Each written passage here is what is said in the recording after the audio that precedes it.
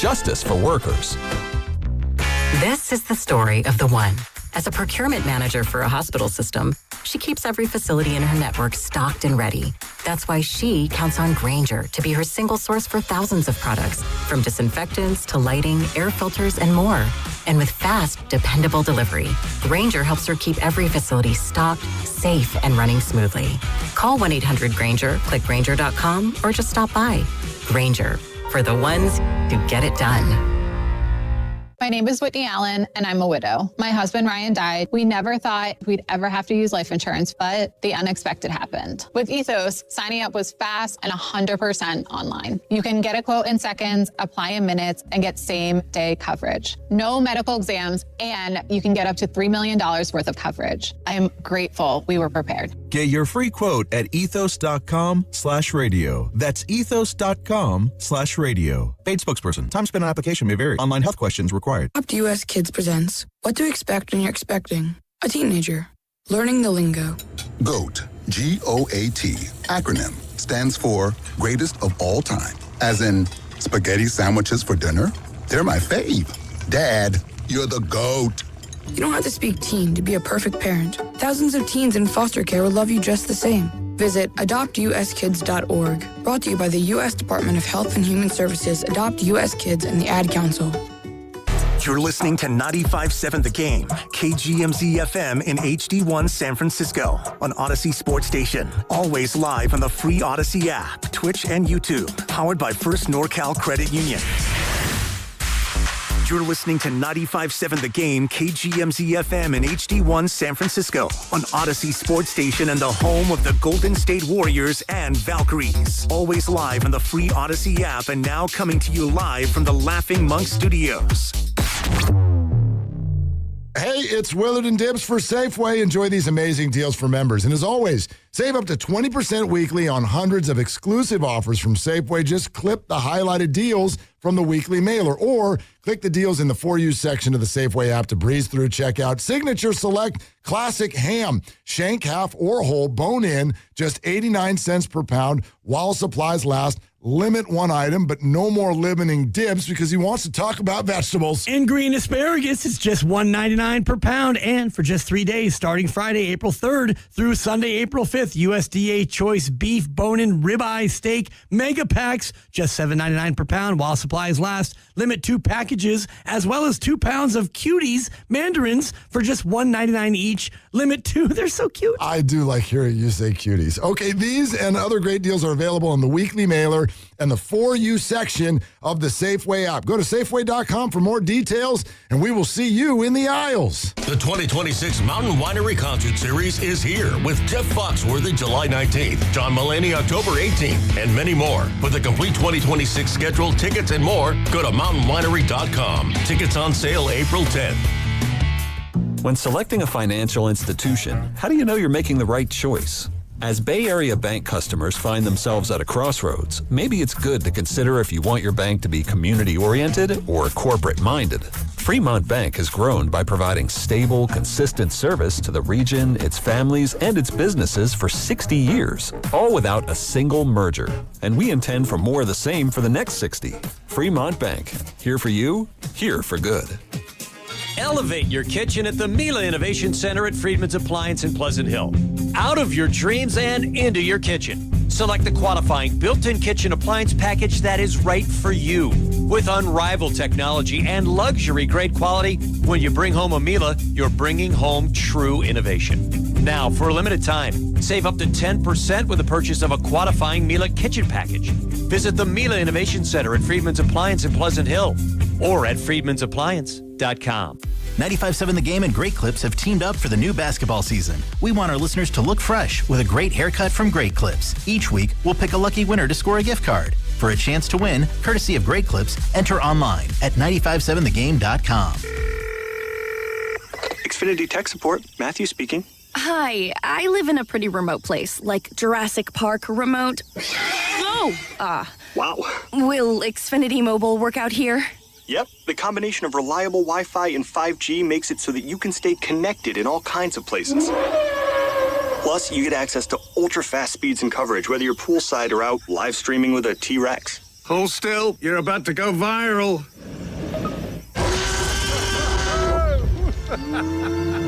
Welcome to a new era of Wi-Fi boosted mobile. Cut your mobile bill in half with 2 lines of unlimited.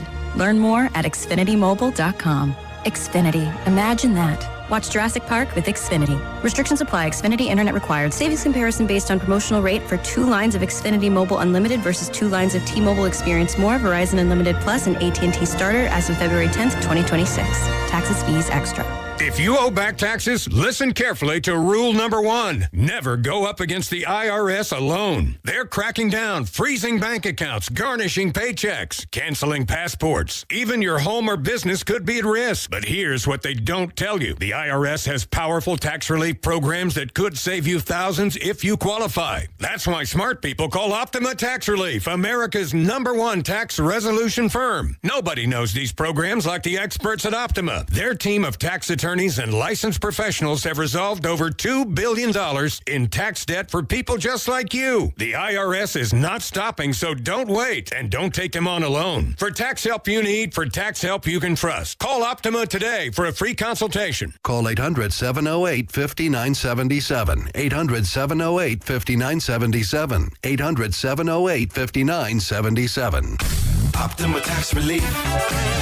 Some restrictions apply. For complete details, please visit OptimaTaxRelief.com. There's a difference between liking a house and actually getting it. Redfin is built to make up that difference and close the gap between finding and owning the home for you. Redfin agents close twice as many deals as other agents, so when you find a home you love, you're not a step behind when it's time to make an offer. That means less watching great homes disappear and more focus on the ones you'll actually move into and call home. Redfin helps turn saved listings into real addresses. Get started at redfin.com.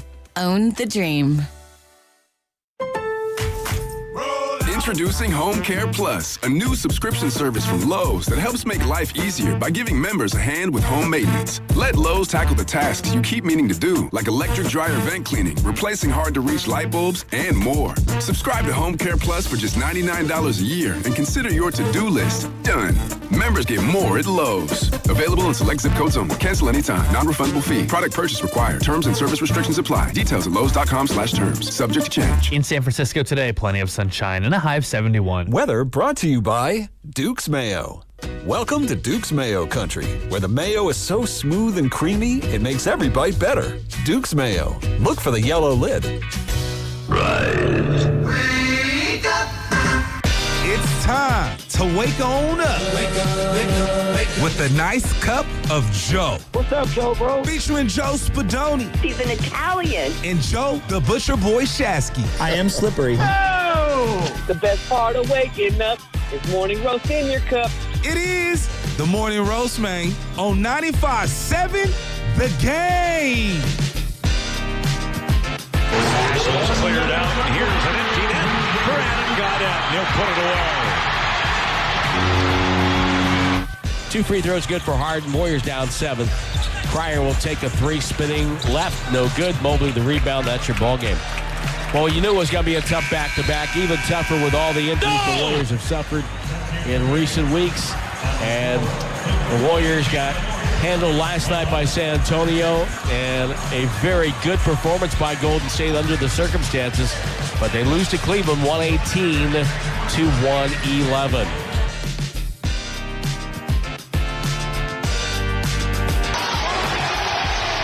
He got him, and it's the ball game. A big deal indeed. We saw a lot of different things tonight, Mike, and all of them were very good. You know, I finally have shamed Risotto after calling him out so many times of not coming with a highlight. He had not 1, not 2, but 3 calls from last night's games in the Greater Bay Area. You heard the Sharkies there. Big time win. They didn't even need to get to the 4th period, Sammy. 4-1 the final against the Toronto Maple Leafs. For those that get that joke, congratulations. The San Francisco Giants, I was at said game last night at Oracle Park. Yeah, give me a little bloop, little drop. 7-2 the final there. They take the first game in a 4-game series against the New York Mets. And then our Golden State Warriors, as we are the home of the Golden State Warriors here at 95.7 The Game, they fall to the Cleveland Cavaliers in a pesky effort, 118 to 111. 11. They have lost 3 in a row, and they are kind of locked into that 10th seed right now. They're 3 back in the loss column. And you know who they'd be facing if the season ended right now? Not the Portland Trailblazers, people. They'd be playing the Los Angeles Clippers. That's right. And yes, I just mentioned it. Sam Lubman filling in for Joe Shasky today. Shasky, we're giving him an extended 3-day weekend here on this Easter weekend, on this Good Friday. And welcome in, ladies and gentlemen, boys and girls. Those of you getting off work and ready for work and ready for school and extended weekend, spring break, we appreciate you, and we would appreciate your participation at 888-957-9570. We got Risotto in the back, and we got Ken filling in, New York Kenny, a.k.a. Ken Bone. What's up, Sam? Nice shirt. Yeah, hello there, Spinoni. Good morning. And yeah, you had a fun night last night at that game. And certainly did. And there was just so much going on last night. And we had 3 home games all going at the same time, and it was very much a multi-screen night for your boy in his apartment. The Giants are on the big TV, Warriors on the computer, Sharks on the phone. You know, I share a YouTube TV account with my mom. She calls me up. It's like, hey, are you using the screens? I'm like, yes, I'm using the screens tonight. You will not have access to them. Is that how it works? You can't share? I think you have 3 screens that you can use. Got it. Okay. It's YouTube TV. Can we please, we know you have the multi-view for other channels. Can we make it for all channels, please? Last night was the perfect. All right, there you go. Last night was the perfect night to have that multi-view going.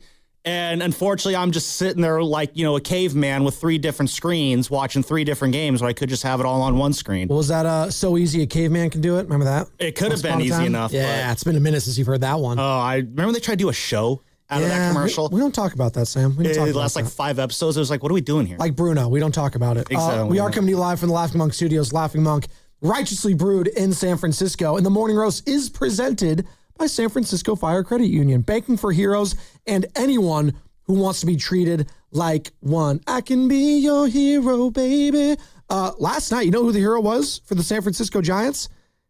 Daniel Susac, backup catcher, Rule 5 acquisition, who we didn't even know, Sam, if he was going to be a Giant by the start of the regular season. You know, he could have gone back to the A's and that whole Rule 5 thing. If they didn't, keep him on the roster, he goes back to Sacramento, and he'd probably be warming in the bench there because they got this guy named Shea Langoliers up in Sacramento. I've heard good things about him. Yeah, he's been balling this season so far. So good to see him have a 3-hit night. I saw him collect the little umpire card after the game was over. Really cool stuff there. Shout out Kenny, producer Kenny in the back, New York Kenny. He did a lot of the social yesterday, a lot of the videos, and caught a lot of good stuff there. So a big win for the Giants as the bats exploded a little bit early on Daniel Peterson. He only lasts 4 to 3rd inning, 9 hits, 5 earned runs, a couple walks, and Robbie Ray, the grunt master general, as I like to call him, 5 1/3, 3 hits. The ultimate grunt master out there. Thank you. And we'll get to what Tony Vitale had to say after the game. New York Kenny asked him a question. He got a really good response. 2 earned runs, 7 Ks for Robbie Ray, 3 walks. It was a gutsy performance for him. It wasn't as clean as stuff, but you know what?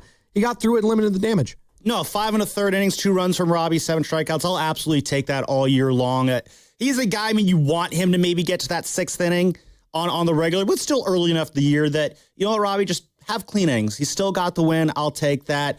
I think Pavs tweeted out last night, it's this is the best the Giants have done against the lefty in 5 years. And probably, I think that was the last time. Well, I think they roughed up Kershaw in a game against the Dodgers last year, which was that was a wild experience. See the Giants scoring multiple runs off of him. That's when you know he was cooked. That's when he knew he was going to retire. He's like, man, I used to own this. Now the Giants own me. I got to retire. You know what happened is they batted around against Kershaw last year in 1 inning. And I remember I was at that game watching in real time, just there's no way this is happening. And but anyway, yeah, seeing the Giants succeed against a left-handed pitcher, that's how you know, ooh, this lineup actually is a little bit better. It started off, Spinoni, Giants go down 1-0 in that first inning. And in the past, I'd always play this little, fun game with myself and only myself, where you see the other team score a run. And I'm like, ugh, you're telling me this team, the Giants, have to score a whole run and then score another run on top of that? I'm sorry, you're asking for too much.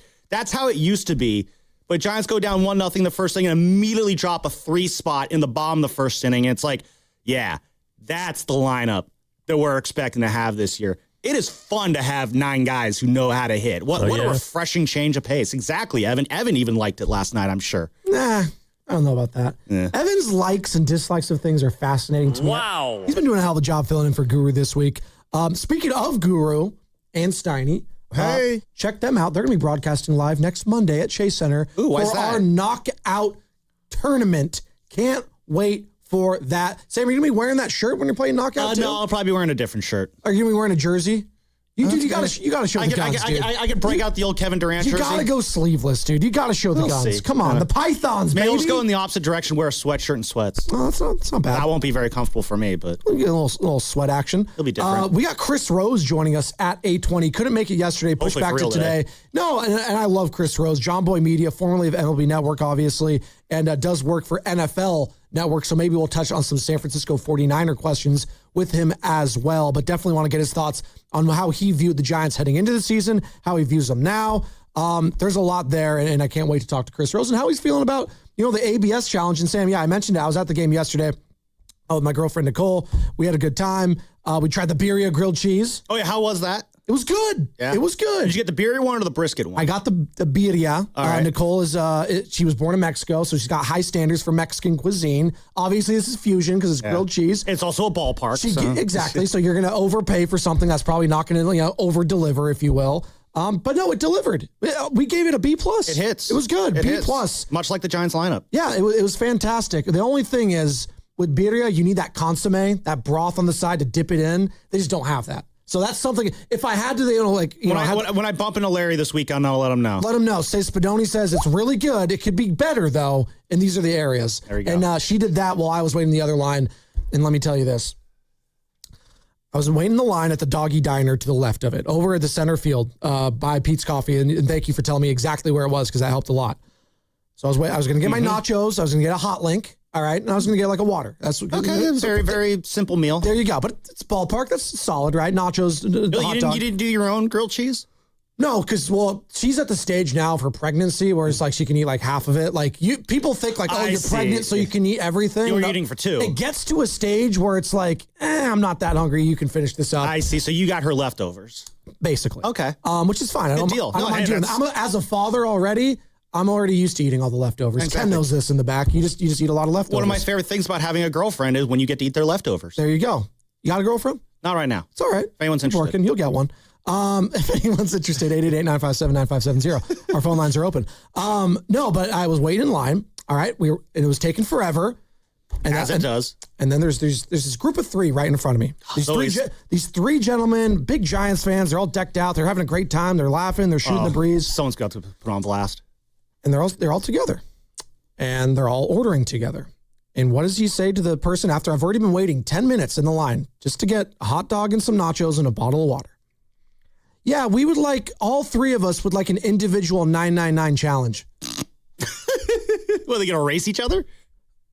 For those of you who don't know, Was it at that's least the before the 9 hot first dog inning? challenge on top of the 9 beers. Every single one of those guys, all three of them, had to order it. How long do you think that took? You think they Flushing it in the bathroom. I mean, you think they just kind of have those boxes of dogs ready to go? Like, how long does it take to prepare that? No, they don't. And then the lady took her sweet time. God they love got whoever to it make was. the hot dogs from scratch? No, they just literally, they already have them pre-wrapped. You have to unwrap them, I think, and put them in each individual slot. Mm-hmm. She pours a really big, large, souvenir cup worth of Coors Light, pours it in each individual little shot glass cup. Shot of beer. That's Yeah. basically what it is. Yeah, because they're not going to give you actually 9 beers. That would be ridiculous. I swear to God, it took at least 10 minutes just for those three guys. It'd be really cool if it took 9 minutes. This is my PSA. If you're in a group of people and you each want to do the challenge, please get in separate lines. For the love of God. Me and the guy behind me, he was actually a Raider fan. It was hilarious. I was like, my guy, I just want a hot dog and some nachos. And we've been waiting here for 20 minutes. That's it. That was my only thing. If you're in a group of people, you guys all want to do the challenge, that's fine.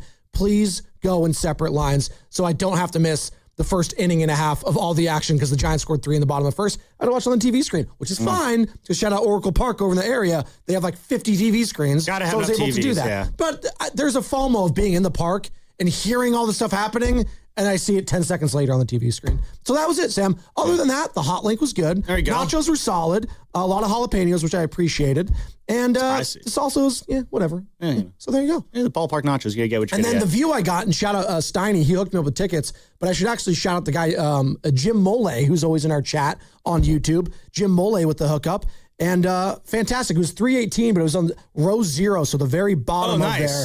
And it was fantastic views. I mean, like the upper part of the upper deck, or in the view level, or the view box? Not the box, but the first row right behind the box. So I had the railing in front of me, which is actually nice because it wasn't blocking my view at all. But it was picture perfect. I posted it on my Twitter page. Just the views were immaculate, and it wasn't very windy on top, Sam. It was nice. The flags were barely moving. I brought my beanie just in case because I'm a Bay Area guy. I know when to dress. We've been to enough night games at Oracle Park to know that when it's summerish springtime, you got to dress for cold weather. Absolutely. And you know what? Watching that game and watching that Giants offense, that's the team. 2 of these last 3 games where we've seen their offense explode. A couple games ago against San Diego, and last night, that was the team that I thought this, Giants squad could be at the start of the season. When it comes to being an offensive first team and giving guys like Robbie Ray, Logan Webb, Landon Roop, we'll see with Hauser, we'll see with Malley, a cushion there early and let them do their thing. Mm-hmm. And it was refreshing to see that yesterday at home after already getting a series W down in San Diego. No, and it's Tony Vitello's first win at home too. Yeah. We can kind of forget everything that happened last week, and though Jim Bowden was on with Willard and Dibs we'll yesterday, get to that. I do want to respond to some of the stuff that Bowden said, just in terms of talk about Tony Vitello and all the hype and hoopla that was made about his first weekend. Let's just say this. Exactly. So we'll be talking about that at some point in the show. But good for Coach. Good for you getting your first win at home, getting that little monkey off of your back, and that's gonna be again just checking off all these firsts for Tony V. But it is, again, as you mentioned, Spinoni, so nice having a team that can hit as well as they can. The pitching so far, it's holding up. The bullpen, I mean, Blade Tidwell getting called up and getting the 3-out save that he didn't even know it was a save, apparently. He was given the 3 outs, too. He got 3 innings. Sorry, 3 innings save. Sorry, I said 3 out. Yeah, 3 innings save. Sorry, it's like the 4th period. It's okay. Exactly. Yeah. And again, 2 days in a row, we've seen weird saves. We got Mason Miller who came in a save situation in the 8th, came out for a non-save situation in the 9th, but still got a save. Blade Tidwell, the 3. I never liked the 3-inning save in a blowout like it's that. very strange. That is a very weird. Well, I remember I was getting mad at Mason Miller, not like Mason Miller, just he pitched an inning in a third. It got a save, yeah. And that's the weird. final score was whatever, they won by 5 runs. I was like, what are we doing? What are we doing? And I know you inherit a 3-run. There's rules. We get it. It's just they're weird rules. You inherit a 3-run lead, or there's a guy in the batter's box that can tie the game or something. I don't know how it works. It's convoluted. Nonetheless, shout out Blake Tidwell. 3 innings in relief there, gives up just 2 hits, has a couple strikeouts, and gets the save. And Robbie Ray gets the win in 5 1/3 innings. 888-957-9570 is the number if you'd like to get involved. And yeah, we came in with 3 different highlights. We could talk about all 3 games, quite frankly. I'm curious. There were 3 games on last night. If you were at any of those games, love to hear from you. But also, if you were like me and you were watching it at home, what was your favorite thing you saw in any of these games last night? I mean, even though the Warriors lost to the Cavs, I think there are still positives you could find there.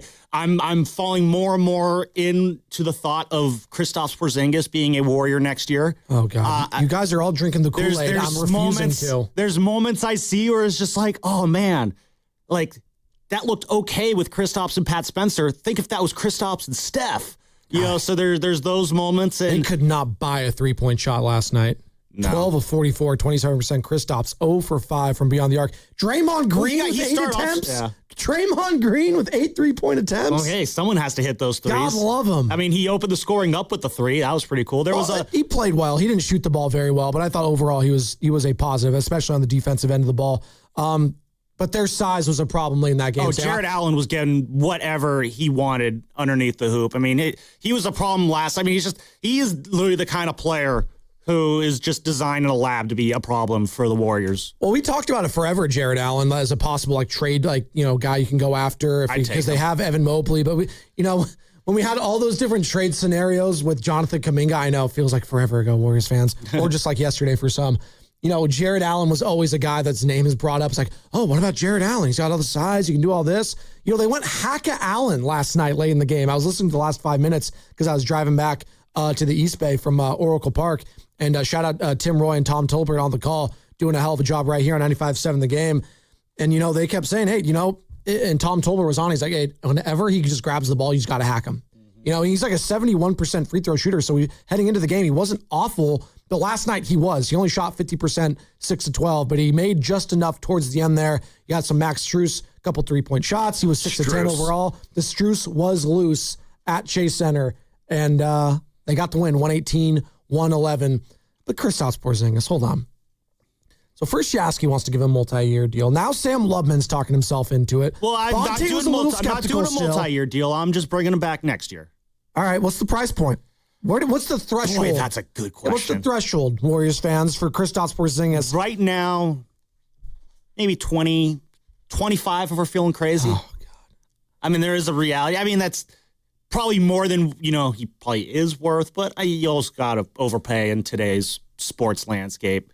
20 is pushing it for me. I'd offer him 1 year, $15 million with a team option for next year. That could be up to $30 million. So 2 years, $30 million. I don't hate that either. But I don't give him a player. I give a team option. Yeah. I can exercise that because you know what, Kristaps? We don't trust your body just yet. We trusted it so far, but we've seen your history. I don't want us to get burned like some of the teams of Ghosts of Christmas Past. No, everything's fixed now. Rick Celebrini fixed him. He's going to be healthy forever now. He's never, ever going to be injured ever again. Rick Celebrini has been mentioned more on these airwaves than Macklin Celebrini. It's pretty incredible. Well, I mean, when your kid is Macklin Celebrini, you're going to get mentioned just, by association. But no, I'm totally bought in. Rick Celebrini has cured Kristaps of all of his ails. That's totally the mindset you should have. And I'm not digging my own grave right now. All right, Warriors fans. That's a couple people here at 95.7 The Game. Nick Friedel was in on it. Bonte's kind of back in on it. I'm still skeptical. We bringing Kristaps back no matter what next year? Is it no matter what, we're bringing him back on a 1 year deal at the very least? 888-957-9570. I did read a story yesterday that there's another person who might be out there that I'm willing to just fall head over heels for. Really? Oh yeah, it's probably not going to happen. I'm going to talk myself into it. That's a tease. We're going to bring up that on the other side. Plus, what do you hear? What do you say? We'll hear from the skipper, Tony Vitello, after his first home victory at Oracle Park. It's going to be brought to you by Inn at the Tides in Bodega Bay. Escape to the coast for an unforgettable evening at the Inn at the Tides. Join their upcoming Winemakers Dinner Series. Ooh, yeah. Where stunning ocean views meet expertly paired wines and seasonal cuisine. Are you kidding me? Reserve your seat now and savor every moment. The Inn at the Tides, where every dinner risotto tells a story. I always like talking about local organizations that actually do things the right way, and San Francisco Fire Credit Union is one of them. They're celebrating 75 years this year, and it all started back in 1951 in a San Francisco firehouse. And despite the name, anyone can join. So you can get no monthly checking fees and a top-rated mobile banking app from a local, not-for-profit credit union. Bank like a hero at sffirecu.org. That's sffirecu.org. This institution is not federally insured. The credit union is not insured by any state government, privately insured by ASI. Running a business means wearing multiple hats. So if you're like me, you probably started out using your personal phone, taking client calls and texts nonstop. As my business grew, I needed something smarter. That's when I switched to Quo, the #1 business phone system. Quo works right on your phone or computer. No carrying 2 phones, no clunky landline, just one easy app you can try for free. Your team can share one number and handle calls and texts together like a shared inbox. Any teammate can jump into the conversation, so customers get faster responses. And Quo's AI assistant summarizes your calls and responds to customers 24/7, so you never miss a lead or opportunity. All this starts at just $15 a month. That's basically 2 coffees. You can even keep your current business phone number. Find out why 90,000 businesses trust Quo. No missed calls, no missed customers. Try Quo for free at quo.com/sports. That's quo.com/sports to try Quo free. QUO.com/SPORTS. We all hear the radio ads about the IRS. They tell you to be afraid, to be scared, and they try to frighten you into calling. I'm not here to do that. Tax Relief Advocates is different. TRA is here to tell you that if you owe money to the IRS, whether it's $5,000, $50,000, or $500,000, we have a solution. It doesn't matter if you're sitting in your car, at work, or with your kids. No matter where you are, call now. 800-497-8091. Don't lose hope. TRA can eliminate or reduce what you owe to the IRS. Generous programs are now available that can give you a fresh start. Our passion is taxes and helping individuals fix their IRS problems. We have over 1,000 5-star reviews on Google and an A+ with the Better Business Bureau. You don't need to be afraid of the IRS any longer. End your tax nightmare today by visiting us online at TRA.com or call 800-497-8091. That's 800-497-8091. Tax Relief Advocates. Real solutions for real people. Why choose a Sleep Number smart bed? Can I make my site softer? Can I make my site firmer? Can we sleep cooler? Sleep Number does that. Cools up to 8 times faster and lets you choose your ideal comfort on either side. Your Sleep Number setting. Enjoy personalized comfort for better sleep night after night. And now it's your last chance on select Sleep Number mattresses. Take 30 to 40% off top-rated beds. Shop now for a limited time. Only at a Sleep Number store or sleepnumber.com. Decisions determine results. So which path do I want to take? Help people in need or stand on the sidelines watching? Worry about how to pay for school or have my education paid for? Push myself and learn new skills or stay the same? My decision is to serve part-time with the Army National Guard, and my results will be life-changing. What will you decide? Go to NationalGuard.com to learn more about part-time service. Sponsored by the California Army National Guard. Aired by the California Broadcasters. Powerful doesn't just happen. You have to make it happen. So the moment Total Wireless offers a free Samsung S25 FE with Galaxy AI, when you switch to Total 5G or 5G Plus Unlimited 3-month plan, you take the network as powerful as you, with unlimited 5G data that won't slow you down. Now that's a total power move. Visit your neighborhood Total Wireless store. Device taxes and fees may apply. Requires new activation on a Total 5G Unlimited 3-month plan or higher. External port in and ID verification. Available only in Total Wireless stores. Limit to 4 devices per account. Want to interact with the hosts but can't call? Text the Boxer and Gerson Work Injury Attorneys text line at 888-957-9570. Boxer and Gerson, Northern California's premier workers' compensation law firm, helping injured workers get their lives back for over 40 years. It's game day. Are your moderate to severe Crohn's disease or ulcerative colitis symptoms keeping you from the action? Skyrizi, risankizumab Riza, could help you get back to the game. Skyrizi is proven to help people feel significant symptom relief, achieve remission, and visibly improve damage of the intestinal lining.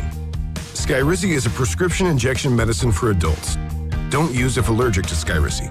Serious allergic reactions, increased infections, or lower ability to fight them may occur.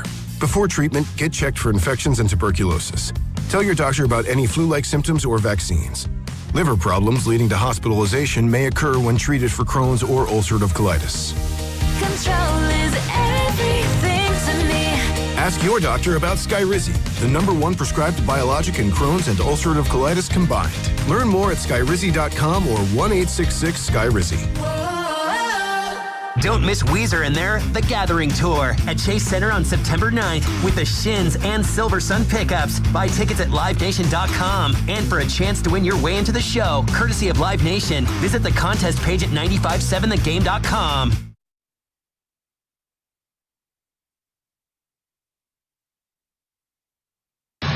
Daniel Susac in his first major league at bat.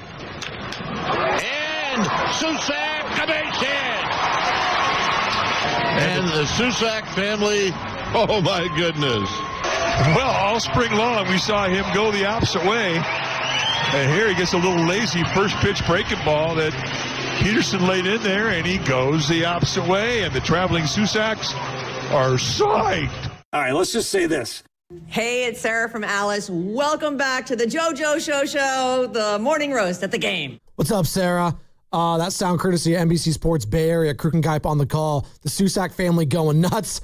Was that his little nephew? I don't know who. There's a little kid getting run around there. Having fun with that one. Dad was like jumping up and down with the kid. The kid was hating every second of it. That was great. Probably the only person in the ballpark who hated the fact that Daniel Susac had 3 hits last night. That is Sam Lubin filling in for Joe Shasky today. Shasky getting extended happy Easter, if you will, 3-day off here. So shout out Shasky if you're listening. But Daniel Susac batting 1,000 right now. 3 hits for him yesterday. And the first hit of his Major League Baseball career. Pretty cool for Daniel Susac. And also, he gets a little game card at the end from the umpire. I've never seen a catcher. Maybe it happens more often than not, but I just saw the video of it for the first time where they like, you don't see it video very often, but that was pretty cool. He got the 3 hits last night, and the walk's pretty cool, getting on base 4 times. But I think the best part that Susac had, the best moment that Susac had all night was actually behind the plate. The end of the 5th inning, Ryan Walker's going against Luis Robert Jr., paints that outside corner. It's rolled ball 4. Robert Jr. started. It was Luis Robert Jr., I believe. Yeah. Starts heading down to first base. Susac does the challenge, and I knew right off the bat they were going to get it because I'm watching at home, and they still have the strike zone superimposed on the screen at home. And the pitch just touched that outside corner of the zone, and Susac had the wherewithal to challenge it. And sure enough, the challenge showed that Ryan Walker just barely nicked that outside corner of the strike zone there, and ended up being strike 3 that ends the inning rather than ball 4 to continue the inning. And so, really cool challenge there by Susac ending the inning there. And those are the kind of moments you get 3 hits, reach base 4 times, get a challenge like that. You're going to get more playing time. You're going to be behind the dish in the squat a lot more, Daniel Susac, if you keep having nights like that. And Patrick Bailey, great catcher, great defensive catcher. Pick up the bat a little bit more. Otherwise, Susac, man, he could be playing behind the plate a little bit more than maybe we thought. And 3 at-bats, he has 3 hits. And Patrick Bailey has 18 at-bats. He has 2 hits. 3 is greater than 2. Not saying he's a better player. No one's saying that yet. But honestly, the bar is so low for Patrick Bailey offensively that if Susac gives you anything just offensively that's better or greater than Patrick Bailey, that's a bonus, and that's a win in and of itself. Because we know Patrick Bailey, calls a great game. He's an elite defensive catcher, still great at framing, which even with this ABS system still matters at times. If you just frame it well enough, that could trick the batter on the other side, if you will. So, great debut for Daniel Susac as the backup catcher this season. You never know. Injuries happen. Patrick Bailey's been hurt in the past. And, great to have some insurance in the back there, Sammy. Listen, it's on the radar. But that being said, I don't think Bailey's getting benched anytime soon. We're not going that far yet. Bailey is still one of the elite catchers defensively in the game. And I think this is still a sport where behind the plate, you'd rather have a stronger defensive presence than an offensive presence. I mean, ideally, you'd like to have both. That's the Buster Posey. But, you're not always going to get a Buster Posey. But no. The thing about Susac that I heard in spring training was, very good defensively. Let's see where he's at with the bat, which, again, it's very similar to Patrick Bailey, whereas the other backup catching option was Jesus Rodriguez, who is more of a plus offensively than defensively. I always kind of figured he would be the odd man out because I do believe the Giants, prioritize defense behind the plate there. But if these guys, Susac and Bailey, if they could just get a little bit of offense going from that position, what already looks like it could be a very fun lineup to watch gets even a little bit more dynamic with one less spot in that lineup that's just a black hole for offense. It's so great to see that from Susac last night. Maybe you'll see Jesus Rodriguez on Sunday, right? Jesus? Is he going to rise up to the big league level? He might. We might see Steph Curry on Sunday night as well as they take on the Houston Rockets. He will return on Sunday? 7:00 tip. Which is still, I'm just, why on a Sunday? It's just, it's even Sunday night at 7 on a Easter, when we're all going to be tired. I'm going to eat all my lamb. I'm going to be just lethargic. Imagine if you live in Houston and that game starts at 9:00 on a Sunday night. Well, they've already checked out on the Houston Rockets. That team's cooked. Well, yeah, but they're so okay, cooked. but the 47 Rockets fans who are still in on their team, that's actually there's a morning show in Houston that's going to have to stay up at 9:00 and watch that, and I feel for them. I shouldn't say they're cooked because a major injury happened in the association last night that could affect teams like the Houston Rockets or Minnesota Timberwolves, who are currently the 6th seed in the Western Conference. We'll get to that in just a second. But first, what do you hear? What do you say, Tony V? All right, he gets his first win at Oracle Park, and let's just get to this one immediately. Is it the Rafi Devers home run question set up by our very own Ken Luttrell, a.k.a. New York Kenny, a.k.a. Ken Bone, asking the question on the energy after Devers' home run, his first of the season, first at Oracle Park? Yeah, I didn't know what was going on behind me. I'm not privy to any of those conversations, and it was very loose in that moment. But I think just when he's up to bat, you got a guy that everybody loves cheering for, and he's one of many in the lineup. But I think it's consistently loose when he's hitting, regardless how the at-bat goes. And then Rafi, I mentioned golf, Tiger. Oh, I guess bad timing. Oh, no. I don't want... All right, let's just say this. Rafi's pretty good about getting, like other athletes in the past when things were going good, Rafi's pretty good about getting fired up at himself and then calming things down pretty quick. So say from the first 7-8 seconds after a bad at-bat, Rafi's always a guy that kind of keeps things lighthearted and keeps the other guys involved and cheering for him. But he took it to the max there as far as tonight goes. Ken, why are you trying to stump our guy? Why are you trying to make him look foolish? All I did was ask him, how loose it was, after the tension from last week with Rafi, they put the unicorn mask on. And then he says, it's kind of like Tiger Woods. I don't know. Maybe I shouldn't have used that. Let's right into this. Hey, you know what? Tiger's trying to better himself. We could give him props for that. He's trying, and hopefully he does. Gotta try. But and thanks, Brian. I get what he was trying to say. Like, you wanted to compare him to one of the greatest, if not the greatest golfer of all time. In recent weeks, maybe not use that reference. What do you want him to say? Arnold Palmer? Huh? Yeah, I mean, was you supposed to say LeBron James? That's not Sam gonna be a popular Snead? answer here. Like Jack Nicklaus? Huh? Yeah. There you Bryson go. DeChambeau? I don't know. Like, who's supposed to say that? I love Tony Vitello because he's like that Michael Scott meme where it's like sometimes I start a sentence, I don't even know where it's going. I just hope I could they land the plane, if you will. And we do that. That's a lot of us here at 95.7. That's 4 hours a day on the radio is what we're trying to do. I sometimes start a sentence, I don't know where it's going, but I hope I could land the plane. And that's Tony Vitello at the presser. And that's what I love about him, man. You never know what he's going to say. You always got to have your microphone, your camera ready because he's going to say something like he did last night. Great question, New York Ken, even though I don't think that ended where you thought it was going to go. It definitely was not going to ask about a Rafi Devers home run getting a Tiger Woods reference. But this is the thing. Like, we said it all off season from people who we had on from Tennessee talk about Vitello is we knew that Tony, he says stuff. He just says stuff that catches your attention and boy, howdy has it. And maybe we've taken some of the things he said a little bit too far. I might be guilty of that, and I apologize for my role in that. But again, just when I feel like now we've gone past that first weekend where everyone was like so amped up and wired in on every single word he said. We've all kind of like if Tony was pressing last weekend, maybe we here and the media and the fans on the outside, we were pressing a little bit in terms of how we react to it. Everyone's just kind of.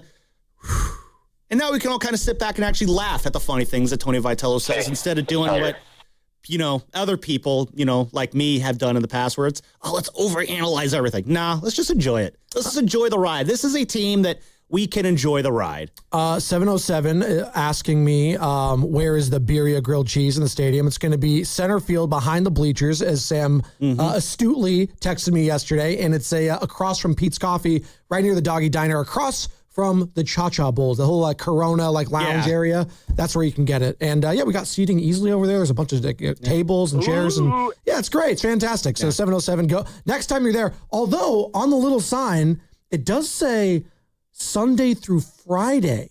So Saturdays they may not serve as. That's weird. And Risotto giving me the eye roll because him and his girlfriend are supposed to go tomorrow. And they were going to try it for the first time.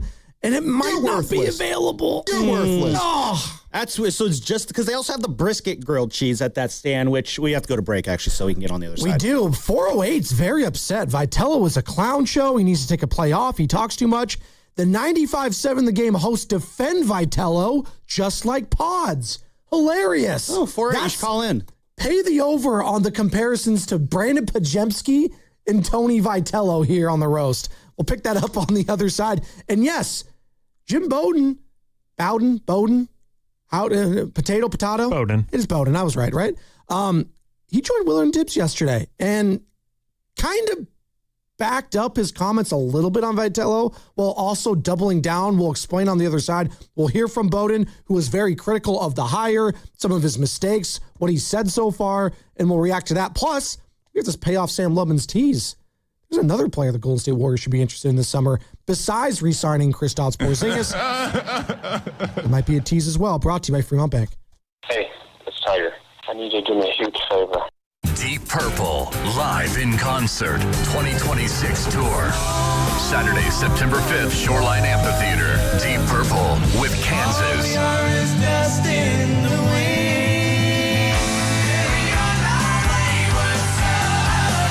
Plus, special guest Jefferson Starship. Get tickets now at livenation.com. Don't miss Deep Purple with Kansas, plus special guest Jefferson Starship. Running a small business means juggling a lot. Your network has to handle it all. That's where a fiber-only provider falls short. You need a partner who gives you a greater advantage. Introducing the Total Solutions Advantage only from Comcast Business. A first-ever combination of the largest, fastest fiber-powered network, the most reliable Wi-Fi, gig speeds with equipment and security included, and a 5-year price lock. Plus, it's all backed by a 30-day money-back guarantee. The Total Solutions Advantage only from Comcast Business. A new standard for small business with reliability, security, and savings in one.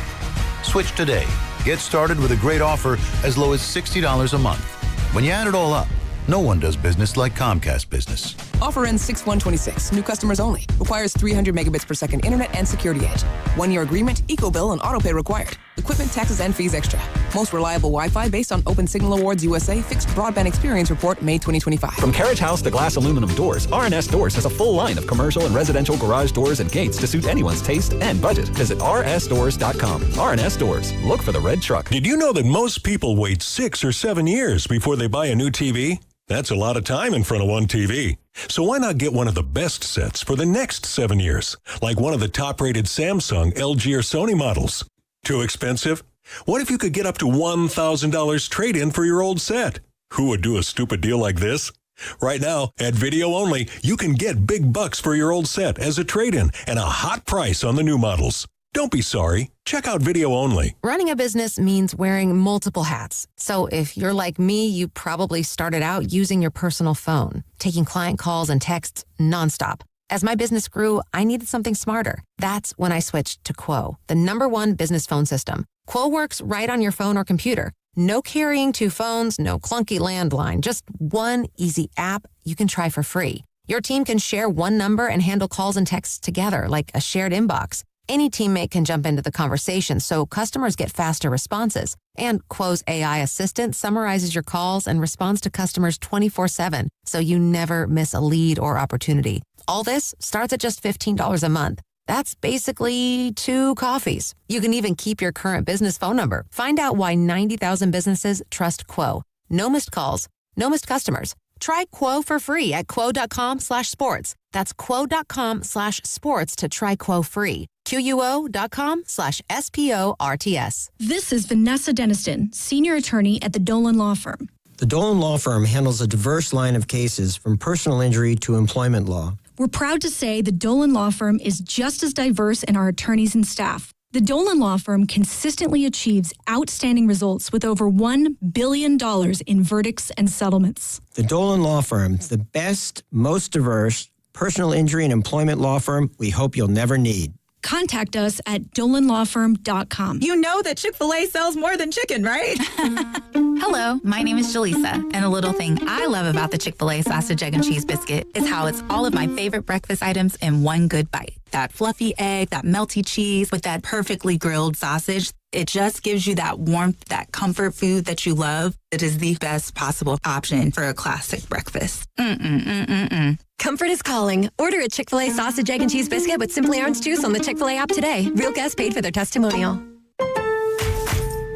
Pros, just because something on the job runs out doesn't mean you have to.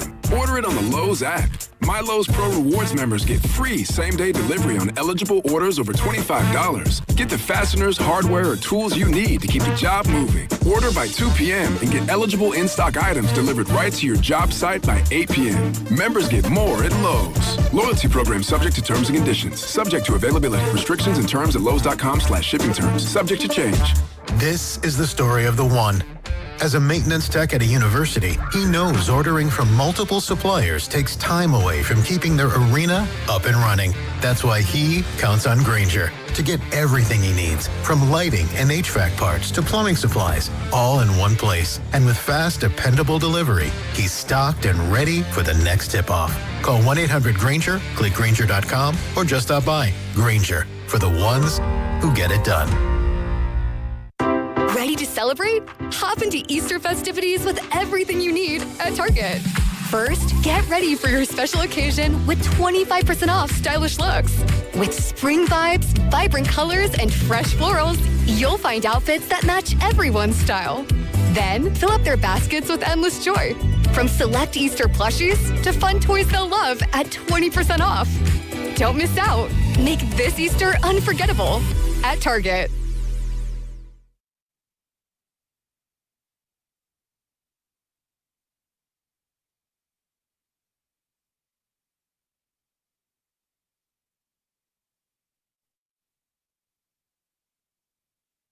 Hey, this is Rob. This is Chase. And you're listening to The Morning Roast on 95.7 The Game with Joe and Joe. It's actually Joe and Sam Spadoni here alongside Sam Lubin filling in for Shasky. Shasky enjoying a 3-day Easter weekend on this Good Friday for those of you who observe. And you guys know the number? Well, you should if you don't. 888-957-9570. You can call or text the Boxer and Gerson Work Injury Attorneys text line. It was a banner night in the Bay Area yesterday as we had 3 different home games with 3 of our professional squads. Sharks getting it done at the Tank. 4-1 the final there over the Toronto Maple Leafs. The Giants also getting it done 7-2 at Oracle Park over the New York Mets. Both teams now 3-4 there.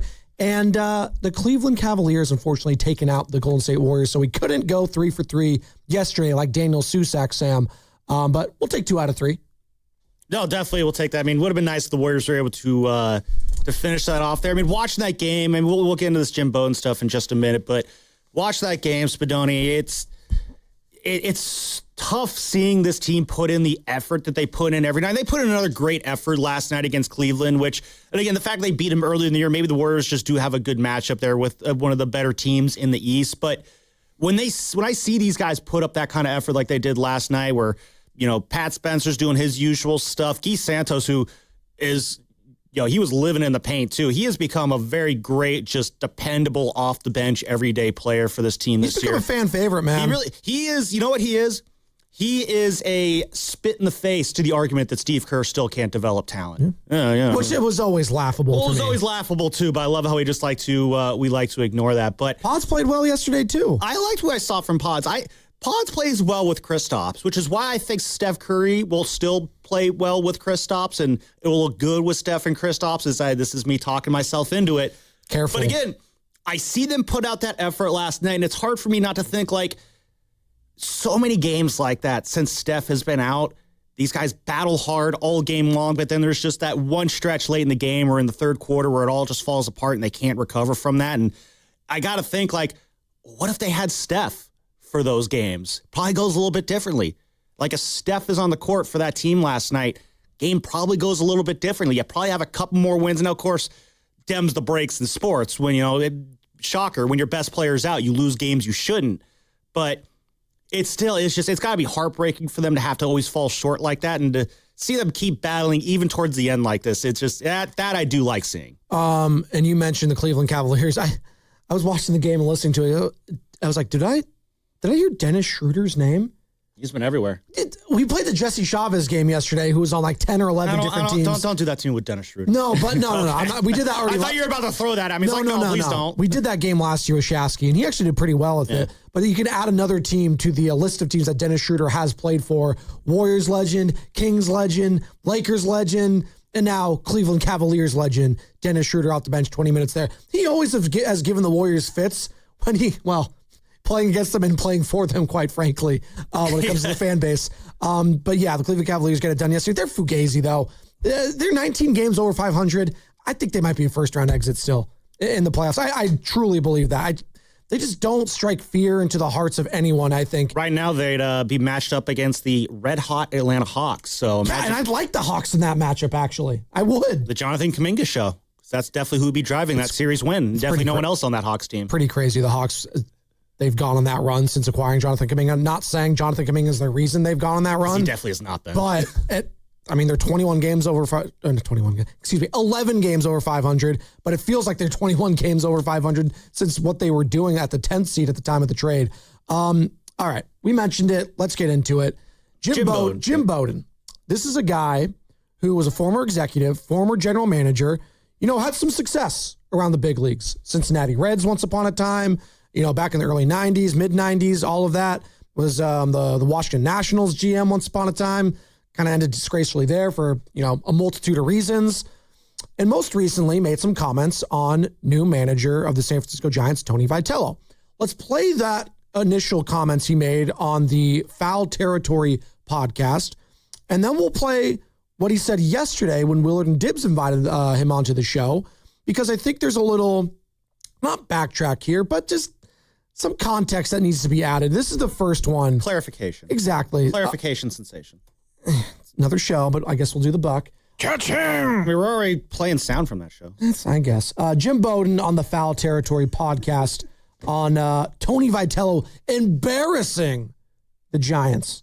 Look, you got to give him time. I like the man. I think he's a good communicator. I think he's got great energy. I think he's a lot of fun. I think he's over his head. So what do? We fix it. So how do we fix it? Well, if I am sitting there and I'm Buster Posey or I'm Zach Manassian, this is what I'm going to do. I've got two guys on my payroll that are both going to be in the Hall of Fame someday. One named Bruce Bochy and one named Dusty Baker. I'm going to let them split the duties, okay? But what we're going to do after every single game and after every single press conference of every single game, one of them is going to sit down and go through the game with Tony Vitello. Going to talk about all the moves, what he did, what he didn't do, what he could do, what he should do. Talk about what he's going to do tomorrow and the next day, what his thoughts on that. And then we're going to break down what he said to the media and what works and doesn't work. We want him to be himself, but we also want him to be professional and not embarrass us, which right now he's embarrassing us is my take. So I'm for Tony Vitello. I want this to work. Don't tell me after the first week that it's working. It's not. And by the way, I'm not going by wins and losses. The Yankees have a better team.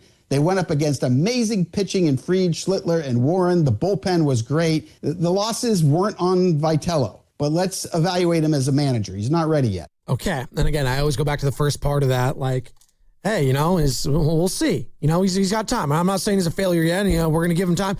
You're not giving him any time because you're crushing the guy after like a couple games. Literally, you're crushing him after 2 games. How could he be embarrassing the organization with his managing, but it's also not his fault that they lost the games? Well, the Yankees are just better, see? So he wasn't buying that as a reason either. I thought that was a little bit harsh, but Let's what did he say with Willard yesterday to kind of clear these things up? Maybe there's I think the key word that triggered a lot of people, and not even Giants fans, just fans of baseball, was the word embarrassing. Yeah, I thought that was a bit of a strong word. This is Jim Bowden with Willard and Dibbs yesterday. If you missed any of this interview, find it in its entirety on YouTube or the free Odyssey app. Jim Bowden, courtesy of the River Islands Guest Line.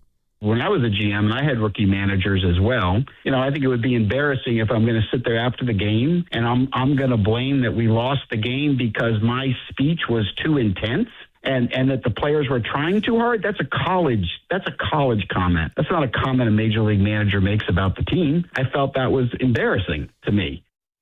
A college comment from a guy coming from college with no major league experience in Tony Vitello. Okay. Here's another one on the mistakes that Bowden felt. You want to respond to that, please? Yeah, let's hold on, because that was something that stuck out to me, because most of what Bowden is talking about here, is it Bowden or Bowden, by the way? It's Bowden. It's Bowden, right? It's Bowden. Even though it's B-O-W, you'd think it's like a, bow, but it also could be bow, like a bow and arrow. I knew a guy in high school who was same spelling, but it was pronounced Bowden. Oh. So yeah. Shout out Bobby. Yeah, there you go. That's not the guy I knew, though. But a lot of the stuff that Bowden was responding to was stuff that Tony said in the post-game presser of the Friday game, the Giants home opener, not the Netflix home opener, the Giants Friday afternoon home opener. Opening day. The actual opening day. And in that presser, at 4 different times, Tony said, they're trying too hard or try hard. He didn't call them try hards, but they were try hard players, I guess what he has. I did thought that was kind of interesting. You don't usually... It's basically kind of like the college version probably of saying that they were pressing. I would disagree that they were pressing, but I do think there is a level of 2 games. Well, that's kind of what kind of perked my ears up in that one. It's like, hold on a minute. Like, are we sure that they're pressing here 2 games into the season? And I do think, and I think Willard kind of said it earlier this week, that maybe Tony was kind of pressing a little bit that first week. But it was his first weekend as a big league manager. You don't think that there was going to be a little bit more of an ampness? Spinoni, you did this show for the first time once upon a time, a year plus ago. Yeah. My guess is you were a little bit amped those first 2-3 shows. Oh, absolutely. And I was told, hey, take a scale back because we can't have you and Shasky both being as amped as you are because people are getting confused who's actually speaking because our cadence and noise and our levels were too loud. Yeah. I mean, not the same scale, but we're coming up with this Monday is the 4-year anniversary when I started producing this show officially. Wow. Yeah. I was a little amped. Congratulations. Yeah, it's not that exciting. I just bring it up because Want a cupcake even party? I was, no, not really. Chicago Jason, why don't you send those in? There's a deep cut there on the YouTube chat. But no, I was amped the first few days I was producing this show. You know, I'm running around like a chicken with his head cut off. Bonte and Shasky are making fun of me for it. And I'm saying like, guys, I'm trying to do the job here. When you're in the first few days of a new job, especially when it's a big job, I don't care if you're a baseball manager. I don't care if you're a radio host. I don't care if you're a radio producer. I don't care if you're one of the millions of jobs that are out there in the world. You person right now driving in your car, there was a time when you first started a new job and you were very amped for it. And you probably made a mistake during those first few days. And you know what? It happens. I remember my first ever job in media. It was at KFox doing social media stuff for them. Oh, nice. I used to do promotions there, yeah. That's right, yeah. We were there. Old building. It's almost like we've worked together for a while. It's true. Right across from the Gold Club. Exactly. Oh, great times. At that building. Shout out to Buffet. Not the Gold Club. Oh, sure. I never actually went in. Oh. But I remember my boss told me that day, it wasn't our boss, Matt Dehegan. It was a different boss for KFox. But he said, Brian Fox? It was not Brian Fox. It was Brian Fagula, actually. Oh, Fig. yeah, Fig. Yeah. I think he still runs things at Coit, but he What did up, Coit. Doe? He would always say that. Yeah. Well, you look at this. Yeah. And he said, just like, listen, dude, glad to have you on. You're going to screw up. It's okay. That'll happen. And it made me feel a little bit better because this was my first real job out of college. So, like, I'm, fired up and amped up and nervous about it, too.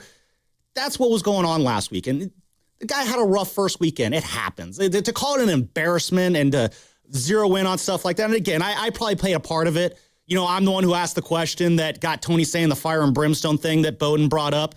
So, but we've moved past it and we're all going to be all right. Oh, I just think the whole thing is, and I was with Willard on this too. And I know Shasky and Bonte, they kind of pushed back on the whole notion. And I was like, he was clearly nervous. And I would and when we say something like that, people say, oh, he wasn't nervous. He was fine. Like, they take it as a negative when in reality, that's totally normal. We're not saying it's a negative thing, as you just brought up with me. Like, yeah, you get nervous sometimes. I would hope he was nervous because I always like the old quote. I don't know if it's an actual quote, but like, if you're nervous, that means you care. There you go. You beat me to it. Because if you're not nervous, you're just going through the motions, it means you don't really give a crap. And I want to say another word, but I can't because FCC will find me. But that's the reality. A ship? Yeah, exactly. You don't give a Schmidt. Casey Schmidt. There you go. Brought to you by Golden State Lumber and Showroom, serving the Bay Area for 3 generations. When you succeed, we succeed. Visit goldenstatelumber.com. And we're talking right now about, Tony Vitello, the comments made from former GM and executive, now current media member Jim Bowden on the Foul Territory podcast, was on Willard and Dibs yesterday to clarify said comments, calling him embarrassing after his first couple games as manager of the San Francisco Giants. And Tony V and the Giants get a win yesterday in their first home win of the season. They've crawled all the way back to 3-4. The win today, they're back to 500, Sammy. And, a win tomorrow on top of that, they could be over 500 as well. Shout out Matt. That'd be the first time this season. They're 3-4 right now, aren't they? Yeah, I said with a win tonight, oh, sorry, 500. Right. A win tomorrow, they'll be over 500. There you go. Okay. Yeah. There you go. Words are hard. You locked in? You're listening to 95.7 The Game, KGNC FM and HD1 San Francisco, an Odyssey Sports Station to the home of the Golden State Warriors and Valkyries.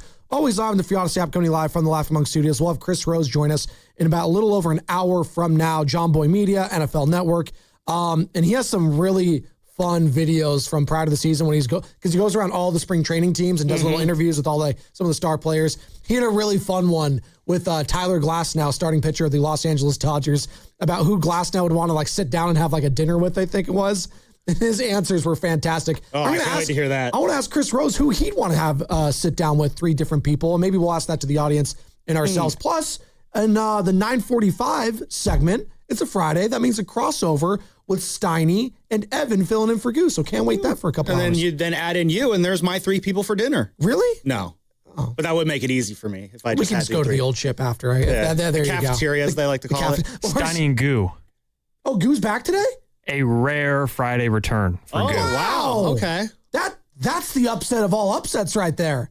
And Goo was locked in yesterday because we were in the chat and he was saying, there's a big injury in the NBA. Luka Doncic, Lakers pulled his hammy.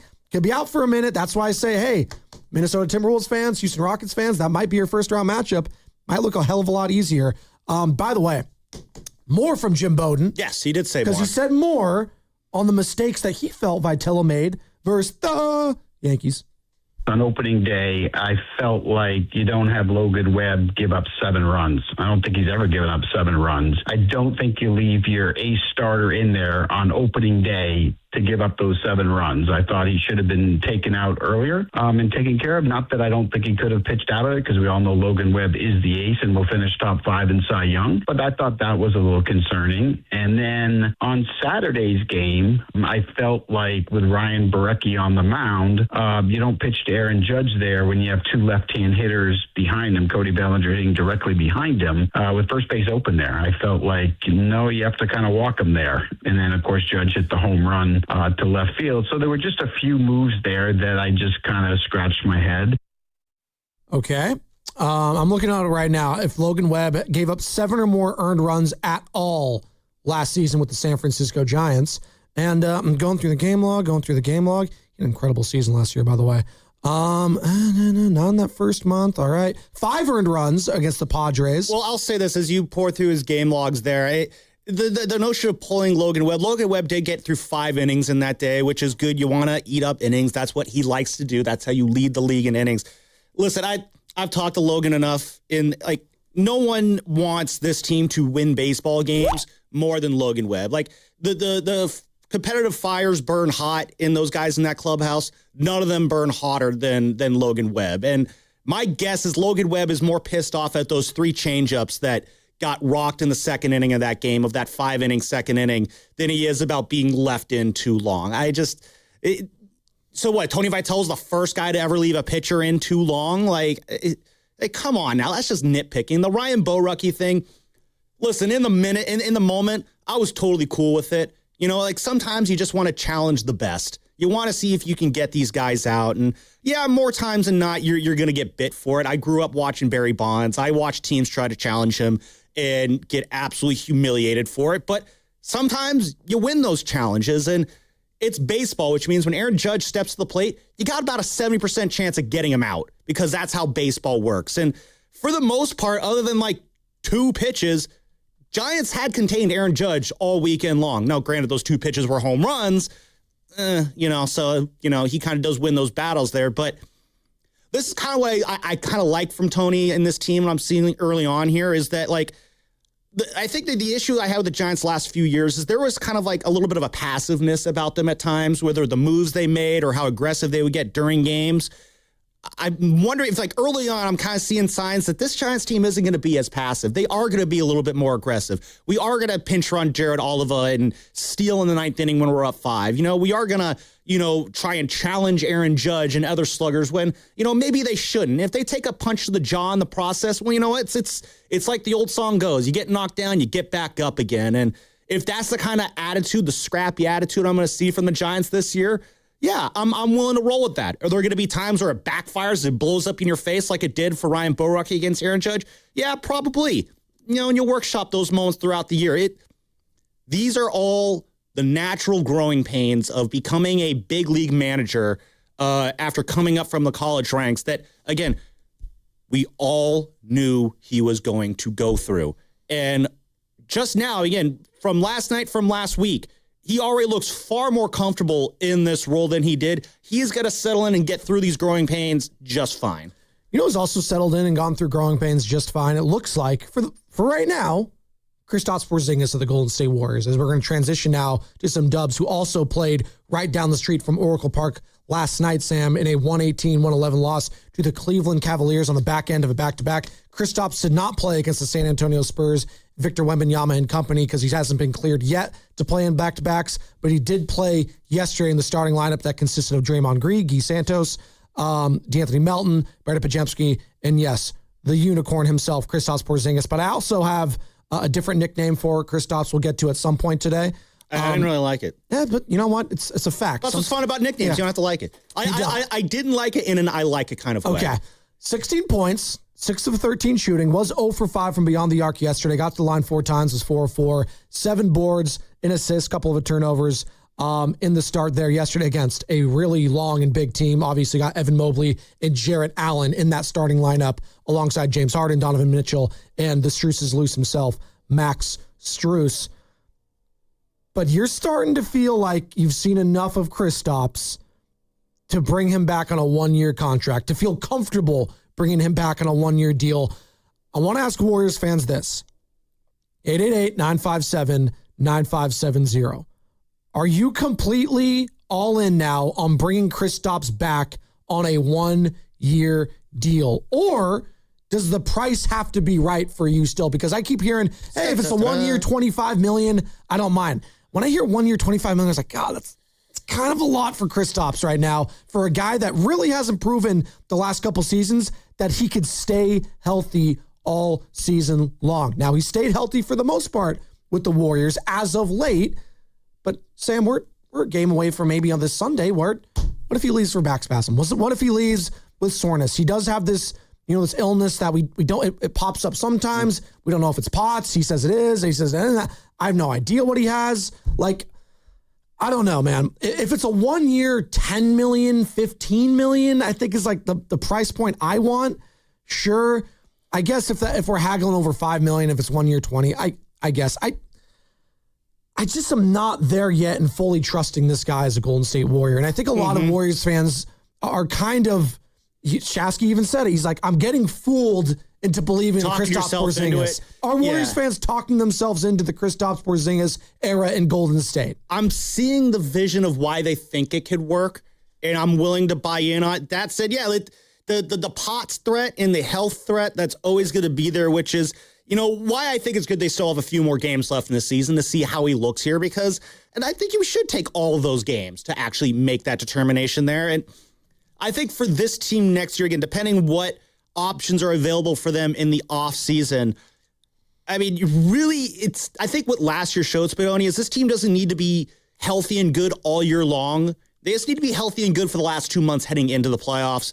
Ideally get out of the play-in box, but if you're telling me you got a healthy Steph, a returning and healthy Jimmy, productive Draymond Green, and a healthy Kristaps, along with the effort you're seeing from guys like Pods and Guy Santos and Quentin Post and Patrick Spencer and the likes on a night-to-night basis, I could see that group putting together a run next season and maybe doing something memorable and sending off Steph and Draymond into the end of their careers. You just call him Patrick Spencer? Did I say Patrick Spencer? Yeah, you did. You said Patrick Spencer. I was like, wow. Huh. That was he went government name on him. Not Pat. I'm gonna find out. Patrick. I'm gonna find out what his middle name is, and I'm gonna call him out on the other side. You guys must be tight. Okay. Yeah. Wow, Samuel. There you go. Yeah, Samuel. Right. My brother, my oldest brother, Sam. He was originally named Samuel. I was also originally named Samuel. He legally changed his name just to Sam though, because he did not like Samuel. Say his middle name again, Kenneth. It's Patrick Andrew Spencer. Oh, 3 first names. Does that mean he's even more on? Can't get more Irish than that, by the way. I give him a pass. Get it? PAS. All right. I'm gonna. That was really good. And on that note, Chris Rose joining us a little over an hour from now. John Boy Media, talk some more. I'd like to see some more Pat Spencer in my life. I want to see some more Jana Mountain View in my life. Did she qualify for knockout? I guess we'll find out on Monday. She could probably slice it and dice it. Has a mean crossover. Jana Mountain View, I'm sure. So Kristaps, a lot of Warriors fans are talking themselves into. Are they also talking themselves in to other potential Hall of Famers that could be available this summer? One being LeBron James and another being Kawhi Leonard. We'll explain on the other side. Brought to you by Kalshi. Trade on anything. March matchups are down to 4. Trade the tournament with Kelsey. Arizona and Michigan are trading at 34% to cut down the nets. A $100 trade pays out $273 if either one wins it all. Download the Kelsey app. Use code FAN to get $10 when you trade 10. Kelsey, trade on anything. Hey, it's Willard and Dibs for Safeway. Enjoy these amazing deals for members. And as always, save up to 20% weekly on hundreds of exclusive offers from Safeway. Just clip the highlighted deals from the weekly mailer or click the deals in the For You section of the Safeway app to breeze through checkout. Signature Select Classic Ham, shank, half, or whole, bone in, just 89 cents per pound while supplies last. Limit one item, but no more limiting Dibs because he wants to talk about vegetables. And green asparagus is just $1.99 per pound. And for just 3 days, starting Friday, April 3rd through Sunday, April 5th, USDA Choice Beef Bone-In Ribeye Steak Mega Packs, just $7.99 per pound while supplies last. Limit 2 packages, as well as 2 pounds of Cuties mandarins for just $1.99 each. Limit 2. They're so cute. I do like hearing you say Cuties. Okay, these and other great deals are available on the weekly mailer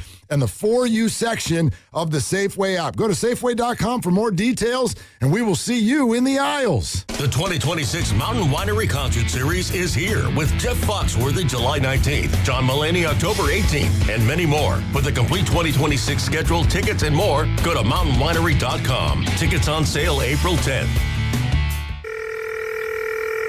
Xfinity Tech Support, Matthew speaking. Hi, I live in a pretty remote place, like Jurassic Park remote. Oh! Wow.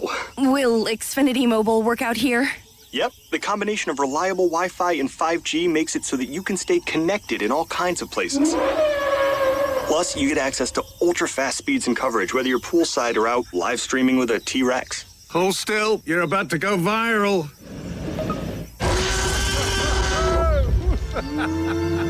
Welcome to a new era of Wi-Fi boosted mobile. Cut your mobile bill in half with 2 lines of unlimited. Learn more at xfinitymobile.com. Xfinity. Imagine that. Watch Jurassic Park with Xfinity. Restrictions apply. Xfinity Internet required. Savings comparison based on promotional rate for 2 lines of Xfinity Mobile Unlimited versus 2 lines of T-Mobile Experience More, Verizon Unlimited Plus, and AT&T Starter as of February 10th, 2026. Taxes, fees, extra.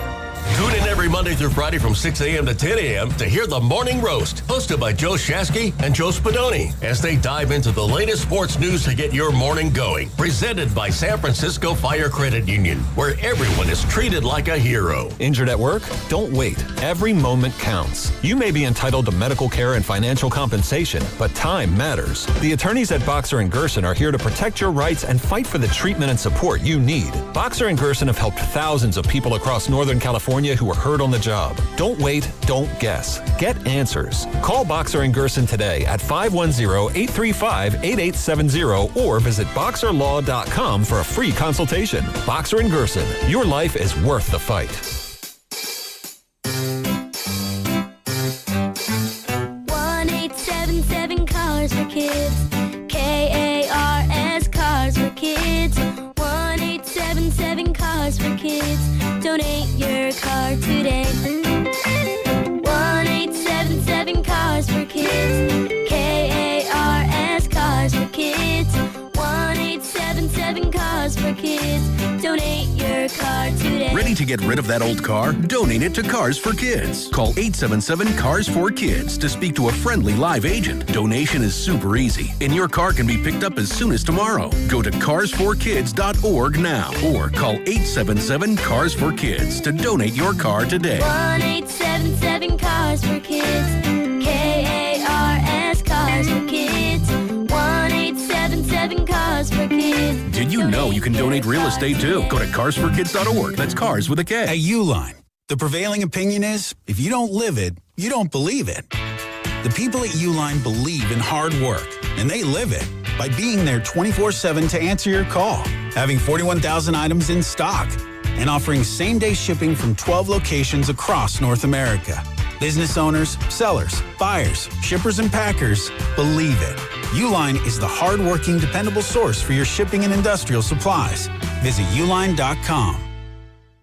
There's a difference between liking a house and actually getting it. Redfin is built to make up that difference and close the gap between finding and owning the home for you. Redfin agents close twice as many deals as other agents, so when you find a home you love, you're not a step behind when it's time to make an offer. That means less watching great homes disappear and more focus on the ones you'll actually move into and call home. Redfin helps turn saved listings into real addresses. Get started at redfin.com.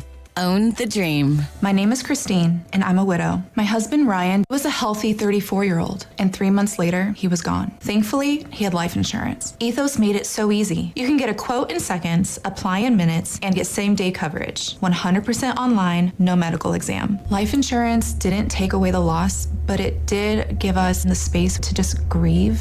Get your free quote at ethos.com/protect. Ethos.com/protect. Paid spokesperson. Time spent on application may vary. Online health questions required. The legendary band Deep Purple are hitting the road this summer with special guests Kansas and Jefferson Starship. They'll be rocking Shoreline Amphitheater on September 5th. For more info and a chance to score tickets courtesy of Live Nation, visit the contest page at 957thegame.com.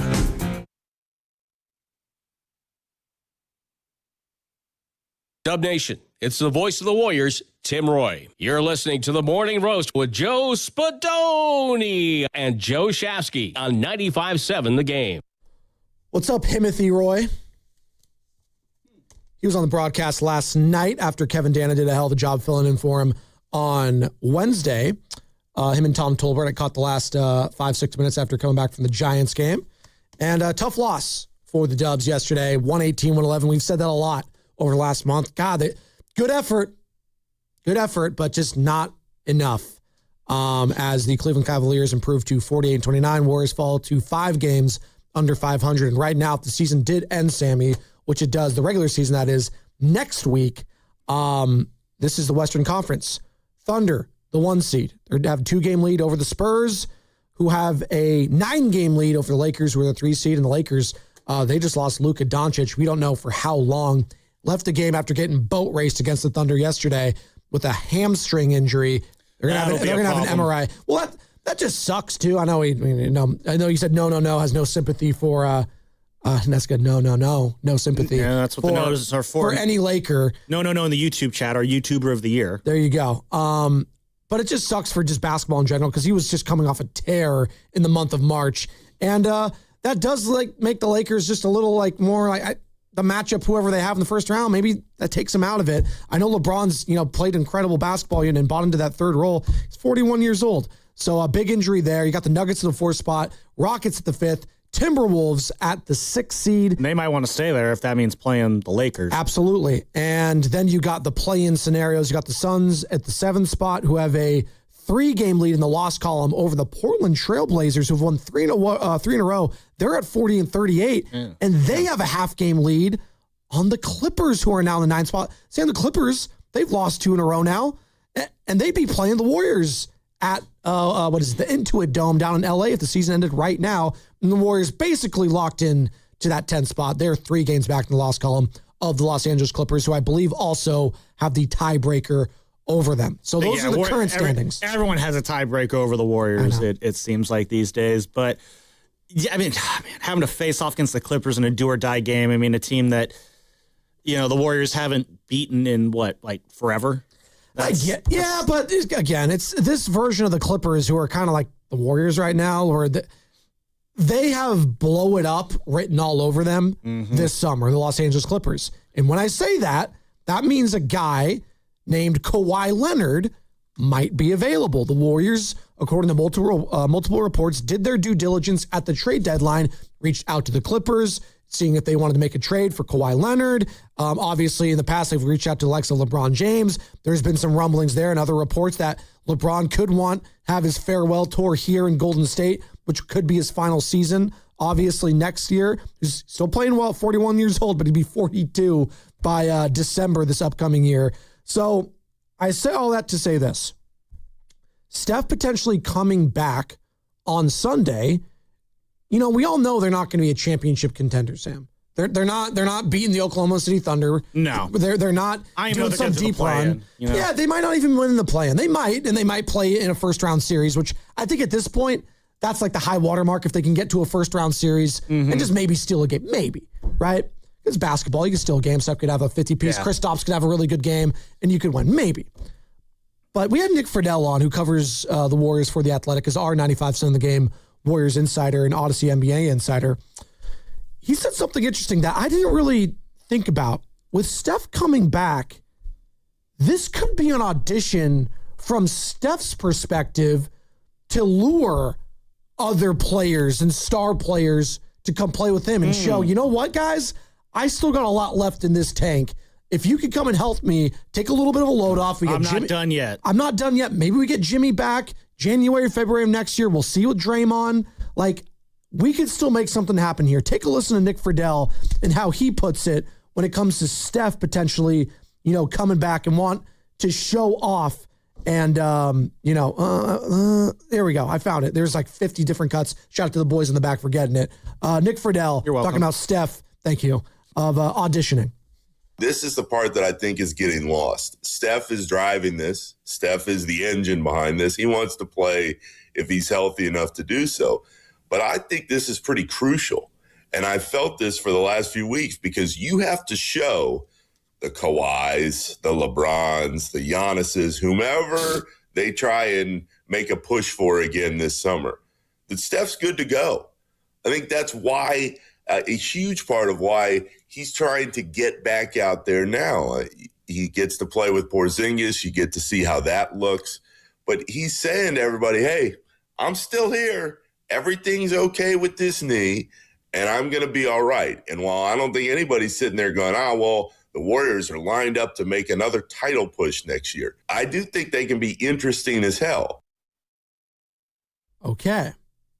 Steph Curry coming back means, hey, I'm healthy. If he plays in his, 20, 25 minutes, whatever his role is, shows that he's still capable, shows that the knee and the runner's knee is not, getting super sore after the games, and he could play through it.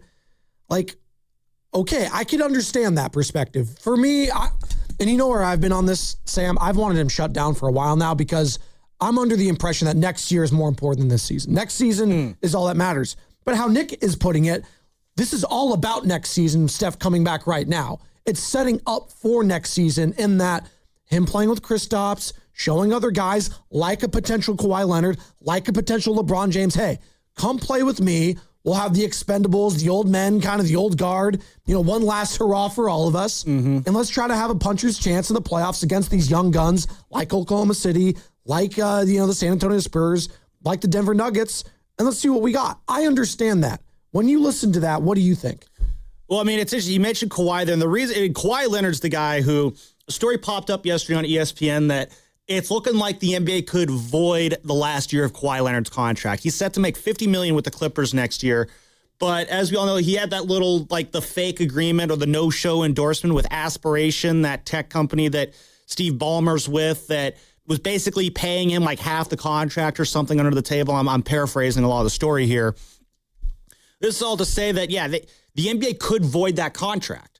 And if that happens, Kawhi Leonard becomes a free agent. And when I read that story yesterday, because I'm listening to Steiny and Evan on my way home, and they keep bringing up Kawhi. I'm like, well, why do we talk about Kawhi? When's Kawhi coming into the picture? Because I'm under the impression the Clippers would not trade Kawhi Leonard in division, in state, to their Northern California rivals. But then I read that article and thought that Kawhi could be available. And it's like, oh, well, that does kind of change things a little bit this offseason, because unlike LeBron James, Kawhi Leonard's age does not start with the number 4.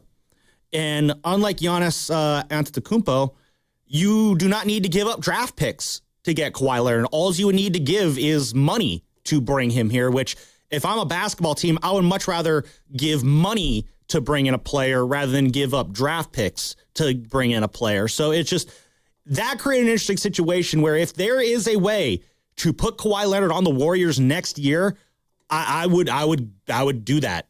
I would do that. Yes, I know there's health issues there. There's health risks. There's also health risks with Jimmy and Steph and Kristaps and Draymond. So, add another player to the list there on that one. But, and this I think I said it earlier in the show, Spinoni, they don't need to be good all year long. The Warriors do not need to be pushing for a 1, 2, or 3 seed next year. They're not going to get Jimmy back till January. So, already that'll make it difficult. But all this team needs to do is be healthy on the court and playing well together for the last 28 games of the season, and you're feeling very good about what they could do going into the playoffs, provided that, they're not buried in the 10th spot again. Well, and you mentioned at the start there of that little take, hey, they're not going to trade within division potentially. So it would have to be like a free agent type of deal, him coming here willingly or Kawhi forcing their hand. But remember, Sam, once upon a time, just recently, the Warriors and Clippers were talking about a potential Paul George trade here. Yeah, that's true. So it's not out of the realm of possibility that he could get traded. Now, how does the machinations work? If Kawhi's still making what he's supposed to make next year with Jimmy Butler, do you have to move Butler? Is Draymond willing to reconfigure his contract? Well, that's where where the voided contract changes everything, though, because you don't have to worry about that. Now, again, But if Kawhi wants to get paid, then you still might have to worry about that. Well, that's the other edge of this double-edged sword here is, well, first off, could they have done a trade for him? Sure, maybe. Again, I'm in the cynical camp that if I don't think that the Clippers actually would have pulled the trigger. Maybe they do their due diligence, but I do think at the end of the day, it would have been bad business to send a player of that caliber to a team that you're going to be seeing a lot of. So that's just how I look at it. Again, maybe the powers that be in the NBA think a little bit differently, and that's fine. But it's not a problem anymore because, again, if the contract is voided, you don't have to trade him. I don't know what kind of money he's going to want this offseason. You set to make $50 million next year. I guess he might want $50 million. I want $50 million, so I don't blame him for wanting $50 million. Yeah, it would probably help things out a little bit with gas and whatnot. But if he's willing to take less money, which, as I say, it sounds laughable, maybe you could pull it off. That's the only concern I have with Kawhi on the Warriors is that I don't know how possible it is. I don't think you can bring back Kristaps and still bring Kawhi Leonard in. The Warriors cap situation going into next year is they're $108 million over the cap, which is the most in the NBA, but they are still below the first apron. They're $27 million under the first apron and $40 million under the second apron. Anything deeper on the cap, we probably need Bobby Marks for the NBA, CBA, and salary cap thing.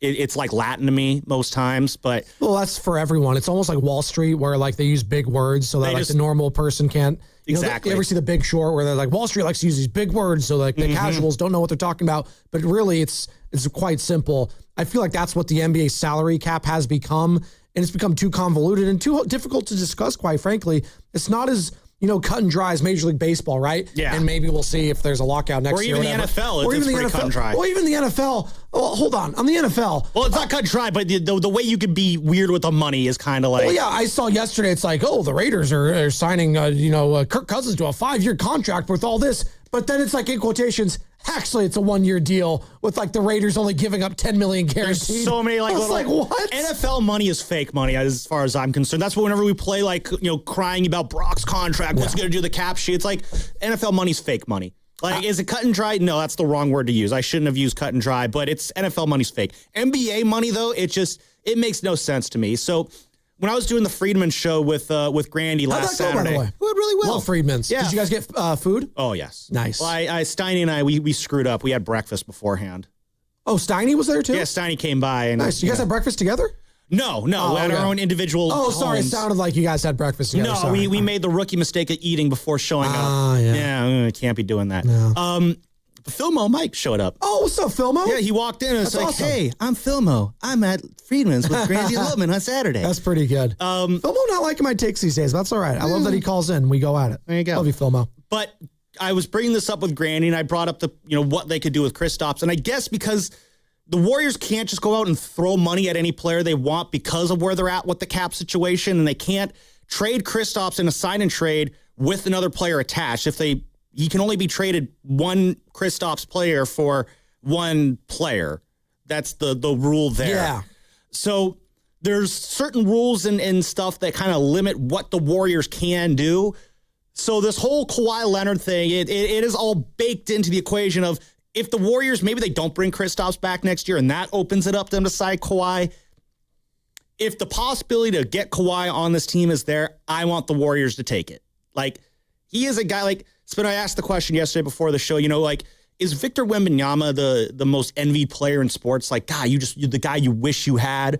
He's up there. Right now, it's probably Wembanyama, Shohei.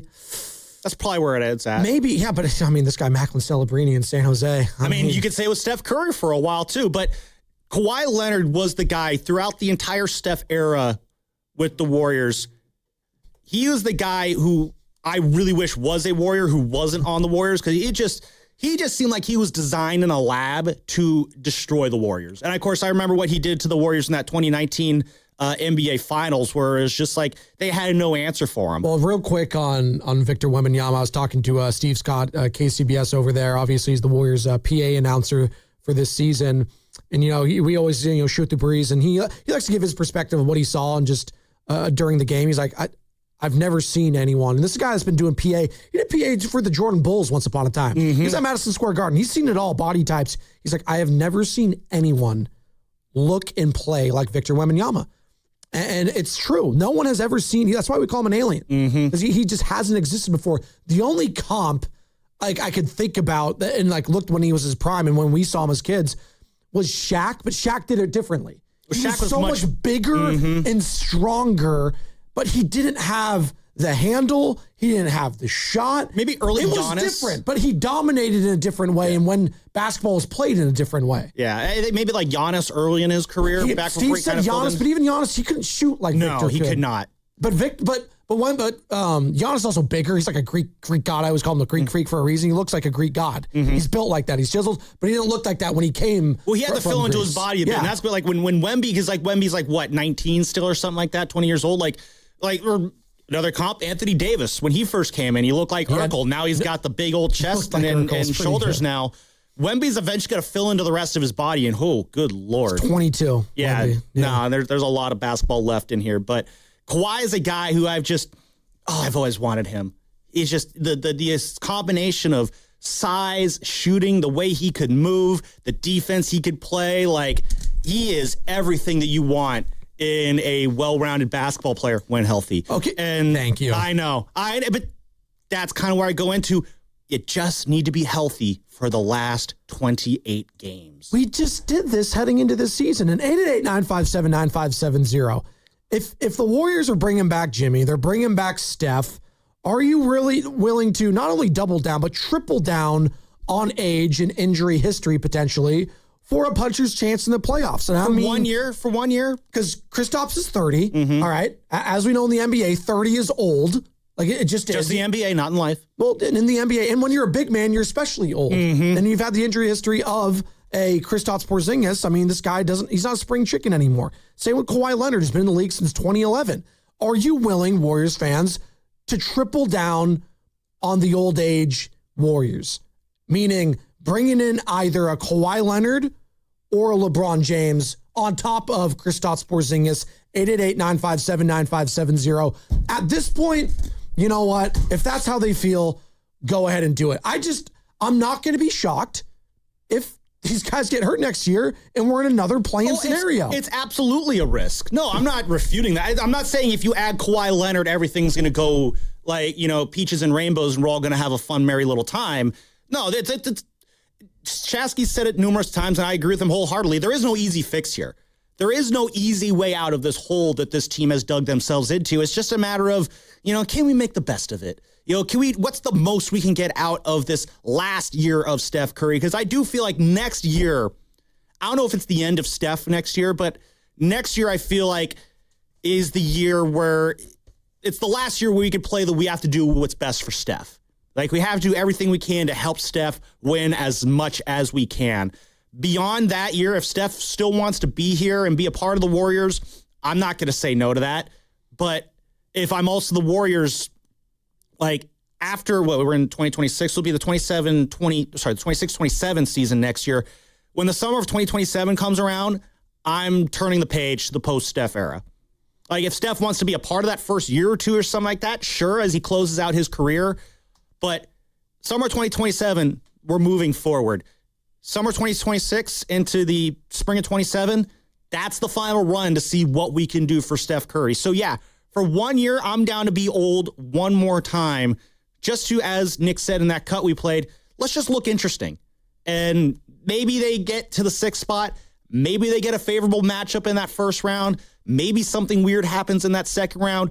Regardless, we could at least kind of end this run with saying we gave it the best punch at the end. And I don't know if that's the right word to use. And, we move off into the new era. That's kind of what we're looking at right now. This hour is brought to you by Frown Bank, which is here for you and here for good. And check this out. Our knockout event is Monday, and Steiny and Guru will be broadcasting live from Chase Center to let you know who the winner is. Knockout is presented by Beam Law, because it's not whether you get knocked down, it's whether you get back up. Beam Law, they've got your back, Bay Area. And Steiny and Guru, because Guru was back from his North Carolina extravaganza, he's going to be joining us at 9:45 for our every Friday crossover with the boys. Who wants to do a crossover? I'll give you a 3 for that. It's a Friday, so I'm feeling good. Who wants to? It's just all time. Steven and Martinez. Hey, Steven, are you down with the Dubs tripling down on going old this summer? No, definitely not. We've tried this since 2022. It does not work. We can't do it. Keep trying this. I love Jimmy. I love Draymond. I love Steph. I love Porzingis. But us going after someone like a LeBron James or Kawhi Leonard is just more of the same. It's a bunch of old heads, and you need that on your team, but that can't be the driving force of your team. You cannot win championships like that. Well, Steven, it's a great point, Steven. I appreciate what would you like the Warriors to do? I'm not trying to challenge you or anything, but what's your ideal of then what you would like to see them do for next year? No, it's a fair point. I don't have a good answer, honestly. Yeah. I think that it's, what they tried with Kuminga and Wiseman, I think was the right try. I think they should have cut them loose a little sooner, but I think that's the play. You just have to go with young talent and foster it and build it under the likes or vigilance of someone like a Steph Curry, like we did with Andre Iguodala, right? That's the way the old heads really helped the team and helped Steph get another championship, honestly. You got to have young guys out there who can run plays, run fast, and keep up. Well, it's a good point, and that's what Shasky's kind of been on this week, and that's Sam Lubin filling with Shasky today. He's been like, hey, I want this team to lose, so they can at least be a part of the lottery conversation. Because if you win and you play in a playoff series, Sam, you're not going to be in a lottery team. No, you're going to get the 20th pick of the draft or something. Exactly. And, you have an opportunity in this lottery that is very deep. It's one of the best draft classes we've seen. And again, what does that mean? It can mean a lot of nothing, because we saw, the Trey Lance draft class, one of the greatest quarterback classes we've ever seen. It's a crapshoot with all these drafts. It's always a crapshoot. And you'll probably be picking more than likely in the 9 to 14 range. There's always the miracle chance that you jump up to the top 4. But to that point, and to Steven's point about the youth, the Warriors, they're probably they don't need to try to fall into the lottery. I think it's just going to happen. Again, they're going to be going against the Clippers in the Intuit Dome, in the play-in against a team that I think they've lost 9 straight to the Clippers or something embarrassing like that. Something to that effect. It makes me want to throw up every time I say it. has an incredible winning percentage against the Warriors. I hate the Clippers so much. Really? Oh, I do. Ever since the Lob City Clippers. They're just such a...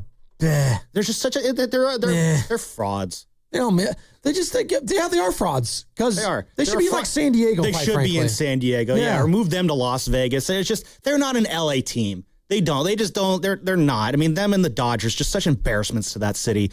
But the Dodgers have a higher Q rating than the Los Angeles Clippers. Sure, yeah. When your USC football has a higher Q rating than LA Clippers. Oh, that is true. But USC football doesn't have guys betting on games. That we know of. Fight on, Lucas Alexander. Allegedly. Where was I going with this? But no, you're gonna be in the lottery this year, which means you're already gonna get one of these, young guys who don't know, in this Sam, deep draft. If they win a couple playing games, they're not. Why not? Because I don't think this if Steph comes back, they have a better opportunity to. Well, no, absolutely. No, if the team that we saw last night on the court against the Clippers has 0% chance. This team that we saw last night, plus Steph, maybe an Al Horford, I'll give them 34% chance. They're still going to probably lose to the Clippers in that first round of play, in that first 9-10 game, which is fine, because then you're going to be in the lottery, and then maybe you move up. Maybe you score one of these, top draft picks. Maybe even get one of those top 4 picks. Ooh, Adam Silver, hook us up. And then you got a situation where you can have another 2 timeline situation build up, which I probably shouldn't say it like that. Way to undercut your own take there, Sam. But you're going to get a chance to get a young player in this draft. They're going to be on a veteran-laden team next year. But that's why I'm saying 2027, that's when I think you do what Steven and Martinez is asking for, which is go all in on the youth. And the reason why I asked him, what would you have him do now? I wasn't trying to put him on the spot or anything like that, but it's a fair question. I appreciate his response because I think his response is kind of the right answer of, I don't know what you do right now. And that is why I think going into next year, you do kind of double down one last time, see what you could do, but you still got your draft picks. And that's the key. That's why I want to go after Kawhi, because if you go after a guy like Giannis, you're going to have to give up 4 of these draft picks for the next, of the next 8 years, because you have to stagger which picks you give up. And then at that point, yeah, you got to build around Giannis. I don't know what Giannis is going to be like in his 30s. He's like, 31 going on 32, and he's another big man. With a lot of injuries, yeah. I don't want to... I kind of came to the point this year where I was all in on Giannis, and now I've kind of come full circle to I don't know if I really want to go all in on Giannis. I don't want to give up 4 future draft picks to try and build around Giannis. And again, also not having enough draft picks to properly build around Giannis. You don't have to do that if you sign Kawhi Leonard for just money. The Warriors have already doubled down this season on older rosters. All right. You got Al Horford. You brought him in. You brought in Seth Curry. You obviously re-signed Jimmy Butler last year. You came in with Steph. You came in with Draymond. Warriors fans, are you okay with them tripling down this summer on going old? A Kawhi, a LeBron, 888-957-9570 is the number. And if you're not cool with that, what are you going to do? Like, and this is the scenario that I keep playing in my head. And we're going to go to Bernsey and Fremont here in a second. The phone lines are open. Let's say they get a top 4 pick in this lottery. Let's say they get a top 4 pick. It's a deep draft. They're saying it's a, if you get a top 5 pick, they're saying you can go right anywhere. I saw Jay Billis yesterday compare this draft to maybe, which sounds insane now, maybe it's like the Carmelo, Dwayne Wade, LeBron, Chris Bosh draft. Sounds kind of insane. Somewhere there's a Darko in there. But it does. But he also was a champion. Shout out James Wiseman, once upon a time. So maybe it's one of those drafts, which would be incredible. And you get, a Cam Boozer, or you're in line to get him. Would you trade that away for trying to bring in a Giannis Antetokounmpo? See, I don't think I would want to do that. I wouldn't either. You have to go with one of those guys, whether it's a Debansa, whether it's a, who's my guy from Kansas? Peterson? Or that was the pitcher last night. I'm tripping on the guy's name. No, I'm talking about. Regardless, it's there's talent in this NBA draft. We're saying, Boozer, Acuff. There's a couple names you can go to, right? Would you trade one of those picks away for a Giannis Antetokounmpo? That feels negligent at this point when we're staring the abyss in our face. Next year, it could all be done after next season. And then you don't have anything other than maybe a Giannis who's going to be 33. And is that good enough in a Western Conference that has Wemby, Shea, Jokic? I'm not sure. You look at the Milwaukee Bucks right now. They have Giannis. Where's that getting them? Not a whole hell of a lot. Burns and Fremont. What's up, Bernsey? What should the Warriors do? Hey, first of all, happy Good Friday. Absolutely. No meat, you fools. I am totally going old with the Warriors. As a matter of fact, I hate the young. I'm so sick of every time I listen to sports. Oh, we got to go young. We got to go young. Screw the young people. They barely can talk to you. They're lame sometimes. They are quitters and lazy. It's ridiculous. Go old, man. The older, the better. Give me the Claw and LeBron. Bring it all on. I don't understand Bay Area. We're in a quandrum now, right? We're in that gray area. Let's go even more gray, right? The young ain't happening. You just don't go, oh, I want to go young and get all these star young people. It ain't happening. It's easier to go old. Veterans are better.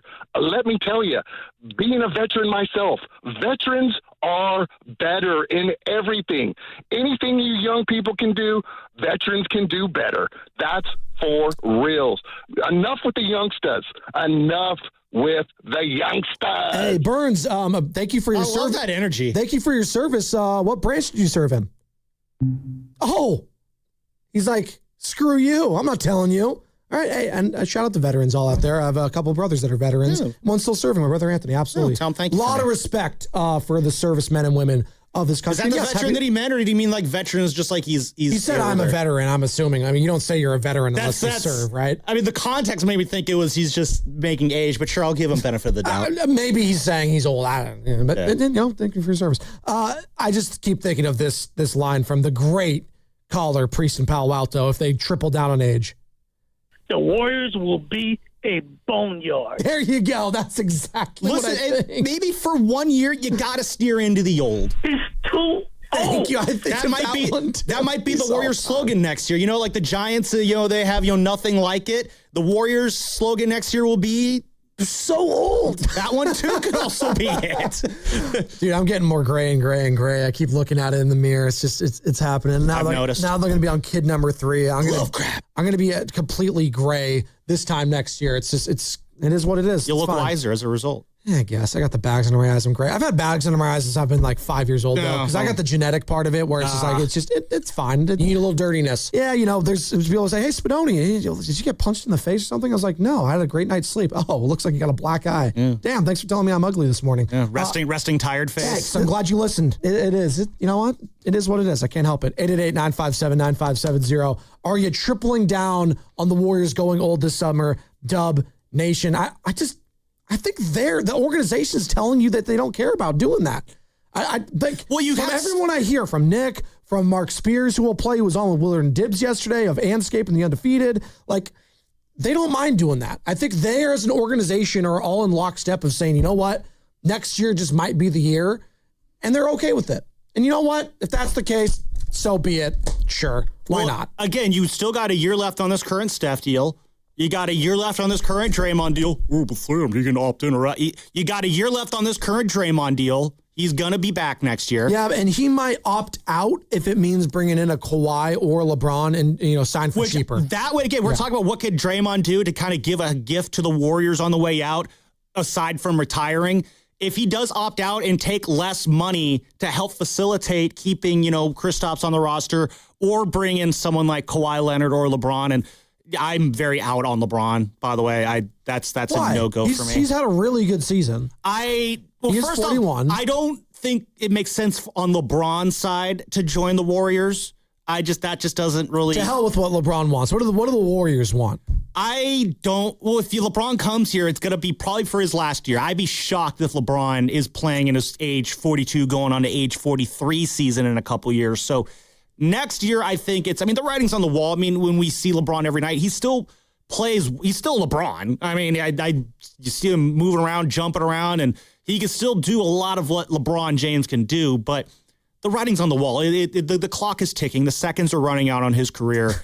He could play till he's 40. I'm convinced right now. You guys look at his numbers this year. He's averaging 26 and 7 on 51% shooting. Defensively, he's not there anymore. No. But he could play. If you told me he wants to play for another 3 years, I'd be like, okay, sure. And maybe I'm shortchanging here by saying, but I feel like next year is the logical end of the LeBron James era, which means that you got to do if there's anybody who's going to do a farewell tour, it's going to be him. I don't want the LeBron James farewell tour to be him and a Warrior. Can you imagine his last game in Cleveland, and he's wearing a Warrior jersey? That makes no sense. I know Draymond would love it. That's just silly. Get out of here. I think Steph would like it too. Steph wouldn't mind. I think Steph would accept a lot of things. I want no part of having to deal with the LeBron James farewell tour, even if it's going to be probably year one of the LeBron James farewell tour. I think he's going to have 2 years of it, by the way. I think he'll I'm retiring in 2 years. And So we're gonna have a starting lineup in the play-in game next year that consists of LeBron James, Jimmy Butler, Steph Curry, Draymond Green, and Kristaps Porzingis. Yeah. If everyone's willing to take the required pay cuts, again, I don't want to deal with versus Denny Avdia and the Portland Trailblazers. Yeah, that'll be an embarrassing way to end the Steph era. I don't want LeBron. I'm out of LeBron, but Kawhi Leonard again. Okay, young enough. I don't want to say healthy enough, but younger than LeBron. How about that? Speaking of the Blazers, just real quick on them. This is #random. What an incredible season by them. If they somehow get a playoff series here, after starting your season in a scandal with your head coach, Chauncey Billups, getting indicted for criminal charges. Hey, we've said it on this. We completely forgot about that. We've said this on the show before, but They're trying to win one for Chauncey. Stop it. They're winning one for Tiago Splitter, all right? They're playing hard. They're trying to play hard for Chauncey Billups. They want to show, hey, coach, we got your back. Just the way you had ours. Should Tiago Splitter You bet on us. We're going to bet on you. He should get legitimate coach of the year. No, I'm serious. Yeah. He should get legitimate coach of the year. I know Joe Mazzulla says it's a dumb award or whatever. I don't think it'd be a dumb award to give it Tiago Splitter this year. Let's go to Alex in Oakland. What's up, Alex? Well, what's up, fellas? Hey, I've been saying this for the last few times I've called in, and I want you to give me a minute to let me explain it real quick. Go for it. We need to have a burial for the Warriors, and I don't mean that in a bad way. I mean that we got these young seeds that we planted, we put in the ground, and before a tree grows out of the ground, it grows down first and roots itself.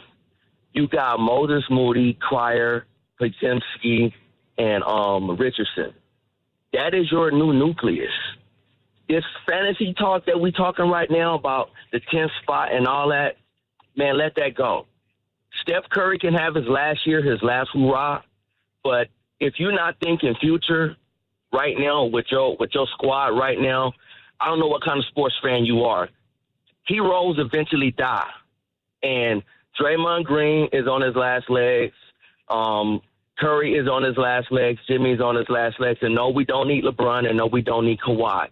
You need to invest and plant them seeds and get your young players the experience that they're getting right now. You think they look bad right now? They don't look bad. They're growing right now. Get him a couple of years. If Podziemski thinks he can be better than Steph Curry, why would you discourage that attitude? All that means is he's going to try to be like Steph Curry. And when that happens, he's going to be a better player than he would be. Let them grow. They rooted. Let them grow. And that's it. So this iteration of this Warrior team, hey, man, thank you. We love you for the 4 championships. But turn out the lights. It's over. That's Alex in Oakland. Absolutely appreciate the call, Alex. And you know what? I think a lot of Warriors fans, are starting to realize that it might be over. Like championship expectations, even if they were to add Kawhi or LeBron, am I saying they're a championship contender? Not a chance. Probably not. But it gives them a puncher's chance if these guys stay healthy. A puncher's chance, if you will. But and I don't think Warriors fans are talking themselves into automatically they're a move away from being a championship contender. But we all understood. And the Warriors have even told us this is a 2-year window. So it was this year and next year. This is a 2-year window. Steph has thought that. Jimmy has thought that. Draymond and Steve Kerr. So I've been under that, mindset from the get-go. And I think Warriors fans should get themselves that mindset. Next year is probably the last hurrah on all of this. It is. No, that's kind of how I've been operating. That's why I am willing to, stick it out with Kawhi for 1 year. Now, here's the other part of it that I haven't mentioned that, again, is a very real pushback on that, and that is you're not getting Kawhi for 1 year. You are going to have to extend him beyond that. And he's going to be 35 in June. Yes. Yeah, so, you're going to have to deal with the last few years of Kawhi, and maybe that's the part that's going to give a lot of Warrior fans pause is you're going to have to kind of hold on to an aging asset that's going to cost a lot of money for a couple years, but he's really good this year. When healthy, this is what Kawhi's averaging this season, Sam. 28, 6, 3 on 50% shooting. And if Rick Celebrini really is the GOAT, that would be your ultimate test right there. Can you keep Kawhi Leonard healthy for an entire season? And we were talking about the aspiration thing, the conflict of Kawhi's contract and this potential scandal going on there. Pablo Torre's done a hell of a job investigating it. He has pages and pages on this. God love him. It's like one of those memes where it's just like, you get those really long texts. It's just like, wow, I'm really happy for you, or I'm really sad. I ain't reading all that. But I'm not reading all that crap. And that's which in fairness speaks to what the problem is in our country, at the youth of this country, not willing to read multiple pages of things that are important. But neither here nor there. If Kawhi does become a free agent and his contract gets voided, first off, why would he want to come here of all places? That's another question. But if you would like to trade for him potentially, the one thing you are getting with Kawhi Leonard, outside of maybe the Pablo Torre articles, he doesn't bring drama with him. No. He's not going to say anything. He's not on social media. He's going to keep his head down. He's not going to give you any quotes. That's what you're getting with Kawhi. LeBron, on the flip side, You're getting the entire opposite it's the of whole that. soap opera. It's a soap opera. He has his whole stand-up with him. Like there's a lot there. We'll have the Steph Curry stand-up and the LeBron James stand-up. It's going to be the Bloods and the Crips. That would be awful. Flags united. That's what's going to happen there. Yeah. And you know what? I'm here for it as the home of the Warriors, 95-7 the game. Yeah. Again, I'm still out on any trade. It comes back to if you only need to spend money to get these guys, that gives you the ability to still build your team in the future. Because once next year passes, these Warrior teams are, they're not good now, but they're going to be even worse. Like, we're going to be going through some very lean years starting in the summer of 2027 on to the end of this decade. And if the Kawhi is on this team, it's going to be an imperfect situation. We're going to hate having Kawhi on this team in that 28-29 season. I can already see it right now. But at the same time, like, what's he going to be clogging up?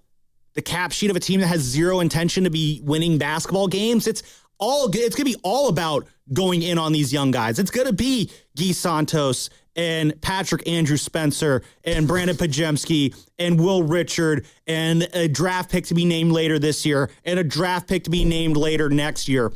You're going to have young guys on this team working to get better while at the same time waiting out the end of Kawhi Leonard's career. Talking about going gray here, 650 Spadoni or George Clooney? Thank you. That's the greatest compliment I've ever given in my entire life. 650. Rising through the rankings as the best texter of the year on the Boxer and Gerson Work Injury Attorneys text line. We got Chris Rose joining us, Sam, in about 22 minutes to talk about some Gigantes, maybe a Niner question here or there of John Boy Media and NFL Network. Always love to talk to Chris Rose, and of course of BattleBots, a host there. Would love me some BattleBots. We got to figure out a way to ask a BattleBots question. Dibs always loved asking a BattleBots question for one, Chris Rose. And he had a great interview on spring training with Tyler Glasnow, pitcher of the Dodgers, asking him his dream dinner guest scenario. He has to give his top three, and we're going to play that sound for you momentarily. I want to ask you, maybe Risotto, producer Kenny in the back, and obviously maybe we'll ask Chris Rose as well. But in the meantime, injury report.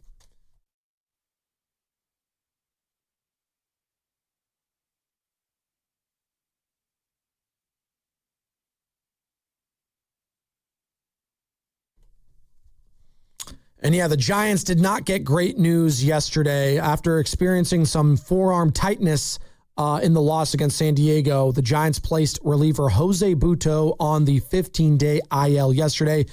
The good news, though, is Butto's is going only on the IL for arm fatigue and not something that could potentially be more serious. Butto will get a couple weeks to rest his arm and build up strength in it. The Giants called up Blade Tidwell, great name, by the way, to replace Butto. Blade or Blake? Blade. Blade? Yeah. Like the vampire? Like Blade, Laser, Blazer. I have that drop somewhere. I'm a father of two.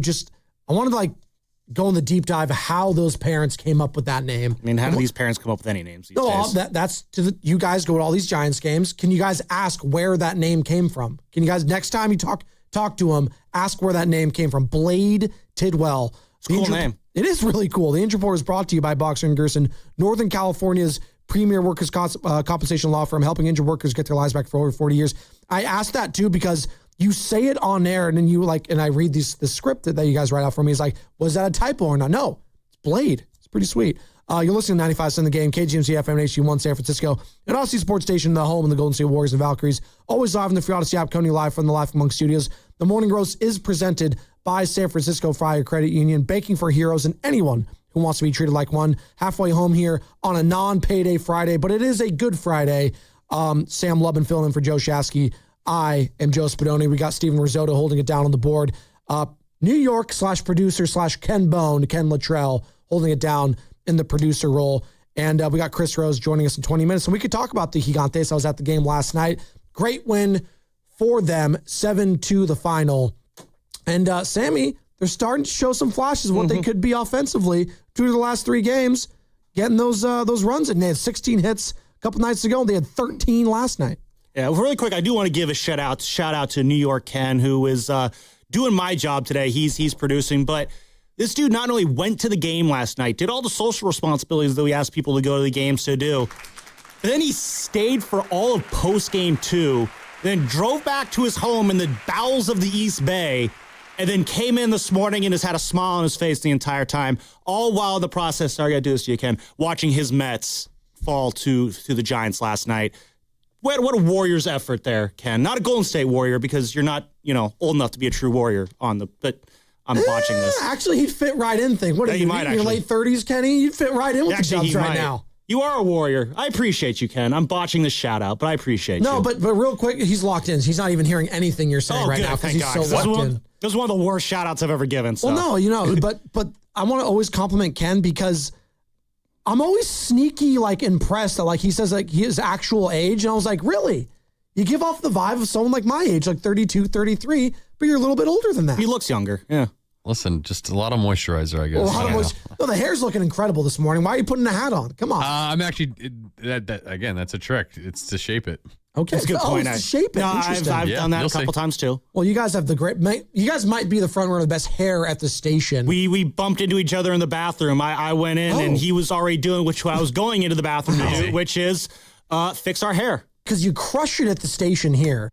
Crushing it in the bathroom. We were crushing our hairstyles in the bathroom. I'm coming for the flow crown from Sam Lubman. Yeah, you got some catching up to do, but yeah, you'll get there. What the hell is going on right now? Ken apparently told me he used to have hair longer than mine back in the day. I could believe that. Yeah, I want to see him do that again. Well, he's like a rocker. He's in thrash metal days, man. I used to be in a band. Well, yeah, he used to be in a band. He goes to mosh pits. He loves Motorhead. I need to see that version of Ken. No more mosh pits. I'm too old on those. Did you used to do those? Oh, absolutely. Oh, psycho. To run right into people. Just it's why? Crazy. Doesn't that sound painful? It's more for you, your aggression, just getting it out, Ken was very aggressive. Why you go to a concert to get mad and hurt people? No, it's fun. It's all enjoyable. The dude grew up a Mets fan and a Dolphins fan. He's got a lot of pent-up frustration. You're the Robbie Ray of the state. That makes sense. Okay. The ultimate grunt master out there. Robbie Rage. I love that. That's a 3. What was that? Grant Balfour, the Rage, right? Yep. Yeah, there you go. Rage Balfour. Rage. There you go. That was once upon a time.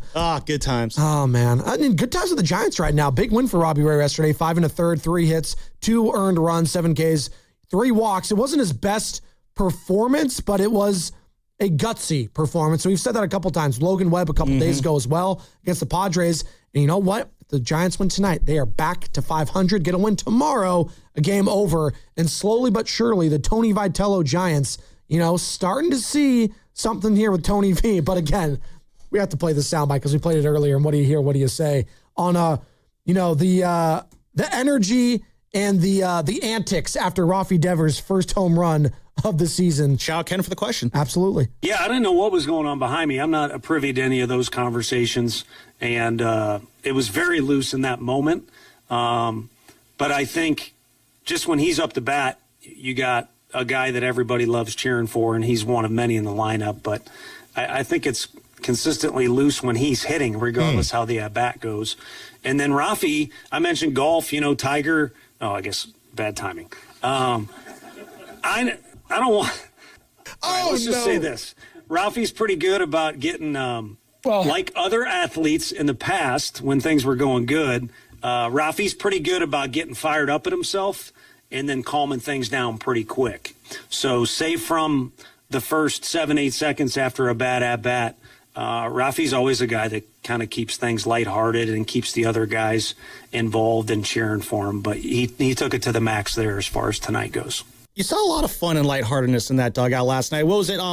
When that response. When Ramos scored at that one point, I forgot which inning it was. But I love Marte, but he goes into the dugout and he gives Willy Adames this big old hug and lifts him up. Yeah. And Willie, who's in the midst of a rough game last night. That challenge, yikes! That's the second desperation challenge we've seen for him in the first week of games, where it's just I would not I get what you're trying to do there, Willie, but maybe not in that situation.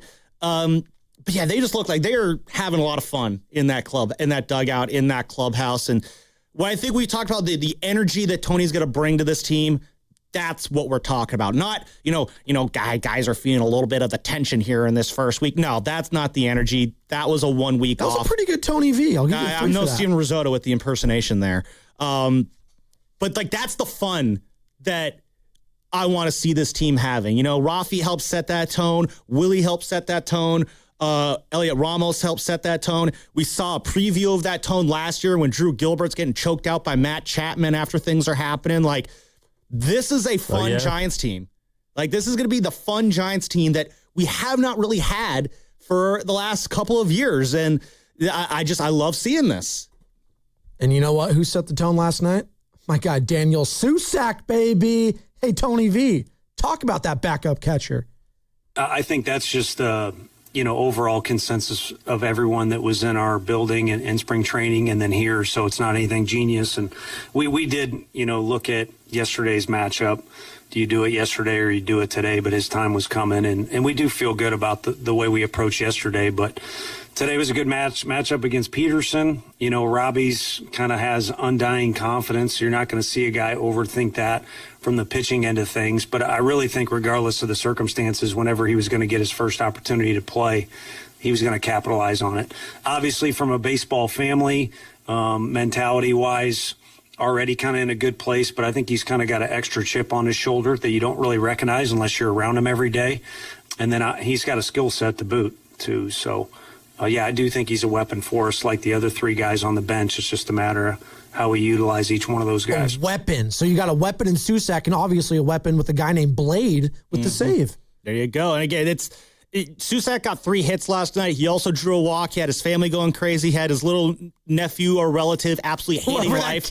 Whoever that kid was. For those who don't know, it's all over Twitter right now. I think it was after his third base hit. They cut to the Susac family because the families, they all sit in the same area off on the. It's Andrew's son, so it's his nephew. Okay. Yeah. Okay. So it was his nephew. And so they cut to the Susac family and they're all jumping up and down, having a great time. And it looked like, I don't know if it was dad or if it was Andrew who was holding the kid, but he's jumping up and down with this 3 or 4 year old in his arms, and the kid was just flying over like, and it's just like, oh, that poor kid. You could just see him crying in the moment. I wouldn't have enjoyed that either. Real quick, guys. Yeah. So they asked Susac about the viral moment, and he was like, "Yeah, my brother's a little nervous since it went so viral because he was just throwing him around." That was his brother doing it. Okay, so Yeah, it was his brother. It was his brother's kid. Maybe it was like a wife or a mom or someone came and was like, let me take this youngling here, and you go back to celebrating. I love that, Ken, and did a hell of a job yesterday asking him about that because,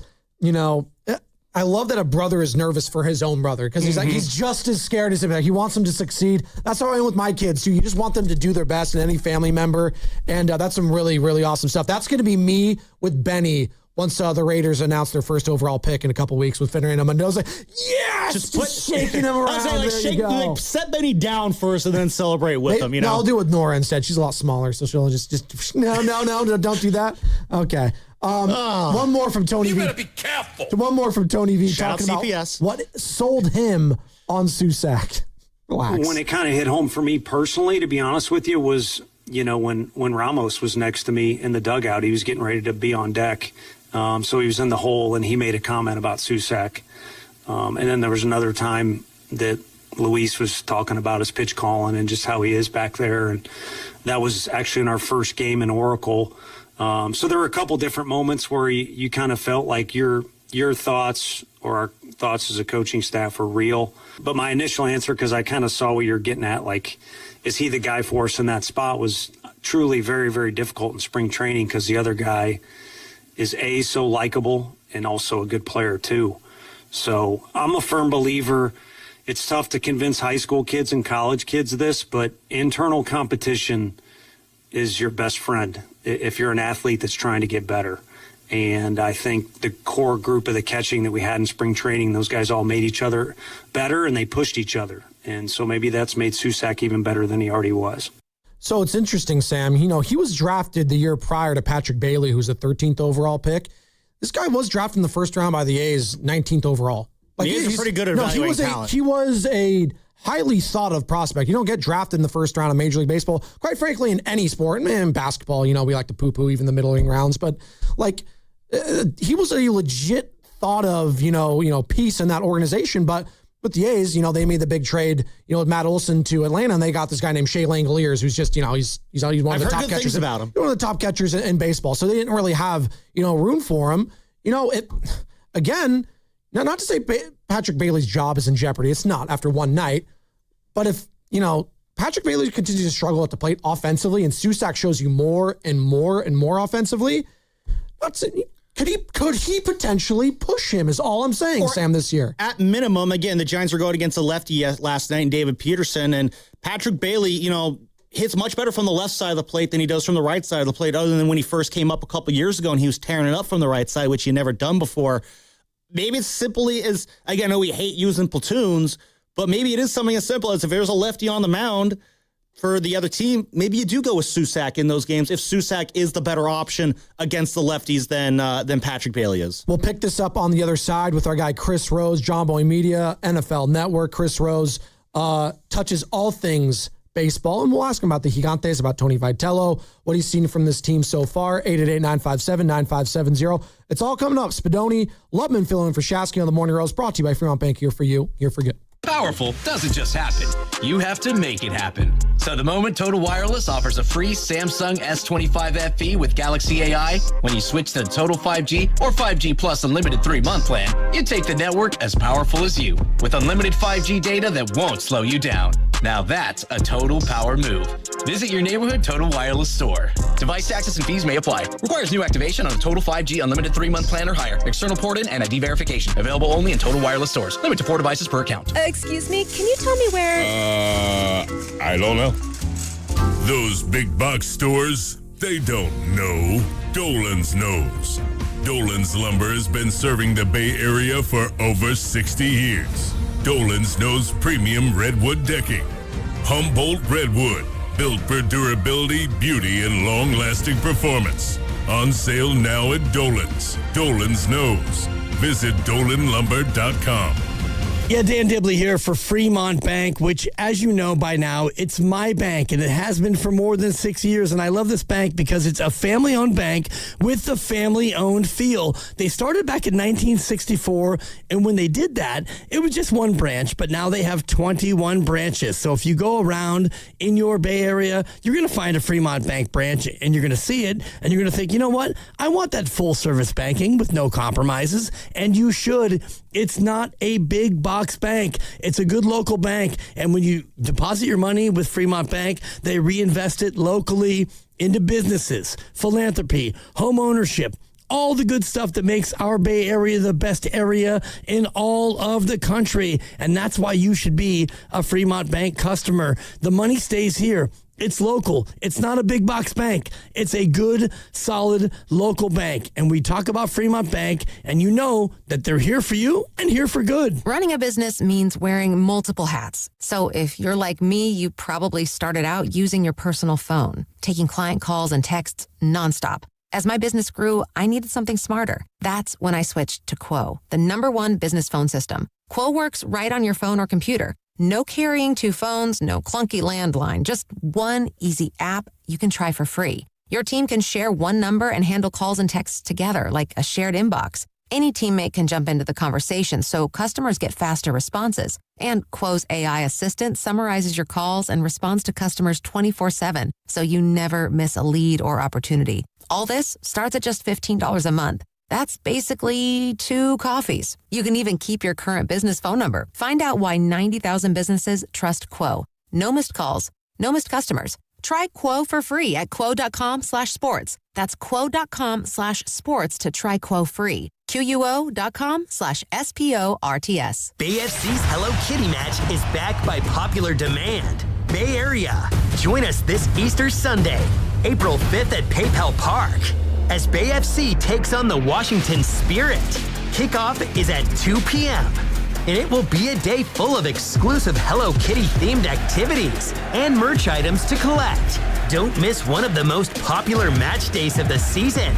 Tickets are going fast. Grab yours now at bayfc.com.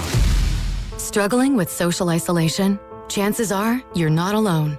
Well, maybe you are, but you don't have to be. Introducing Dinner with Mom. Just one meal may help increase happiness and restore your sense of belonging. Side effects may include taking home leftovers and unsolicited relationship advice. Do not attempt if you're allergic to unconditional love. Call your doctor if conversations last more than 4 hours. Don't wait. Ask your doctor if Dinner with Mom is right for you. Brought to you by El Camino Health. to Gathering Heels. Do you have 3 ex-wives and your current trophy wife wants a life insurance policy 3 times the size of the policies you had to purchase for your previous mistakes? If so, you need to call Big Lou at Term Provider, 800-700-6898. Big Lou is intimately familiar with your problems, and if you're 50 or 60 years old and in reasonably good health, a $1 million policy should only cost about $100 to $200 per month. Big Lou may have a solution for your previous policies as well. You may even save enough money to lighten the load on your new $1 million policy. Remember, call Big Lou. He's like you, except he's only on number 2. Call Term Provider at 800-700-6898. That's 800-700-6898. For $1 million in term life insurance that you can live with. Call Big Lou at 800-700-6898. 800-700-6898. This is the story of the one. As a procurement manager for a hospital system, she keeps every facility in her network stocked and ready. That's why she counts on Grainger to be her single source for thousands of products, from disinfectants to lighting, air filters, and more. And with fast, dependable delivery, Grainger helps her keep every facility stocked, safe, and running smoothly. Call 1-800-GRAINGER, click Grainger.com, or just stop by. Grainger, for the ones who get it done. There's a difference between liking a house and actually getting it. Redfin is built to make up that difference and close the gap between finding and owning the home for you. Redfin agents close twice as many deals as other agents, so when you find a home you love, you're not a step behind when it's time to make an offer. That means less watching great homes disappear and more focus on the ones you'll actually move into and call home. Redfin helps turn saved listings into real addresses. Get started at redfin.com. Own the dream.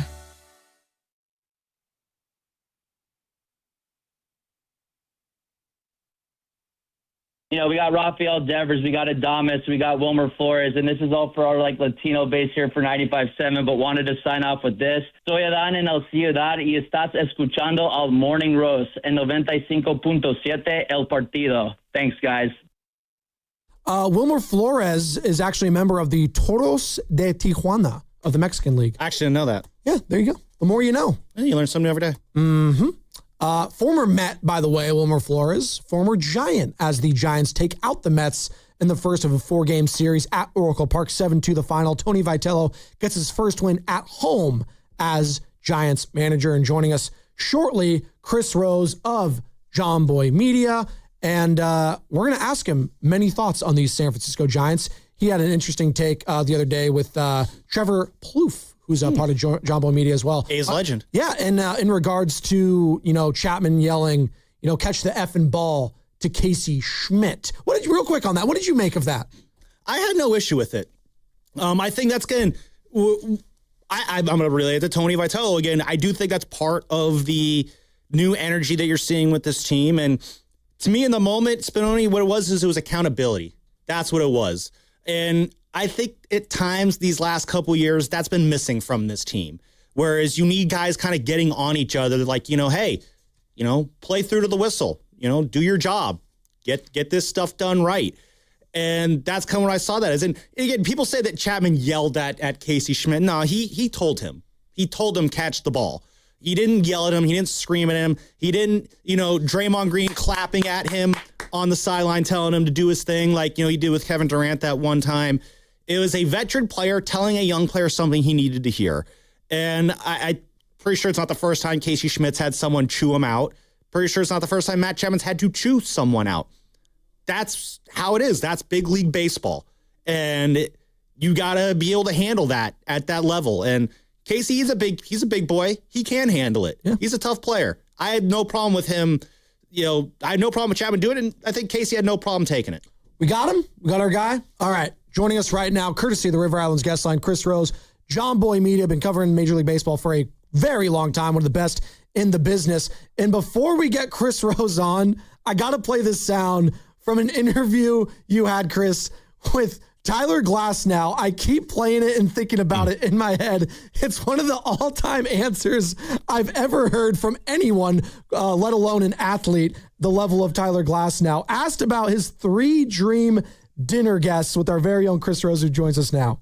3 people alive or dead that you would like to have dinner with? Jesus would be cool, right? See, like what was happening down there? That'd be cool. I'm not really a religious person by any means, but it'd be a good conversation. Is it Muhammad? Oh, good one. Muslim guy? Sure. All right.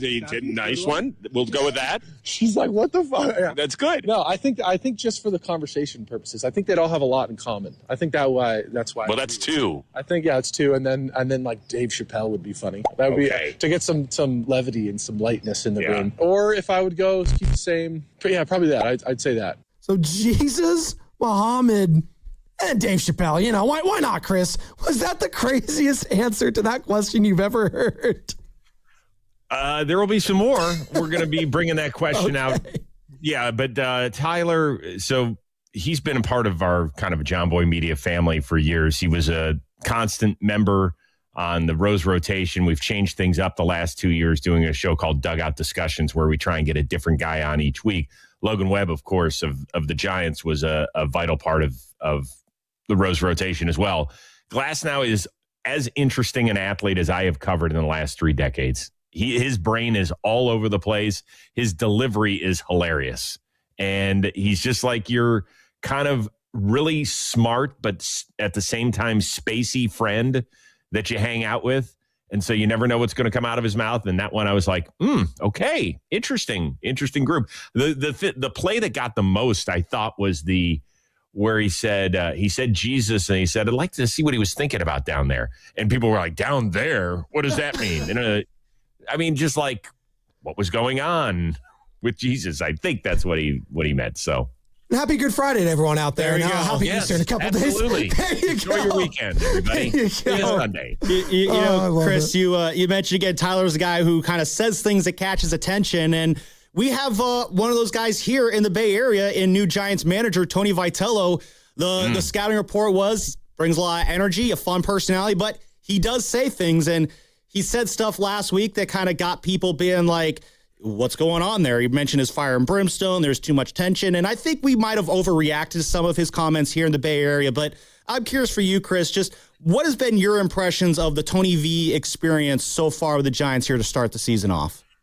I am super excited because I love covering interesting people and I love seeing firsts, right? He's the first guy to jump from college to the show without any sort of professional experience whatsoever, whether that's playing, coaching, managing, just nothing. And so I'm fascinated to see how this turns out. I think he's got a little bit of Mark DeRosa syndrome. And what I mean by that is D-Row, who's a buddy of mine, I worked with him for a decade at Major League Baseball Network. To me, his biggest issue with Team USA was that he kind of let us in a little too much. And I know that's fun for us as people who are consuming and talking about content. But like when D-Row goes, yeah, the players, they invited all the coaches in to have a beer. And then the next day, some guys were hurting a little bit. Like, that's okay to do. It's okay for the coaches to have a beer with their players and tell stories. And it's okay for players to be hurting a little bit the next day. Don't let everybody know.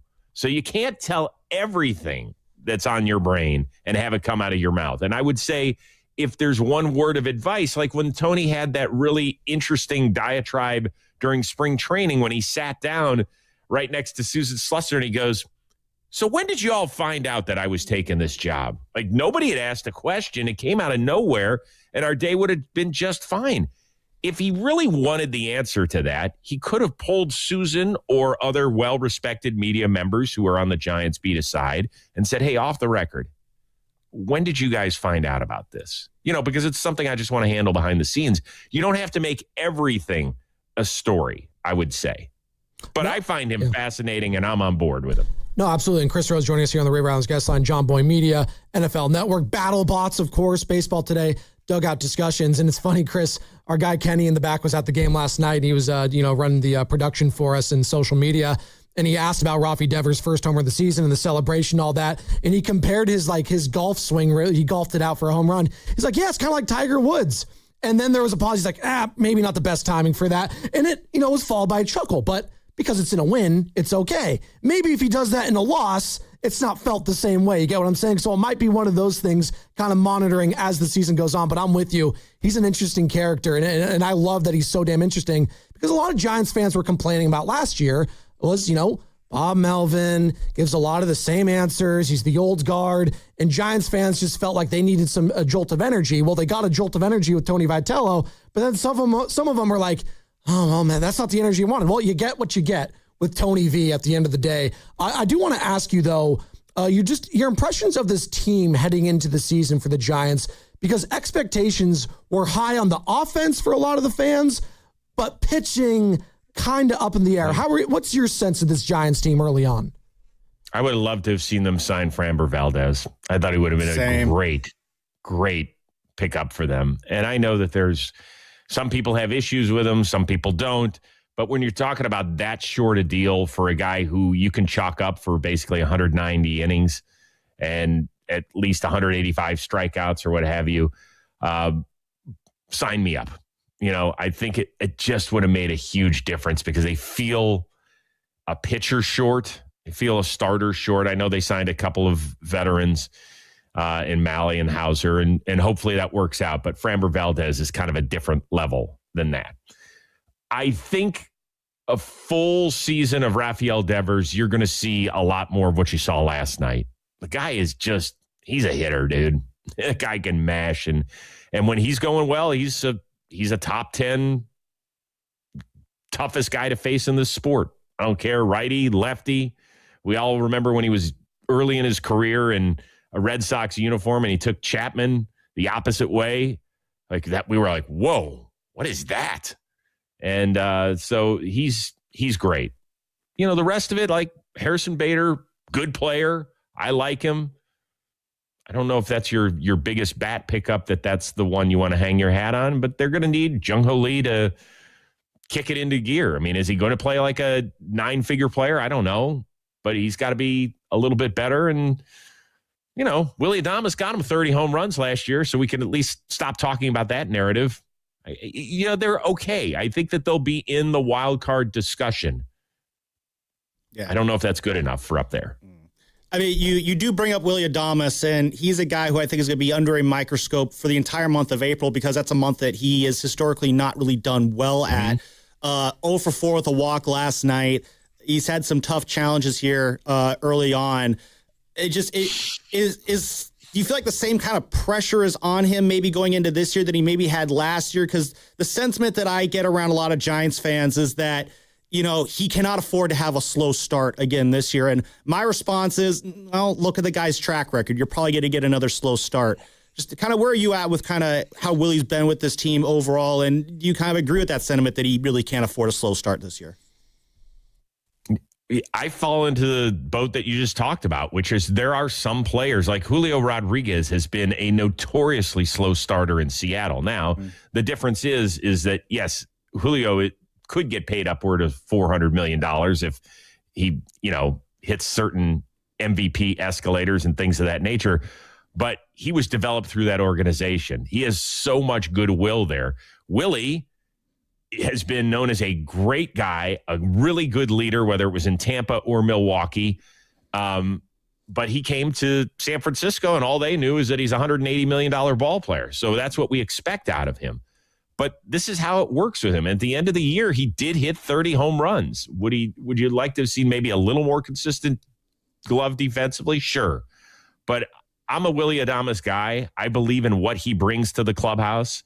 I'll use an example here. When he got pinch ran for the other day, it would have been very easy for him to say in the post-game press conference, like, that just doesn't happen. I don't know what we're doing. Instead, what he said is, well, that's the first time that's happened to me, but Tony's the manager, and that's how it goes. Mm-hmm. That is worth something, guys. That is worth, and I know that fans don't want to hear this. They want to say, I don't come to the ballpark to hear Willy Adames speak in the postgame. But that's something where it could have gone sideways, and then it would have given you guys more stuff to talk about. And then the fans would have continued talking about, well, maybe Tony Vitello has lost the clubhouse in the first week. No, it went the other direction because Willy Adames is a pro and knew how to handle the situation. To me, that's worth something. I don't know what it is financially, but it's something. Absolutely. Chris Rose joining us here on the River Islands Guest Line, NFL Network, John Boy Media. And Chris, Sam mentioned it. The ABS system now has been installed. They were tinkering with it in spring training the last couple of years in the minors. Early thoughts and returns on it. I mean, I was at the Giants game last night, and, I thought it could be like it is in tennis with the Hawkeye. You see it at the Grand Slam events where they do the clap and countdown, and it's kind of turned into a thing early on here.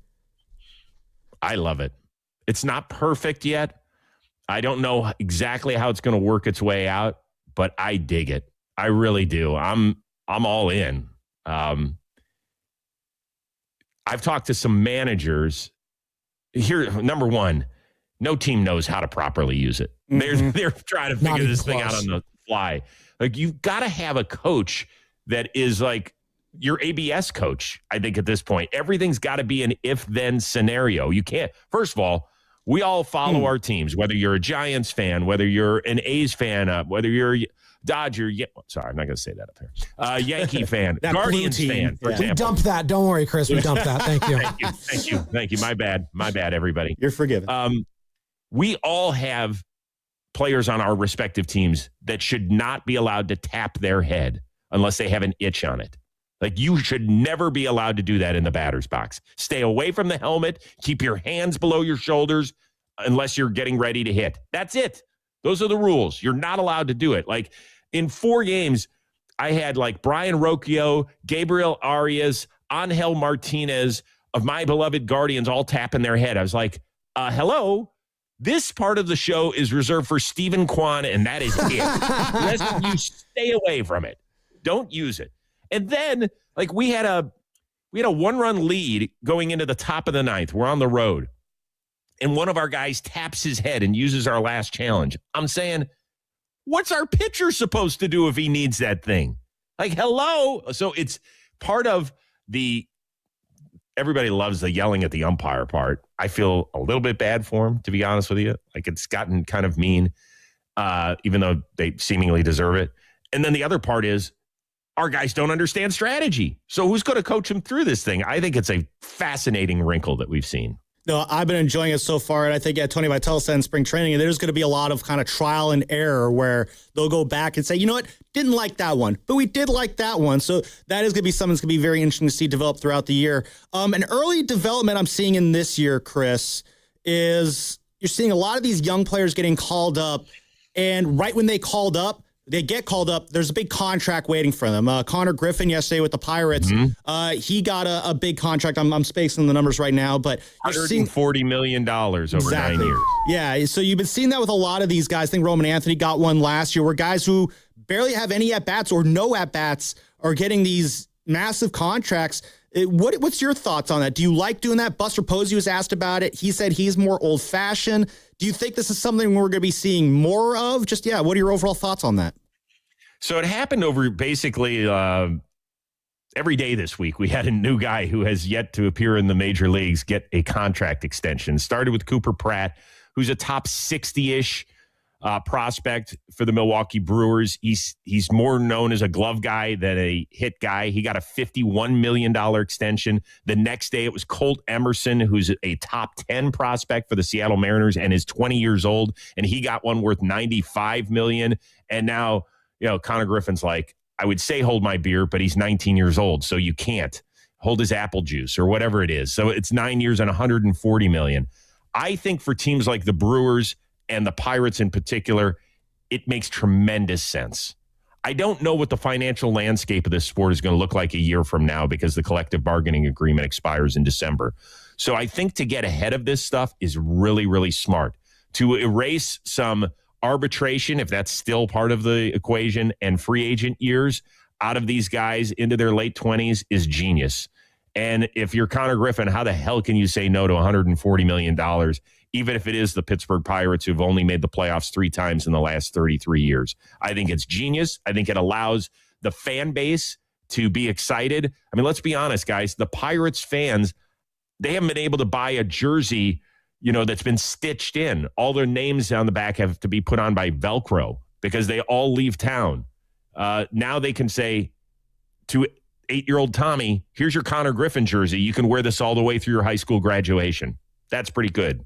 That is. And in my lifetime, Chris, I'm going to be 33. It's literally Andrew McCutchen. It's like the only guy I could think of that had a moment there. And, even Garrett Cole, he was gone pretty damn quick, Sammy. Well, yeah. How about this? Yeah. When Paul Skeens got up, what was one of the first things we said? Well, the clock's ticking. Yep, sign him now. Figure this out because he's not going to be a Pirate for life. That's horrible. They're so excited because they've got a once-in-a-generational pitcher, and we're already talking about service time and how he's not going to stay in Pittsburgh. That's horrible. Well, and, we have, experience with that with Oakland. Obviously, all the players just getting ripped apart for years and years and years. And, it kind of sucks for Oakland A's fans. They still follow them in Sacramento. But you see that now as soon as they're over there in Vegas, Lawrence Butler, Tyler Soderstrom, Jacob Wilson. It's like now you guys are doing it. They're trying to get Kurtz, obviously. Kurtz is probably going to be like, maybe I'll wait to sign a big fat contract. Or they're trying to give him kind of that Connor Griffin deal, Sammy.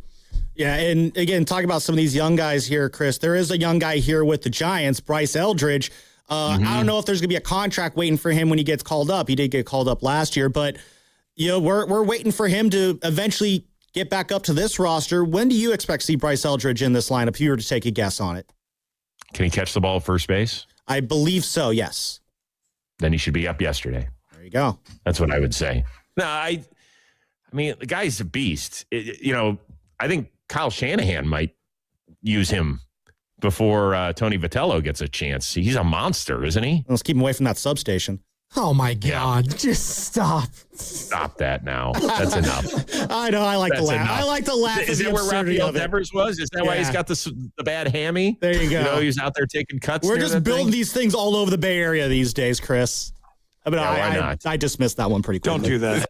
Yeah. Look, I think he'll be up. I have to imagine he'll be up soon. I mean, look at the number of guys that are not only on major league rosters, like go pull up the 2024 draft, of which, by the way, Connor Griffin, I think, was the 9th overall pick. Go look it up. The number of guys who are not just on teams, but are already key contributors. Like that didn't happen, certainly when I was growing up watching baseball. You guys are a lot younger than I am, but that's a relatively new thing where guys drafted within the last 2 years, they will bum rush you through an organization, right? So do you have the 2024 draft up? I do. Bazana, Burns, Condon, Kurtz, Hagen Smith, Caglianone. Caglione. Yeah, he's the Royals. As an Italian, I should know that. I can't even pronounce it. Yeah, he was on the WBC team, for God's sakes. I know. Well, well, I was checked out too sometimes, like Mark DeRosa with the rules. Connor Griffin, 9th overall. Seaver King, Bryce Rainier, Braden Montgomery, Tibbs, who's been Giants pick Tibbs, and he's been crushing in the pipeline so far too. For the team in blue. Yeah, we don't need to talk about that. No, they flipped him for the Dustin May, right? That might be a great steal for the Dodgers. They might flip him for another big guy. Right. I guess my point is, and there's some other guys a little further down in the first round that have made their debut as well. Savage, my point is that, hey, look, guys can contribute, and we shouldn't say that you need 1,200 minor league at-bats before you're ready. And, oh, by the way, if they stink up here and they get sent down, that's not the end of their career. It's happened to a lot of really, really good baseball players. So if we think they're ready, let's go for it. You know what? Great call there. Chris, thank you so much for your time this morning, dude. Let's do it again sometime in the future. We really appreciate it. And have a happy Easter to you and your family. Well, thank you. You guys as well. Joe, I love your Sopranos shirt. And Joe, it looks like you got dressed in the dark today. Yeah. Oh, there you go. There you go, Chris Rose. Thanks so much. John Boy Media. Kidding. NFL I like Network. There you go. No, we appreciate it, Chris. Thank you so much, man. There he goes. He just called you Joe. Do you feel confident? Whatever. That happened. You know what? No, because this is what you get. Because Baldy for a while was calling me Sam. That's true. Because he didn't know who I was. Usually when I fill in, I'll text guests, oh, hey, just a heads up. But it's whatever. I don't mind it. It's all right. You don't mind being called Joe? I'll live. It's all right. Joe Lubman? It could be, that was my brother's name. So. Oh, there you go. Yeah. Broseph. Great, dude. He's always great. I love Chris's vibe. He gets it. You know why? Because when he was talking about his Guardians, he said we. Yeah. That is a when fan people of the use media. we? Because there are people. I think Dibbs is very much an anti-we guy. Former morning show producer, 95.7, Cody Elias. He's always a very big. Can't be saying we. And I'm like, no. Like the fans are here longer than the players. The fans are here longer than some of the owners usually. Like We are Giants Nation. You, Spadoni, are Raider Nation. Ken is the Mets Nation. Like, we are what makes these teams fun and special by being fans. So, no, I am very much a we person. Right. I don't say that in the clubhouse, but, you know, here on radio, I'll say it. I'm with Chris when he said, I like interesting people. Like, straight up. Like, that's why the whole Tony Vitello thing for me, he's going to be fascinating all year long. Isn't that what you want in baseball? Of all the sports where we say, oh, we're checked out, there's not enough personalities. Yeah, see, in basketball, it's the same thing. Joe Mazzulla, coach of the Celtics. He has a lot of quotes. He's an interesting guy, right? We love it. He just said a couple days ago, what did he say? He thinks the Coach of the Year award is stupid. Something I'm paraphrasing. He's used a word that triggered a lot of people.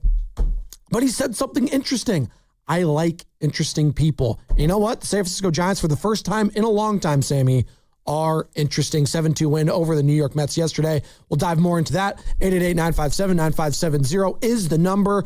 If you heard anything from Chris Rose, you want to react to that on the other side. Plus, in about an hour from now, Steiny and Goo are going to be joining us for the crossover, like each and every Friday on a non-payday Friday, on a Good Friday. And it's all brought to you by Fremont Bank, here for you, here for good. I'll be plotting my revenge. Welcome to SF Fire Credit Union. Why do you have all those cats? I've been saving them from trees, just like a firefighter. So, can I join SF Fire? You know, we're not just for firefighters. Anyone can join and get lower fees than banks, ATM access worldwide, and the top-rated mobile banking app. Wow.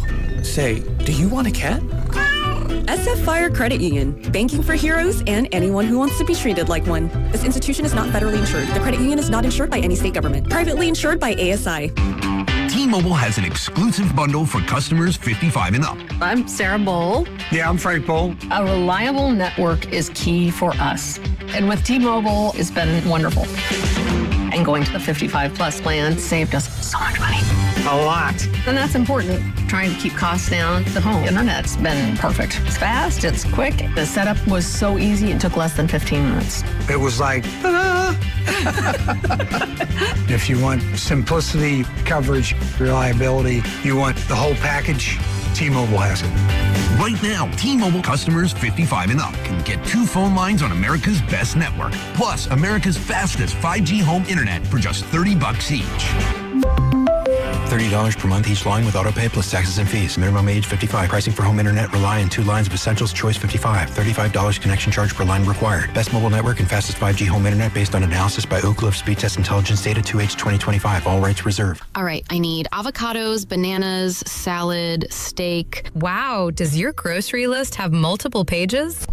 No, but I skipped lunch, so now it's like my stomach is doing the grocery shopping. And besides, I'm earning cash back with Upside. Upside? What's that? Hold up, you haven't heard of it? Upside is a free app that gets you cash back when you shop at gas stations, grocery stores, and restaurants. And they added Lucky and Food Max stores, so we're pretty much covered wherever we go. All those stores? Yep, so not only are we getting a great deal on groceries, now we can earn cash back as well. Okay, downloading Upside. Now let me copy your grocery list. Great news! Lucky and Food Max are now on Upside. Download the Upside app and use the promo code SAVE9 to earn a 10% cashback bonus on your first grocery purchase. That's promo code SAVE9 for a 10% cashback bonus. Use promo code SAVE9. Offers vary by user and location at participating merchants. Go to Upside.com for terms and conditions. Hey, Bay Area sports fans, get ready for game day with Laughing Monk Brewing. Whether you're watching with friends or heading out after the final whistle, Laughing Monk has the perfect beer for the moment. With locations in Sunnyvale, Scotts Valley, and Bayview in San Francisco, there's always a Monk nearby. And now, check out their newest San Francisco location in Nopa. From crisp lagers to bold IPAs, every beer is righteously brewed in San Francisco. Grab a pint, grab your crew, and make game day better at Laughing Monk Brewing. Righteously brewed in San Francisco. Xfinity Tech Support, Matthew speaking. Hi, I live in a pretty remote place, like Jurassic Park remote. Oh! Wow. Will Xfinity Mobile work out here? Yep, the combination of reliable Wi-Fi and 5G makes it so that you can stay connected in all kinds of places. Plus, you get access to ultra-fast speeds and coverage, whether you're poolside or out live streaming with a T-Rex. Hold still, you're about to go viral.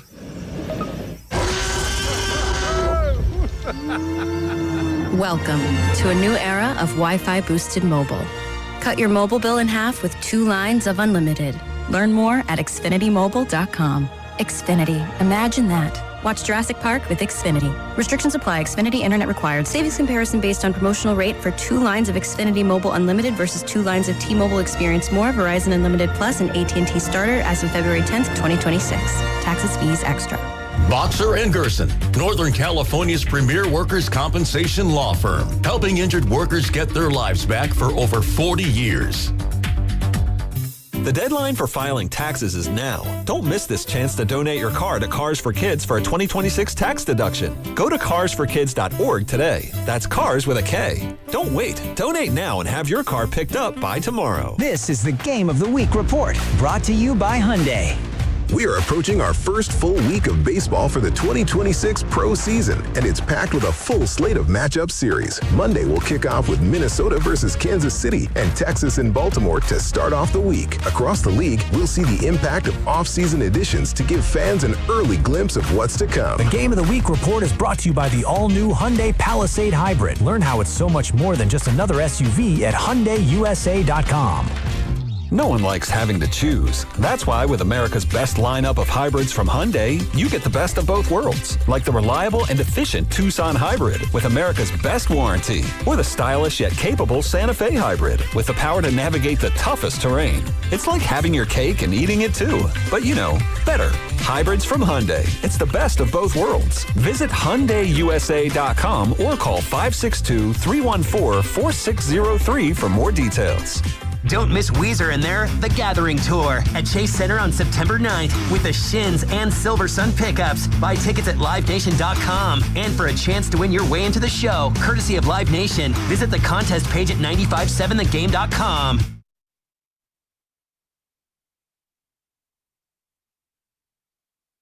We all follow our teams, whether you're a Giants fan, whether you're an A's fan, whether you're a Dodger. Sorry, I'm not going to say that up here. Stop that now. That's enough. Like, hello. This is Big Pun from South City, and you know I'm tuned in to the Morning Roast with my guy, Joe Spadoni, and Butcher Boy Shasky on 95.7 The Game. What's like, up, hello. Hello. Like, hello. I always think of, think McFly, think. Anybody home in there? Didn't the guy, my mom hits me with that a lot. The principal, the actor who plays the principal, the slacker, Strickland. Oh, Mr. Strickland? He just passed away. Aww. I just saw that. He was in his early 90s. Yeah, 94. It's 94. It's pretty good. It's a good life. It's a good life. Good If I job. get to 94, I'd be pretty damn happy. Yeah. Whenever I saw former reliever Hunter Strickland, I always remember that scene in Back to the Future 2 when Marty is looking at the newspaper on Strickland's porch and Strickland's holding him at gunpoint, and then the gang goes by like, "Hey, Strickland!" Yeah. I always thought of that whenever I saw Hunter. He has Strickland. the shotgun pointing at his face. Yeah, it's all time. Such a out of pocket scene. We just had Chris Rose on John Boy Media NFL Network. If you missed any of that interview, really, really good stuff. Talking about Tony Vitello, expectations for the Giants this year. YouTube chat's loving the fact that he called me Joe, by the way. Joe and Joe. There we go. So a very poignant post here from San Jose Jazz fan. This guy, he's always got something to uncork that's funny. We have a rejoin. We love Jazz fan. Yeah, he said, I wonder if Spadoni's dad name was Joe. He named all of his kids Joe. My father's name was Robert, actually goes by Bob Spadoni. Robert Dennis Spadoni. And do you want me to go through the all 10 right now? Game show music? We can go in order if you guys are curious. Yeah, I am one of 10 children. If you're just joining me, I have 9 brothers and sisters, 3 sisters, 6 brothers. It's Joe Spadoni. Yeah. San Francisco State University. Goes Sam Spadoni. All right, number 1. We got Rob Spadoni. So not Bob, but another Robert Spadoni. Is he a Robert Jr.? No, he is Robert Angelo Spadoni. Angelo of my dad's first name. He's an Italian. The most Italian name of the Spadonis is my no-no, Angelo Dante Spadoni. Rest in peace. So it doesn't get more Italian than that. Risotto nodding his head back there. Okay, number 3. We got Steve Spadoni. Not Steven, Steve Spadoni. With a V or a PH? No, it is the biblical version Stephen with the PH. Oh, yes. okay. But not Stefan. Not Stefan. That is the original pronunciation is Stephen with the PH. Not Stephen Langford or Stephen Risotto. All right, number 4. We got the first girl in there. Sasha Spadoni. My sister Sasha. She's the only one that is non-traditional biblical name. My Aunt Roseanne named Sasha, but as you know, it is actually unisex in Russian and Eastern Europe. It means Alexander or Alexandra. Did you know that? That's another name named Sasha Vujacic, for example. I mean, I knew that Sasha was a Russian name because I've seen, obviously, Vujacic. And there you go. All right. Sashas. Number there 5. There are lots of socials in Russia. There you go. Number 5. Back to the boy. Tony Spadoni, Anthony Spadoni. There you go. That rhymes. Tony Spadoni is pretty good right there. Then we got after him, number 6. That is Raymond Spadoni. Ray, as I call him. You're really down the list. Yeah. Then we're down to me. Lucky number 7, Joseph Spadoni. Then we get a set of twins after me, Mikey and Sarah. And then Hannah Spadoni, the baby of the family. Gets away with everything, probably. There you go. Thanks. I'm glad you listened. All right. That is the Spadoni clan. I learned something about you My today. mother is Marianne, for those of you who don't know. And happy birthday, belated birthday. I already said happy birthday. Birthday was a couple days ago on April Fool's Day. You can give Mom a birthday shout out for at least a week past her birthday. And my brother Rob, there you go. My brother Rob. No, you can leave it up. His birthday's tomorrow. So there you go. It's a lot of birthdays. Well, there's 10 of us. I know. Sammy. And I have 19 the nieces. amount of wrapping 19 nieces and nephews. The amount of wrapping paper that must be strung around the house on Christmas morning at your place. That's a good one, let me. Yeah. Hey, he showed up at Freeman's, he said, so that's great. He did show up. And you know who else showed up today was Chris Rose. He was showed up on the show. He was great. And what's your takeaway from Chris? It was you just had him on. Well, there's a couple things that he talked about that we can get into. One was he talked about Tony Vitello oversharing. The other thing that caught my attention was what he was talking about with regards to what I asked about, giving these young players big-time contracts right when they get up. I don't know. Which of those two you want to stab at first? I kind of like the contract discussion because a lot of Giants fans want to see Bryce Eldridge. Could you imagine if Buster Posey and Zach Manassian in this front office gave Bryce Eldridge a $100 million contract right now? That's kind of the equivalent. Honestly, a half hour ago, I probably would have been like, I don't know. But listening to Chris Rose talk about it, it kind of made a little bit of sense. And I'm reading the reason I brought this up is I'm reading this Ken Rosenthal article in The Athletic. Rosie. And there's a paragraph in here that I think kind of brings it all together to where it makes sense. And he's talking about what the Brewers were doing in signing, what's our guy here? Pratt. Let me get his first name here. This is some horrible vamping. You're thinking here. of Spencer Pratt from Laguna Beach. Pratt. Yeah, I don't know. Anyway. That was a joke. Damn, you threw me off there. But anyway. Cooper Pratt. There it is. He basically said that the 3-time defending NL Central champions are not about to match the spending of the division rival Chicago Cubs, a big market team, who in the past 3 months have signed third baseman Alex Bregman, center fielder Pete Crow Armstrong, and second baseman Nico Horner for a combined $431 million. The Brewers prefer to make smaller bets. The 8-year, $82 million contract they awarded to Jackson Chourio prior to his debut was one. The Pratt deal is the other. That's where it makes sense, is that if you want to hold on to your young talent, you sign them to these big contracts before they make their debut. You bite out all their arbitration years, and you're going to have now your guy for the next 8 years. And then you compare that to a guy like Paul Skeens, where the second he towed the mound for the first time for the Pirates, it's immediately, well, what team's he going to be traded to in a couple of years? Because the Pirates are not going to be able to afford him at that time. Which makes me wonder, like, well, why didn't the Pirates do that for Skeens at the rip? See, because some players, when you give them enough time, like we knew immediately, Skeens knew after a couple starts, see, this is why you have to do it before he starts. He was already incredible. In his rookie season, he had an argument to be a Cy Young already. That doesn't happen. This guy is a phenom, and it's similar to what's going on over in Sacramento, if you pay attention to what, Nicholas Kurtz did, as we're going first full names, and for Kurtz for obvious reasons. It just helps me out. I don't want to get in trouble. Nicholas Kurtz, he had one of the greatest rookie seasons you'll ever see. He had maybe the game that's ever, like the best game you've ever seen in Major League Baseball history in Houston last year. He was incredible. And you see all of his teammates getting, signed up and locked up for 6-7 years. Lawrence Butler, I mentioned, Jacob Wilson was also in the running for Rookie of the Year, Tyler Soderstrom, amongst others. I'm probably missing some other names there, but you get what I'm saying. He looks at himself and says, yeah, those are nice, but my agent, and I believe he's a Scott Boras client, if I'm not mistaken, Scott Boras knows the game. And he knows that Nick Kurtz is going to be a dude for a while, and he's going to command not 100, whatever. I think it's reported 150, 160 for like 8 years or something like that. No. He's looking for the $250, $300 million contract. Same with Paul Skeens, similarly. and they're going to hold out for that. So if I'm Bryce Eldridge, who his success has not been Kurt's level, but he also hasn't had, the opportunities as Kurtz has had. So I am curious to see how this plays out this year. As you're asking me, Sam, I'm giving you a lot here, not really answering the question. I don't know what they do. I don't know what the right answer is. I'm kind of in lockstep with Buster Posey because you said he's more old-fashioned. Let's see this guy, let's play this thing out. Mm-hmm. That's what I do with Bryce Eldridge. I don't know if he's going to be good. I don't know. And you know what? I've always been kind of with the Les Snead approach, and I know it's the NFL. I'm more of the F them picks and get me the proven commodity. That's what the Dodgers do. Now they draft, but the Dodgers, we were just talking about it. They just acquired the Giants' recent first rounder, James Tibbs III, and he's looking incredible in their pipeline. You don't think they're going to try to flip him in a couple months of the deadline for some other proven commodity?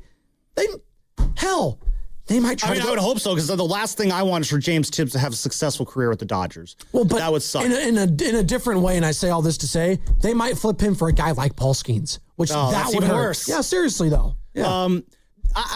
The reason I kind of think it does make sense, and yeah, it is a risk, because the Braves did it a few years ago with Acuna and Albies, too. They gave them long-term deals around like $100 million, and Acuna is a guy who, if he hit the market right now, he can get a $300 million deal. The benefit for the team, obviously, is if it works out, if Colt Emerson works out for Seattle, if Cooper Pratt works out for the Brewers, if Connor Griffin works out for the Pirates, you're going to have a young, very talented player on your team for 8 or 9 years throughout probably the better years of their career, and they're also going to be very underpaid. If relative to what they're relative to their, we're talking about $140 million, and I always want to urge it's not underpaid. You think about it, it's like, yeah, I know we're us here out in the real world. That's a lot of money in the baseball world. Thank you. Yeah, let's put that context on there. But you look at, Colt Emerson had a 8-year, $95 million contract with Seattle. That's about $11.8 million a year. Connor Griffin, 140. That's about $15 million a year. Cooper Pratt, 8 for 51. That's like, $6-ish million per year. When those guys play as well as they're expected to, you're getting a great bargain on them. So there's the one half of it. The other half of it, let's say they do kind of fall off a cliff. Make sure maybe it doesn't work out. Maybe they are busts. $15 million in baseball, even for a team like the Pirates, that's not that devastating of a contract. Like, imagine if... what if we get a salary cap in this new CBA? We'll cross that bridge when we get to it. But then you compare it to guys who are making $25-30 million if they're not performing. Remember Anthony Rendon when he went to the Angels and he stole all that money from them. Like, he's making $25 million a year or something like that during that deal. It's ridiculous. Yeah, he could not stay healthy. It was a horrible contract. It was disgusting. See, that was an awful deal though. But if these young guys don't pan out, is it ideal? No, but financially, you didn't spend a ton of money to hold on to these guys. So that's kind of where, for these small market teams, it does make sense to give them these contracts early on so that they don't have to, go through what the Pirates are going to be going through with Paul Skeens at some point, either this year or next year, where they have no choice but to trade him because they can't afford him. They're going to get Connor Griffin, who's 19 years old, through his age 28 season.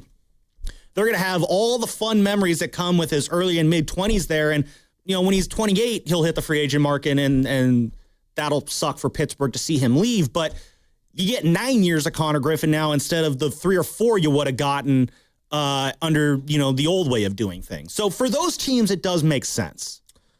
Would you sign Bryce Eldridge to a 9-year, $140 million contract right now, Giants fans? Would you do that right now?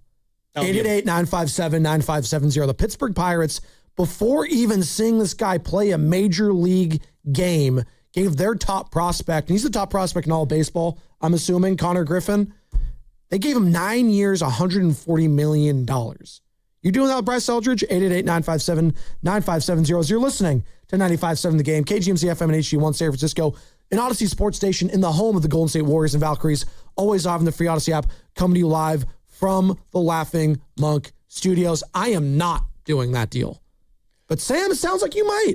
I think I might be down for it. It would be a bold move for Buster to do. But same, Bryce is a little bit different than Connor Griffin. Bryce is a couple years older, and Bryce has also played at the big league level. He got a cup of coffee last year, so his His clock has already started ticking. And again, at $15 million a year, again, for a big market club like the Giants, a $15 million a year deal is nothing. He's had 28 at-bats in his career, so he's played, yes, but... Connor Griffin? Yeah. No, Bryce Eldridge in his career. Big league. Yeah, I think the Giants, if it goes south, they have the financial ability to kind of eat that contract if it does. But at the same time, like, if you believe in the guy, then yeah, I'd say do it. The other reason why, and this is, again, I'm taking another line from this Ken Rosenthal article here in The Athletic. He talked to Evan Longoria about this, and Evan Longoria, who was on the Diamondbacks with Corbin Carroll, who signed a 8-year, $111 million deal after his first season in baseball. Longoria told Carroll that he can now play free. You don't need to worry about where that next contract's coming from, because for the next 8 years, you got $111 million coming into your bank account. That's a level of security that players his age don't usually have, because a lot of young players, Spadoni, they're playing on rookie contracts. They're trying to work to get arbitration. They want to get into free agency and make their money there. And there is a level of pressure that comes from that. When you give them this deal, are they undervalued maybe later on? Sure. But in the meantime, as they're breaking into the big leagues, there is no pressure at all on them to earn more money. Completely disagree. Not to earn more money, but there's significantly more pressure to live up to said contract. I mean, because you haven't done anything yet. You're living up to There's so much pressure on Connor Griffin now to live up to 9-year, $140 million. Guys haven't even played yet. Again, though, when you say 9-140, that sounds a lot. When I say $15 million a year, though, again, in baseball parlance, that's doable. Like $15 million, like the Giants are giving that to pitchers. So I was like they give like to Sean Manaea for 1 year. What's the AAV on Jung-Hoo Lee right now?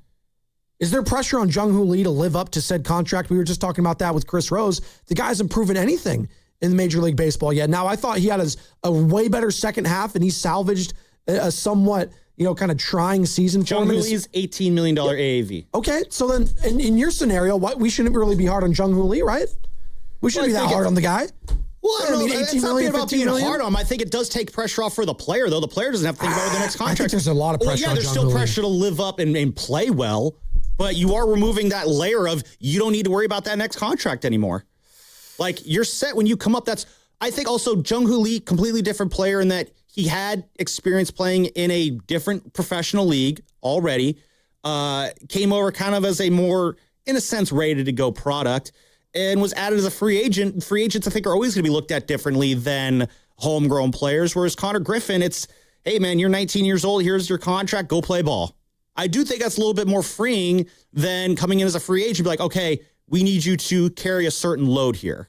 In fairness, the reason I say that is Jung-Hoo Lee was basically coming in as a rookie. Now, it's their version, or what we think, that it's their professional league over in Korea. That's fine.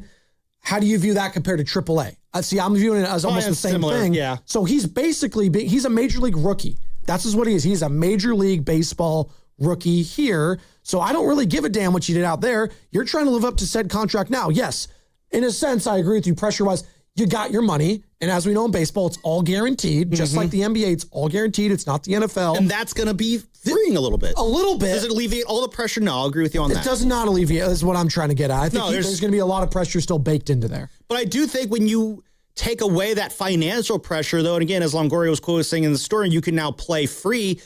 I do think when you're playing a little bit more freer, you're playing less stressed out, less tense. That's going to, again, help you out on the field. Little steps like that can make you, I don't know if it's not going to make you a worse player, but can help make you, a less, or maybe a more mentally sound player. As I'm trying to figure out the right words to use this here. 415 is asking what's AAV, average annual value of said contract. So you're going to Connor Griffin. The big deal in numbers are 9-year, $140 million. You divide that, it's $15 million per season. Well, let's also then, again, if we want to use Jung-Hoo Lee as an example, and again, a Bryce Eldridge, if you gave him 9-140. I'm just using that because that's similar. Let's use it. I think that's a good comparison there because this is where the downside of that risk comes into play.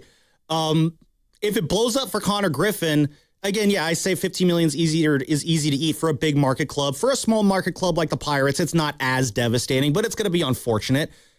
But for the Giants, so if the Giants gave 9 years, $140 to Bryce Eldridge, and he didn't really work out all that well, as a big market club, it's easier for teams like that, I think, to just suck it up and eat those contracts. So, like, would I give it to Bryce Eldridge? Yeah, you know what? I think I would, because is it a risk? Yes. Could it pay off very handsomely for them, though? Absolutely. If it blows up in their face, though, I don't think it'll be, all that crippling to their long-term future. Would it suck? Absolutely. I want to see Bryce Eldridge, have a very long 20-year successful career with the Giants. That would be very upsetting if that did not happen.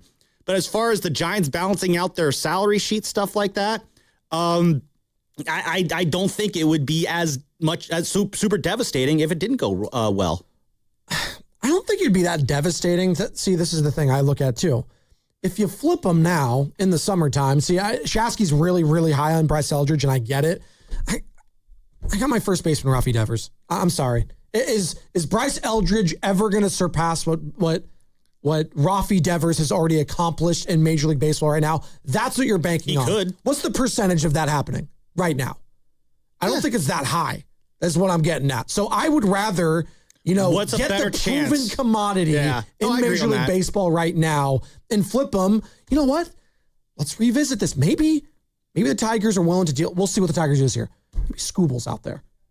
Yeah, and I would go get Scooble if it meant giving up Bryce Eldridge. Does that sound insane? No, I don't think that's insane at all. Well, okay, I think if Bryce Eldridge is inked to a 9-year, $140 deal, automatically he's just he's not untradeable.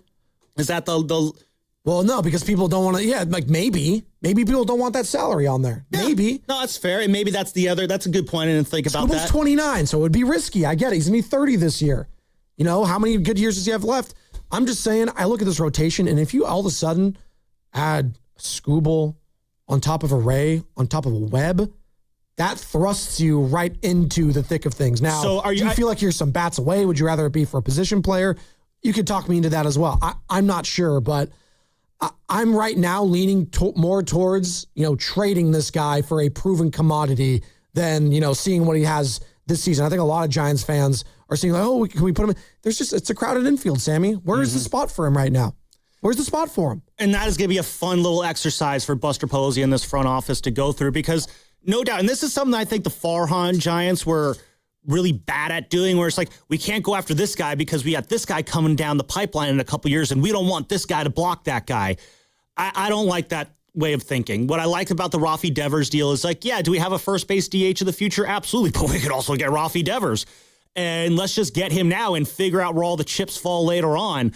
And maybe that's part of the reason why you don't ink Bryce Eldridge to a deal right now, is maybe the Giants do want to keep that flexibility of, well, what if the Pirates say Paul Skeens is available? And yes, if that happens, I would drive every single top prospect the Giants have to Pittsburgh and say, take your pick, whichever 5 you want. When Goo comes in, I'll have him pick which 5 prospects he wants from the Giants in exchange for Paul Skeens, because Guru is a Pittsburgh Pirates fan somehow. Oh, no.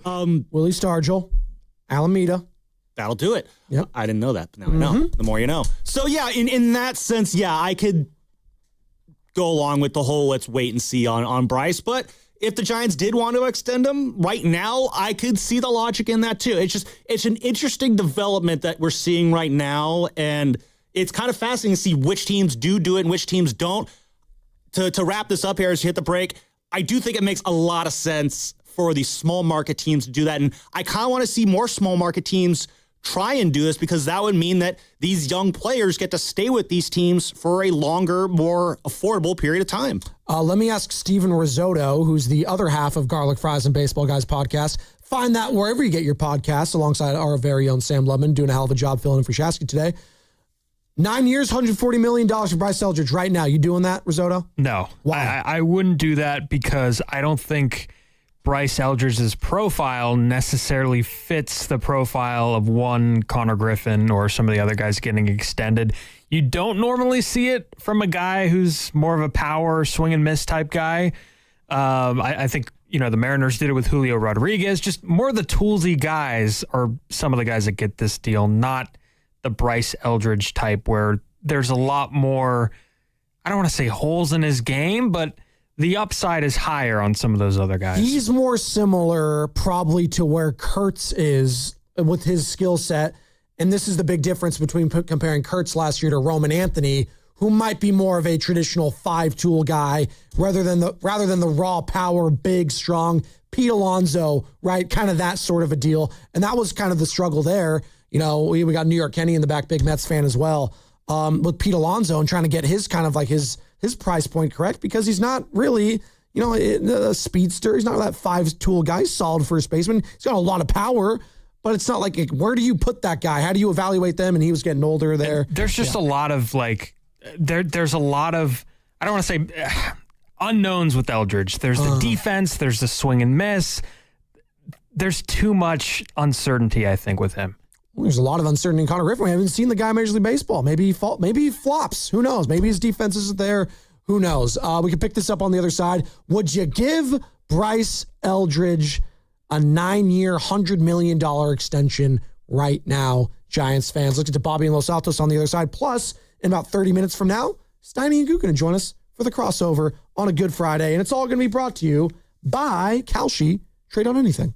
March matchups are down to 4. Trade the tournament with Kalshi. Arizona and Michigan are trading at 34% to cut down the nets. A $100 trade pays out $273 if either one wins it all. Download the Kalshi app. Use code FAN to get $10 when you trade 10. Kalshi. Trade on anything. Hey, it's Willard and Dibs for Safeway. Enjoy these amazing deals for members. And as always, save up to 20% weekly on hundreds of exclusive offers from Safeway. Just clip the highlighted deals from the weekly mailer, or click the deals in the For You section of the Safeway app to breeze through checkout. Signature Select Classic Ham, shank, half, or whole, bone in, just 89 cents per pound while supplies last. Limit one item, but no more limiting Dibs because he wants to talk about vegetables. And green asparagus is just $1.99 per pound. And for just 3 days, starting Friday, April 3rd through Sunday, April 5th, USDA Choice Beef Bone-In Ribeye Steak Mega Packs, just $7.99 per pound while supplies last. Limit 2 packages, as well as 2 pounds of Cuties mandarins for just $1.99 each.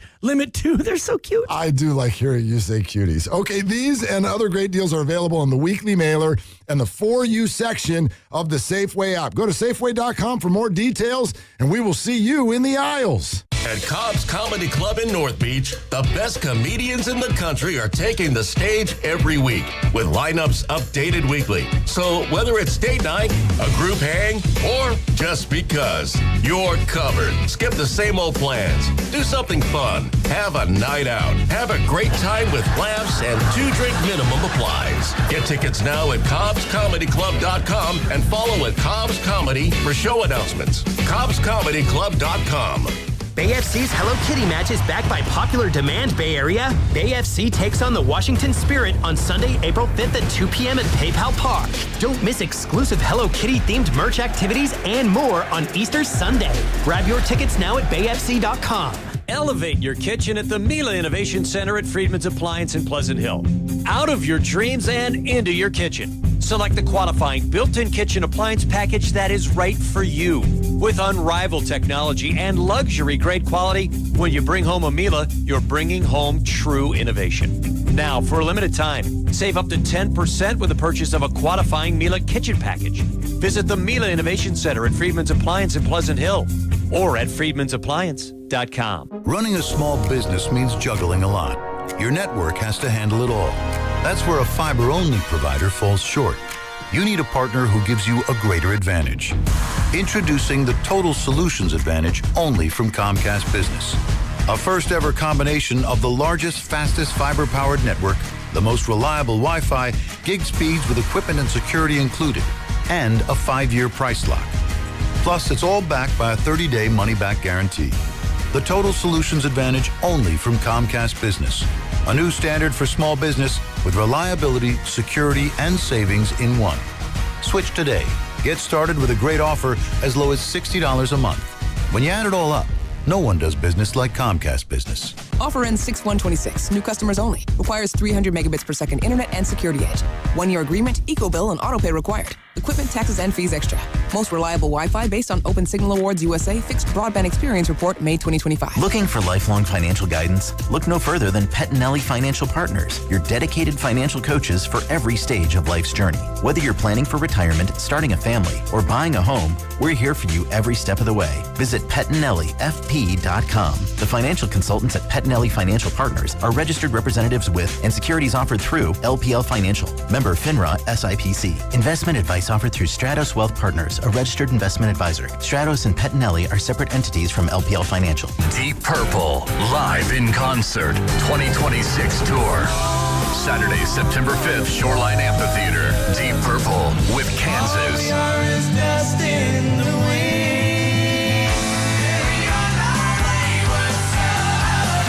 Plus, special guest Jefferson Starship.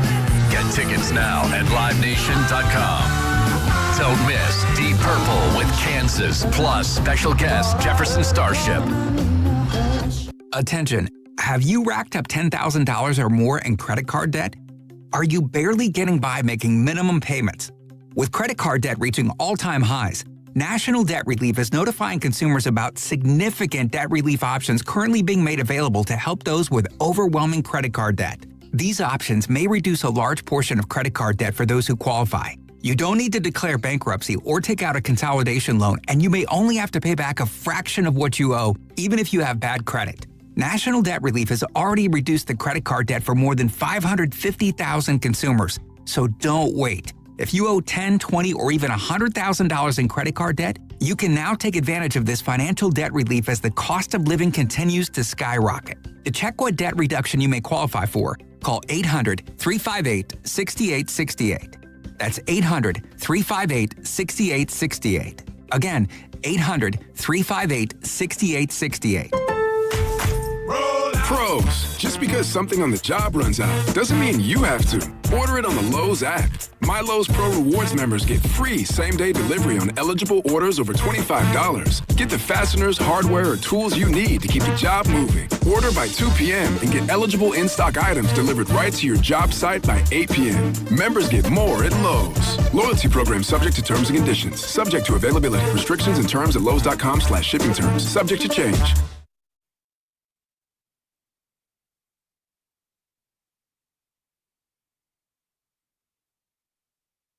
Now, back to the morning roast. Beautiful Marin right now. With Joe Spadoni. Well, you can't get a prettier place than here in the country. And Joe Shasky on 95.7 The Game.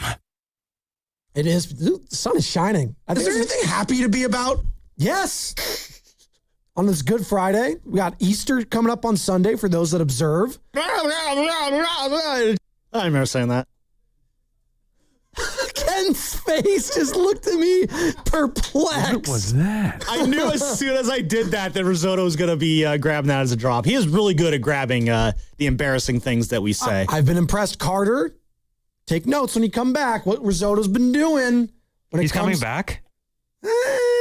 Ooh, shots fired. Wow. We'll see. Not there yet. We'll see. Yeah, we'll see. April 20th. Yeah, Carter. I mean, that's when he's coming back. Baby Sienna. I mean, with Carter, he's 6'8". I think baby Sienna's like a weed. Yeah, she's probably like 2 feet tall now. I think she's already halfway to 6'8". Yeah, she's getting there. He posted a picture of her running. Stop. Relax. Just kidding. Yeah, it's good. Yeah, I think it was. I was saying the next picture, if you scroll over, was her dunking. Like, there you go. We're already there. She can already touch rim. Just like me in high school. No one believes it. It happened. She's gonna lead Team USA women's basketball to so many gold medals. You know, she's also congratulations, Carter. You got a great kid. She might be tall enough come Monday to play in our knockout event because Steiny and Guru will be broadcasting live from Chase Center. That's right, this Monday to let you know who the winner is. Knockout is presented by Beam Law because it's not whether you get knocked down, it's whether you get back up. Beam Law, they've got your back, Bay Area. You know who's got the morning roasts back? And my back, it's Bobby in Los Altos, baby. What's up, Bobby? Hey, thank you for taking the call. I don't even know how you say it. Is it good? Happy Friday? Yeah, that's a great point. When I'm saying it, I was like, I don't know. It's Good Friday. Well, yeah, it's Happy Good Friday. Yeah, I guess, but it's like, but it's not really a Happy Good Friday if you're actually a Catholic. Anyways, continue, Bobby. Bitter Good Friday? Yeah. What are we doing here? Okay, good Friday, guys.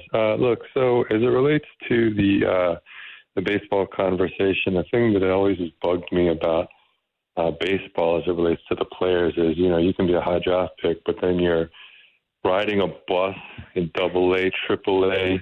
You finally get to the big leagues. They mess with you by bringing you up later in the season, so you lose a year of service time. And then you finally get up for arbitration. But then you're like 30 years old. You finally finish your 6 years of service time, and now you can actually get paid. I think it's pretty criminal how bad baseball players have it, to be honest with you. So, good point. Especially a game where there's no salary cap and you're in a big market, I got no issues with giving. I think the last thing Spadoni said was 9 years, 100, which is what, 11 million. I got no issues with that at all. Obviously, the Giants can afford that. That's nothing. And you're just taking a swing, and there's no salary cap. So there's no implications on how you set your roster up. Of course, money's money, but let's be honest, right? There's no actual salary cap manipulation that has to happen in baseball. It's not like the Giants have to pay their rent anymore, right? Didn't they pay for that stadium? So I say let's do it. And then, okay, you can say maybe he's can't miss. I mean, I would have done the same thing maybe with Joey Bart. Obviously, we thought can't miss, but, we'll see how that went. And Luciano, same kind of thing. The issue with Eldridge is I don't know where that kid's going to play because he's not a 5-tool player. Is he a 1-tool player? Like, I guess he'll platoon, if you will, or switch positions with Devers whenever he gets healthy again. But I just don't know what value he has on the defensive end of the field. That's my issue with him. So it's a lot of money to pay for an unproven DH. But anyway, 9 years, 100 million. I do it all day. And I really wish that the baseball players, at least the younger guys before your service time, got a little more money. It makes me sick how these NBA kids, they get like 20 million before they even blink, right? And it's guaranteed. So, and then obviously we don't got to talk about hockey. Hockey is just crazy. A top star gets 11 million maybe. So it is what it is. But let's go in. I really appreciate that they're giving the contracts to the younger players. And honestly, if you're a big market team, take advantage of it. And then the last thing I'd like to say is garlic fries and baseball guys. I'm sorry, I love garlic fries, but garlic fries at the stadium, can we really get a rating from 1 to 10 on the quality of those garlic fries? I'd really appreciate some sort of feedback on that because I give them like a 3. I give them a 3, dog. Thank you, Bobby. Happy Easter. I'm going to respond to that garlic fry comment first because I think Bobby's going to the wrong garlic fry stand. There's really only one garlic fry stand in that ballpark that 9 times out of 10 does it correctly. Tell me. It's the one right behind home plate. It's actually right next to the press box. Not that that matters, but helps. That's the one that's always been the one I've gone to. Every now and then, you get a lousy thing of garlic fries from there. But that's the one you want to go to. The one behind section 115 area. That's the garlic fry stand you want to be going to. I've learned this because I don't go to the the third row, the top floor, if you will, this is what it's called. The third section. Yeah, the third section. The view reserve. I don't go up there often, but I got some tickets. Shout out Jim Mole. Shout out Steiny for the hookup there. It was really great. Took Nicole last night. It's so much quieter up there, and there's not as many people when it comes to the Lions. I need to be going up there all the time. Thursday night game, except for Ghirardelli, which was packed in the middle of the game. That one was, no chance. I went to the Burger King near my place and got an Oreo sundae instead. Yeah. It was delicious. Though I believe there is another garlic fry stand like buried in the bowels out in center field. I rarely go to that one, but if I were to, if you're getting bad garlic fries from the ballpark, I would recommend if you have to make the walk, do it. It's the one behind home plate. And here's the secret, folks, that they don't tell you. If you're unsatisfied with the amount of garlic on your fries, you're allowed to ask for more. Yeah, because you did it. Yes, no one else does that except for you. Well, yes. Well, no, Spadoni, if I'm ordering garlic fries, I expect to get fries with garlic on them. If I get garlic fries and I'm given a thing of fries with like 3 little bits of minced garlic on it, I might as well have just ordered normal fries at that point. It's literally just minced garlic is what it is. I have a question for you guys about garlic fries real quick. I might have an answer. Yeah, what's up? Do you guys, so I know Sam just touched on the amount of garlic. Do you guys have a preference when it comes to the quality of the fry itself? Like, do you guys like the soggy fries or do you guys like the more, I guess, crispy, firm, crispy You need fries. a good sturdier fry. I like a nice, crispy, crunchy fry. I'd rather it be a little bit more well done than a little bit more rare. Because they do serve both sometimes. I like mine. Is it a cop out if I say in between? Not a cop-out. Good answer. That's probably, but that's rare. It's always one or the other. And I don't mind a soggy fry, if you will, if the inside is still like good and not mush. If you get what I'm saying, I don't mind it. I need strong fry integrity. I also don't like crispy bacon. I like mine a little softer.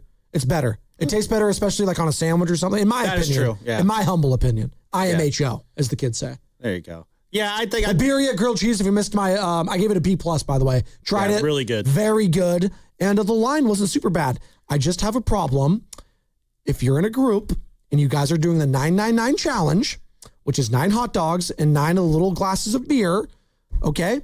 Don't do it all together in one line. Please disperse and go in separate lines so I'm not stuck right behind you waiting for 15 minutes to just get a damn nacho and a damn hot how much preparation okay? they really have to do for these things, too. That's kind of like, I feel like... Well, it took forever. And then, quite frankly, I'm going to be honest. Sounds like the concession worker kind of needs to step up. I don't mean to, throw this out there and, look at the concession worker. They have the gall I feel like after I that shouldn't throw entire the thing, concession taking her worker under sweet the bus. time to ask for a tip. You didn't hurry up there. All right. What am I giving you a tip for if you're not hurrying up? How about here's the tip: go faster. Does that sound elitist of me? A little bit. Does that sound like I'm hitting the wrong note on a Good Friday? Maybe. Maybe I was just grumpy and I needed to eat. What is that Snickers thing? You're not you when you're hungry. Spadoni, you're not you when you're hungry. Here, eat these 9 hot dogs. I can go for some hot dogs right now. I am hungry. That hot link was good yesterday. I got a little brown mustard. That's all I needed, and it was delicious. There you go. Yeah, I gotta figure out what I'm gonna eat tonight. The brisket grilled cheese. That was another good one. I love the brisket grilled cheese. It's right there with the it's beer, same stand as you can get the baked potato in as well. The brisket grilled cheese is so great because it's literally just like fried bread with brisket and mac and cheese. Yeah, it's not even a sandwich. Let's just throw 3 things together and call it a thing. And I love it. This country is so great when it comes to food. What you guys all celebrate Easter, correct? In here, thumbs up, all 3 of you. Okay, all 4 of us. For the most part. All right. What food wise, tradition wise, we got about 15 minutes before we do the crossover / final thoughts. Easter traditions. You guys got any that you like to do? I think ham. I was always lamb growing up. My dad would roast some lamb, rosemary and garlic, delicious. I think we're like ham or prime rib. Ooh, prime rib. When we okay, did ham. that. We don't really do Easter a whole lot. Okay. My family. My grandma passed away on Easter, so Easter sorry to became hear kind that. of a somber event. Yeah, that was like 10 years ago. Well, it doesn't. I mean, just because it's 10 years ago, Sammy, doesn't mean we don't. R.I.P. Grandma Dot, but yeah, Dot, that's a great name. Short for Dorothy. Yeah. Oh, that's cute. My joke was she did Easter wrong. You're supposed to wake up on Easter, not the other way around. But that's just how my sick mind works. That's okay. No, comedy helps. Yeah, it does. exactly. You gotta laugh through the pain. Kind of like watching the Warriors this season, right, Risotto? Yeah, well, I was going to tell you what I have for Easter. Well, I'll still tell you. We usually have ham and some bacon, some breakfast food, some sausage too, some Italian sausages. My uncle's a butcher, so shout out him. So, and then we do egg hunts. Nice. Even though we're all in our 20s now, Grandma still likes to do egg hunts. That's sweet. We did an egg hunt here in the station the other day. Our promotions girl, Danae, hid a bunch of eggs all around the station, and she had some really good hiding spots. I'm not gonna lie, but there's some fake eggs too because she did it on April Fool's Day. Oh. So you open up an egg and it's a picture of our director of sports, Lucas Alexander, saying, "Oh, you thought you won? Okay, bye." And it's just like that's the worst thing I'd like to find an egg. We call those rotten eggs. That is true. You like that? Mm-hmm. Yeah. Fight on, Lucas Alexander. No, get it. Rotten. Thank you. Thank you. I feel better. I thought that was a Lucas joke. We would do Easter egg hunts as well when we were younger. And one of the eggs, you can imagine with all my siblings, right? One of the eggs would have a $20 bill in it. You ever found that one? It's like, yeah. So those things, those hunts got violent then. Well, it got intense. We had a big backyard, Sam, growing up. So there was a lot of different places out in Pacific Grove to find those. If the Warriors did an Easter egg hunt, who are you banking on coming in with the most eggs? I have no idea. That was very well timed. That's a great question. It's really fun to see LJ tonight. I don't think LJ would do all that well, especially if he's got one good hand. It'd probably be Quentin Post or Al Horford because you go in the trees. Ooh, that's true. Right? You'd have a better field view and area, right? I feel like or would you have to be closer to the ground? I feel like Pods would do pretty well because he's going to put the most effort into it. I think he's going to be the one who it's most important for him to get the most eggs to show to Steph that he can, have the keys to the franchise. Maybe one of the eggs has the keys to the franchise in it, and that's what motivates pods to get the most eggs. 925, a tip at the ballpark concession stand, hit the pike. 650, the 999 challenge used to be 9 full beers. When did we become so soft in society? Well, that's the problem with the price 999. point wasn't bad. Real quick on what they were offering for 9 hot dogs. So if you like divide it up, I think it's whatever. I'm not a math major, but a 9.6, right? 9.6 is 54, something like that. So it's not bad, but like, you know, 50 because it was $54. It's not bad. It's just the small little shot glasses of beer. Yeah. You really think they're going to give out 9 beers though to one person? I mean, that's a horrible idea waiting to happen. Well, no. Well, ideally, you kind of divvy it up, and you know we all have it. But I'm with you. Yeah, you still can go order 9 beers if you want. That's true. Yeah, you can do your own, version. Would you do it? If it for full beers, could you do the 999 challenge? I would not do that. I don't have my stomach's not that ironclad. Ken, do you think you could do it? You're a beer enthusiast. I don't think I could do it just based upon the hot dogs. I was trying to get Carter Chickering to do it. He could. I feel like he's the man for the job. Well, because he's so large. Like he needs 9 hot dogs a legitimately. day. I don't say that like Jokic's of the world, the Valanciunas, Quentin Post probably could. When you're that big, it disperses differently with the alcohol, the blood alcohol content level, whatever it's called. Yeah. Risotto, you're not a beer guy, are you? I'm kind of a lightweight, but I would need A, the next day off, and B, it would depend on who's pitching that night. Because if it's an efficient pitcher on the mound who gets out of innings fairly quickly, can't have that happen. It's got to be like Robbie Ray. I didn't even put 2 and 2 together that it's per inning. Yeah, what happens if like the inning's over and you're still working on the dog for that inning? Did you lose the challenge? Like that's lose. it. Pack it up, go home? You lose. Straight up, you lose. Wow. You got to be fast. Yeah, you got to start at the top and just do it right there. This is why we don't need a pitching clock. It just makes the 999 challenge that much more harder. Hey, Tony Vitello. I just need to keep going back to this question because it was the highlight of the night. Rafi Devers gets his first home run. They do a celebration in the dugout. Ken Luttrell, our very own, asked Tony V, what's the energy like? Yeah, I didn't know what was going on behind me. I'm not privy to any of those conversations, and it was very loose in that moment. But I think just when he's up to bat, you got a guy that everybody loves cheering for, and he's one of many in the lineup. But I think it's consistently loose when he's hitting, regardless how the at-bat goes. And then Rafi, I mentioned golf, Tiger. Oh, I guess bad timing. I don't want... All right, let's just say this. Rafi's pretty good about getting, like other athletes in the past when things were going good, Rafi's pretty good about getting fired up at himself and then calming things down pretty quick.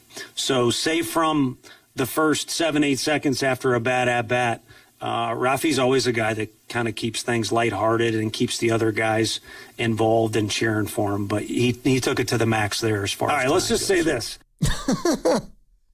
I love the Tiger Woods. Oh, and again, that timing. Evan brought up a good point. He's like, hey, quotes like that work when you're winning. It becomes endearing. You become funny. When you're not winning, that's when we're going to slice and dice you like we did last week against the Yankees. So it's going to be something that we have to monitor all season long. But you know what? It was a funny quote. He was laughing at himself. Probably wasn't thinking about it, which again, this is when guys like Tony V and other coaches, he's not exclusive. I do it all the time. I say something, I was like, yeah, maybe I shouldn't have said it that way. Probably, or maybe I shouldn't have said that. But you know what? That's some of our best material at 95.7 in the game. Where we just say it and just like, oh, well, can't take it back. Too late. Said. It's out there. So there you go. That's all the drops come from, quite frankly, at the station. Yep. And now we're trending again. And Risotto's listening all the time. There you go. God, who would be your guys' dinner guests?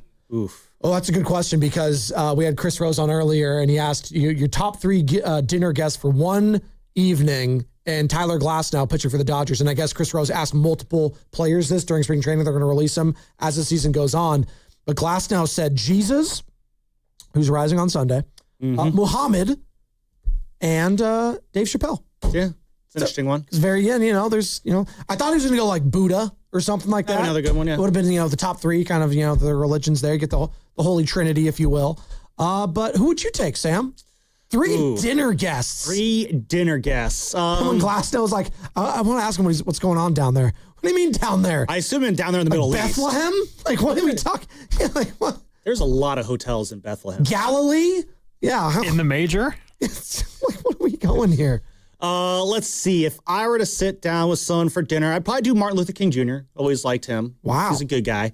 You're just going political as hell. You know, Unfortunately, MLK, there's a bit of a political. Malcolm X, yeah. What do you mean always liked him? Yeah, I'm a big MLK guy. George Washington. Yeah, I know I'm going political. I got some thoughts on for George. Like, hey, George, how do you think things are going right now? Yeah, I'm sure he would have a very. Something tells me that unifying George answer. Washington sitting aside across from Martin Luther King. It's going to go very well.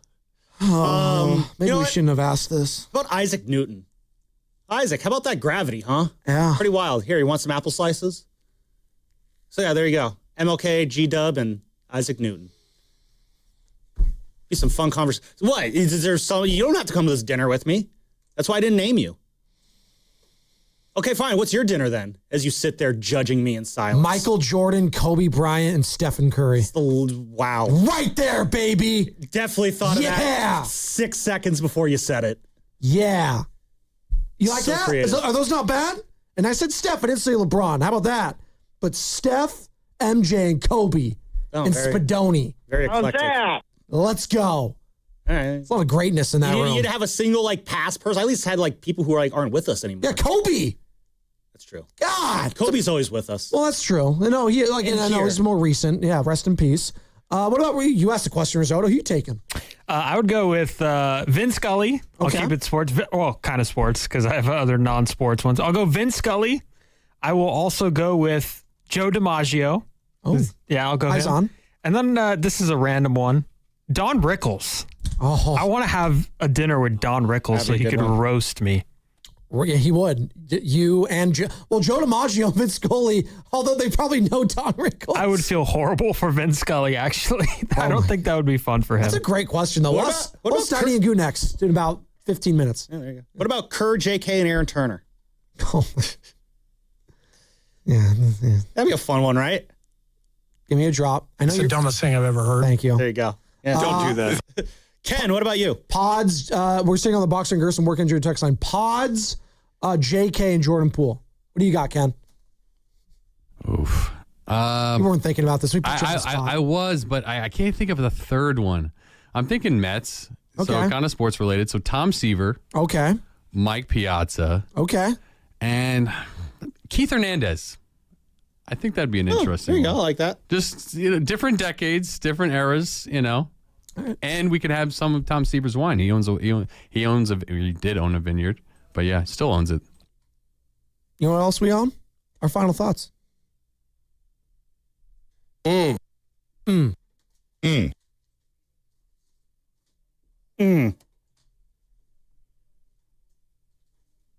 get it. You know what I should have said?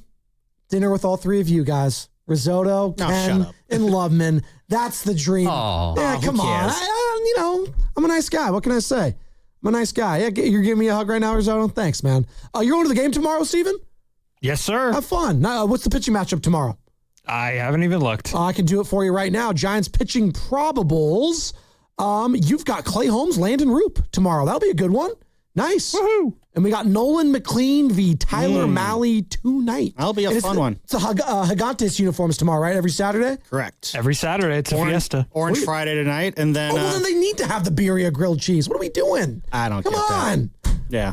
And then Saturday, Kodai Senga against Logan Webb. That is a great Easter Sunday matchup. Senga versus Webb. That'll be sweet. That will be a lot of fun. My final thought is your San Jose Sharks are in this thing. Woo. We were leaving them for dead a week ago. Steiny's walking by the studio right now. He was like, the Sharks, they're not going to do anything. They're cooked. Sure. He didn't actually say that, but I assume that he would say that if I asked him his opinions on the Sharks. But great 4-1 win for the guys last night. Zach Ostapchuk, man, all over the place in that first period. What was that name? Zach Ostapchuk.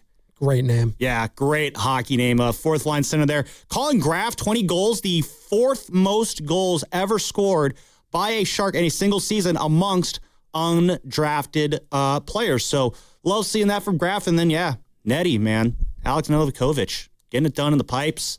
Sharks, man, they're in this thing. God they have a bless you. chance. God they could bless do your it. pronunciation, Sammy. That was incredible stuff right there. Hockey, I have a lot of respect for any broadcaster, radio, television, otherwise, having to pronounce some of the names you see, the Eastern European names in particular, the Scandinavian names on top of that. But we do watch these games, contrary to what others might say. We do. Do they have a third or fourth period in hockey? I don't know. Ken, what do you got? Yeah, two things. Actually, I'm going to change my dinner vote. I'm going with the three best actors in gangster movies: James Gandolfini or shows. James Gandolfini, Robert De Niro, James Cagney. I think that would be really fun. Wow. Okay. So Blast from the Past and somewhere in between. Also, Tony Vitello, man, you just don't know what to expect. I asked him that question last night. Again, didn't expect the answer that he gave me, but now after being there and being in the room with him, the guy's growing on me. I'm really enjoying. He's a fun guy. You never know what he's going to say, and out of left field, he threw that Tiger Woods quote at us, and I was like, all right, let's go. I'm in. Risotto. Yeah, so we talked a little bit about Easter and kind of what the plans are, and I know the Shasky household is going to have a fun time on Easter, and I could only imagine what the dinner table is going to look like. I love pepper jack. I love pasta. I love bread. I love rice. I love mayonnaise. I love crab. I love tomatoes. He loves everything.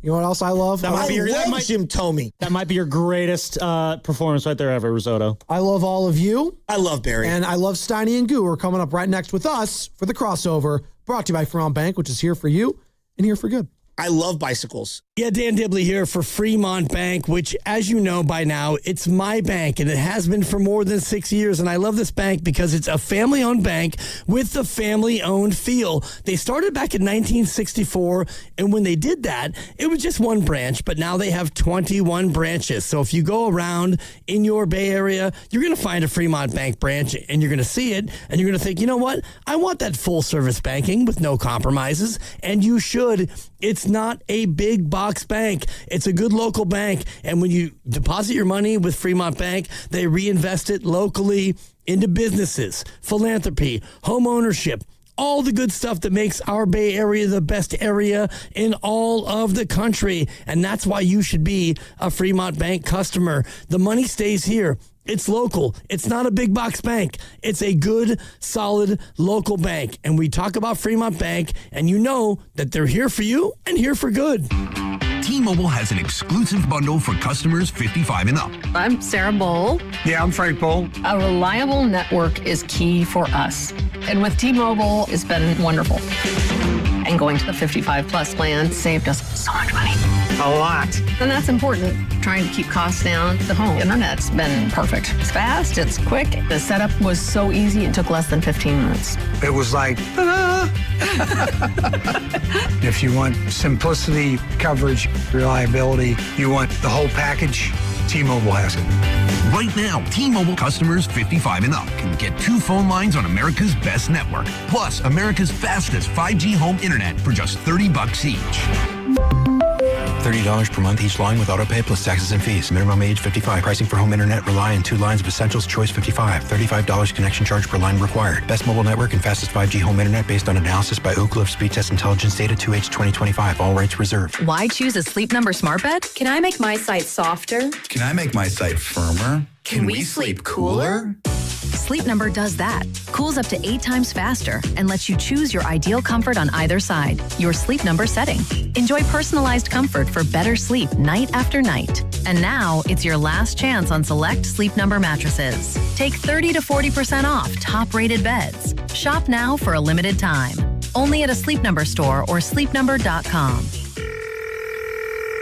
Xfinity Tech Support, Matthew speaking. Hi, I live in a pretty remote place, like Jurassic Park remote. Oh! Wow.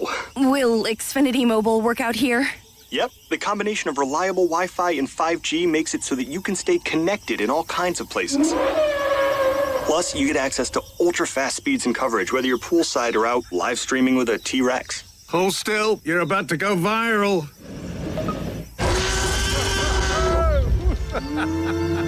Welcome to a new era of Wi-Fi boosted mobile. Cut your mobile bill in half with 2 lines of unlimited. Learn more at xfinitymobile.com. Xfinity, imagine that. Watch Jurassic Park with Xfinity. Restrictions apply. Xfinity Internet required. Savings comparison based on promotional rate for 2 lines of Xfinity Mobile Unlimited versus 2 lines of T-Mobile Experience More, Verizon Unlimited Plus, and AT&T Starter as of February 10th, 2026. Taxes, fees, extra.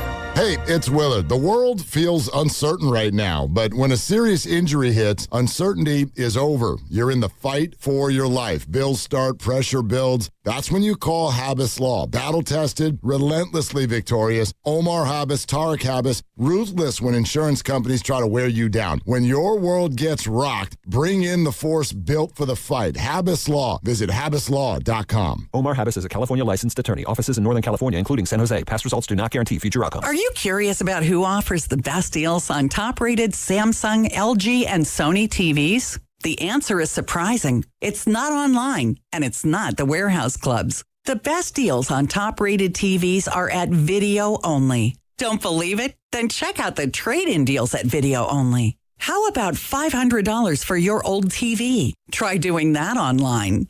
Before you buy that new TV, drop into Video Only. If you don't, you'll be sorry. Hey, what's up, flies? This is David Spade. Dana Carvey. Look, I know we never actually left, but I'll just say it. We are back with another season of Fly on the Wall. Every episode, including ones with guests, will now be on video. Every Thursday, you'll hear us and see us chatting with big-name celebrities. And every Monday, you're stuck with just me and Dana. We react to news, what's trending, viral clips. Follow and listen to Fly on the Wall everywhere you get your podcasts. Oh, could this vintage store be any cuter? Right? And the best part? They accept Discover. Accept Discover? In a little place like this? I don't think so, Jennifer. Oh, yeah, huh? Discover's accepted where I like to shop. Come on, baby, get with the times. Right. So we shouldn't get the parachute pants? These are making a comeback. I think. Discover is accepted at 99% of places that take credit cards nationwide. Based on the February 2025 Nielsen report. There's a difference between liking a house and actually getting it. Redfin is built to make up that difference and close the gap between finding and owning the home for you. Redfin agents close twice as many deals as other agents, so when you find a home you love, you're not a step behind when it's time to make an offer. That means less watching great homes disappear and more focus on the ones you'll actually move into and call home. Redfin helps turn saved listings into real addresses. Get started at redfin.com. Own the dream.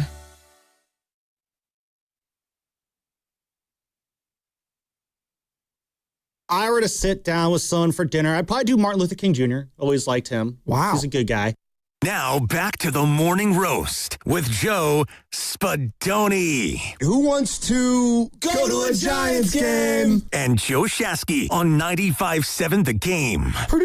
Producer of the year, Steven Risotto. He's been crushing it, man, on multiple shows. You know, Tiago Splitter, I don't know if interim coaches can be up for the year technically. Interim producers should be up for producer of the year. That much I do know. Great job. Great stuff. Sam, great job today filling in for Shasky. Oh, thank you. Steiny and Goo joining us now for the crossover each and every Friday at this time. Gentlemen. What's up, baby? How we doing? Goo, welcome back. Yeah, and Sam, I love you. Had a good time, but I'm disappointed. I was coming in hot on Butch, but he's not here. It can wait till Monday. Oh, you're just pointing with Shasky? Yeah, Shasky. Oh, I thought you were just pointing with me. It's like, really? Oh, no, you're one of my favorites. So I was so confused. I was like, it's kind of a pasta I got you tied in the rankings. I don't want to disappoint Ken's you. at the bottom. Yeah. If I were to rank all the people at the station, I don't want to disappoint. Like, Goo, you're probably at the top. Wow. I believe he means that. Yeah. That puts me in a good It's not really something I've ever thought about, but yeah, I don't want to disappoint you. That would make me upset. It's kind of Shasky, I disappoint all the time, and that brings me joy. Well, I'm driving Monday real quick. Nobody asked to the airport. Got the family listening. I'm listening to the morning roast because I'm a roaster. Thank you. Spadoni goes just out of nowhere. We happen to be in the car. Goo going to see his daughter, Butch. That's great, right? And then Butch, pregnant pause.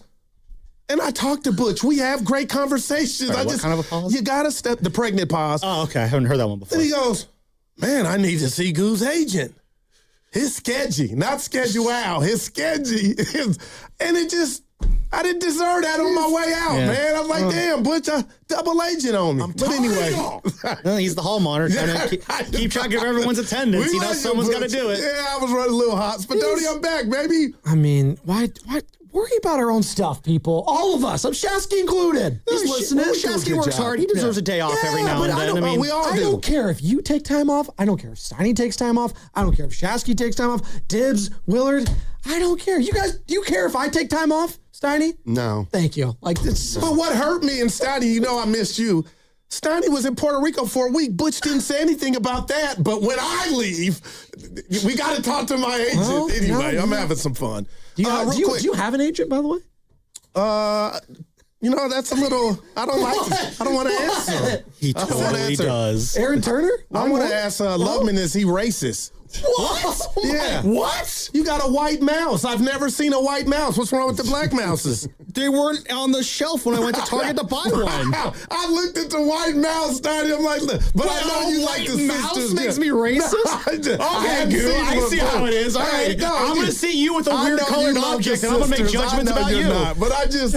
I went to Target, so blame Target. They're the ones who had only the white mouses out I've there. never seen a white mouse. This is wow. Well, After I said all those nice things about not disappointing you, now I'm disappointed. That was bad material. I love you, buddy. Yeah. So we went into this segment, and Chris Rose we had on earlier, John Boy Media, NFL Network, He's awesome. Battle Boss. We love Chris Rose at the station. We have him on all the time, and he did this series of John Boy Media asking different major league players, different teams, your top 3 dinner guests who you want to go to dinner with, right? We have Easter this Sunday, right? And it's funny because Tyler Glasnow was the guy that, we played the clip. Tyler Glasnow, really good pitcher. He's an LA guy.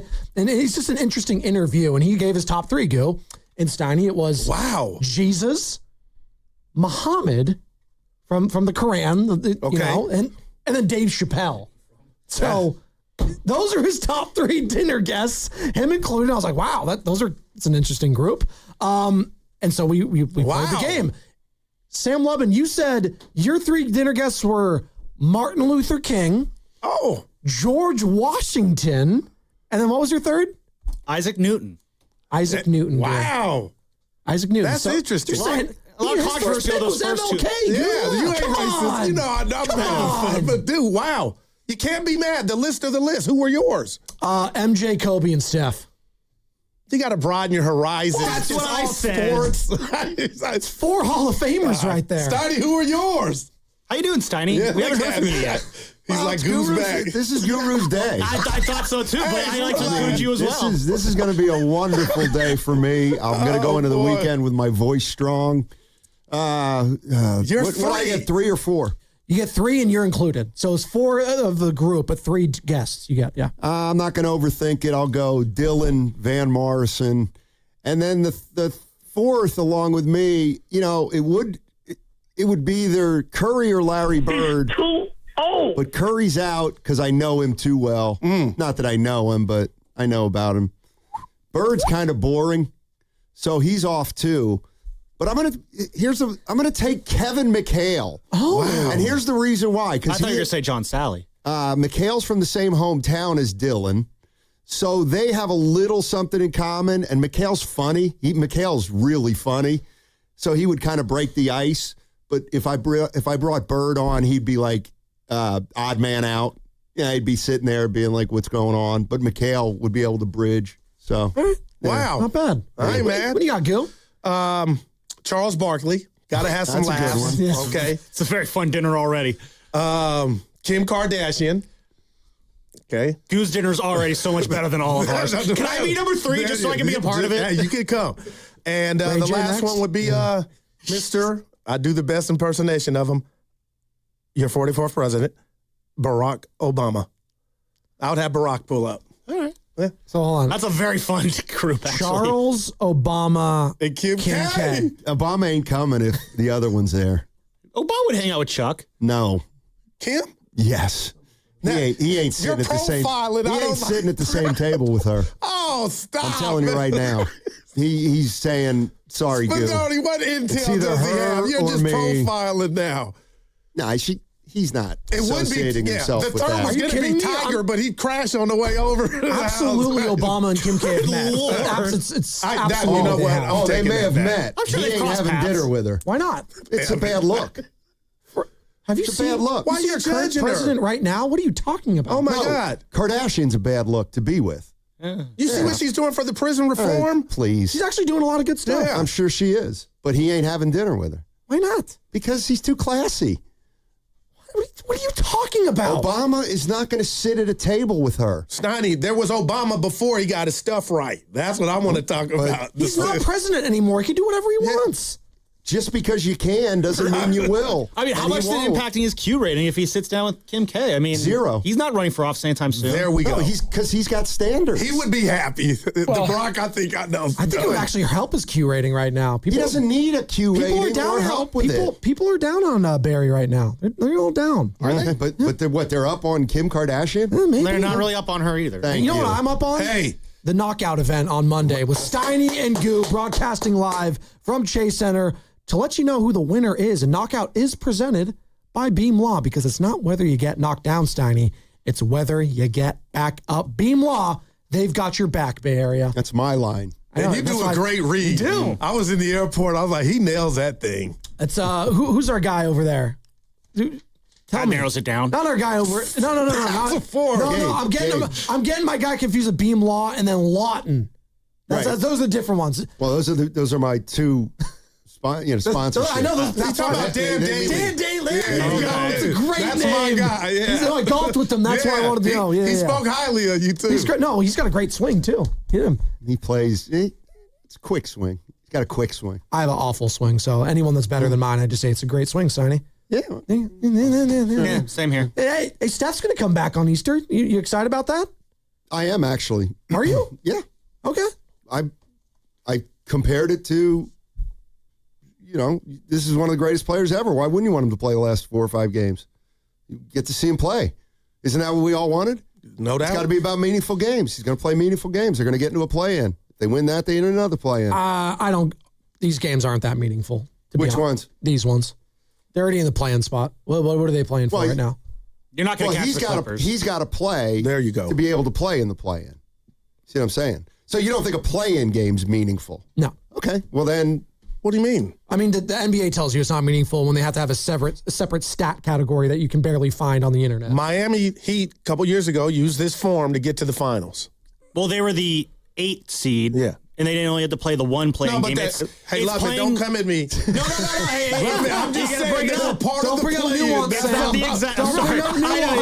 They were part of the play-in. That's all. The NBA stands for the Nuance Basketball Association. No, I mean they're going to be the 10th spot, and they're going to have probably one of the most horrific matchups possible for them in the LA Clippers and future Warrior Kawhi Leonard. Yeah. And unfortunately, it's just they've lost 50 in a row or something to the Clippers, something god awful. I think the number's actually 9, but it's just it doesn't set up well for a very happy ending there. But honestly, that's kind of how this season's been ever since Jimmy went down, and then Steph went down. It's the season's not going to end with a smile on your face if you're a Warrior fan. It's all about looking to next year, but I'm excited to see Steph get back. I want to see how he looks with Kristaps. Everyone keeps saying it's going to look good. It's going to look good. Well, you know what? Let's see it actually look good then. I don't want to ruin our show, but, Steiny was asking what I was hot on. The Giants got swept. Now I feel like they got their feet underneath them. We'll talk about that. The Rumble in the Union. We got a couple of boxers joining us today. Oh, awesome. But also why I'm super hot is we went out there last week, and I really, truly, before we saw Steph, thought he was not coming back. I'm back now. In regard to if the chef is coming back, Lubman, and now you're telling me KP is healthy and Horford gets healthy, this is what we got. Draymond showing a life defensively. Let's see what we got. Why can't we beat the Clippers of Portland? And then who would we dance with? Oklahoma City. Thunder. Yeah, let's see it. Let's see it. And for Tim Kawakami in the Standard to say it, how did that end? How did the Clippers said no on Kawhi? I'm in. Let's go. Well, I guess the way it could is because this whole little tie-up with aspiration, the NBA is thinking of could void his contract, and he'll be a free agent. That's what I was bringing up Spadoni earlier. You'd only need to give up money to bring him in. You wouldn't need to give up any of those draft picks. Why the hell would Kawhi Leonard choose the Warriors of all the teams as a free agent? He can play with Steph. A 39-year-old Steph Curry? Where are they going to get the money? 38. Where are they getting the money? See, that's the part I don't have an answer to. I don't have an answer Well, this would have been a trade, right? Yes. Okay, so. Well, in this scenario, let's play it out, Steiny. A Warrior fan would say, well, if Draymond restructures his deal to free up more cap space, could you bring him in? No. No? No, they don't have money. Why not? They're below the first apron. Okay, so he's going to come here for 10? What if you traded Jimmy? 13? What if you put Jimmy in there? That's what it would probably have to be. No doubt about it. Yeah. Okay, and then the Clippers will say he'll be off the books. Okay, Take your time. So how many? Well, no, a trade isn't possible if they void the contract. True. Ooh.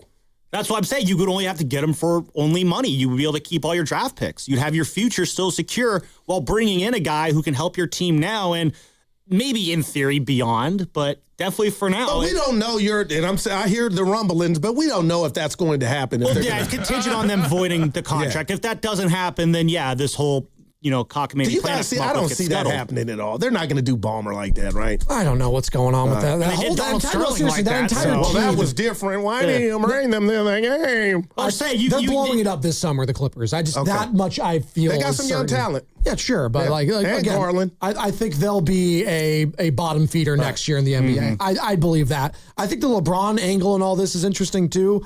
And we asked the question earlier, 888-957-9570. Like, are you okay with the Warriors basically tripling down on their old age? Yes. Because that's what they would be doing. Because real quick, Sonny, that's all they can do. You're telling us right now, how would it fit? I had no answer.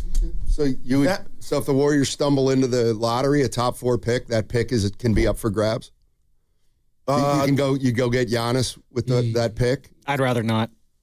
I told you I'm worried about his Carfax report. Okay. If we got to number 4, then what? I'm calling the dogs off. What about Kawhi? They'll take now. The Clippers will say if he doesn't get voided, hey, we'll take that number 4 and Butler, and then one or two more. I got to try to go get our next Steph or something I'm that close. out on trading I'm draft with you. picks. That's Yeah. why, I don't want to trade for Giannis because you're probably giving up 4 future firsts for that to happen. And of course, they're going to be staggered because you can't trade back-to-back picks. But then you're going to have Giannis. He's going to be 32, an old 32. He's a big man in his 30s, which means the body's going to start to break down. 2 steps and he's to the basket, Lutman. Honestly, Stein, you and Evan had a great conversation about this yesterday. You guys were making all the sense in the world. I don't know if I want to build around Giannis when I don't have draft picks to do it. Of course. I don't like that path. And I think the body's starting to break down now. And you guys were doing it yesterday. It's like, you guys are stealing all the stuff I wanted to say. But yeah, I completely agree with your point. I would not want to build around Giannis when I don't have the draft picks to build around him. So that takes Giannis off the board, in my opinion. Now, what if the Warriors just, we do the lottery and they get the 15th pick in the draft? I'm still not trading. It's not just this draft pick. It's the draft picks beyond this season. So it's 2026. You would trade 26, 28, 30, and 32 in this situation. Something like that. Yeah, I'd rather hold on to those picks. Good for you. I'm with you. Because I think those picks are going to be very, very high picks. I mean, they've just told us though ad nauseum, the Spears of the world, the Friedels of the world, they're all going to be all in for next year. That's what it sounds like.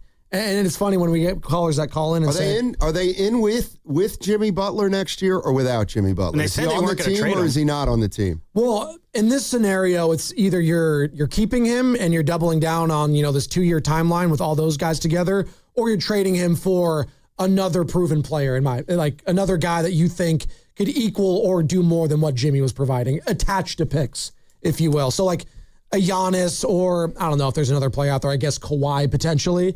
That's what you would be doing. They said that during the trade deadline that they had no intention of trading Jimmy. Is that just for the trade deadline, or is that as long as Jimmy Butler is on the Golden State Warriors, we are not trading him? Well, yeah, I got the sense that they told Butler they're not trading him, but I mean, if there's a deal for Butler because somebody wants to get off his money, or somebody wants the cap space at the end of the year, I would listen for sure. I don't know Jimmy Butler anything. He's still going to get paid. Okay. My question is, if you package Butler's expiring with picks, what could that get you? I'm not keen on doing that, but that's the way you're going to have to go if it's a trade, I think. No, that's your only option, because the only other option they had would have been, including Jonathan Kuminga-sized deal during the trade deadline. It would have been Kuminga and Draymond, but obviously, as we all know, they don't have that option anymore. Right. You're listening to 95.7 The Game, KGNZ FM Nation 1, San Francisco, and Odyssey Sports Station, the home of the Golden State Warriors and Valkyries. Always live on the Odyssey app, coming live from the Laughing Monk Studios. Spadoni alongside Sam Lubman, who's in for Joe Shasky today. The Morning Roast crossover with Steiny and Goo. Goo, you talking yourself into Kristaps coming back? Yeah, at this point, you will find, I don't believe anything more talented outside, and he's already in your backyard, 1 for 25. That's a suffice. That should get it done. and just pray and light candles and open your Bible that he'll remain healthy. Just pray. I'm just. It is Easter. The absurdity of a lineup next year, Steiny. We were kind of talking about this earlier.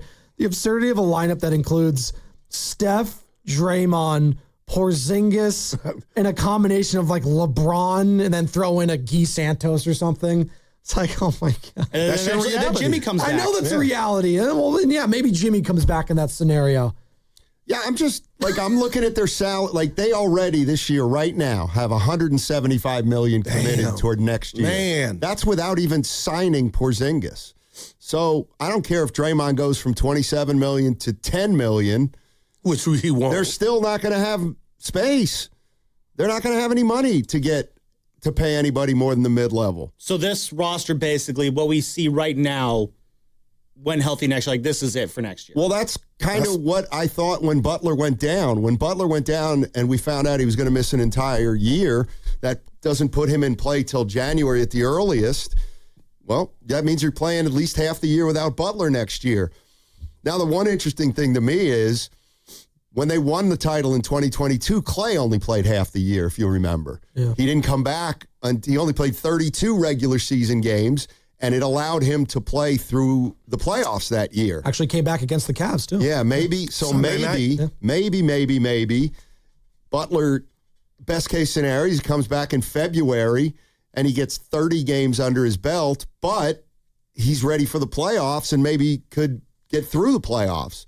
Like that's something that the Warriors have to, I think, keep in mind that is possible. And if he could come back, he doesn't have to go through a whole year before the playoffs. Mm-hmm. Well, I think what we saw last year is you don't need to be good all season long if you're the Warriors. Just be good for like those last 28 to 30 games. And healthy. That's all you need to worry about. Conceivably, the Warriors season next year, in theory, doesn't really even start till February when Jimmy is back. Just be respectable up until Jimmy gets back, get him back in. Yeah, you could potentially roll into the playoffs with cooking something a little up, and then you can be, as Nick Friedel said when he was on with us yesterday, just be interesting. Like, I think that's very much possible for them to do that next year. And that's where I'm at. Group. Like, is anybody in this room, I'm just talking about now, this season, if somehow they get out the play-in and it's OKC, do you give them a game? Do you give them 2 games? Like, I want to see just how far the old version of us stack up against OKC, the defending champs. Like, would it be a sweep? Would the games be close? Like, I've just got myself fired up and revved up to see that if they take care of business and qualify and get into the actual playoffs. If Steph plays, I give them a chance to win one game because he is good. No, he's good enough to get you. He's good enough to get you a win even at this age. And I don't say that lightly. But more likely than not, it's going to look like what it's looked like against good teams. You play tough for a half, and you get boat raced. Because you just don't have the bodies. Quarter horses. Yeah, like, do you see what the Thunder did to the Lakers last night? That was mad. And I know Luka got hurt. They were up 41 at one point. The Lakers are a top 3 seed. Now, do we think they're championship contenders? That's a different conversation. Probably not. But the Lakers have been a good team this year. I think we could all agree in the regular season. They got absolutely boat raced yesterday. Their defense, man. Like, the Thunder are just incredible.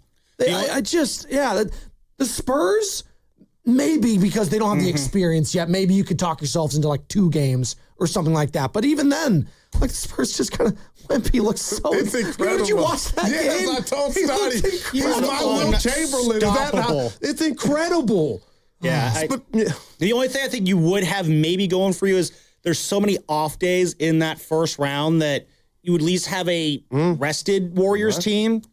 And you had the crazy idea last year that maybe could apply this year. What if you just load manage that first game against the Thunder? Got hell for that. Remember Spadoni. But that's what, because that's the problem. It's not just the fact that the Warriors have to play the Thunder. It's the fact they would have to play the Thunder after 2 play-in games. Real quick on that, what if the Warriors just, load manage that first game against the Timberwolves after that grueling game against the Rockets? Hindsight, Spadoni might have been right. Spadoni did have a point. Steph may not have hurt his hammy. That's a 2. I'm just being honest. Didn't seem that crazy now, does it? Does it, Steiner? No, just like when I said they shouldn't have Birdsong throw at that guy. That is. I feel bad for Birdsong being out for the year. That's a tough scene. Hey, real quick. Giants looking good. Walker in the 6th inning, Lubman. What did your bad signal Spidey senses go? I was surprised by that. Yeah, I guess Tony said after the game that teams are always excited when a starter comes out who's performing well, but they're not usually expecting a closer right after that. So he kind of threw a little wrench at them with that. It's a very fluid bullpen, though. It's a very, very fluid bullpen, obviously. Before we throw the show open for you guys, shout out our producer, Kenny, in the back, asking Tony Vitello about the home run celebration in the dugout. And we got the response of the night from the skipper after Devers' home run. Yeah, I didn't know what was going on behind me. I'm not privy to any of those conversations. And it was very loose in that moment. But I think just when he's up to bat, you got a guy that everybody loves cheering for, and he's one of many in the lineup. But I think it's consistently loose when he's hitting, regardless how the at-bat goes. And then Rafi, I mentioned golf, Tiger. Oh, I guess bad timing. We knew what you meant, Skip. It's okay. There was some laughter in there, but the way Evan faded it out right there makes it so much funnier. Donnie, you knew what he meant, right? Skip, you didn't have to stop. You didn't crash. Still funny, though. That's what I like about Tony. He's a funny guy. On 95.7, The Game. He brings the passion. For what? I want to know now. I'm mentally invested. Don't tell me to pray and you don't say what for. He brings the perspective. Yeah, I think they both have great points. Get off me, text line. He's truly one of a kind. That is wow. Oh, my God. And he's doing a great job. I need you to man up and say what you really want to say. Simon, you're doing a great job. A lot of people miss me. And together, they are Steiny and Guru. Yeah. On 95.7 The Game. All righty, Guru's back. Remember you said you were going to host. First day back. I got in at 4 a.m. Charlotte Airport. I'm writing a letter, email. That'll work. Yeah, well, I just want to be heard. Did you miss me? That's all I want. I tapped in a little bit. Did you miss your boy? Periodically. Damn. What? I was hoping for more. Yeah, every once in a while I'd miss you. Daryl Guru the Johnson. There you go. Oh, here he goes. Here he goes. No, that's Evan. How did you and Evan? How was your did you fight? Because I got some texts. My guys just don't like the way that there's a different Steiny with Evan. And they wanted more of that with me, but we wouldn't have a show. What was surprising, I think, to many is... Did you fight? People were actually thinking that Evan was picking on me. Evan, the streets are tough. What did that... You must have been pissing them off, E. I was being condescending. It sounds like it worked, partner. What's up, baby? Nothing, man. First time ever back on a Friday. That was cafeteria. Dumb. How dumb was that? No, we got the Rumble in the Union tomorrow, so we got two fighters joining us. Why don't you tell the listeners what we're doing today so you can keep them on pins and needles till noon? Well, we're covering everything that happened in the sports last week in the Bay. But Rumble in the Union, as you know, is tomorrow, Saturday at James Logan Pavilion, the gym at 4 p.m. And we'll be joined by Union City's own J-Mac. He's the boxer coming straight up out of Union City at 12. And then at 12:30, Steiny, we'll be joined by Kyle Massantine. So he's also on the card, and we'll talk about him. I just wonder, what do you do the night before the fight, Steiny? Do you watch Netflix, or do you have a regiment to where I got to go to bed at 8:30? Or is it you can't sleep? Do you hit Patron? What do you do? Well, you wouldn't know because you never been in a fight. But like that stuff, like, I want to know. You in bed early? Yeah, they probably try to get a good night's sleep, I would think. They try to eat the right meal. No love making, because they say I'll take your legs out. Yeah, maybe I could be a fighter. I'm going to give you a 4. That's an early 4. Right, my man. Women weaken legs. That's what they say. Mickey. Mickey from Rocky. Go ahead. Ask me what I'm hot on while I was gone. I think I just told you guys, but I'll do it again. Well, we actually had a segment earlier this week about how don't ever ask Guru what he's hot on because you get mad. Yeah. So we don't do it anymore. And I got a bone to pick with Willard. Okay. That was uncomfortable. You got a list? You came back with a list? Dib's not on the list, but you and Evan, I went to the Charlotte Hornet game against the Boston Celtics. Eddie House couldn't get me the tickets. He tried. I waited too late, missed the email. So I was up high. Took out the IG and tried to trick the crowd and zoom in to make it look like I was closer because I was so ashamed. I was up there with God. Bonte texted me, said, tell Jesus hello. And then Evan on the show I'm listening goes, yeah, Goo was at the game. And he was telling the truth. Seemed like they were sitting a little high. We were up there, man. You can't enjoy a sporting event high, Stoney. Not that high, Well. people. You know what I'm... Remember that day I took you to the Warrior game and we were up there with the pigeons? Yeah, that was You can't enjoy it. I treated that as one of those experience gifts. You know how you can get a gift? I think we had somebody driving my caddy. I forget the name. We had you That's see right. that person That's again. right. I'll tell you what, though, that was a good night. I saw parts of Chase Center I'd never seen before. And I got into nooks and crannies up on that third level that I didn't know existed. A couple fans come up and go, why are you guys sitting up here? I felt so ashamed. Like, yeah. Anyway, but Steph's coming back. Yeah. I really, truly thought when we went out to Chase last week, he was not. So forget the future if you can for 4 hours. I know you can't. If Steph's coming back, Horford's coming back, Draymond has life, and you're telling me they're going to play this damn hard, I'm here for it. I'm going Terrell Owens, and I mean it. I got my damn popcorn ready. Let's see it. And then if you could, I didn't like Lubman said, oh, Clippers. And I mean, Portland, they're younger. They got athletes, but they're Portland. Clippers, okay, but they can be beat. San Antonio smashed them last night. I just want to see what we would do with OKC if somehow we were to get through the play-in in regard to games. I can tell you. Give it to me. Well, they'll get swept or they'll squeeze one game out. That's, I think, what'll happen. But would they be close games? No. Well, you don't know that. That's how you feel. Well, then why'd you ask? No, that's how you felt. You're right. But we still, so do we know it's 100% he'll be back on Easter? That's what we're hoping for. Okay. That's the plan. Yeah. That's I'm the back plan. in, man. Okay. All right. Not sure what that means. I'm excited to see. Let's go. You know they still have to win 2 games. I'll tell you what. That part, I hear you. I hear you. I still don't think they're going to make the playoffs. So we got to keep fighting. Well, I'll say this to that. Have you apologized to Steve? No. Okay. Don't do that. I've changed my mind on that now, too. Now, you could do what he did for the coach for the Blue Jays in the World Series. You could send him a letter. That's what you do best. That's how you're right. That's all right. All right. Well, anyway, what about what we talked about? The fact that you're stuck right now, and this is going to be your reality. And when I read that or heard Tim Kawakami from the Standard talk about they were close on Kawhi until 2027, Stoney, this is your reality. 2028, this is it. This is what you got to go to battle with. OGs. Yeah. Yeah. You think they can do it, huh? I'm excited to see. No, I'm being real. No, you're not. You're not. You can't.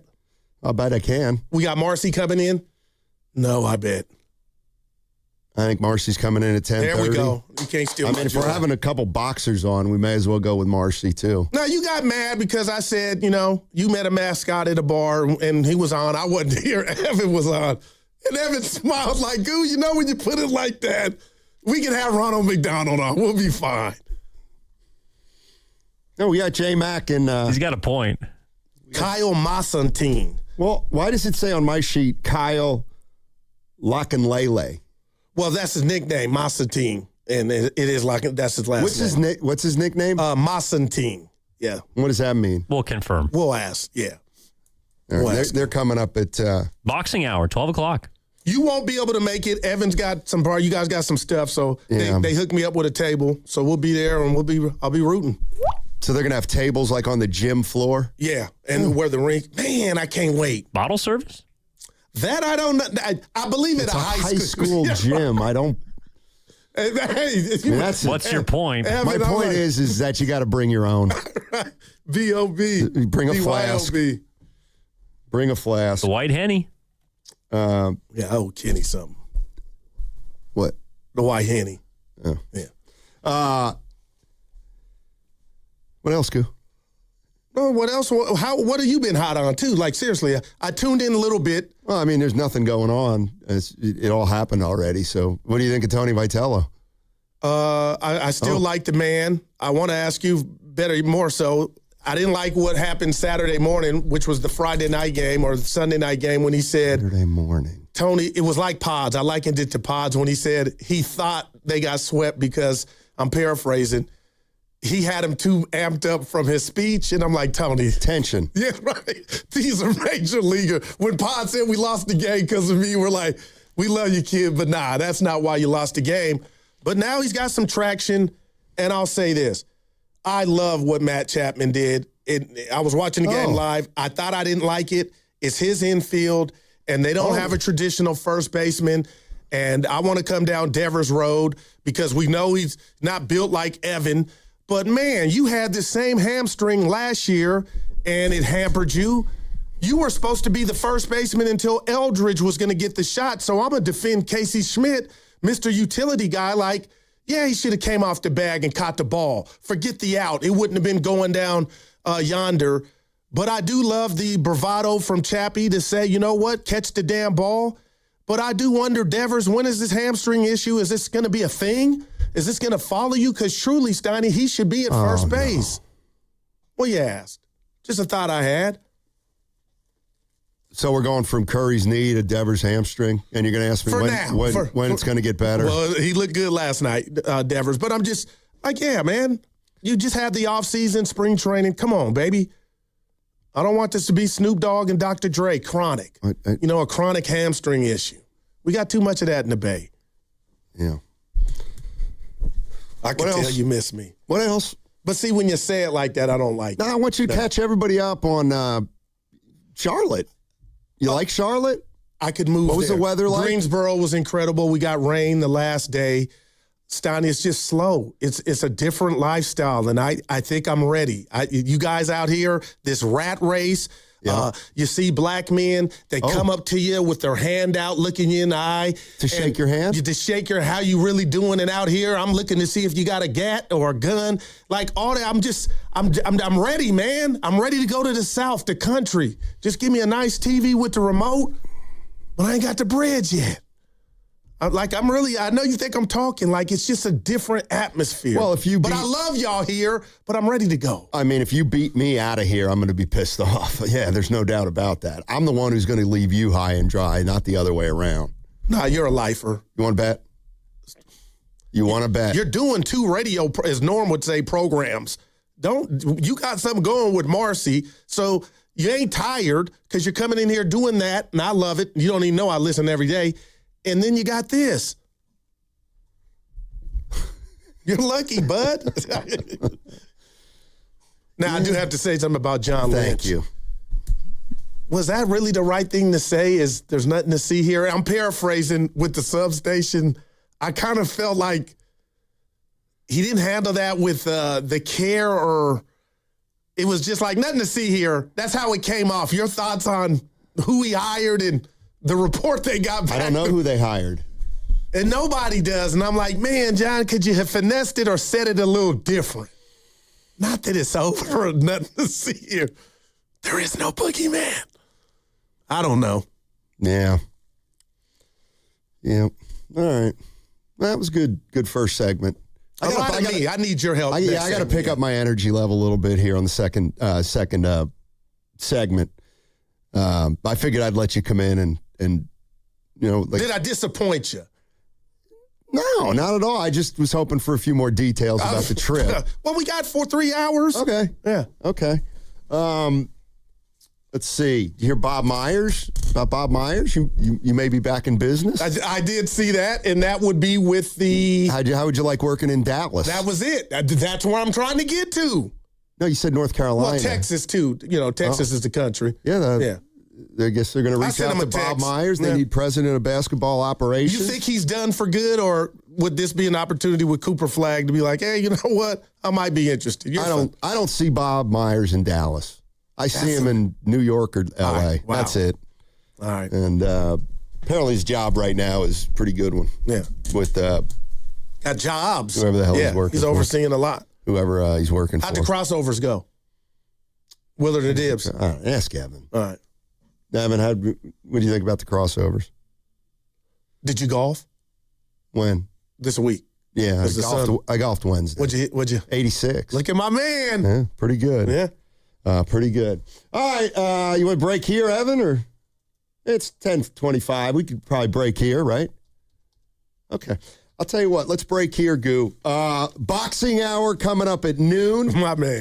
Marcy Weiser coming in on the other side. You got a lot of catching up to do with her, Goo. And also that segment was brought to you by Kalshi. Trade on anything.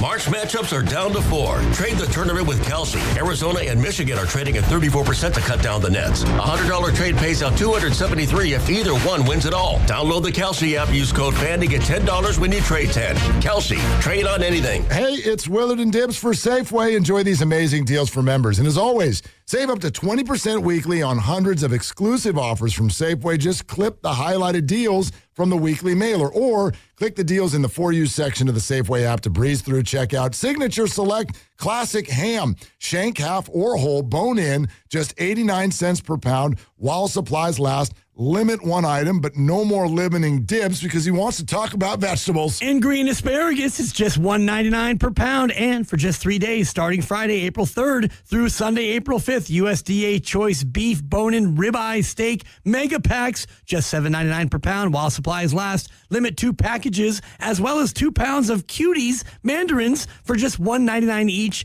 Limit 2. They're so cute. I do like hearing you say cuties. Okay, these and other great deals are available in the weekly mailer and the For You section of the Safeway app. Go to Safeway.com for more details, and we will see you in the aisles. Just hearing the word IRS can make people break out in a cold sweat. No one wants to deal with the IRS, and now you don't have to. The good news is Legal Tax Defense has been successfully negotiating with the IRS for more than 15 years. It doesn't matter how much you owe, whether it's $5,000 or $5 million. You deserve the best in the business on your side, and that is Legal Tax Defense. Even if you're working with someone else and just want a second opinion, there is no cost or obligation to call. They can prevent levies, liens, wage garnishments, even file back tax returns. And the best news about Legal Tax Defense is they won't take your case unless they know they will reduce or eliminate your tax debt. Call Legal Tax Defense right now for a free no-risk consultation. 800-284-1238. 800-284-1238. You have nothing to lose, but everything to gain. 800-284-1238. From Carriage House to glass aluminum doors, RNS Doors has a full line of commercial and residential garage doors and gates to suit anyone's taste and budget. Visit rsdoors.com. RNS Doors. Look for the red truck. Tune in to 95.7 The Game for Warriors Live, 60 minutes before tip-off. Every Warriors game throughout the season as we get ready for the action. Presented by Xfinity, your home court advantage. Brought to you by Xfinity. Watch all your favorite teams all in one place. Xfinity. Imagine that. Injured at work? Don't wait. Every moment counts. You may be entitled to medical care and financial compensation, but time matters. The attorneys at Boxer & Gerson are here to protect your rights and fight for the treatment and support you need. Boxer & Gerson have helped thousands of people across Northern California who were hurt on the job. Don't wait. Don't guess. Get answers. Call Boxer & Gerson today at 510-835-8870 or visit boxerlaw.com for a free consultation. Boxer & Gerson. Your life is worth the fight. Are you lacking energy? Have low libido? Stubborn belly fat that you can't get rid of? Working too many hours at the gym with no results? These are warning signs of low testosterone. The doctors at Prime Male Medical can test your testosterone levels and prescribe treatment if needed. For just $99, get a testosterone test, PSA test, Doppler ultrasound, and a full year of free visits. Prime Male Medical in San Francisco and the East Bay. 415-761-4037. Or go to primemalemedical.com. 415-761-4037. With locations in San Francisco, San Jose, and the East Bay. My name is Whitney Allen, and I'm a widow. My husband, Ryan, died. We never thought we'd ever have to use life insurance, but the unexpected happened. With Ethos, signing up was fast and 100% online. You can get a quote in seconds, apply in minutes, and get same-day coverage. No medical exams, and you can get up to $3 million worth of coverage. I am grateful we were prepared. Get your free quote at ethos.com/radio. That's ethos.com/radio. Paid spokesperson. Time spent on application may vary. Online health questions required. I need a little range. Step to the range. There's a new flavor in town, the Jalapeno Ranch Club at Chick-fil-A. With that juicy Chick-fil-A original spicy or grilled chicken, a buttermilk ranch bun, candied bacon, pepper jack cheese, and jalapeno ranch sauce. It's got big ranch vibes with a little heat.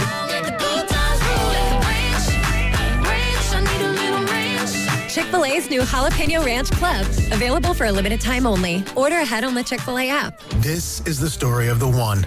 As a maintenance tech at a university, he knows ordering from multiple suppliers takes time away from keeping their arena up and running. That's why he counts on Grainger to get everything he needs, from lighting and HVAC parts to plumbing supplies, all in one place. And with fast, dependable delivery, he's stocked and ready for the next tip-off. Call 1-800-GRAINGER, click Grainger.com, or just stop by. Grainger, for the ones who get it done. There's a difference between liking a house and actually getting it. Redfin is built to make up that difference and close the gap between finding and owning the home for you. Redfin agents close twice as many deals as other agents, so when you find a home you love, you're not a step behind when it's time to make an offer. That means less watching great homes disappear and more focus on the ones you'll actually move into and call home. Redfin helps turn saved listings into real addresses. Get started at redfin.com. Own the dream. The legendary band Deep Purple are hitting the road this summer with special guests Kansas and Jefferson Starship. They'll be rocking Shoreline Amphitheater on September 5th. For more info and a chance to score tickets courtesy of Live Nation, visit the contest page at 957thegame.com.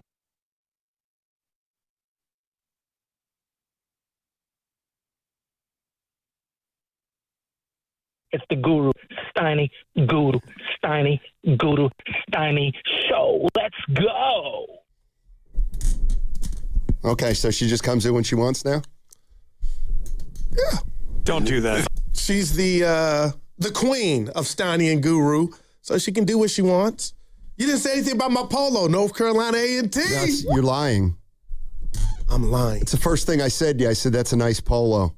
Oh, you know what? You did. Oh, my gosh. Yeah, you did. All right, we'll just put the show on hold till Marcia gets in here. No, never. We got too much, man. What part of 10:30 is hard to understand? Uh-oh. It's a short segment, too. Exactly. What's she doing? Talking to someone? I wish we could, like, have the loud, Maybe get in here. Maybe she's talking to the president. She was recording something. Okay. All right, we'll have her in a sec. Just a hair lead on them and... Go ahead, start a conversation. Are they really going to do this to IU? Just Here she comes. Oh, here she comes. Just chill, and I kind of get it. There she is.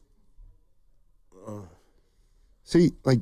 Yeah, that's my girl. I'm going to try to keep my head up here. He was getting angst and, getting cranky. Yeah. What did you call it last week? You had a word for it that he gets. Let's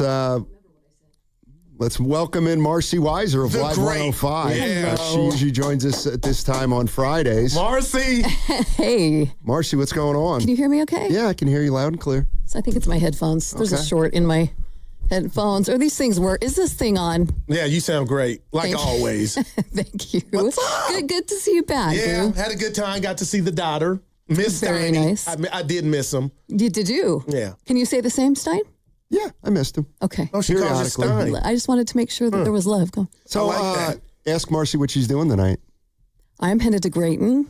Wow, no way. Yeah. Have you been? I have not. I just heard about it. Grayton Resort and Casino. It's a very cool place. Chelsea Handlers tonight. Look at you, and you're excited. I'm too random. Am I prying if I say who you're going with? I am actually meeting a friend there. Okay, I like that. Yeah. What about pregame? Because we'll be at the cafeteria. Gonna be some drinks, maybe some Marcy's Playground cocktails. Gonna have some dinner. That She's got her sounded own- dope. she's getting Playground her- cocktails. Yeah, she's getting her own cocktail at Grayton, possibly. No, but the pregame. What time you leaving out the city? I'm gonna dodge the Oh, traffic. okay. So the earlier the better. So you Just can't gonna come go meet us check at the in. cafeteria. I can't. No. Yeah, I'm going the complete opposite direction next week. But you know what? Just FYI, you're not going in the opposite direction. What do you He's mean? big on this stuff. You live in let me Marin. quiet. You Well, literally no, I'm drive saying- right by the I'm ship on saying- your way to Marin, on your way up to Rohnert Park. Well, okay, if does it make sense for me to wait until 2:00 to go to the ship Now and that then part, that part. right? See, I need to check in early and miss the traffic. All right. She's saying if we were off at that time, she'd pull up. It sounds like, but Right. who's got time to wait like that? I Right. get it. I was hoping to see you last week. We got our signals mixed up. Oh, all right. And I was mad. You were mad. Yeah, because I've been looking for some, outside of work time with you. And it was there, but I had the wrong locale. And then I just got on the freeway to beat traffic. Next Friday. All right, let's do it. All right. That's a plan. Okay. Can I talk to you two real quick about airport etiquette? No, not that. Airport etiquette. Yes. There's a lot of tension in these airports and on the planes. Now I went Southwest and they have assigned seating and you could see people just, oh my God, I hope whoever's sitting next to me doesn't show. Then they see this 6'4" big guy. Oh, yeah. And you can tell like, oh my God. Yeah. And there's not a lot of room on Southwest. Yeah. But I'm not big like that. Yeah.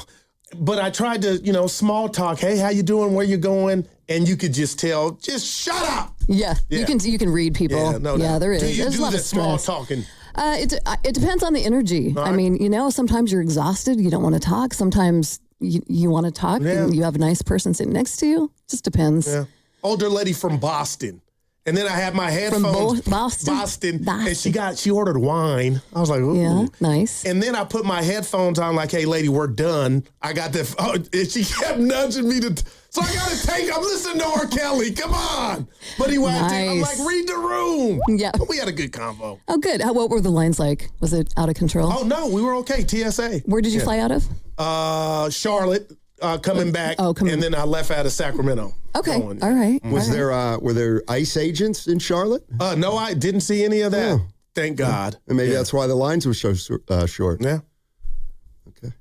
How about those Giants? Yeah, right. Yeah, they killed last night. Look at her. She knows. I wish I could have gone to the game, but I offered you tickets from Jim Mole.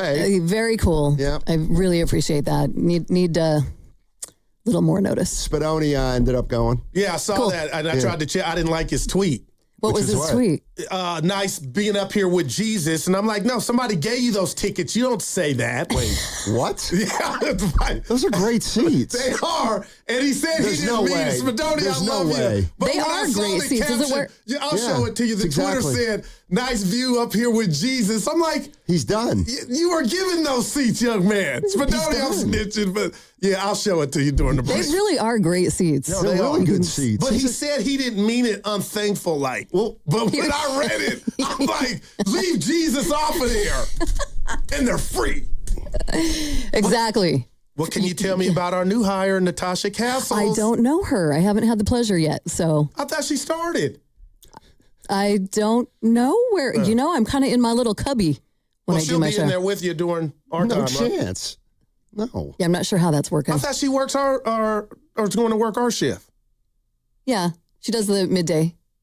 Right, but they're not going to share. They can't do two shows at once. I'm still in there. So she's not out of this studio. I'm not sure what studio we she's don't even in. know where she's working. All right, I saw the email. I want to meet all my coworkers. Sure, of Yeah. course. Tired of some of them. Hey, Steiny. All right. Well, you guys just had so much love a second ago. What happened? No, I really, truly love that guy. Yeah. Like, if something happened, I'd speak at his funeral. Now, I don't think he would speak at mine, but I'll speak at his. Yeah. I hope we never, ever see that. You will. Because of that, what that means. Right. You know what? You're right. Yeah. It's. As you get older, you think about stuff. But yeah, you're right. I should have saved that. Are you excited about Steph Curry playing on Sunday? Yeah, that's good. That's good. Warriors need him. Now, what will you do Easter? Are you a great cook? How do you do it? Do you go out? What happens at the Weiser household on Yeah, Easter? I mean, I've done the brunch thing and stuff. This year, I'm going to take my girls. We're just going to take the ferry. We're going to have some lunch. They want some, we'll stop at the candy store. That's going to be their Easter basket. Yeah. So you're coming into the city? Yeah. Nice. Yep. That is tight. I think it's supposed to be nice weekend weather-wise. Yeah, right? beautiful. Good. Yeah. Good. Nice and warm, gorgeous. Yeah. I did get a pedicure at the airport because our plane got canceled. Mm-hmm. I need to do that more. Yeah. Oh, yeah. No, Isn't that nice? Like, wow. Yeah. Yeah. Just pampered. Yeah. And by the way, you guys, it's Good Friday today. Is it? You know the folklore. If you get a haircut, then that will keep headaches away for a solid year. That's the belief. From where? Where did you Anywhere. hear that? It's just a thing. Well, can you be more specific? It's a thing. I don't know if you're. But where did you first hear this? I don't know. It was on the internet. Steiny, it's got to be true. And I only get headaches 10 to 2, Monday through Friday. I was having fun. Earlier this week, we had callers call in because they said it's really unbecoming when people pick on me. And here both now I got 2 people doing it. I wish I could hear the audio of Evan going in on you. Evan's a nice guy. How can you not like Evan? Evan, did you look that up? If you get your hair cut on Good Friday, Then it's supposed to mean? it means you're not going to have a headache for a year. Oh, whoa. And I don't get headaches, though. You're lucky. You don't get headaches. My cousin Cynthia that Steiny met, it's to the point she gets the migraines to where she has to go to the doctors and get the little procedure. Like, that's wow. I get those too. Oh, no. Yeah, once in a while. Yep. Yeah. Oh, boy. Well, depending on after the show, you might have one approximately, 7 a.m. Saturday morning. Nah, I'm a big everything in moderation guy. Because you don't need a cut. You're looking You good. sure about that? What? Hey, Guru. Wow, she guns blazing. It's a 2-on-1. Yeah. What'd you say? I'm don't getting a need a haircut haircut. Tuesday. Well, it looks good It now. has to happen on Good Friday. It has to be today if you don't want a headache. Lucia didn't have any time today. I thought you were VIP. Well, I could get one at like 5 tonight. Don't let her take a lot off the top. Do the sides, but your top. Somebody told us, and they were right. Leave it long on the top, baby. All right. Somebody told you that? Somebody told me that. Well, oh, my God. You can tell her. What? Yeah, she came up to us, and we were talking haircuts because we were going to get one. We were at the establishment, and she was into cosmetic and Marcy doing knows hair. the woman. How about that? I do? Yeah, Michelle. Oh, I didn't know. Yeah, Michelle. I met Michelle. I would have saw you too had I got the right info, but I didn't. Oh, dang it. All right. Next time. Well, have fun tonight. Thank you. I will. This is usually when we say goodbye, and now I finish up the segment with a read. People calling me loose lips. Wait, what? Loose lips. Who said that? I guess for Spadoni, I said something. Yeah, sometimes. All good. All right, what's coming up on the game is brought to you by Fremont Bank, here for you, here for good. Our knockout event is Monday, and I'll be along with Guru broadcasting live from Chase Center. Make a note of that, Marcy, because I won't be here Monday to do the segment. Live from Chase Center. We'll let you know who the winner is. Knockout's presented by Beam Law, because it's not whether you get knocked down, it's whether you get back up. Beam Law, they've got your back, Bay Area. Injured at work? Don't wait. Every day you delay can mean lost wages, delayed medical care, and more stress for your family. At Boxer & Gerson, we fight for people just like you. Construction workers, delivery drivers, factory workers, restaurant staff, hardworking folks who get hurt just trying to earn a living. We won't back down. We get results. You work hard, you deserve real help. Call Boxer & Gerson now at 510-835-8870 or visit boxerlaw.com. The consultation is free, but waiting could cost you. Boxer & Gerson, justice for workers. Straight Talk Wireless presents Pickup Truck Wisdom. If you're only good to your new friends, you're not going to have any old ones. Straight Talk gets it. That's why new and existing customers get free 5G phones on Verizon's 5G network. Pretty simple, really. You keep good people by being good people. Find us at straighttalk.com and Walmart. Straight Talk Wireless. Straightforward. Always. Taxes and fees apply. Plan purchase required for free phone offers. Copyright 2026 Verizon. I move mountains for a living. Literally. That means I don't carry hand lotion, and when it comes to serious heartburn, I don't mess around with anything but Rolaids. Rolaids' dual-active formula has calcium carbonate and magnesium hydroxide that relieves heartburn fast. Yeah, you heard right. 2 actives for that powerful relief. And the best part? The roll fits right here in my pocket, so I can get back to moving mountains. Rolade spells powerful relief. Read each label. Use as directed. Keep out of reach of children. This is the story of the one. As a maintenance tech at a university, he knows ordering from multiple suppliers takes time away from keeping their arena up and running. That's why he counts on Grainger to get everything he needs, from lighting and HVAC parts to plumbing supplies, all in one place. And with fast, dependable delivery, he's stocked and ready for the next tip-off. Call 1-800-GRAINGER, click Grainger.com, or just stop by. Grainger, for the ones who get it done. Running a business means wearing multiple hats. So if you're like me, you probably started out using your personal phone, taking client calls and texts nonstop. As my business grew, I needed something smarter. That's when I switched to Quo, the #1 business phone system. Quo works right on your phone or computer. No carrying two phones, no clunky landline, just one easy app you can try for free. Your team can share one number and handle calls and texts together like a shared inbox. Any teammate can jump into the conversation so customers get faster responses. And Quo's AI assistant summarizes your calls and responds to customers 24/7, so you never miss a lead or opportunity. All this starts at just $15 a month. That's basically 2 coffees. You can even keep your current business phone number. Find out why 90,000 businesses trust Quo. No missed calls, no missed customers. Try Quo for free at quo.com/sports. That's quo.com/sports to try Quo free. QUO.com/SPORTS. Wesley is a truck driver. I drive a truck and I love what I do. A truck driver with IRS troubles. They told me I owed them $43,000. It got really bad. Quite a few letters in the mail. They were talking about wage garnishment, coming after my house, my car. Yeah, they don't play around. I seriously thought that I was going to lose everything. One sleepless night, Wesley finally made a call to Optima Tax Relief at 2 a.m. Kind of figured I'd get a machine, but I didn't. I actually got to talk to an actual person in the middle of the night. He found just what he was looking for. Oh, they were great people. You need a team of people that know what they're doing. Optima Tax, they know what they're doing. Optima Tax Relief came through with flying colors. I saved an incredible amount of money. Happy don't even come close. I was absolutely overjoyed. Take Wesley's advice. If you're in any kind of trouble with the IRS, call Optima Tax Relief. Don't trust anybody else. Call Optima for a free consultation. Call 800-708-5977. 800-708-5977. 800-708-5977. Optima Tax Relief. Some restrictions apply. For complete details, please visit OptimaTaxRelief.com. The NFL offseason is here, but the action never stops. The draft is right around the corner, and Heed the Call NFL podcast with Dan Hanzus and Mark Sessler is your pro football destination. Prospects, team needs, and pick-by-pick coverage of draft weekend. Heed the Call covers all things NFL, and we have fun. No fake hot takes or boring data dumps here. Just entertaining football talk from your favorite buds at the bar. So come hang out with the Heed the Call heroes for football news, analysis, and mirth. All the mirth. Follow and listen to the Heed the Call NFL podcast wherever you get your podcast. Diabetes, high blood pressure, anxiety meds, everyone's on them. If you're a 50-year-old male, maybe a bit porky, and you may even have type 2 diabetes, $1 million of term insurance may only cost you about $200 a month. Call Term Provider. Speak with Big Lou at 800-700-6898. Big Lou will find a term life policy for you even if you have type 2 diabetes, are overweight, or have high blood pressure. Term Provider has helped thousands of people like you who think they can't afford term life insurance.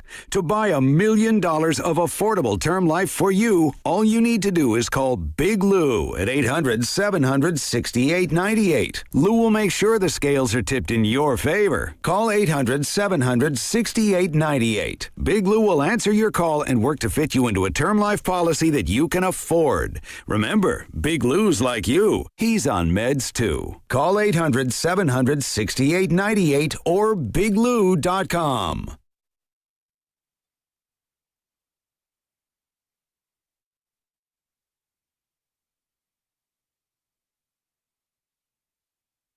A lot of people miss me. I'm talent. I don't book. Now, back to Steiny and Guru on 95.7 The Game. Only if it's Dustin, the Anchorage Wolves mascot. Let me look at you. Can I be real? Yeah. Where's she going, Marcy? To see a comedian. No, but the locale. Grayton Casino and Resort. Okay. It's in Santa Rosa. Yeah, They're one of our sponsors. Okay, got you. I love them. I got you. And she's seeing Chelsea Handler. Do you know who she is? No. I bet you'd recognize her. She's pretty famous. Okay. So I just said the text line seems to intimate that Marcy doesn't like that segment. Oh, my God. And I said, wow, that is wrong. Oh, my. She loves it. Maybe she doesn't. Austin, San Jose, slow down, Guru. That must have been something earlier. Yeah, with Marcy. Guru got thirsty. 5 hours of energy. Yeah. No, I'm happy to be back. I'm happy to have you back. I'm nervous about Monday knockout. We'll talk about Monday is knockout. This will be the third. Well, we had a meeting yesterday without you. Evan and I went in with a boss, and there were some things that were discussed. There's no way. That involve you. There are rules. When one of us are out, there are no meetings. Well, there was yesterday. I told you he wouldn't like it. I knew he wouldn't. Actually, you knew he wouldn't. Who called it? Nahegan. I thought he was throat punch Mahegan. I thought he was joking, and he's like, no, seriously. And I said, "Oh my days are numbered." So I went in and said, seriously, we got to do this. And he's like, yeah, we got to get some things straight about Monday. And I said, okay, I already know. We're going to go over it again. Kalena Azubuike's going to be there. He's going to intermingle, or he's going to mingle with some of the contestants. Okay. He's going to kind of help them with their shot and do a little coaching, fun coaching. Then he's going to come up at 11:30 or 12, and he'll sit with me while you're participating, and I'll talk to Kalena for 10 or 15.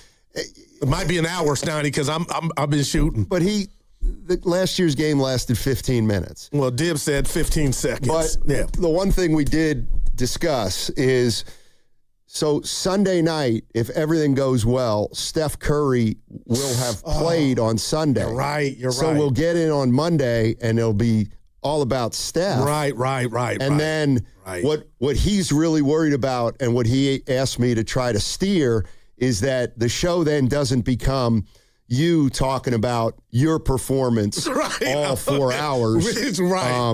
When people are going to want to actually talk about Steph Curry and not when you were eliminated. Couldn't that have just been a text? No.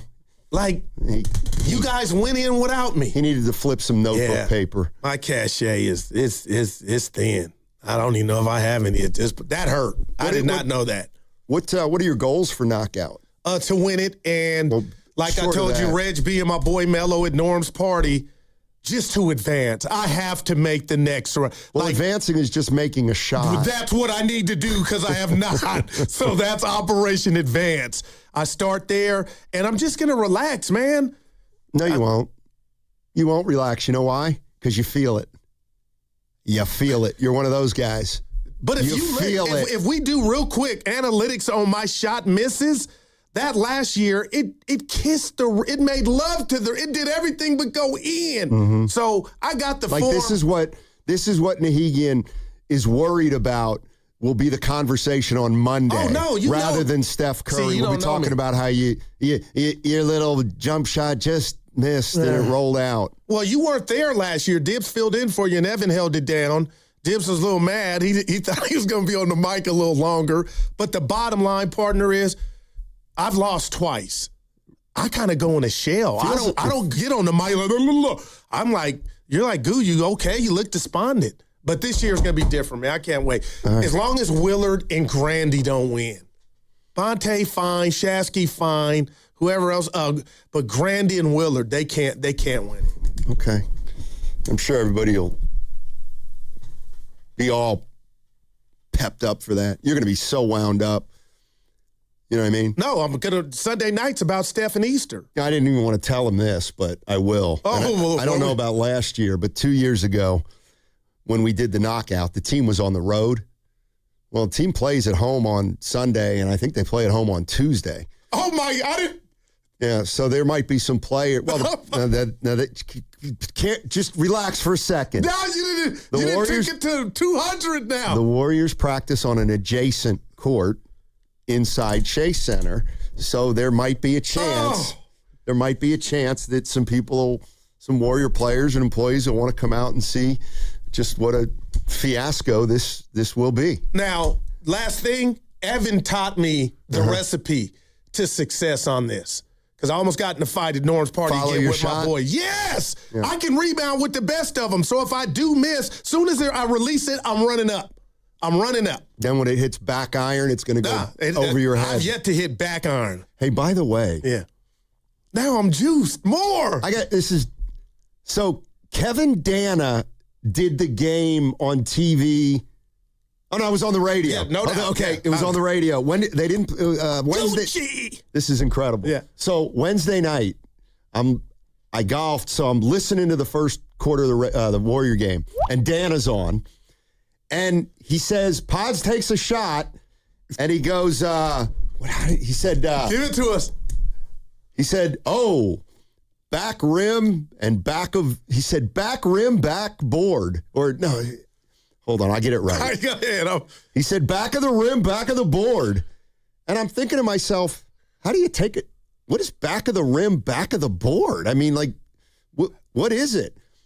I go home, start the game from over, and I see this shot that Pods missed, and I was like, I'll be a son of a... That's back iron, backboard. It hit. Oh, it was such a bad miss that he did describe it perfectly. When Pods misses, you can't miss a shot. It's either a back iron or then it's too strong and hits the backboard. This one kind of did both. Dude, hey, when Pods misses, it's like, damn. Let me tell you who can't hit the side of a barn. We jinxed him, or I did. Give him 20. I'll give you one 20. guess. Who am I talking Melton. about? D'Anthony missing. Like, Steiny, he can't make a shot. Steiny Summer even in the paint. I'm like, D, he got to fix that before the offs. Yeah. Because we love him. Well, they're the play-in is the offs to me. We'll be fine. That was the one I didn't want you to tell me. You need a tissue for that talk one. And be quiet. No, just get a tissue for this one. All right. Melton. Yeah, you said offs. Hold off on playoffs, Scoot, till they win 2 play-in games. But I'm looking at the play-in game as a playoff. It's elimination. Is it elimination game? Yeah. Put it this way. Elimination game. If Curry plays and scores 80, it vanishes. But we all don't like this. It's dumb. We all don't like this. Let me ask you something. You and Evan. Yeah. I miss both of you. Who has the highest scoring game in play-in history? Who cares? No, but there's an answer, Evan. Curry. John Morant? Curry. I don't know. I'm asking. Didn't Ja drop 40 on the Warriors? It was here Friday night. Steph didn't score in OT when they eliminated us. But there's an answer to that, I think, right? I think he's got it with Ja. Okay. I don't know. You know what? I feel like I'm in a funky kind of mood today. Nothing to do with me. No, it's just, I'm okay. So, but I'm also feeling a little frisky, as you like to say. Yeah, I love that. I feel like I need to deliver a PSA to some fans. Ooh. I really do. And that's a public service announcement. And it's to, and you know who you are out there. It's to that group of people that's got a problem with Brandon Podziemski. You idiots are missing the boat. I'm sorry. Well, it seems like the noise is subsiding. I mean, man. Go ahead. I'm going to be quiet. It's hard. You idiots out there that think you see a useless player in Brandon Podziemski, you're missing the boat on Brandon Podziemski. He's a good player. And I wrote down a few things about his game last night. Let's see. Pods right now is trying to do too much. There's no doubt about it. But he's the only guy on the team even capable of creating any kind of shot, even if it's not a great shot. And there you go, man. Like, he's trying. Is he taking chances? Yes, he's taking chances because he doesn't have anybody to play with. You know what I'm saying? And so, you guys have missed the boat on Pods. Yeah. You just have. Nobody's saying he's an all-star. Well, Joe Lacob did. Whatever. That's the owner talking. That's the owner. Pods is a good player. He looks a little funky, little herky-jerky, but the people that don't think he's an NBA player, I mean, what are we doing? Well, we haven't heard from Coach, and Coach, I love you, in Vallejo lately. We haven't heard from Austin and San Jose. Maybe he'll call Evan and Devon tomorrow, but the bottom line is, you talk about me as a basketball fan, a lifelong NBA fan, just basketball in general, and I can sit here and marvel while you guys laugh at a guy. Let's say Allen Iverson on a bad day goes 9 for 24. I marvel at the guy that can hoist up 24 shots in an NBA game because that's talent. And I'm watching what you just said, Pods, and the rest of the gang with the lack of ability to create a shot, and he does it. And now I said it to his face, Donnie, he's added the ability to get fouled. Here recently, they haven't been shooting fouls, but he's doing that. And I got no problem with him if you talk about him from the vantage point of what he is. And Willard called him and asked him, did he take anything back? And he took accountability. I didn't like the next day, some reporter, and it's nothing personal. asked him about that. And I was like, you did that because Willard did it when we had him. But, yeah, I think he's going to be on this team, Donnie. What if I told you he's going to get paid early? Yeah, I don't know if he is or not. Okay. And that's. Would you have a problem with it? Well, you want the books just. I don't. Yeah, I know you are. Whatever they decide to do, they decide to do.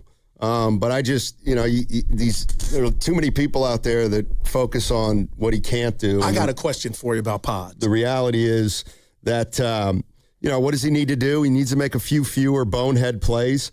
I'd like to see him shoot 85% from the line. I don't think he's up to 80. Could be a knockout. I need a few less heat checks from him over the course of a game. I do think he's a little bit at times selfish. I think he needs to be a little less selfish. Porzingis, just give him the ball. Don't think about it. Just throw it up and throw it up high. I see exactly what Kerr means about him not being a primary ball handler. He's not. He needs to be a secondary ball handler. But he's only doing that because.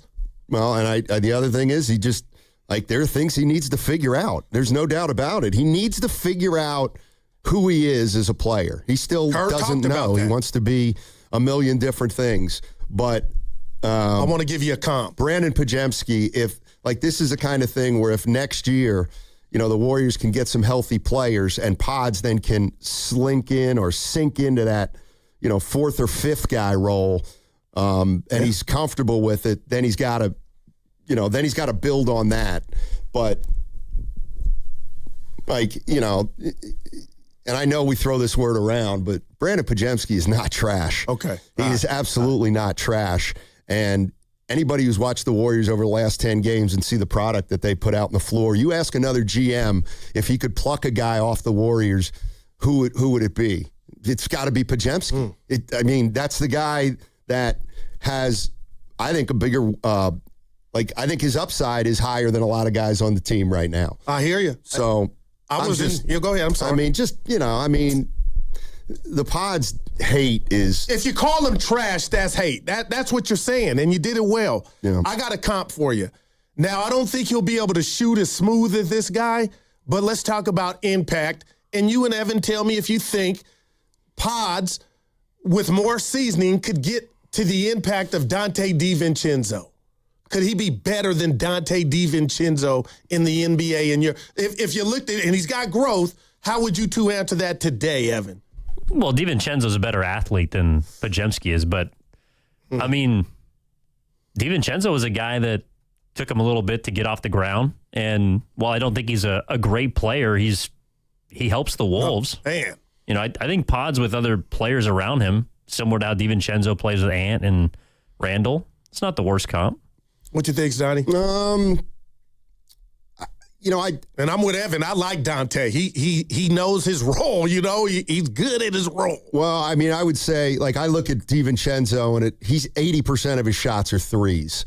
So I think Pods isn't that kind of three-point shooter, and he's shooting 38%. I'm talking about DiVincenzo. Yeah. So DiVincenzo takes 10 shots a game, 8 or threes. A lot of people already, Donnie, hell no. See, but I'm like, hell no what? That he can't be that effective to help a team out. And again, I wouldn't say that. And that's what I'm saying with you. But I'm just telling you what I'm reading quick. Hell no.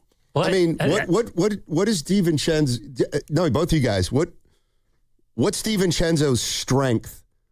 I think it's how hard he plays. Right? He's a connector. I'm baby. Go ahead. He a baby connector to me. No, I was watching the Pistons Wolves game last night, and there's a player for Detroit, Danis Jenkins, who's I like him. Former G League guy. Not really a factor for them because he comes off the bench, but now because Cade's hurt, he's playing for him and he's helping them. Is that a situation where, I don't think Detroit's as good, but no one thought that Danis Jenkins was a player until he got an opportunity. Now he's averaging 16 or 17 points a game for them. I like him. No, he's a good player. I don't know where he came from. But to Evan's point, had Cade not gone down, you wouldn't have known. St. John's. Yeah. You're listening to 95.7 The Game, KGMZ FM and HD1 San Francisco, an Odyssey sports station, always live on the free Odyssey app, and now broadcasting from the Laughing Monk Studios. I did say this, Goo, about Curry. Staff, man. See, I would have thought you'd be fuming like I was. Oh.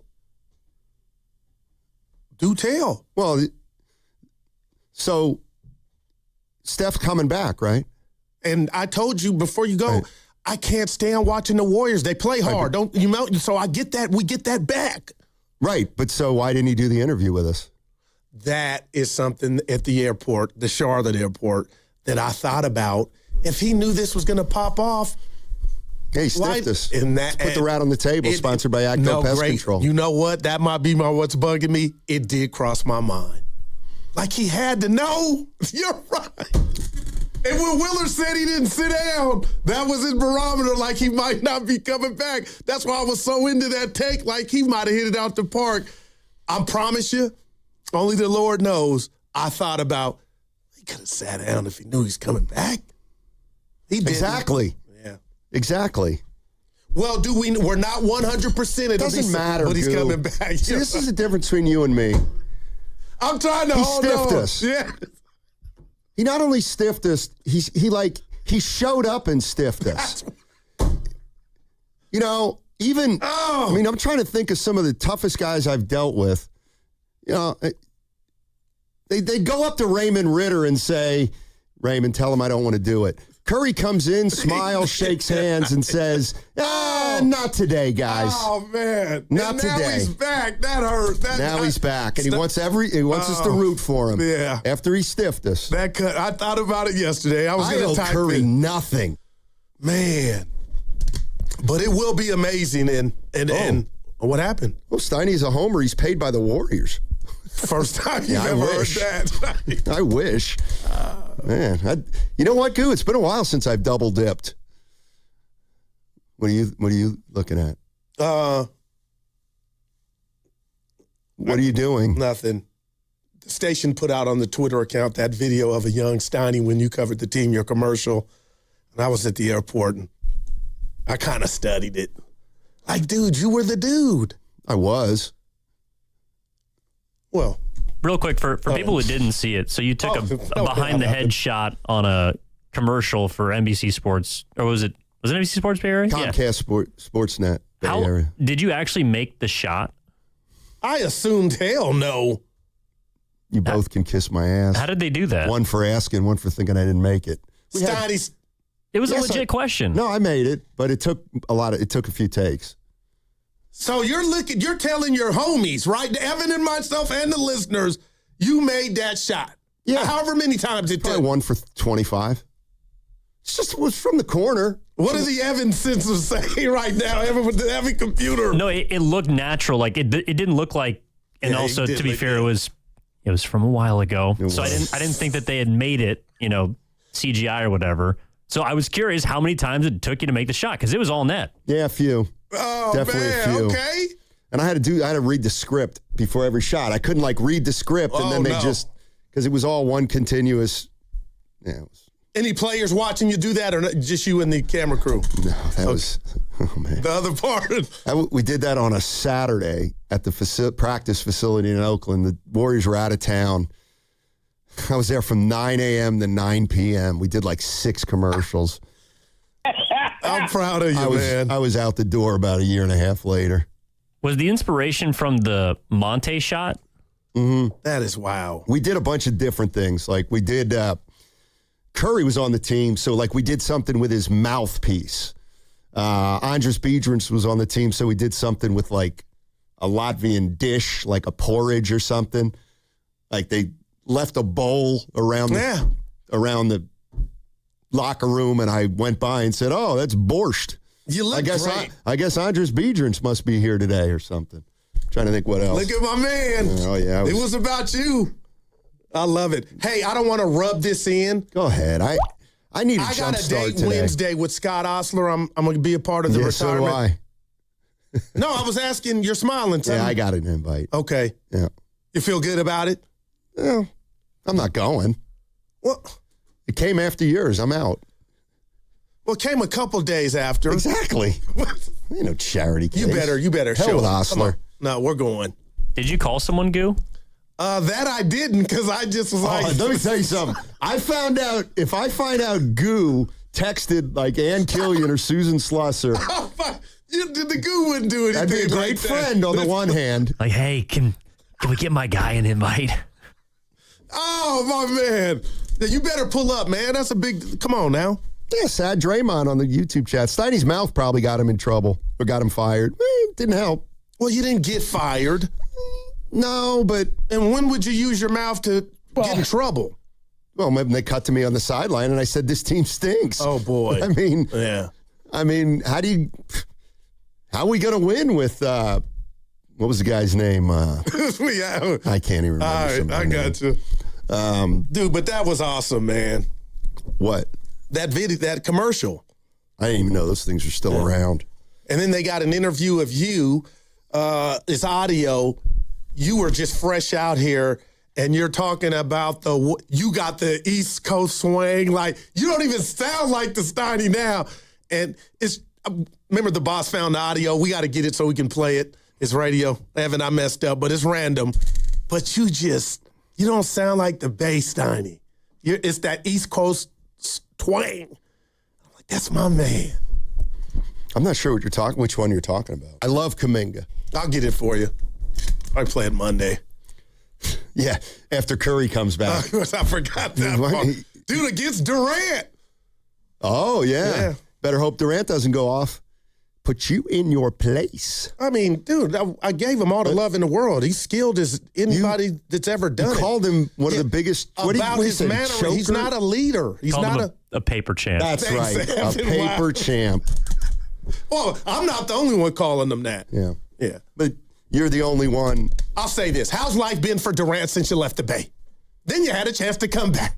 He's a baller. That's all he cares about. He just wants to play. He Ask his Houston teammates. They're talking without putting names on it. They're not talking. They don't like him. You don't know that. I feel it. And, all right. Why are you defending him? Because why are you killing him? He loves the game more than 99% of the players on planet Earth. Well, I'll give you that. He likes to be in the gym. He doesn't like to be at the club. That's one reason I like him. I like guys who love the game. All right. What time is it? 1, 10, 11? Okay. 888-957-9570 is the number. You want to ask anything about North Carolina to Guru? He'll take your questions about, where were you again? Greensboro. Yeah. Greensboro, North Carolina. What's coming up on the game? Brought to you by Fremont Bank. Here for you. Here for good. Daryl Guru the Johnson.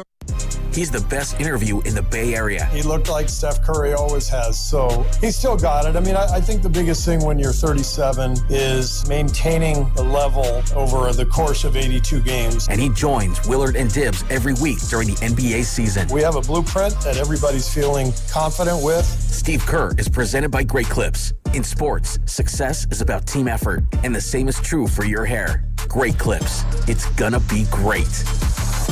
What's your financial future look like? At Pettinelli Financial Partners, we help you shape it. Whether you're planning for retirement, buying a home, or saving for something special, our professionals are here to provide clear guidance and smart strategies. Visit PettinelliFP.com today and take the first step toward a more secure financial future. The financial consultants at Pettinelli Financial Partners are registered representatives with and securities offered through LPL Financial. Member FINRA SIPC. Investment advice offered through Stratos Wealth Partners, a registered investment advisor. Stratos and Pettinelli are separate entities from LPL Financial. Deep Purple, live in concert, 2026 tour. Saturday, September 5th, Shoreline Amphitheater. Deep Purple with Kansas.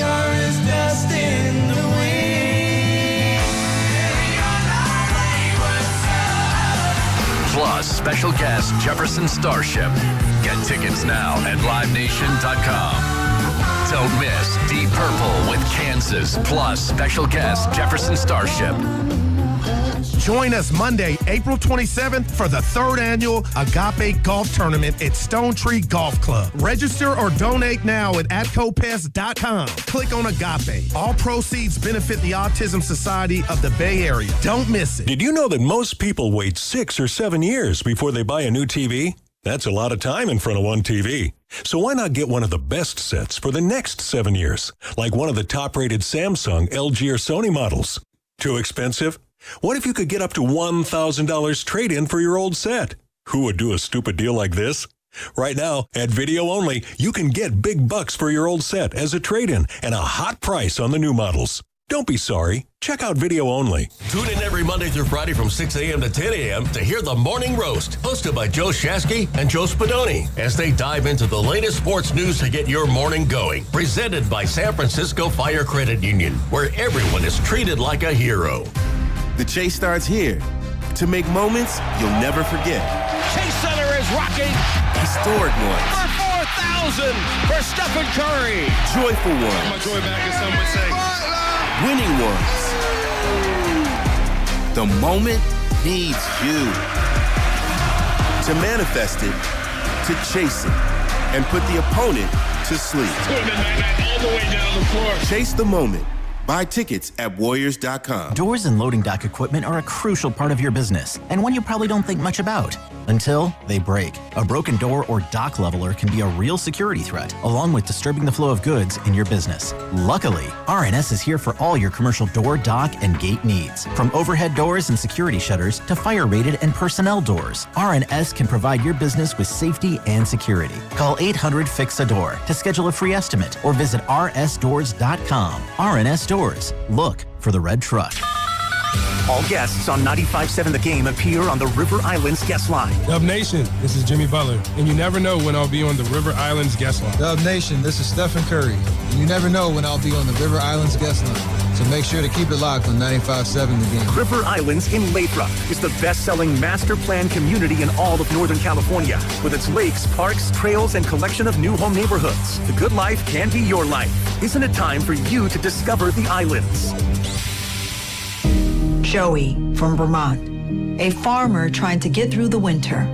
Adriana from South Carolina, a single mother living paycheck to paycheck. Liam from Ohio, an injured father struggling to provide for his family. Hi, I'm Shanola Hampton, and I support the Feeding America network of food banks because they help provide over 6 billion meals to people in need each year. Learn more at feedingamerica.org. This is the story of the one. As a procurement manager for a hospital system, she keeps every facility in her network stocked and ready. That's why she counts on Grainger to be her single source for thousands of products, from disinfectants to lighting, air filters, and more. And with fast, dependable delivery, Grainger helps her keep every facility stocked, safe, and running smoothly. Call 1-800-GRAINGER, click Grainger.com, or just stop by. Grainger, for the ones who get it done. There's a difference between liking a house and actually getting it. Redfin is built to make up that difference and close the gap between finding and owning the home for you. Redfin agents close twice as many deals as other agents, so when you find a home you love, you're not a step behind when it's time to make an offer. That means less watching great homes disappear and more focus on the ones you'll actually move into and call home. Redfin helps turn saved listings into real addresses. Get started at redfin.com. Own the dream. If you own a small business, the pressure never lets up. Something's always coming at you. That's why business owners turn to LendSeek for funding. I don't need promises. I need options. LendSeek's AI platform showed me real funding choices. Now I can cover payroll, handle taxes, and go after growth opportunities without the daily stress. Up to $5 million with funding in as fast as 24 hours. No upfront costs. No prepayment penalties. Start ready, stay ready. LendSeek.com. LENDSEEK.com. The legendary band Deep Purple are hitting the road this summer with special guests Kansas and Jefferson Starship. They'll be rocking Shoreline Amphitheater on September 5th. For more info and a chance to score tickets courtesy of Live Nation, visit the contest page at 957thegame.com.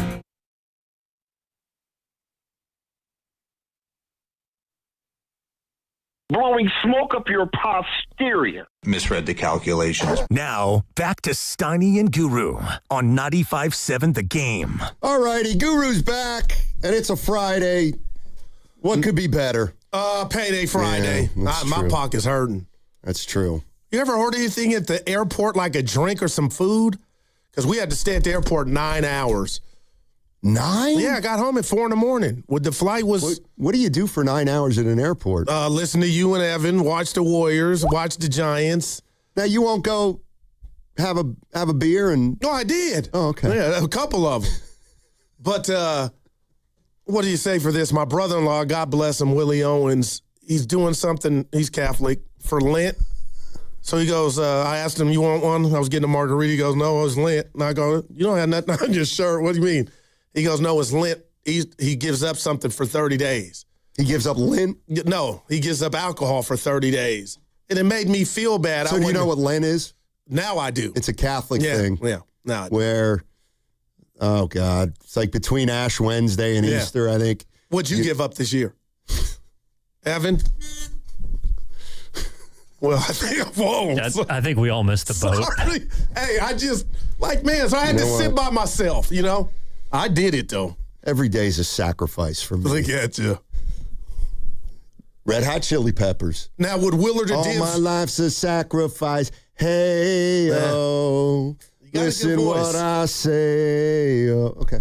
No, you got a good voice. Would Willard and Dibbs fit the bill of, if I asked them, did they give up something for Lent, if you had Willard, to guess? I think, is Jewish. Okay, so he's out. Yeah, and Dibley is simply a heathen, so he doesn't believe in anything. But for Willard, it's Passover. Yes, we got a Jewish guy out there. I tried to take credit for that, and you gave it to Dylan. Remember, he told us it was Passover right now. Oh, I wasn't listening. Yeah. And Dibbs, what do you know about him? Catechism for him, too? I know he's an atheist. Oh, okay, got it. So he ain't giving nothing up. I got you. Well, what do you believe? We're all sinners. What do you believe happens when you die, Goo? You go to heaven. And the guy up above, I believe in God, that he looks at the whole resume, your file. Okay. And he decides where you go. All right, so let's say you make it to heaven. What's heaven like? What are you up to up there? I get to see and talk to moms again, all my loved ones, and a good time. No, I'm serious. Like that's how I envision it. Yeah. If only that's the way it really went. But you don't know that it's that. You know what? I hear you. And that's what life I'm making a smart bet. Are you going to church Sunday? You and Evan. I'm going to the golf course. The church of, I got you. Yeah, I'm golfing. I'll be at Chase Center. There's a game, man. Steph Curry is rising. Do you think he picked out it's Easter, I'm coming back? Yeah, take that, Jaden Ivey. Evan, that's too soon. Jaden Ivey. He went after Curry. You can't go after Curry. Wow. Of all the guys, wow. I hope he gets help, man. He was saying some stuff like it ain't about what you learned. Careful. Yeah, you know what? Let's just end it right there. He looked like a guy that needed some help, that's all. And I'm no clinical doctor. So, you know who Jim Bowden is, right? We had him on. He's the guy that said last year after the Devers trade, they could go to the playoffs and win the division. That's our guy. Right. We had him on. So he was wrong last year. A lot of people were. Well, he's back. Did Willard get him? Well, I got to set up the whole thing. He's got his own podcast called Foul Territory. I played this yesterday. This is some of his thoughts on Tony Vitello. I have to play the ones from last week because they lead into Willard and Dibbs talking to Bowden yesterday about the comments. So I got to play the original first. And Jim Bowden came out hot last week on his podcast about Tony Vitello. I kind of feel like at times he's like deer in headlights, and you watch coaches kind of talk to him, and he just kind of stares sometimes, which is kind of concerning. In terms of his comments after the game, to me it looked like a college coach trying to be a big league manager. I haven't understood the quotes. I think that when you're coaching college kids, you could say whatever you want, and they're going to respect whatever you say, and there's not going to be pushback. And if the media is covering you in college, they're going to write what the coach says. They're not going to write what the players say, right? And the players aren't going to contradict the manager. When you get to the big leagues, there's not a player in that dugout that doesn't have more professional experience than Tony Vitello. Most of them are getting paid more than Tony Vitello. So if Tony wants to sit there and say college stuff to major league players, they're going to push back. It's not going to play well. All right, so that was Jim Bowden after the Yankees series, and then he tacked on. Look, you got to give him time. I like the man. I think he's a good communicator. I think he's got great energy. I think he's a lot of fun. I think he's over his head. So what do? We fix it. So how do we fix it? Well, if I am sitting there and I'm Buster Posey or I'm Zach Manassian, this is what I'm going to do. I've got two guys on my payroll that are both going to be in the Hall of Fame someday. One named Bruce Bochy and one named Dusty Baker. I'm going to let them split the duties, okay? But what we're going to do after every single game and after every single press conference of every single game, one of them is going to sit down and go through the game with Tony Vitello. Going to talk about all the moves, what he did, what he didn't do, what he could do, what he should do. Talk about what he's going to do tomorrow and the next day, what his thoughts on that. And then we're going to break down what he said to the media and what works and doesn't work. We want him to be himself, but we also want him to be professional and not embarrass us, which right now he's embarrassing us, is my take. So I'm for Tony Vitello. I want this to work. Don't tell me after the first week that it's working. It's not. And by the way, I'm not going by wins and losses. The Yankees have a better team. They went up against amazing pitching in Fried, Schlittler, and Warren. The bullpen was great. The losses weren't on Vitello, but let's evaluate him as a manager. He's not ready yet. I guess my first day back, I can go. I love Jim. I respect him, but I wasn't born yesterday. And let's just say this. I totally disagree with what he's saying. I think he has a problem with Tony Vitello if his name was Tom Thumb because he came from the college ranks. And I feel like Jim feels like he knows not the good old boy network, but something close to that, to where he felt like there were 20 other candidates that were more seasoned and were, ready for that job. But to say Tony Vitello should sit down with I'm not ever saying I'd have a discussion with the likes of Dusty and Bruce Bochy, who we both love, is ridiculous. And I think Jim had that energy on, are you kidding me, a college coach managing any MLB team, and that's what I got from that. All right. Yeah. Well, and it's his opinion. I don't know Jim, but that's what there was a lot of mustard there on that. All right. Well, this is Jim Bowden yesterday. He was on with Willard and Dibbs, and I just want to kind of really get into this because Vitello is clearly the story so far. And this is Jim Bowden on the mistakes that he felt Vitello made against the Yankees. On opening day, I felt like you don't have Logan Webb give up 7 runs. I don't think he's ever given up 7 runs. I don't think you leave your ace starter in there on opening day to give up those 7 runs. I thought he should have been taken out earlier and taken care of. Not that I don't think he could have pitched out of it, because we all know Logan Webb is the ace and will finish top 5 in Cy Young. But I thought that was a little concerning. And then on Saturday's game, I felt like with Ryan Borucki on the mound, you don't pitch to Aaron Judge there when you have 2 left-hand hitters behind him, Cody Bellinger hitting directly behind him with first base open there. I felt like, you have to kind of walk him there. And then, of course, Judge hit the home run to left field. So there were just a few moves there that I just kind of scratched my head. I think that's fair. No, that's more than fair. And I thought the same thing. So, but no manager is above that. And his energy was different there. But, and I promise you, when that happened and Judge hit the homer, it was kind of like, man, why didn't, but we do that with all the managers, even the ones that are quote unquote made. But to say he was embarrassing, I thought that was too strong. But you feel how you feel. All right. This is more Jim Bowden on, this fire and brimstone manager. The comments that were made, after the game, blaming it on his fire and brimstone speech. And then you had Robbie Ray and Pat Bailey kind of push back after the game, players doing that. And I just kind of pointed out that, when you're coaching in college, you can say whatever you want and the players are going to respect it. If the media is just going to report what you say, they're not going to go back to the players and get their take on it. So you're not going to get that pushback. But in the big leagues, you are going to. And just pointed out that, look, he's got no professional experience. He's sitting there in the Giants dugout, and he has less experience than everybody in that dugout. Every single coach, every single player, the trainers, the equipment guys, he just doesn't have any, not his fault, but he just doesn't have any experience. So how does he get that? You got to live and you learn. And I'll give you your flowers in regard to you are right, Stoney. This is going to be something for Tony Vitello this whole season. His decision makings, it'll be 2 scoreboards. And if you believe in him and you're giving him a chance, you don't cut his neck off that fast, and he's going to make errors. He's human, but I believe there are some in the game, and I hear some talking heads that just don't like, that he's the first, and it feels like they'll never give him that real chance. And there's some that are giving him that chance. Yeah, I think he's got, this is an audition in a way for him.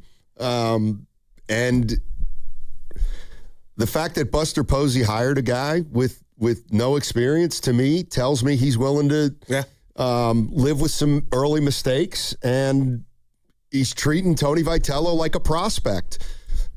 You come up, You protect him a little bit. You don't try to ask him to do too much, and then eventually becomes a seasoned pro. Clearly, Willard pushed back on what does embarrassing mean. You said he was embarrassing. When I was a GM, and I had rookie managers as well, I think it would be embarrassing if I'm going to sit there after the game and I'm going to blame that we lost the game because my speech was too intense and that the players were trying too hard. That's a college comment. That's not a comment a major league manager makes about the team. I felt that was embarrassing to me. You probably didn't even mention it, but Did you hear the interview? Yes, I was getting ready in the shower, and I heard him say that, and I was like, Tony, no. That's why I likened it to Pods when he said, I cost us the game. Your heart's in the right place, but Tony, no, your speech, that wasn't why you lost, but that's going to land and hit different. So, I know he meant something else, Tony did, but to the naked ear, it was like, I had them too fired up, so they were too tight. But I'm like, man, you ain't God, Tony. It's hit the ball, see the ball, field the ball. But, that stuff in the last 7 games, I think, has subsided. And it's just been about baseball and the players, too. And, of course, he has, a hand in it. But that's the stuff that, I don't think will help, Tony. My speech had him wound up. I text you guys. I was like, oh, I didn't like that, T. I'd like to have the board full of quotes from Mark Willard and how he addressed Bowden's. Oh, yeah, that's quotes. what I was like. I mean? Did he have the Pods energy? Because he came. I don't know. Yeah. I don't know. But he did ask him what he meant by embarrassing, obviously. Clearly. We'll ask him when we see. So, I don't know. I don't know. If he thinks it's embarrassing, then he thinks it's embarrassing. What have you seen so far from the team? And before you go, I don't want to apologize to Bob Melvin, but you are right. A manager can do, so much. They're 3-4. They got swept. They'd strike out a lot. Casey Schmidt, I'm not coming down on him at all. I like him. I think he's a platoon player. But I thought the days of him being in there every day, and they haven't even played 10 games, I would like that to be kind of rectified, but you go with who you go with. And, there's no traditional first baseman up here, and it bothers me. And I thought it was going to be Devers, and he would ride us until they felt like Eldridge was ready. But, man, is it the worst idea to have Bryce up here now and, just taking his lumps or whatnot? I know the Pirates called up their top prospect. He'll make his debut today, different organizations. But, I can't get mad at Schmidt because he's not Will Clark at first base with the glove and came off, on those 2 throws. But then you like what Chapman did. Yeah, no, I did. But you don't blame Schmidt. No, I'm blaming Schmidt for not coming off the bag, but he didn't put himself at first base. He's not a traditional first baseman. And I know that, Eldridge it's about the bat that's keeping him down, but I'm just saying, I want Devers to heal so he can play first base. And I don't know when that day's coming. Yeah. He doesn't like to play first. Doesn't seem like it. Ask the Red Sox. All right, this is Bowden referencing Bochy and Baker. They're there to help and advise. It doesn't have to be every game. Maybe it's once a week. But, look, Bruce Bochy, as you saw him win 3 world championships in San Francisco, slow heartbeat, very transparent, honest with everybody, has a really good approach. I think Tony could learn from him. Dusty Baker's style is completely different. He's a tremendous motivator. And Dusty Baker's phenomenal with the media. He builds great relationships with the media. And I think, Tony Vitello has all the qualities that should end up being a successful manager, but I'm trying to expedite the learning curve. I'm trying to do it. I feel like if you give him help early on, we won't get these early mistakes. That's just my opinion. Now, I love that, but it hits different than when you say he needs to do it after every game, and he kind of backed up off that. But obviously, maybe Buster and upper management thought the same thing, and that's why you have the wherewithal to read minds, of good managers, great managers with Bochy and Baker. You'd be a fool, anybody would, not to kind of pick their brain. But when you say it or present it in a way that I thought Jim did early, that it's a mandate, then I'm like, man, you're kind of, I feel like throwing rocks at the hire and the capability of Tony Vitello, getting his wherewithal it becoming a major league manager. There's going to be bumps and bruises and turbulence, right? Yes, there are. And what do you think of the you listened to the show yesterday? Some of it, like the second half. You tell me and I'll tell you. Did you hear my analogy? No. What it would be like? No, I didn't. Because I'm a big analogy Hiring guy. Tony Vitello and then having him talk to Dusty Baker and Bruce Bochy a lot after the games. I'm waiting on this. That would be like if the Golden State Warriors fired Kerr, elevated him to a front office position. Brad Stevens. Hired Danny Hurley, and then said, but Danny, you got to talk to Steve Kerr and Don Nelson about how to coach in the NBA. You think you would have gone for that? No. No. Yeah, I'm with you. And Vitello wouldn't have and shouldn't have gone for that either. Yeah.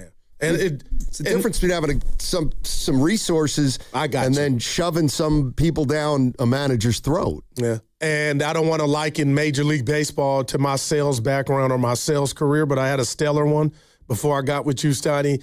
And I was one of those that said, if I don't know the answer, I damn sure know where to go get it. And that's what I believe Tony has at his disposal. And I'm not just saying these two guys, Dusty and Bruce Bochy. You want to hear what Bowden thinks about Matt Chapman? Yeah. Yeah, I don't like the comment. It is what it is. You know, it's one of those starts to the year. You know, yeah, I don't like these firestorms. I don't like these things. I didn't like the Tony Vitello pushback. I don't like these comments. You know, win or lose on the field, let's not talk about it. That's my opinion. I don't like side stories. I don't like that we're on the radio talking about Vitello and talking about Matt Chapman. As a former GM, I want the players to win or lose on the field and have that be the conversation. Yeah, no, I didn't like it. I'll say this to that, in particular here in the Bay with the Warriors. Draymond Green's headed to the Hall of Fame, and we all know that. And do I agree with everything that he says and does? And it's different sports. No, that's obvious. But I give him credit. He plays with his heart like a Wolverine and bites his tongue for no one, even the head coach. Matt Chapman's been in Major League Baseball forever. Right. I told you guys a couple years ago, Willard and Dibbs, you guys laughed at me. So did you, Steiny, when Duvall was, going through it and his body mannerisms were just off. And I said, rewind the game. It was a Sunday game against the Yankees, and Duvall had given it up, and they came out to get him. And I'm telling you, Chappie had the look of death in his eyes, and you guys laughed kind of like, I didn't see anything, and he didn't say anything, but now I know this time he said something, but he's sure that day that I thought I saw something, he was definitely thinking something. He didn't say it, but he went off, and he said, dude, hey, even if I was a bad throw, catch the ball, I had no problem with it. Evan pointed out that, it's not who Chapman is. He doesn't do this. Yeah. So Evan thought it was a real big deal. See, he wants Chapman suspended. See, there's nothing he can do with you. This is what went wrong in the crossover yesterday. That I did hear with Willard. Yeah, Steiny was trying to light a fire, and I just said, you know what, fine. And I didn't like it, but I think the reason why is because you've never seen it. Exactly. It seemed. I thought it was also kind of weak. If you're gonna call a guy out, seriously, and this is, you do it in private. Okay. So if you're gonna get mad at your guy for making a mistake, which he did, a second one, you do it in the dugout. You don't do it on the mound. But you and I, in our show, and it sounds like Evan did it to you while I was gone, we have some flare-ups. Would he have said it to Devers? Thank you. No, but I'm not a. Thank you. I'm not a you're 100% right. No, I don't know. He wouldn't have. But yeah, and he got 2 errors, Chapman, on that. So that had something to do with. Let me tell you about Willard from afar. And Mark, you're great, and he knows it. He has his opinion, but then he is just in love with everybody else's opinion that doesn't mirror his opinion.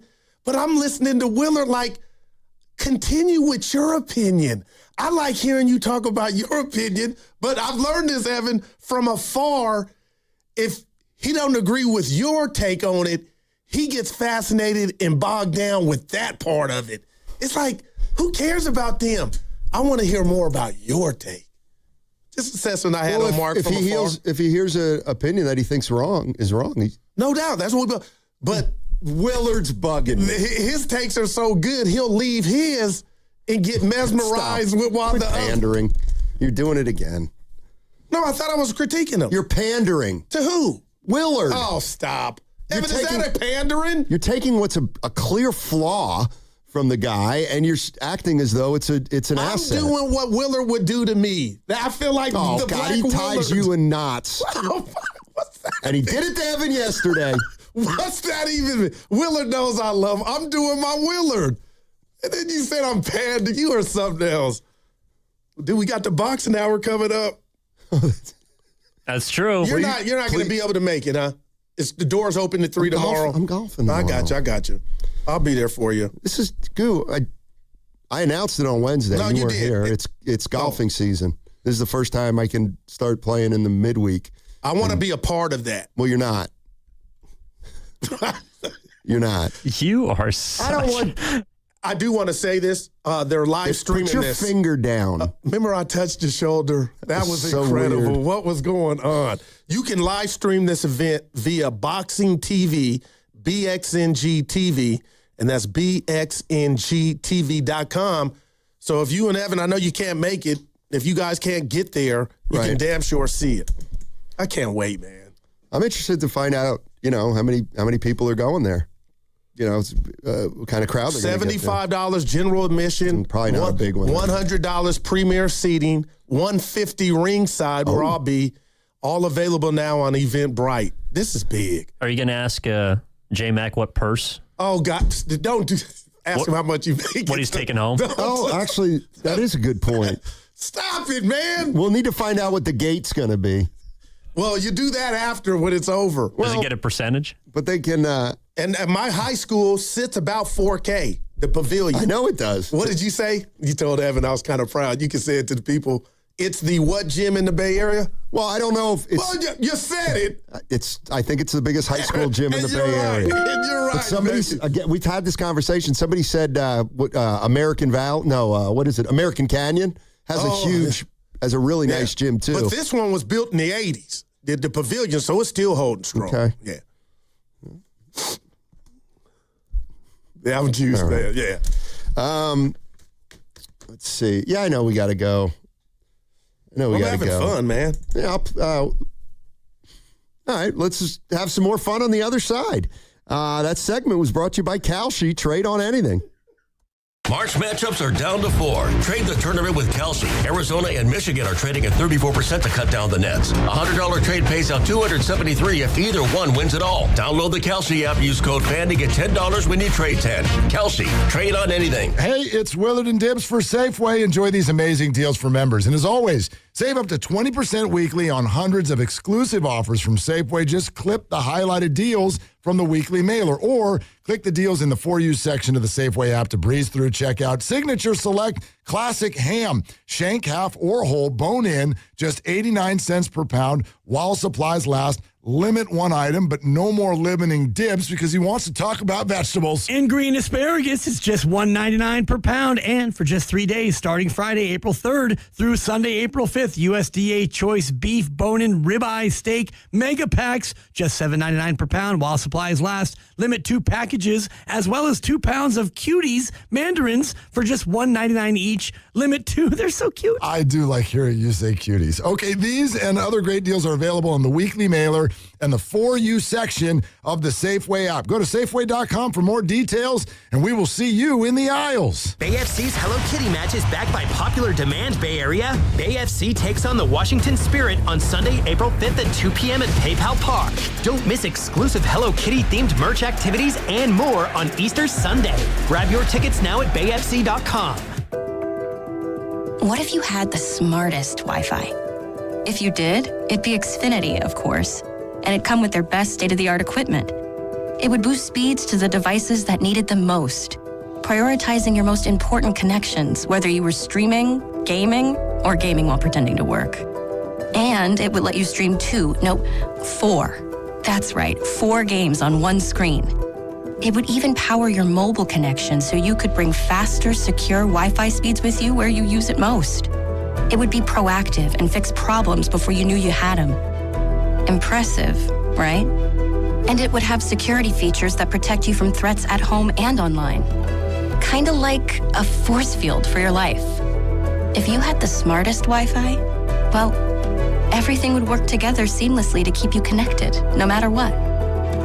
Xfinity. Imagine that.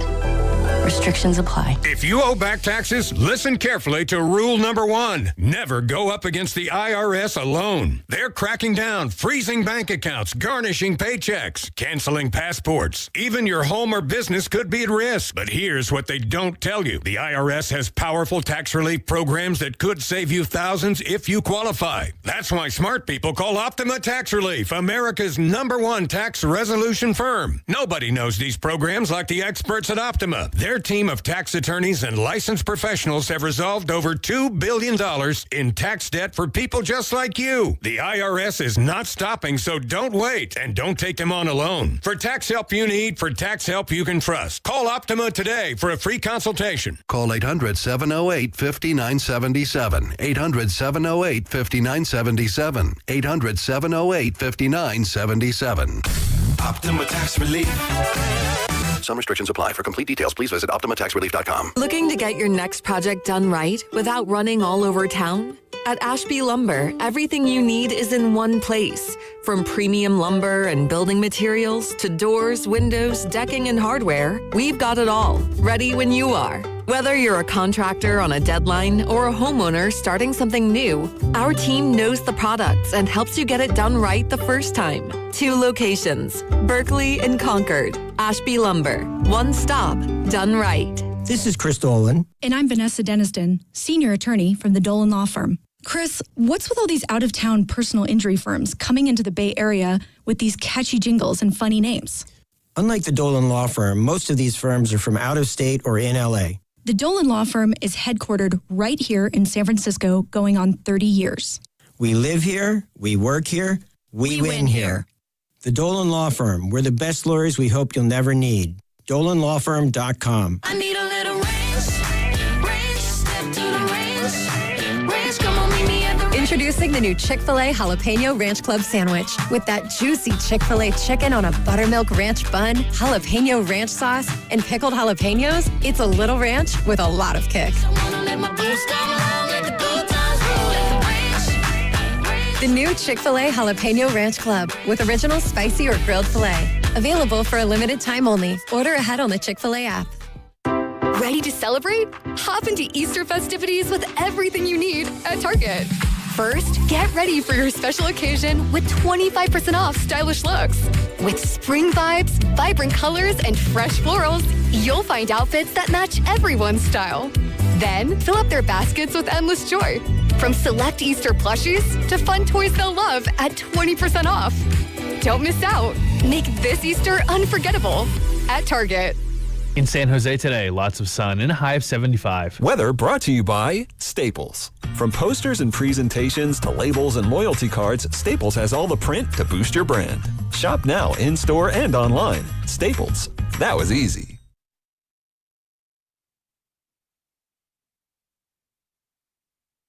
We're dysfunctional.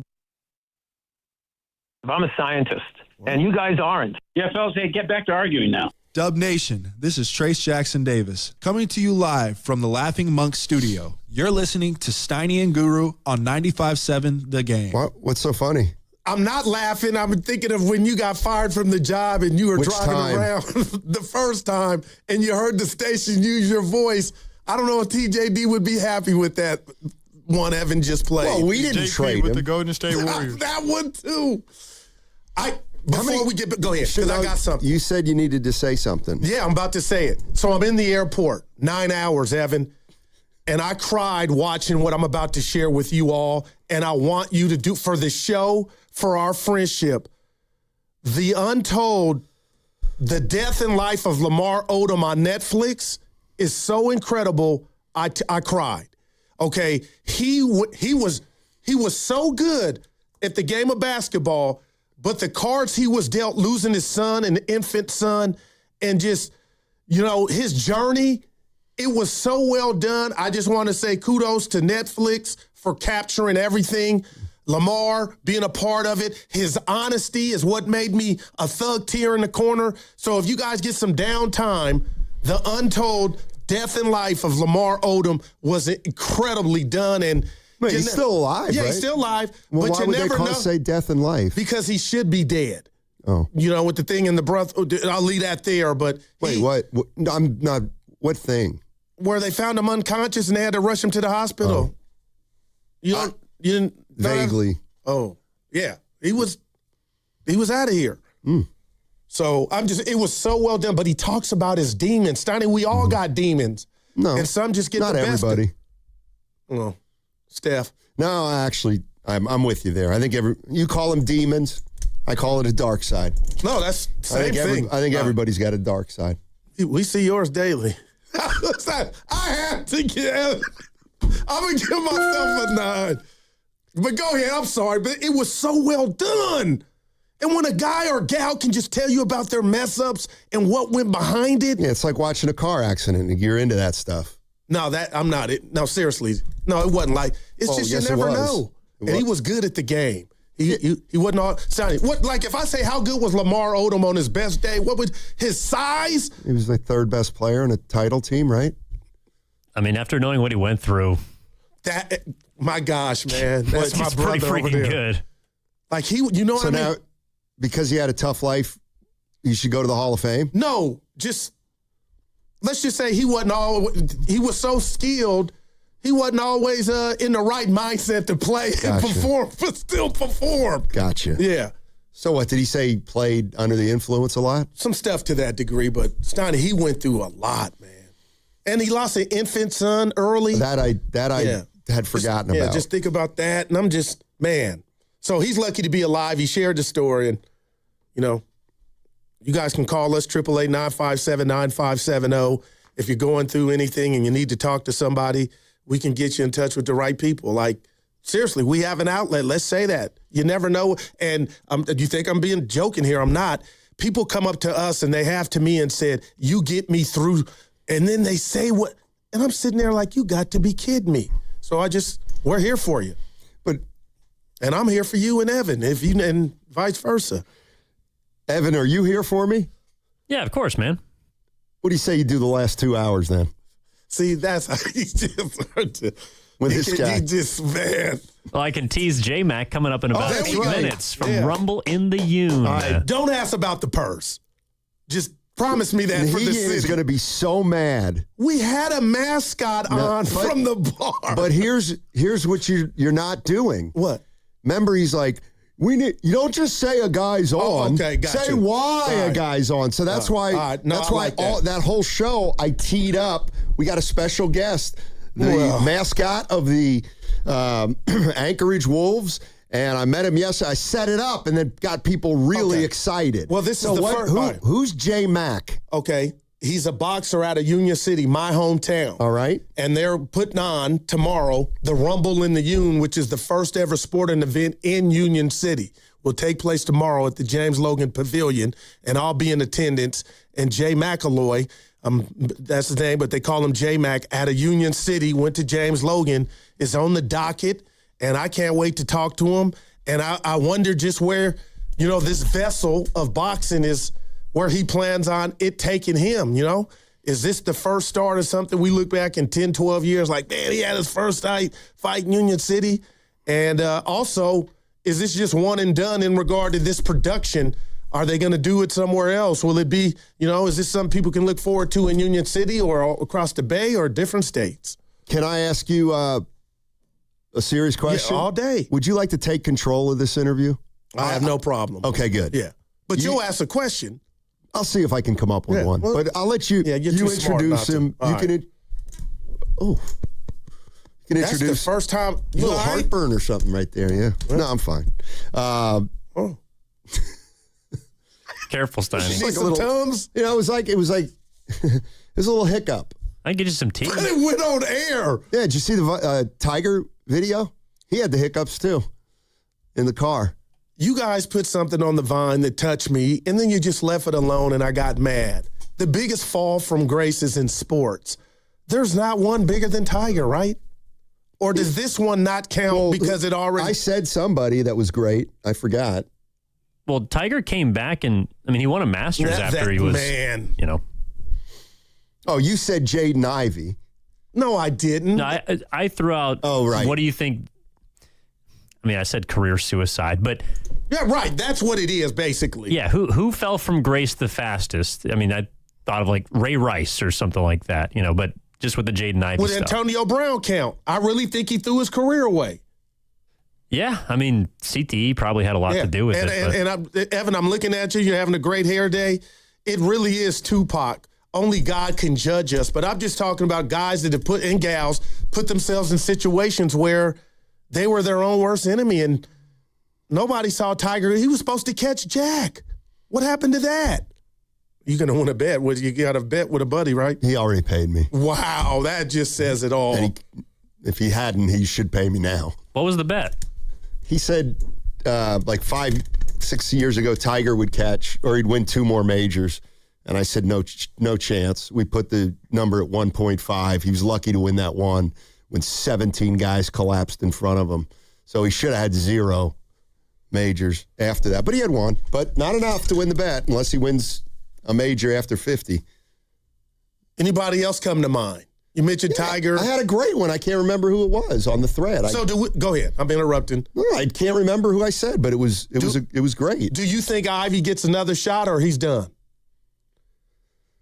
Because there was some Mark Jackson in it to me. Not I disagree with. You just can't do that at the job site. I think he could find his way onto a CYO team. You know what I'm saying? Catholic Youth Organization, maybe. But as far as the league. Never mind. Yeah. Church league? No, the NBA. No. You think it's done? Yeah, he's done. Wow. He's done. He's done. Yep. J Mac. Yeah. Straight out of the Union. What weight class does he fight out of? 120. I got a 122, 126. I got it right here. Give me a second. So he's not a big guy. Yeah. I got it right here. So you weigh almost twice as much as him. Could you beat him? I'm 237. Well, if he's 125, you're almost twice as much. I may be robbing him with some pounds. Hold on. That sounds pretty small. That's like flyweight. You had Tim Donaghy. Oh yeah. Okay, there you go. The biggest fall from grace. Yeah. See, that was a good one. No, that was. I must say so myself. Yeah. J Mac coming up momentarily. Are we calling him? Is he going to be on the Zoom? No. We're going to see his face? Do the Zoom. They got the weigh-in today at 1 o'clock, so we can't keep him long. We got Kyle. That's a shame. Yeah. Kyle Mossentine, Lakalani coming on at 12:30. He's also on the docket. But they have the weigh-in today at 1 p.m. Gotcha. So that's just like you can tell me all about sports. Basketball, baseball. Okay. But boxing is different, right? No, I can tell you about boxing. Have you ever known a boxer? No, but I'm an expert. That's my whole. No, you never. I'm an expert in 70s and 80s heavyweights. Yeah, that's as far as I go too. Yeah. Frazier, Ali, Norton. Yeah, I go much deeper than that. I go like Oscar Bonavena. I go. Was he champ? No, but he was Jerry Quarry. See, I'm kidding Norton. Yeah. George Foreman almost killed him in the ring. He did. George Foreman was a strong, strong man. Yeah, he was. What time we got, J Mac? 12. What do you want to do till he gets on? Talk. About what? What you and Evan did without me. Did you guys go out? Just one day with Ken, actually. Very short. Very short. It was a quickie. But you know what? Oh, boy.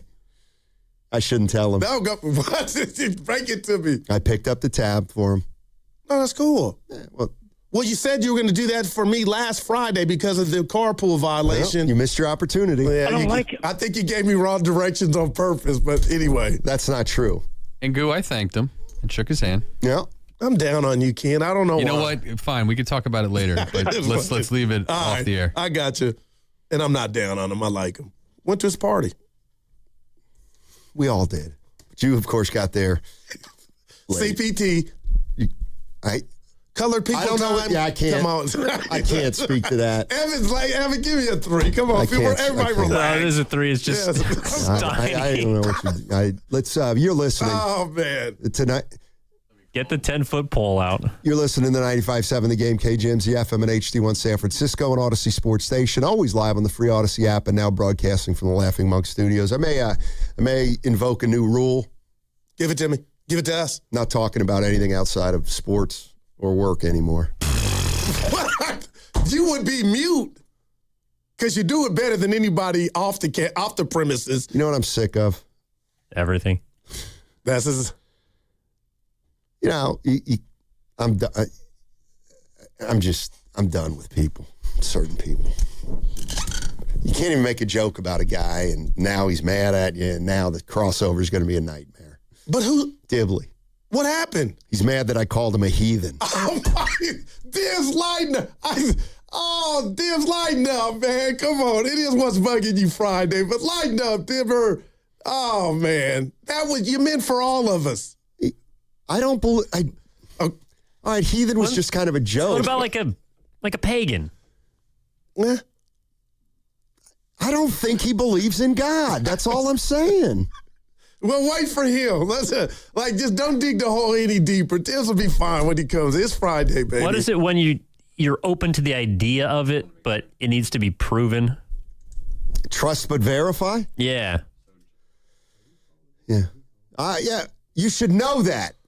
See, you should know whether it's one or the other. No, I am on it. Drop your hand for me. Put your glasses back. That was incredible. No, we just getting ready. I got to tell you. Agnostic. You've told me, you've known me for 8 years. That's what it is, yeah. That's a great one. That might sit well with him. But I am truly excited for our next 2 guests we got during this hour. And tomorrow, I just wish you could be a part of it, but maybe the next one. Maybe? Yeah. Maybe. Do we have J Mac? Guys, do we have J Mac? Hey. Hey. Oh, Did you raise your voice to me? I missed y'all. He's hooking it up. Relax. Okay. I want him to win, Steiny. Yes, I want it. Okay. Let's do it that way. All guests on 95.7 The Game appear on the River Islands guest line. Isn't it time for you to discover the islands? River Islands in Lathrop. Take it away, Guru. Yeah, we're joined by Jacob McElroy. They call him J-Mac from Union City, California, and he'll be on the docket tomorrow. It is high school in James Logan. I'm from Union City, J-Mac, and I'm just telling you, it's a pleasure to have you on. I'm proud of you already, but just talk to us about this moment. You got the weigh in here shortly. What this means and how you got interested in boxing. Let's go. Yeah. Thank you guys for having me. Sure. Man, this is about to be a real big historic event. Super exciting. First ever pro boxing fight in Union City. Let's go. It's been put on by Elite Underdog Promotions. I had my first fight with them in December. It was my first main event. And pretty much from there, they let me call the shots. I mean, I bring the crowd. Wow. And I said, my bad. We got to have it at Logan. I love it. How old are you, Jacob? I'm 30. So how many fights have you had? I'm 10-0. 10-0. What weight class do you fight out of? I fight at welterweight. What numbers are those? Because Guru has no clue. 147. 147? That's 147, yeah. My contract weight today was 149, though, so still basically welterweight. Let me ask you this about, high school. Were you playing other sports? How did you develop the love for boxing to where you said, this is something I want to do? I grew up doing martial arts and wrestling. I wrestled at Logan. I was a 4-year varsity wrestler at Logan. Ended up getting an offer to wrestle for Columbia University. I wrestled D1 there for 4 years in New York City. And so my original plan was to do pro MMA right after college. But I ended up trying to make a run for the Olympics in boxing and ended up not making it. But I got picked up by Team USA's former head coach, Bashir Abdullah, and he was just like, man, we got to take this to the pros and make a pro run, and I've been doing it ever since. Let's go! Appreciate it. We're joined by Jacob McElroy, who's fighting tomorrow at James Logan High School in Union City. Yes, sir. And real quick, just let me do this, Jacob.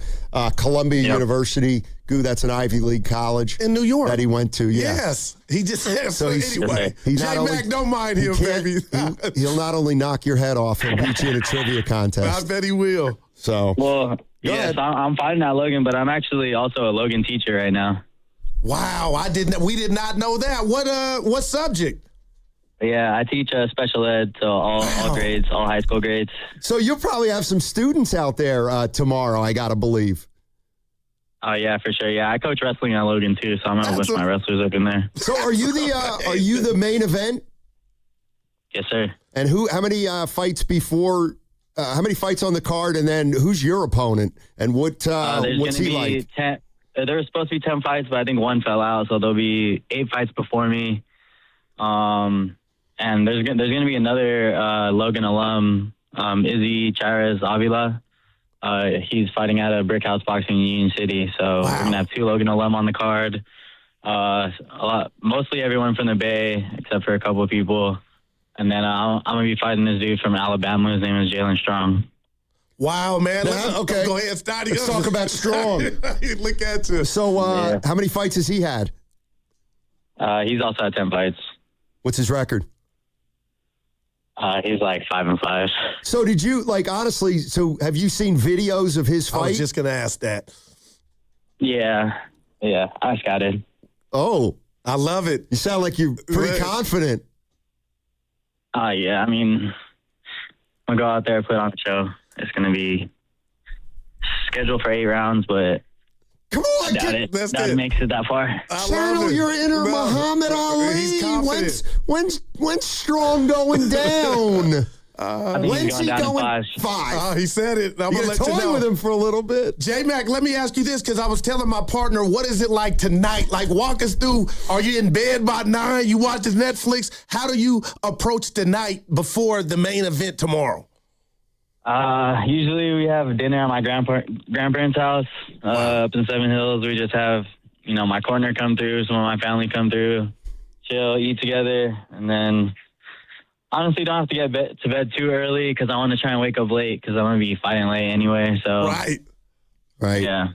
So this is awesome. What's it feel like when you knock a guy out? It feels good. I mean, it's all the work that goes into it. It's not just that night. It's just weeks and weeks and years of preparation to get to that moment. And when it's like a real close fight, it's like super exciting. But like if you're already dominating somebody, it's just like it's more composed. It's like, all right, it's done. That's it. Like punching the clock because you can handle a guy. Yeah, it's like no surprise. This is what we came here to do, and the job is done. Have you ever been knocked down? Nah, never. But in my pro debut, I got rocked pretty good in the first round, and everybody was freaking out. Like basically, it was my first fight, and I was like, I hurt the guy real bad, so I just went in for the kill, and I kind of just like blindly went in, and he was like already out on his feet, and then he just hit me with like a Hail Mary no look, and then I was out on my feet for like 30 seconds, but then I ended up composing myself, never went down, and then I went on to dominate the rest of that round, rest of the fight, and then I stopped him in the 4th round. Nice. J-Mac, I love it, man. Let me ask you this. You said you didn't make Team USA. How much of that disappointment has gone on to where you're at now, and where do you have your goals set on? Man, I'm on the road to be world champion, man. I love it, baby. Hey, you know what? I'm there tomorrow. I can't wait. I feel like my son's getting in the ring, but hopefully after you win in the 5, you take him down in 5, we're going to get a picture or something, man. I look forward to meeting you. Yeah, thank you for joining us, man. We appreciate it. Okay. Appreciate it, man. Appreciate it. Thank you. That's Jacob McElroy. He is fighting tomorrow at James Logan High School in Union City, one of the biggest high school gyms in the Bay Area. And they got a 9-fight card. Damn. You said you got him to say the 5th round knockout. Do you know some ticket information? Yeah, I got it right here. Go ahead, give it to him. You can go to Eventbrite and eventbrite.com/eRumble in the Union tickets, or you can call 982-407-0380 and get your information there. And you can live stream it, available via Boxing TV. That's BXNG TV. So, man, Steiny, he sounds confident, man. I think he's going to hammer this guy. Strong's in trouble. Jalen Strong. Yeah. Hey, and he's a teacher. I didn't know. Give him back. But you like where he went to college. I didn't know that either. We learned about J-Mac. Yeah, Columbia. That's big. It's a good school. Yeah, no doubt. It's a good school. High school got him ready. James Logan got him ready for that. I didn't apply to Columbia, I'll tell you that. Look at him. Fordham, though, Ken, I applied to. I got into Fordham, but I didn't go. What happened? Well, I'm glad you asked. You want me to tell you why I went to the college I went to? Yeah. We need more than 2 minutes, and I need to stretch the show out. But go ahead, Ken. You can just jump on and I was going to say that's pretty astute. I lived near Fordham Law, like right down the street from Corner Circle. A lot of smart people there. Yeah, the Rams. Could have been one of them. Fordham Rams. Yeah. It's a great broadcasting school. Not as good as SF State. Mm-hmm. Vin Scully. Shout out Bonte and Risotto. Michael Kay. Mike Breen. Wow. Are you sure you're not mixing that up with Syracuse? I'm not. Fordham University. There's still no Syracuse. What about the Quakers? You didn't want to go to Penn? I couldn't get in. I didn't apply to Ivy League schools. So you just gave up like Ken did his acting career. I couldn't have gotten in to an Ivy League school. Most famous Columbia alum. Athlete. It's not Marcellus Wiley. He went to... They used to... Well... Give it to us, Evan. He don't know either. I could give you their starting lineup from the mid-'70s in basketball. He didn't ask that. But they had a guy named... I want to say they had a basketball player named Alton Bird. I think the YouTube chat got it. No, I don't know if there's someone better than him. Lou Gehrig? Lou Gehrig. Wow. Now that's info. Let me see this. I could have sworn. Sonny J-Mac got me fired up, man. It's going down. And then we'll be joined at 12:30 by Kyle Mosenting Lakalani. And we'll get his thoughts on what tomorrow's going to bring for him and how he got into it. I don't even care. I don't even care. I made my day. I just can't believe. How do you make your own day? I'll tell you how. And nobody knows what he's talking about. I'll tell you how. Alton Bird, born November 3rd, 1957, is an American-British former professional basketball player who also worked for the Chattanooga FC. He was a basketball star at Columbia University. Don't wave me off. I'm with you. Don't wave me off when you just named a college and I was able to talk about the greatest player that's come out of that university. We should do that more. Just say, hey, Tennessee, Bernard King. Hey, Vanderbilt, Jeff Turner. Ain't nobody could touch me at that game. Hey, coming up on the other side, what's his name? Kyle Mosenting Lakalani. Okay, we'll see how close Guru actually got to his real name on the other Out of side. San Ramon via Daly City. San Ramon? Yeah. On 95.7? Want to interact with the hosts but can't call? Text the Boxer and Gerson Work Injury Attorneys text line at 888-957-9570. Boxer and Gerson, Northern California's premier workers' compensation law firm, helping injured workers get their lives back for over 40 years. And now an ode to play, brought to you by Scratchers and the California Lottery Philharmonic. Take a time out from your busy day for a quick moment of play. Get some scratchers, then get scratching. You deserve it, won't you say? Scratch, scratch, scratch, scratchy, scratchy, scratchy, scratch, scratch. Feel the play and up your game. Scratchers from the California Lottery. A little play can make your day. Please play responsibly. Must be 18 years or older to purchase, play, or claim. Running a small business means juggling a lot. Your network has to handle it all. That's where a fiber-only provider falls short. You need a partner who gives you a greater advantage. Introducing the Total Solutions Advantage only from Comcast Business. A first-ever combination of the largest, fastest fiber-powered network, the most reliable Wi-Fi, gig speeds with equipment and security included, and a 5-year price lock. Plus, it's all backed by a 30-day money-back guarantee. The Total Solutions Advantage only from Comcast Business.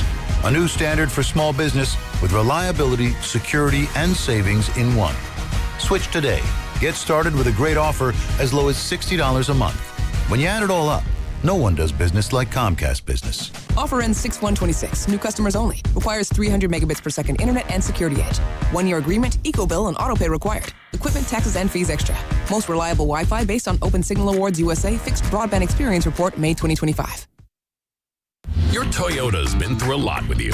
Traffic, rain, potholes, you name it. But it keeps showing up, mile after mile. So maybe it's time to give a little back. For a limited time at your local Toyota dealer, get 3 new tires and get the 4th for $1. Because a ride that's always there for you deserves to be taken care of. 3 tires, get the 4th for $1? Go on. Treat your Toyota. Deal ends April 30th. Keep your Toyota a Toyota. Restrictions apply. Toyota and Scion vehicles only. See participating Toyota dealers for details. We've all been there. Sleepless nights, wondering if your business's security service is really protecting what matters. At Bay Alarm, we can put your security insecurities to bed. Our advanced technology and personalized support ensure you can rest easy knowing we're here for you. BayAlarm.com. Okay, kids, let's get these firefighter uniforms on and start acting heroic. Welcome to SF Fire Credit Union. Why are you all dressed like firefighters? We'd like to open an account. You don't have to be a firefighter to do that. Anyone can get lower fees than banks, the top-rated mobile banking app, and service inspired by heroes. Wow. I guess we'll just keep the uniforms in case the barbecue gets out of hand. SF Fire Credit Union. Banking for heroes and anyone who wants to be treated like one. This institution is not federally insured. The credit union is not insured by any state government. Privately insured by ASI. Join us Monday, April 27th for the 3rd annual Agape Golf Tournament at Stone Tree Golf Club. Register or donate now at atcopest.com. Click on Agape. All proceeds benefit the Autism Society of the Bay Area. Don't miss it. 1-877 Cars for Kids. KARS Cars for Kids. 1-877 Cars for Kids. Donate your car today. 1-877 Cars for Kids. KARS Cars for Kids. 1-877 Cars for Kids. Donate your car today. Ready to get rid of that old car? Donate it to Cars for Kids. Call 877 Cars for Kids to speak to a friendly live agent. Donation is super easy, and your car can be picked up as soon as tomorrow. Go to carsforkids.org now or call 877 Cars for Kids to donate your car today. 1-877 Cars for Kids. KARS Cars for Kids. 1-877 Cars for Kids. Did you know you can donate real estate too? Go to carsforkids.org. That's cars with a K. This is the story of the one. As a maintenance tech at a university, he knows ordering from multiple suppliers takes time away from keeping their arena up and running. That's why he counts on Grainger to get everything he needs, from lighting and HVAC parts to plumbing supplies, all in one place. And with fast, dependable delivery, he's stocked and ready for the next tip-off. Call 1-800-GRAINGER, click Grainger.com, or just stop by. Grainger, for the ones who get it done. There's a difference between liking a house and actually getting it. Redfin is built to make up that difference and close the gap between finding and owning the home for you. Redfin agents close twice as many deals as other agents, so when you find a home you love, you're not a step behind when it's time to make an offer. That means less watching great homes disappear and more focus on the ones you'll actually move into and call home. Redfin helps turn saved listings into real addresses. Get started at redfin.com. Own the dream. Straight Talk Wireless presents Pickup Truck Wisdom. If you're only good to your new friends, you're not going to have any old ones. Straight Talk gets it. That's why new and existing customers get free 5G phones on Verizon's 5G network. Pretty simple, really. You keep good people by being good people. Find us at straighttalk.com and Walmart. Straight Talk Wireless. Straightforward. Always. Taxes and fees apply. Plan purchase required for free phone offers. Copyright 2026 Verizon. Staples presents That Was Easy. So I opened a restaurant and needed everything. Menus, signage, catering brochures. Everything and then some. I went to Staples. They printed it all and even suggested takeout menus. One money pit with a side of fries. But now at Staples, you get up to $125 off custom print orders. $125 off. Now you're cooking. Brand your business in a big way at Staples. that was easy. Shop Staples in-store, online, or in the app by 4/18 to unlock. Exclusions apply. Visit staples.com/print for details. The legendary band Deep Purple are hitting the road this summer with special guests Kansas and Jefferson Starship. They'll be rocking Shoreline Amphitheater on September 5th. For more info and a chance to score tickets courtesy of Live Nation, visit the contest page at 957thegame.com.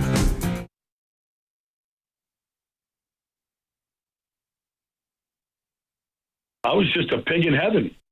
Now, back to Steiny and Guru on 95.7 The Game. Well, we got some good news, Goo. Give it to me. Well, I was going to tell you. I'm fired up, Steiny. You know I am. Yeah, I was telling you, I was getting ready to tell you why I chose to go to the college that I chose to go to. You asked me how I narrowed things down, et cetera. We'll put that on pause right now because we've got a friend of mine, an old friend of mine, on the on hold right now. And let me introduce him. He's formerly a Golden State Warriors beat writer for the Oakland Tribune. Worked with him for many years back in the day. Dave Del Grande. Oh, wow. Dave Del Grande. What's up, Dave? How you doing, man? I'm doing great, thank you. Sure. What's up, Dave? Dave? Shout out James Logan High. Yes, sir. Yeah, I'm proud, man. A proud alum. What do you got?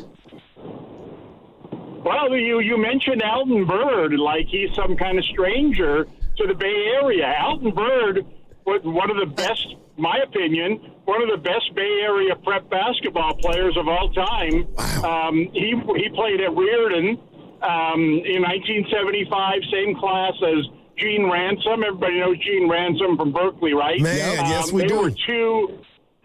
They were two little spark plug guards. Man, if Alton Bird had gone to Cal instead of Columbia, oh my goodness, they could have upset UCLA those years. But Alton Bird was an incredible player. Like I said, a San Francisco legend. Yeah, but Dave, I got nothing wrong. Wow. We were talking about Columbia, and I said I remember a guy named Alton Bird. I forgot he was from out here, but so I'm still on the money, right? What, we got a delay? Knowledge, man. Wait, say it again. You can't have too much Columbia knowledge. Wow. Hey, Dave, you're the man. Dave, I got to ask you this before you leave. What should the Warriors do this offseason? Well, I felt the same way for many years, and that is you go for championships while you have the opportunity. I think the Warriors, I think they made a big mistake when they didn't go all in as soon as they could, getting rid of the young guys and cashing in on the bigger players. They still have that opportunity coming up this offseason. I guess if you want to say that they might get LeBron or they might get Kawhi, I find that hard to believe. But I would have gone all in. I think Dunleavy pulled a rabbit out of the hat last trade deadline with Butler. I don't know how he did it. He had done nothing right to that point. He's done nothing right since that point. But you know what? He gets a lot of credit for the Butler thing. But then letting Kuminga go for basically nothing, I think that's embarrassing. Well, what? Porzingis is playing well. Yes, for 5 games, and then we'll see the next 5 that he misses. I mean, he's done this for 4 other teams in his career. Everybody thinks they're going to be the team where he magically gets healthy and starts playing, and by the end of his and pay a heavy price to get him, mind you. And then by the end of his years there, they're basically giving him away. And in the Warriors' case, they don't even have him signed for next year. I mean, he could possibly come back next year, but who knows if they even want him. We've seen it already. He plays half the time. He's gone half the time. The Warriors already have enough guys like that. And I I will not be surprised if he's not back next year. Interesting. Hey, Dave, thank you for the info. Appreciate it. Dave Delgrande. And tell Kathy I said hello. I will. You know her very well. Yes, sir. Yes, and keep up the good job, guys. Thank you, Dave. Take care, buddy. Dave Delgrande. 95.7 The Game. Breaking news. Give it to me, baby.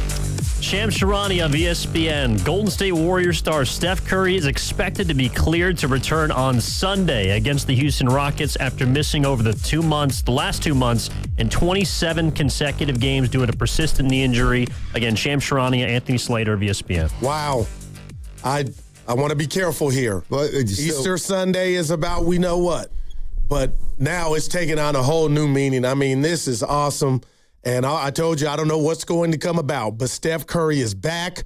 We all were fatigued of watching the Warriors without him, and now I just wonder with him and Porzingis, and I love Dave Delgrande's comments on everything, but now they got a chance, and we'll see what they can do, Steiny. What's he going to look like? It should be a positive night out there at Chase on Sunday. I got to believe the crowd will be revved up. You got a good team in town, and you got Curry coming back.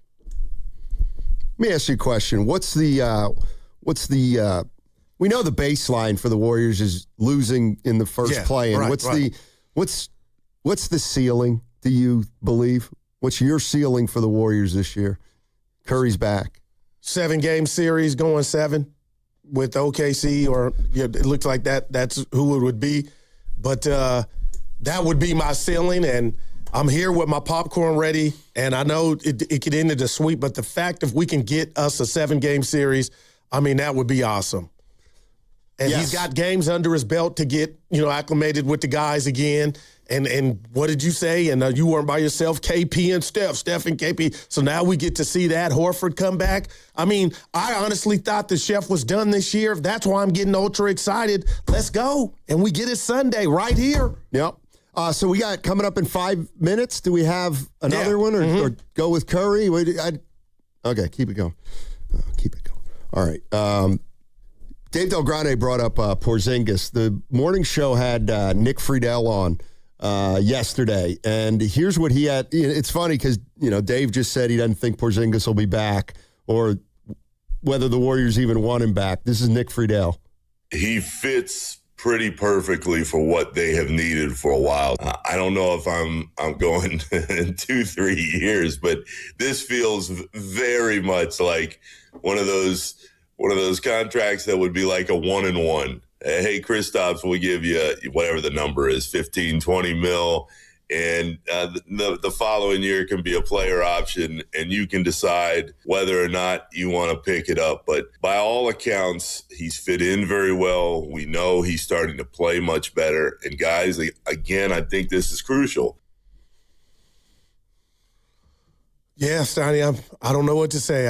We saw him last week. I thought it wasn't going to happen. So I'm just like, now, do you have a problem with me or any other Warrior fans saying, let's see it? I'm not going to be disappointed whatever happens. But, man, if somehow we can get to 7-game series. But they got to win 2 games. But the fact that we're back and we get to see Porzingis and Steph, I'm in. Would you rather play Portland or the Clippers in that first game? The Clippers. Really? Yeah, I look at the Clippers, and I like them. But I look at Portland, and they got thoroughbreds everywhere. And I think with Holiday, he's a problem. And he's been through it all. He's a champ. I look at the Clippers as Kawhi, and then not much after Kawhi. So I would like the Clippers. What do you think? I like Portland in that, obviously they're more athletic, but they're also more inexperienced.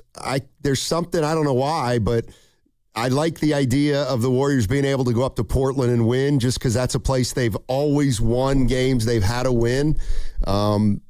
And Steph has also played pretty well up in Portland. I actually think they have a better shot at Portland, but it doesn't really matter. They're gonna have to play one of the two.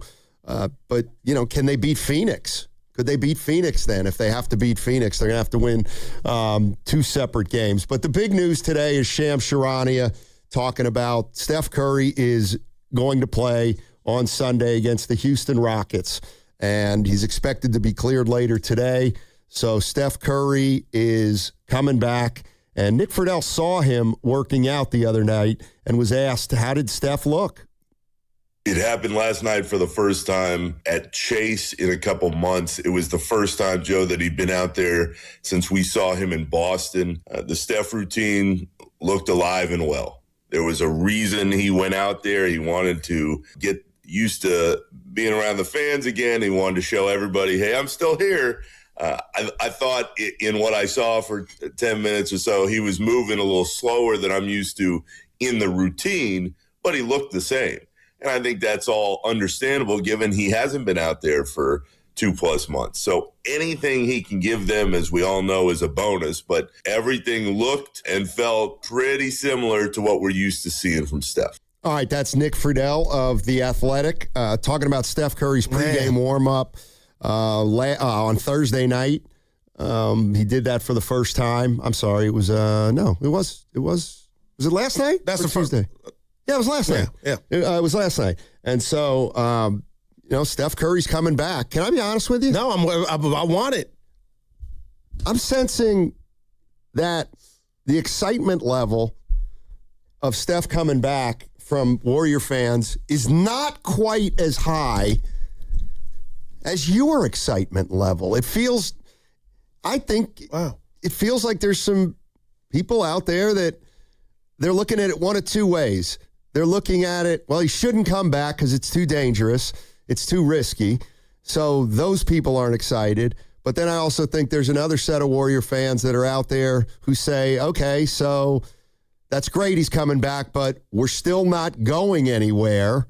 And there's very few that are just embracing, hey, we're going to get to see Steph Curry play at least another 5 or 6 games this year. One of them at least is going to be a play-in game where the stakes are going to be somewhat important. But I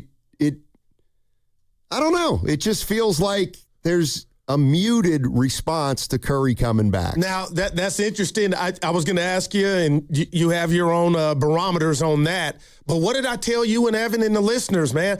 I've taken him for granted. I'm talking about Steph Curry. So now he's coming back when I thought for sure, I'm going for sure, that he was done for the season. And how, just from a fan standpoint, it was mentally exhausting watching the Warriors and the what-ifs of him. So now he's back. Porzingis is there. I don't know what's going to happen, but I guess I'm excited that we just get to see him play. And you just mentioned something. The two players in this in regard to the entities that could have the most to lose is Steph one. So if he was coming back thinking it could get worse, he wouldn't risk the biscuit. The Warriors wouldn't do it. So if they've cleared those hurdles, we get to watch the Steph. How many games we got left? 94, 5?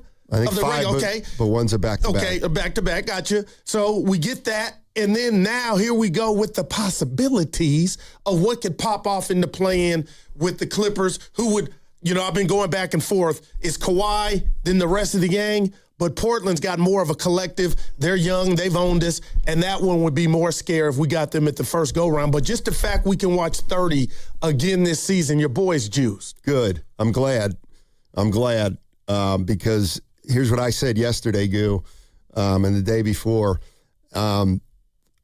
People make fun of me because I'm not a fan anymore, which I kind of am not, but I was. And Larry Bird was hurt a lot during the end of his career. Right. And anytime he would come back, I'd be excited and I'd be like, well, I'm watching tonight. And that, man. So Sunday's going to be a must watch for the And what about you with your Porzingis, binoculars? I like what we've seen from KP, and, I'd like to see more, but the more is now the dynamic and the spacing with Steph Curry. Are we going to be able to tell, is that going to be enough without Horford when he does get back? I'm thinking of all that. I guess at the end of the day, how can you not be excited? Now, you might not win. Well, yeah. I don't know. Are there Warrior fans out there that aren't as excited as Guru, and to a lesser degree myself? Let's go to our good friend, Leroy in Oakland. Lee. What's up, Leroy? How you doing, man? Hey, happy Friday, Steinmetz. Happy Friday, Goo. Back at you. Always a pleasure to be on. Hey, Goo, don't let me forget to throw in a little something about the boxing in the Yoon after I'm done. All right, go ahead, baby.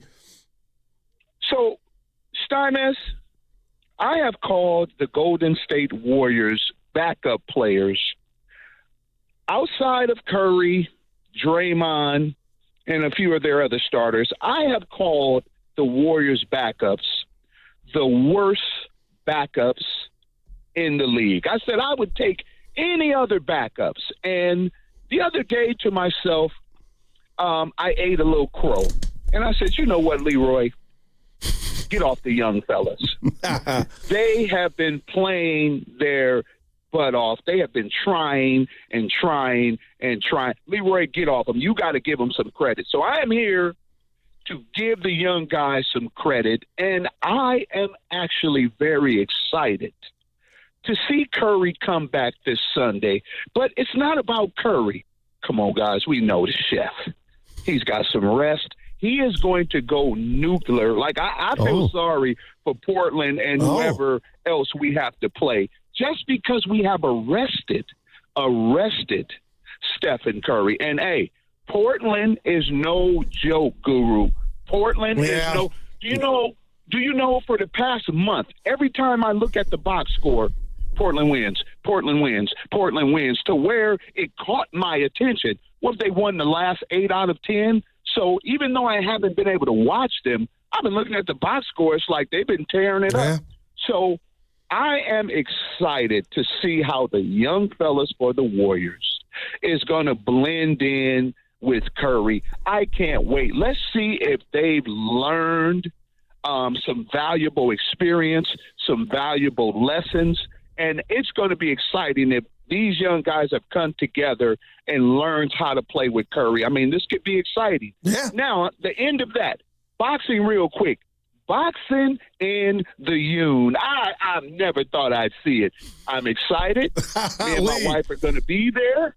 And real quick, Goo, the man that I want to see that welterweight, Blazing Rosselli. Yeah, you know who I'm talking about? Yeah, he's on the card, man. And the after party in Chaplains, Lee, pull up. You know I'm coming. I was just there last week. Okay. But he is amazing. He's tall. He's strong. He's got power. And what I like, man, you don't see too many Filipino fighters, right? And this whole showcase is kind of showing off the Filipino fighters, right? And so, this is awesome. I'm going to be in the house. And, I'll pull up on Chaplain. All right. I'll talk to you soon. I'll see you tomorrow, man. Thanks, Leroy. Yeah. No, you'll see him at the fight. Yeah, as I said, tomorrow. Right, but you said Chaplin's. Well, that's tomorrow, too. That's the after party, but I'm going to see him at the fight. Oh. Yeah. Oh, boy. But the fight, stay away from Chaplin's tomorrow night. I'm fired up on the fight, but 18 now Steph's fighters, back. 9 of whom have lost, are going to be at a bar. Oh, Steiny. Like now Potts can go back to like all the progress he's made, and you can't hate. He's made progress. Now can everybody go back to their role? And, now we need you, but just not as much you would think with Steph now. And the major component to this is the dynamic between him and KP. I'd look at it the other way. Maybe we don't need Steph as much as he normally gives us. Like, how many minutes is he going to play? No, 20? I would think I would take the over on minutes. What do you say? I would. If you put it at 20, I'm taking over. I mean, I'd probably take over too, but I mean, there's maybe they go real slow because it's not like they have to win all 5 of these games. You're right there. So. What I do hate is, I want the game at Chase, and maybe they can't catch the Clippers, or I didn't even look this morning who's in front of them. But, man, I would just hate for that game to be on the road. But it looks like right now that's where it's at. Yeah, they're playing 2 road games. Yeah. I don't think there's any doubt about that. Last night didn't help, Yeah, this is more Nick Friedel on what the next. This is from a day ago. So what happens next? Kerr said that today was supposed to be another scrimmage. He goes through that. He feels good tomorrow because there's always 2 parts to this now. it's the scrimmage, and that's key. How does he look? But it's how does the knee feel the next day? So the next benchmark is later today, he's supposed to go through another 5-on-5. And then tomorrow, if he wakes up, you go, okay, that's another great sign. Maybe he gets in one more for a few minutes on Saturday in advance of Sunday, but all signs point to Sunday being the night against the Rockets at Chase. And Sunday is going to be the night. A nationally televised game, too. Is it? Yeah. Okay. Yeah, now it's all seeming to make sense. Yeah, big time. But Shams Charania reporting this morning, Curry's definitely playing Sunday. Friedel was talking yesterday. He set the table for that to happen. It looks like it's going to happen. And now the Golden State Warriors get Steph Curry back for the last 4 or 5 games, heading into the play-in game. This is what... you could take your lap, too. For what? Because we kept going back and forth, and I told you when we went out there, he didn't sit down with us. I didn't think he was coming back, but you always kept hope. So there's a lap in that because you ended up being right. But you weren't here this past week when I was saying, yeah, I guess it's starting to look like he's not going to play. Oh, okay. So, yeah, I'm not going to... All right, I got you. So you're shocked a little bit, surprised. A little bit. Sure. Yeah. I'm surprised. There's one... There's a text on the YouTube chat that's just like, well, Steiny, what should we be excited for? Because one of the greatest players of all time has just been cleared to play, and there's 5 games left. Which could be... you get to watch Steph Curry play in 4 of them, probably. Okay, but then if you add, I'm being proactive, the 2 of the play-in, assuming they get out of it, then you got 7 possible games after that. That would be 13 if it went 7. But let's just say it went 4. That's 10 games. But the big rat on the table brought to you by Echo Pest Control, to me is I thought it was going to be the next summer or next year to where we saw Porzingis and Steph play. Now we get to see that combination, however many of the 5 left, and important basketball before the actual quote-unquote playoffs. So, we get to kill 2 birds with 1 stone. Yeah. No, I mean, to me. I mean, if you ask me whether a Warrior fan would want Steph coming back or not want Steph coming back, I think everybody would want him to be coming back. But I don't... we the champs saying thanks, Steiny, but Steph will be rusty, and I doubt they make it out of the play-in. Yeah, I agree with you. I don't think they're making it out of the play-in too, but I give them a lot better chance now with Steph Curry. There it is. And I think you're right. He's probably going to be rusty, but that's why he's trying to get 3 or 4 games in under his belt. Beard saying, "Come on, Steiny." I don't understand why anybody would pass up an opportunity to see the guy play if he hasn't played in over 2 months. That's all. That's strange to me. Why? Just to bubble wrap him for next year? Yep. Who's excited? Who wants to go to Sunday's game? Yeah, now you all do. But we don't have tickets because it's going to be a sellout. It's going to be a 3-ring circus out there on Sunday, like the old days. There you go. All right, 888-957-9570. It's a simple question, Warrior fans. Is this the right move, bringing Steph Curry back, or do you think it's the wrong move? I'm in the right side, so's Guru, but if you're not, you're not. That segment was brought to you by Safeway. Head to Safeway this week for Signature Select Classic Ham, shank, half or whole, bone in, just 89 cents per pound while supplies last. Limit 1 item. Clip coupons from the weekly mailer or download them from the Safeway app. Visit Safeway.com for more details. See you in the aisles. Elevate your kitchen at the Miele Innovation Center at Friedman's Appliance in Pleasant Hill. Out of your dreams and into your kitchen. Select the qualifying built-in kitchen appliance package that is right for you. With unrivaled technology and luxury-grade quality, when you bring home a Miele, you're bringing home true innovation. Now, for a limited time, save up to 10% with the purchase of a qualifying Miele kitchen package. Visit the Miele Innovation Center at Friedman's Appliance in Pleasant Hill or at friedmansappliance.com. he's the best interview in the Bay Area. He looked like Steph Curry always has, so he still got it. I mean, I think the biggest thing when you're 37 is maintaining the level over the course of 82 games. And he joins Willard and Dibbs every week during the NBA season. We have a blueprint that everybody's feeling confident with. Steve Kerr is presented by Great Clips. In sports, success is about team effort, and the same is true for your hair. Great Clips. It's gonna be great. Running a business means wearing multiple hats. So if you're like me, you probably started out using your personal phone, taking client calls and texts nonstop. As my business grew, I needed something smarter. That's when I switched to Quo, the #1 business phone system. Quo works right on your phone or computer. No carrying 2 phones, no clunky landline, just one easy app you can try for free. Your team can share one number and handle calls and texts together like a shared inbox. Any teammate can jump into the conversation, so customers get faster responses. And Quo's AI assistant summarizes your calls and responds to customers 24/7, so you never miss a lead or opportunity. All this starts at just $15 a month. That's basically 2 coffees. You can even keep your current business phone number. Find out why 90,000 businesses trust Quo. No missed calls, no missed customers. Try Quo for free at quo.com/sports. That's quo.com/sports to try Quo free. QUO.com/SPORTS. Are you interested in being an install or service technician? Good news! R&S Doors and Gates is hiring. If you have good mechanical skills and a knowledge of power tools, welding, and motor controls, you should apply today. R&S Doors has openings to repair and install commercial overhead doors, entry doors, and loading dock equipment. You must be able to work in a professional, fast-paced environment. Call 800-FIX-A-DOOR and apply today. That's 800-FIX-A-DOOR or visit rsdoors.com. R&S Doors. Look for the red truck. Xfinity Tech Support, Matthew speaking. Hi, I live in a pretty remote place, like Jurassic Park remote. Wow. Will Xfinity Mobile work out here?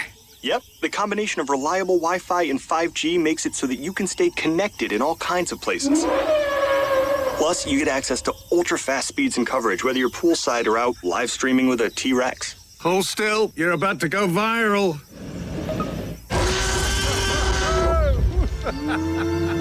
Welcome to a new era of Wi-Fi boosted mobile.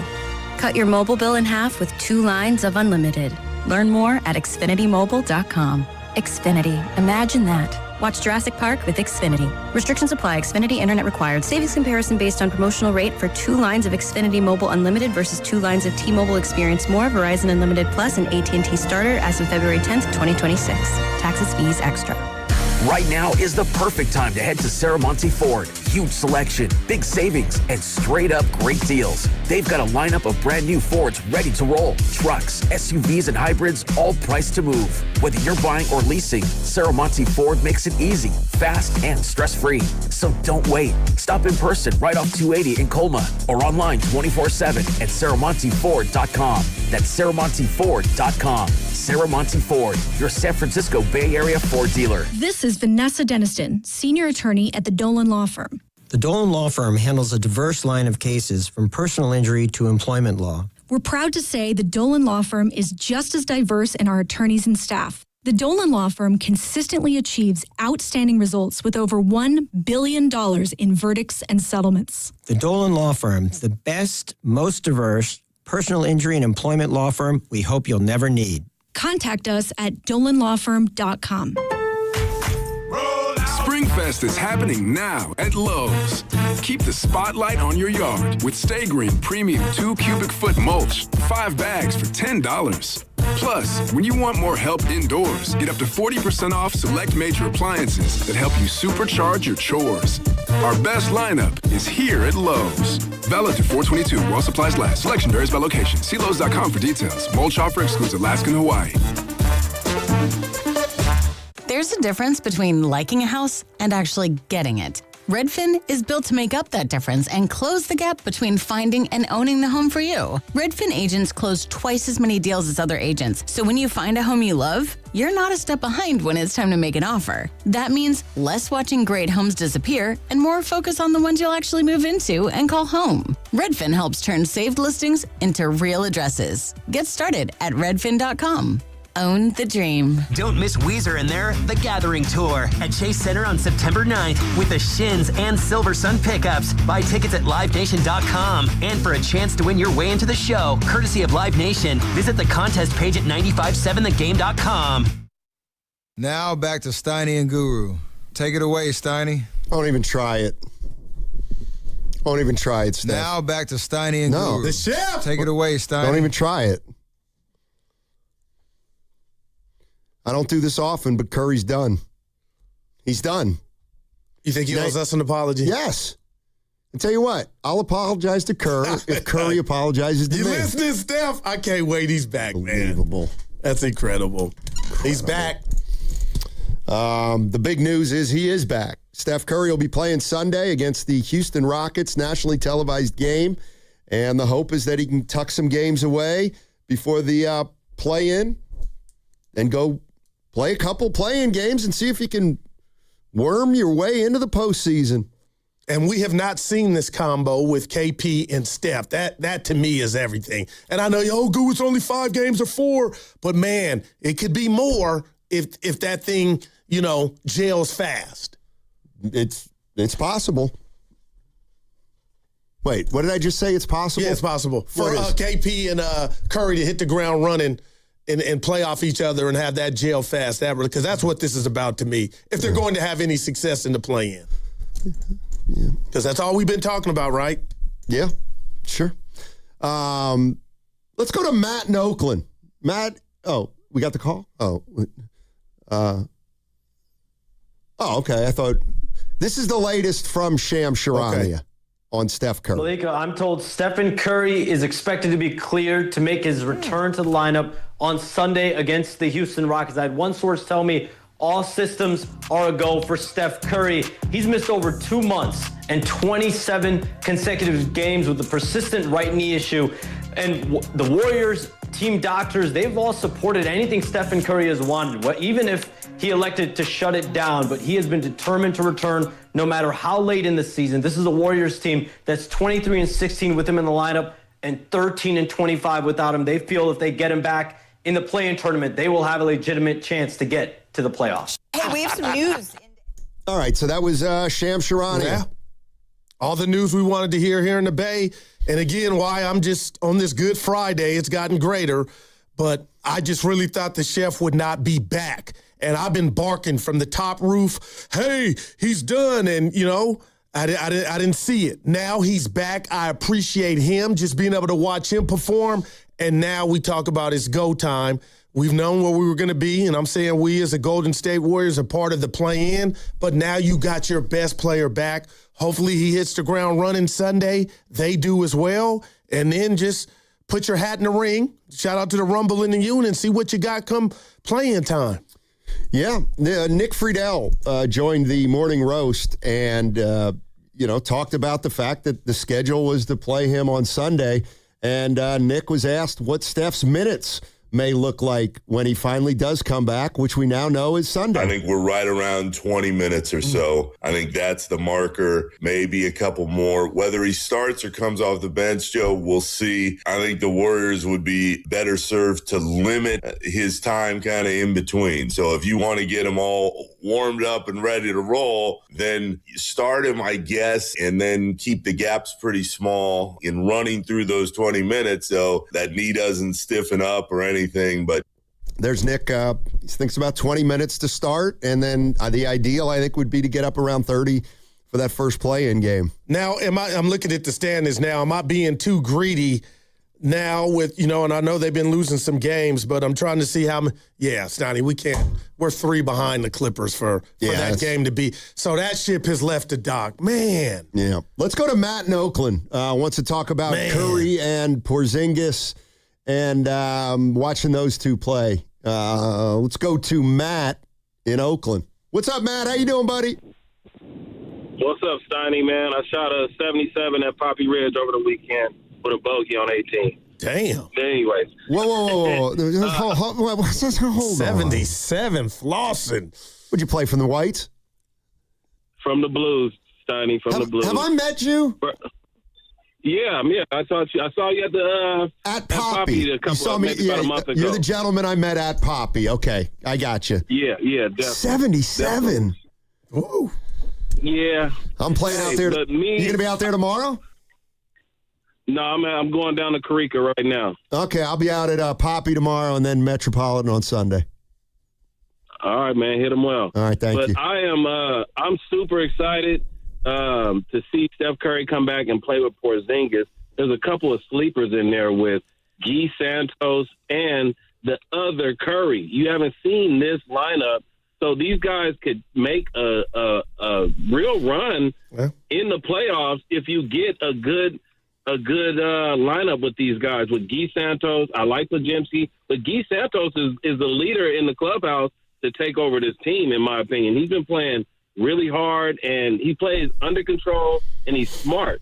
So I think they got a chance in the playoffs to at least ruffle some feathers.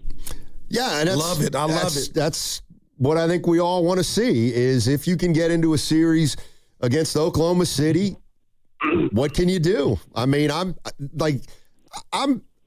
excited for him to come back, but I'll really get excited if they can somehow get into the postseason.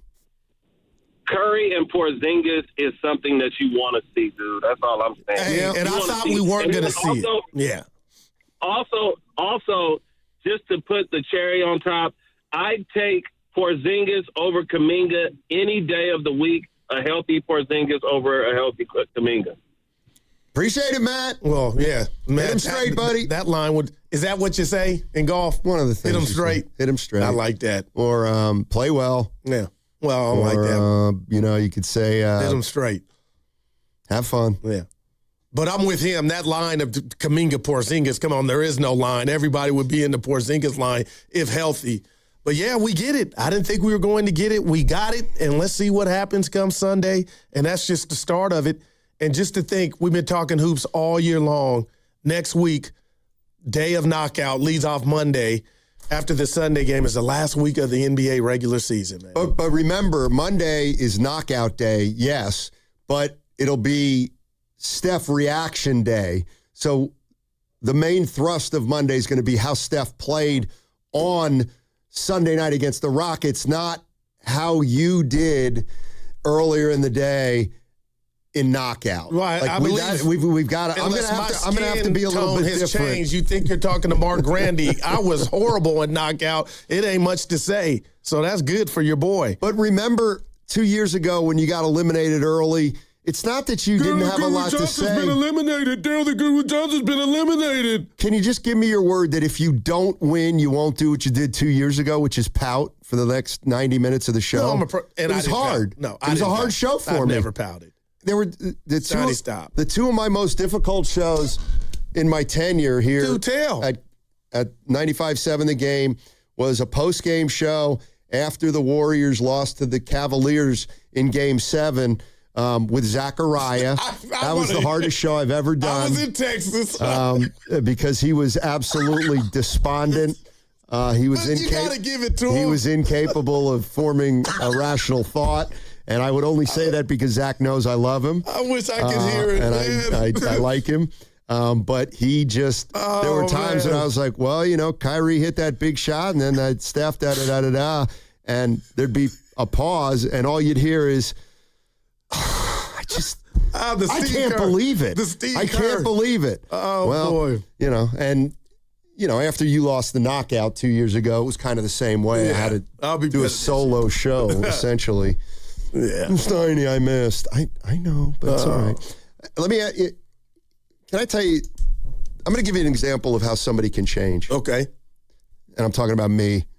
People tend to think I'm negative, and you couldn't be further from the truth. And I'm thinking about Curry. There is a little risk involved with him coming back. There's no doubt. So I was thinking to myself, well, bringing back Steph, what would make it worth it? Bringing Steph back. And then I thought to myself, because I'm always fair, well, what would make it not worth it? Okay, we don't have to talk about what would make it not worth it. We know what would make it not worth it. We're not even going to talk about that, what would make it not worth it. But what would make it worth it?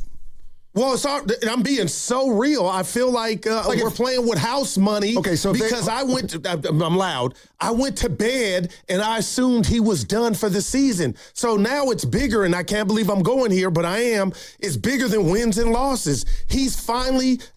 Shout out Rumble in the Yoon, a 10-8 round on runner's knee. It has gone away for now. He feels spry, good enough to play. So to me, that's good news on that front because I thought it had him down for the count. So just the fact we get him back running up and down, that's good. Obviously, I want them to win the play-in to get to the playoffs. But what it symbolizes to me, if that's what you're asking, is, you know what? It was here, runner's knee. Now it's gone. He's back, and let's see what we can do with our new toy in Porzingis.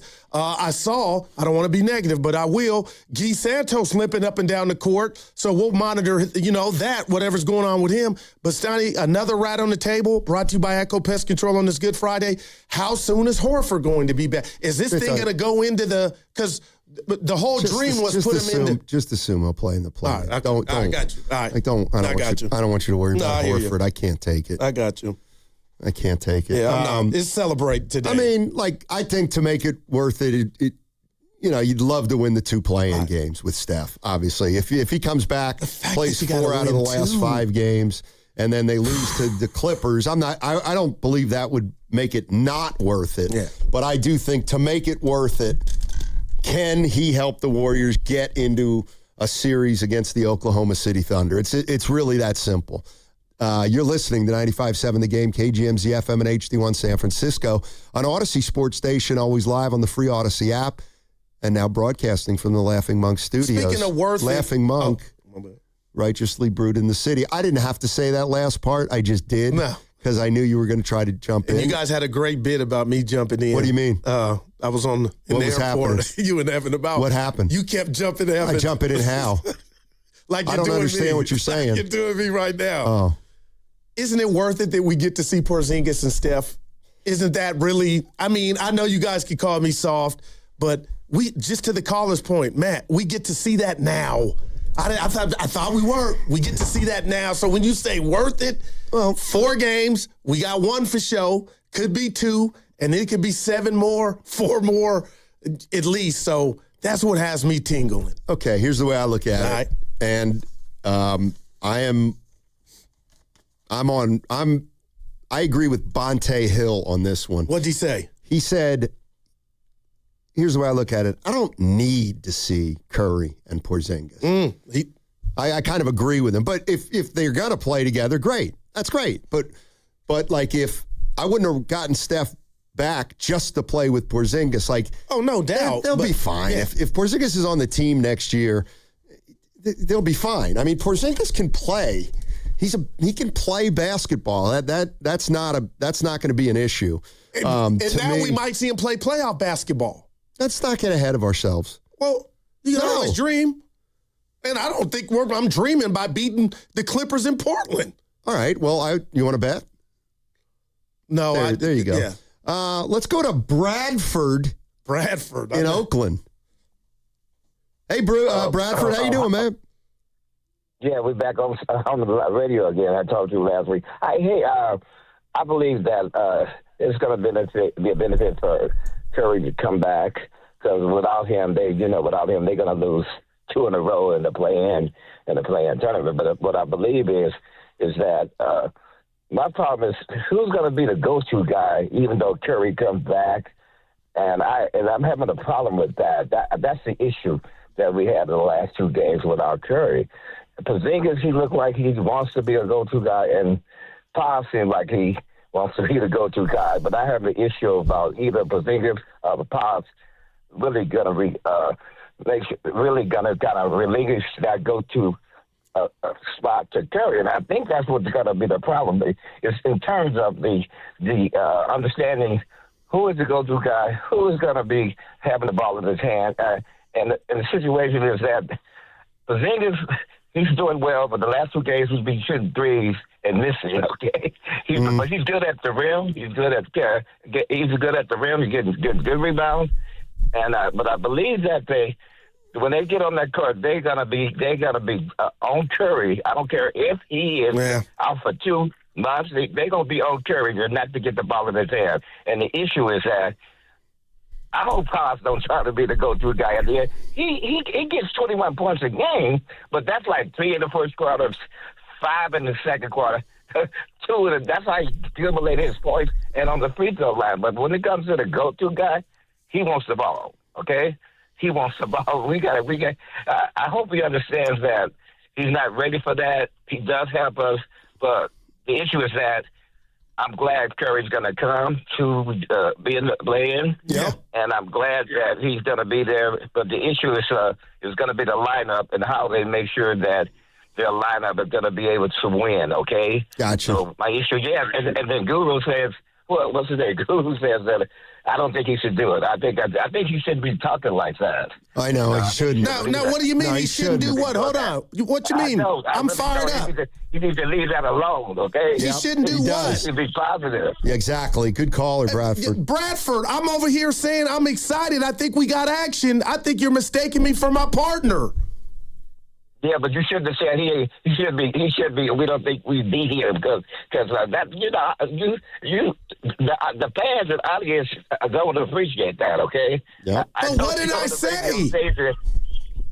It's like you really don't want him to want him to play in this because it's not going to. Oh, you got me mixed up with my partner. Yeah, you got me mixed Bradford, up with you're right. Bradford. I love you, but you got me mixed up with my partner. No, he's laughing. Scared. Yeah, I'm not. I've been fired up. I'm juiced. What he's my saying. Let me tell you what Bradford was trying to say. He doesn't think you should be so scared about Curry coming back. That's all. You shouldn't be thinking like that. Those are negative thoughts. But I'm past that to where the point that I'm. But he heard you when you weren't past it, and that. Bradford very insightful. Right. Steiny, stop. No, he got us confused. I wanted Curry to come back, and I said Curry would come back. Oh, Bradford, damn, that was my man. He's like, man. Tell you what, Bradford. Let's see. I want to talk about his minutes. Yeah. Rick. This is more Nick Friedel on they're going to be cautious with Steph Curry. I would still be cautious, and this is looking ahead now a couple weeks, but even in that play-in scenario, you're not putting Steph Curry out there who hasn't played in 2 months, aside from, in a best-case scenario, probably 4 games for 35 minutes. So even in the play-in, he's going to be a little more limited than we're used to seeing, but this dude is competitive as hell. He wants to win these 2 games and deliver them into a playoff series. So it's something to watch for. I got a question for you guys. Give it to me. Are you guys assuming Steph is right back into the starting lineup on Sunday? Now, he doesn't have to be for me because I know this is going to be a build-up or a ramp-up. So if he's not, I understand, and especially if you're telling me Steiny and Nick's right, it's only the Barry Sanders in regard to minute allocation. He's only going to play 20. Just the fact that he can play those 20, I'm good either way. But I know, I'll say this, by that time, that night does come when they play at L.A. or Portland for the first playing game, he'll be in the starting lineup. So, however you want to do it or they want to do it. Yeah, I think there's a chance he could come off the bench on Sunday. We've seen it before with him. Yeah, we'll see. We'll see. But why is Bradford bothering me? I'm gonna go back on the way home and because listen. He's got you. No, I'm fired up. I even got text. Your number. He does. He knows. What number? He's on to you. And so, No, he mixed me up with you, and that's why you're laughing. Oh man. Earlier in the show, you asked me what pandering looks like. It's this. Yeah. Okay, give it to me. Here's what pandering is. Give it to me. This is fries with benefits. That's not bad. That is a form. Guru, it's good to have you back. You've been missed, my man. That's pandering. That's a compliment. Yeah, exactly. But it's an unnecessary compliment. A lot of people miss me. But when you pander, you want something at the end. That person's getting nothing from me. No, he is. They're saying he or she is saying they miss me. No, he gets to go to his friends and says, I'm on the chat line. Oh, that'll really change his life. You stop. Well, I'm just saying. Pandering is when you want a job, you want something. That's why I'm pandering to Willard for what? He can't change my life. I'll tell you what, Willard, yeah, we got to talk to him. By the way, don't know about it either. Let me make a personal. This is a personal message for Dave Del Grande. Evan's if you're still out there listening, Dave, you might want to, if you got something to do, just make sure the radio's on at 1:50 today, man. Dave, and I'll tell you why. Because during your segment, I got a text. Evan, we got a text from Mark Willard, and he thought some of your takes were not on the money. So, Dave, I will ask him what he took such offense to. Oh, man. But I think your name's going to come up again on our show. The great Dave Del Grande and me. Dave went in, Stotty. You asked him, he answered. What did he? Oh, he doesn't like Porzingis. I grew up on, no, just the fact of the idea of him being healthy. He thinks it's dumb that we're lighting candles, thinking he can remain upright. That's how I took it. Del Grande. Yeah, Dave. Yeah, I think. I grew up reading Dave. Yeah, he was a colleague of mine. Used to have a lot of basketball discussions. Now, I'm not, the only dumb question's the one you don't ask. He mentioned the missus. You obviously know his wife. Oh, yeah, I can tell you that. He's still in the Bay? Obviously, he listened to the show. Okay. I fixed him up. You got to be kidding. My ex-wife and me. Now, that's awesome. Were you at the wedding?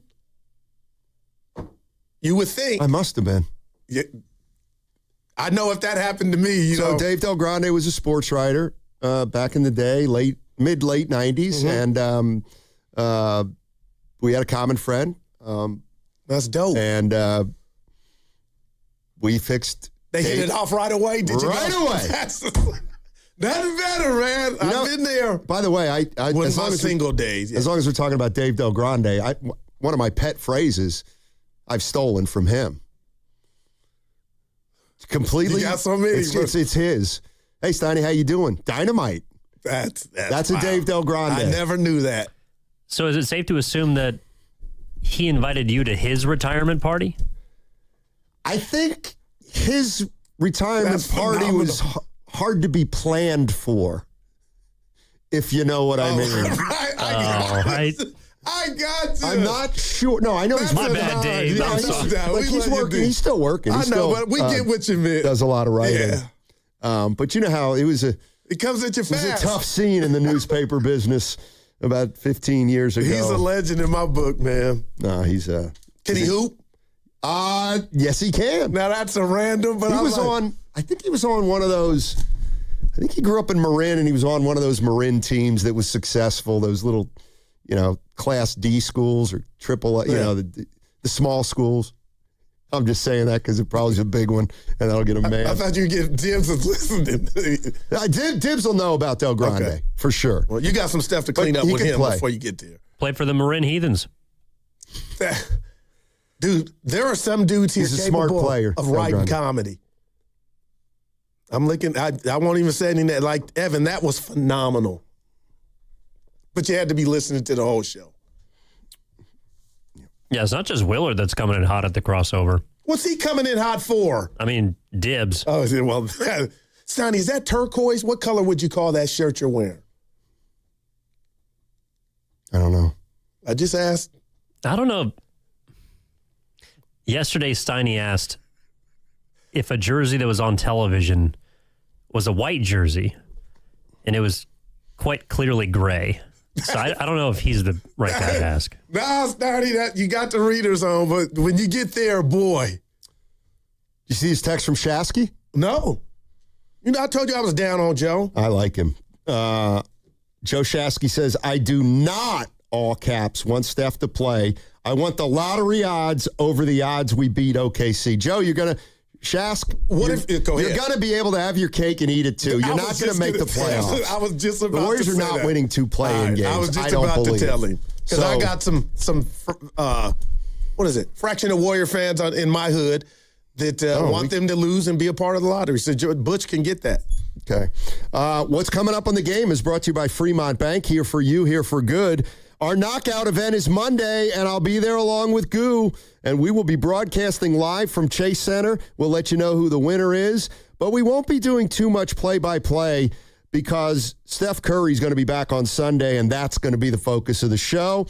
Knockout is presented by Beam Law because it's not whether you get knocked down, it's whether you get back up. Beam Law, they've got your back, Bay Area. And now an ode to play, brought to you by Scratchers and the California Lottery Philharmonic. Save a time from your busy day for a quick moment of play. Get some scratchers, then get scratching. You deserve it, won't you say? Scratch, scratch, scratch, scratchy, scratchy, scratchy, scratch, scratch. Feel the play and up your game. Scratchers from the California Lottery. A little play can make your day.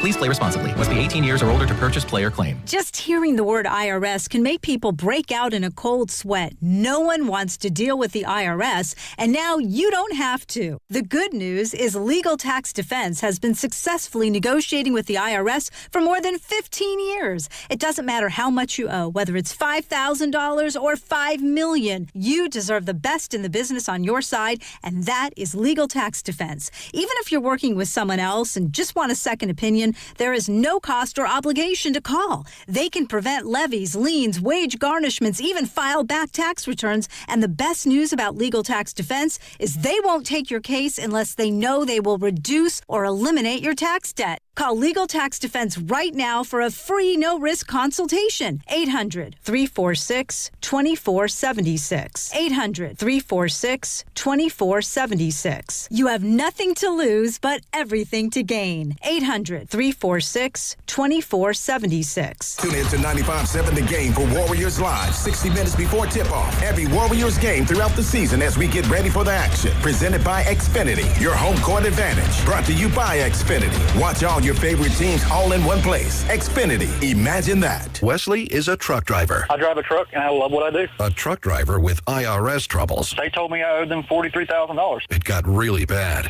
Quite a few letters in the mail. They were talking about wage garnishment coming after my house, my car. Yeah, they don't play around. I seriously thought that I was going to lose everything. One sleepless night, Wesley finally made a call to Optima Tax Relief at 2 a.m. Kind of figured I'd get a machine, but I didn't. I actually got to talk to an actual person in the middle of the night. He found just what he was looking for. Oh, they were great people. You need a team of people that know what they're doing. Optima Tax. They know what they're doing. Optima Tax Relief came through with flying colors. I saved an incredible amount of money. Happy don't even come close. I was absolutely overjoyed. Take Wesley's advice. If you're in any kind of trouble with the IRS, call Optima Tax Relief. Don't trust anybody else. Call Optima for a free consultation. Call 800-708-5977. 800-708-5977. 800-708-5977. Optima Tax Relief. Some restrictions apply. For complete details, please visit OptimaTaxRelief.com. Batteries Plus presents Power Ballads. Unless you live in a cave, you need batteries for cars, boats, and smartphones to keep life a breeze. Did you know we sell key fobs? We program them too. From lithium to 9-volt batteries up the wazoo. Batteries Plus, there's no problem too large.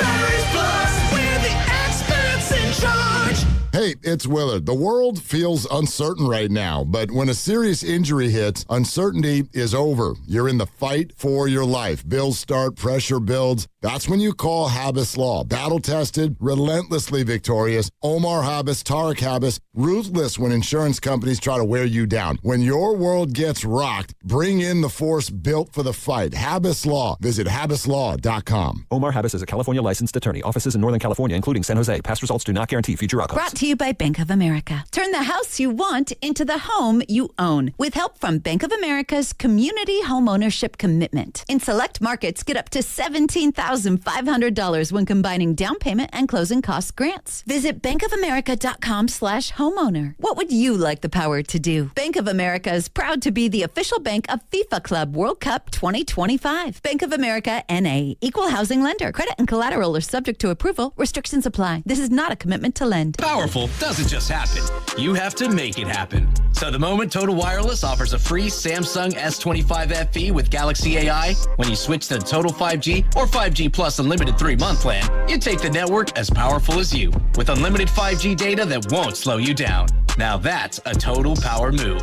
Visit your neighborhood Total Wireless store. Device taxes and fees may apply. Requires new activation on a Total 5G Unlimited 3-month plan or higher. External port in and ID verification. Available only in Total Wireless stores. Limit to 4 devices per account. There's a difference between liking a house and actually getting it. Redfin is built to make up that difference and close the gap between finding and owning the home for you. Redfin agents close twice as many deals as other agents, so when you find a home you love, you're not a step behind when it's time to make an offer. That means less watching great homes disappear and more focus on the ones you'll actually move into and call home. Redfin helps turn saved listings into real addresses. Get started at redfin.com. Own the dream. If you're carrying a lot of credit card or personal loan debt, every month can start to feel the same. All those bills, all those due dates, all that stress. There's a solution that's designed to make it easier for you. National Debt Relief could put you on the fast track to paying off your credit card debt, personal loans, and even medical debt for less than you owe, with just one low monthly payment you can afford. And no, it's not bankruptcy or a debt consolidation loan. It's a real, affordable debt relief program that could save you lots of money. National Debt Relief has already helped over 1 million people with their debt and has thousands of 5-star reviews and an A+ rating from the Better Business Bureau. So if you owe $10,000 or more, don't wait. Call 800-300-4411 now to see if you qualify. That's 800-300-4411. One call could help reduce what you owe and simplify your monthly payments. Call 800-300-4411 now to find out how much you could save.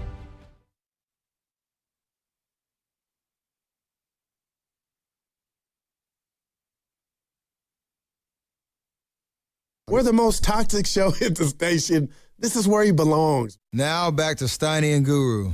Take it away, Steiny. Don't even try it. Don't even try it, Wow. Steph. It's too late. Too late for you. He knew he was coming back. He had to. Now I'm hurt. I'm not hurt. I'm just done with him. This is what we're talking about. Warriors got good news, and it's happening Sunday. I'm told Stephen Curry is expected to be cleared to make his return to the lineup on Sunday against the Houston Rockets. I had one source tell me all systems are a go for Steph Curry. He's missed over 2 months and 27 consecutive games with a persistent right knee issue. And the Warriors team doctors, they've all supported anything Stephen Curry has wanted, even if he elected to shut it down. But he has been determined to return no matter how late in the season. This is a Warriors team that's 23-16 with him in the lineup and 13-25 without him. They feel if they get him back in the play-in tournament, they will have a legitimate chance to get to the playoffs.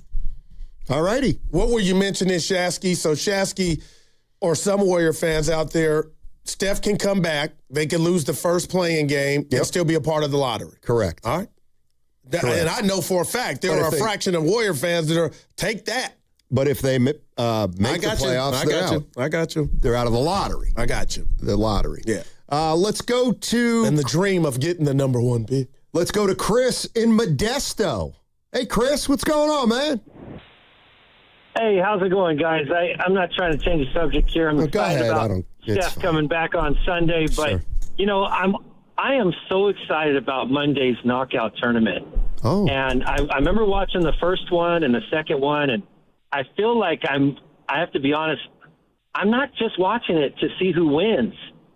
We're creating a new tradition here to see how fast, or how long he lasts. And I'm just, I think this is so exciting. I want to know what the over/under is. Like, is it wrong of me to be more excited about that than actually who wins the tournament? No. He's talking about you. Fast isn't how. How fast you're going to be eliminated. Oh, my God. Dude. Chris, I'll just get you. Don't blink or you'll miss it. Chris, I've been in the lab, so I bet the over, man. I hope so. Yeah. You need a bigger lab, though, because the last couple ones didn't do you too well. Hey. Keep it up, buddy. This is what they call a plant. Thanks, Chris. That's your buddy. I don't know Lord. There's only one person I know in Modesto. Cynthia. Oh, yeah, my cousin. I got to say this about Modesto. One of the greatest, I don't want to call it underground, but I will, underground movies with the great Ice Cube and Mike Epps.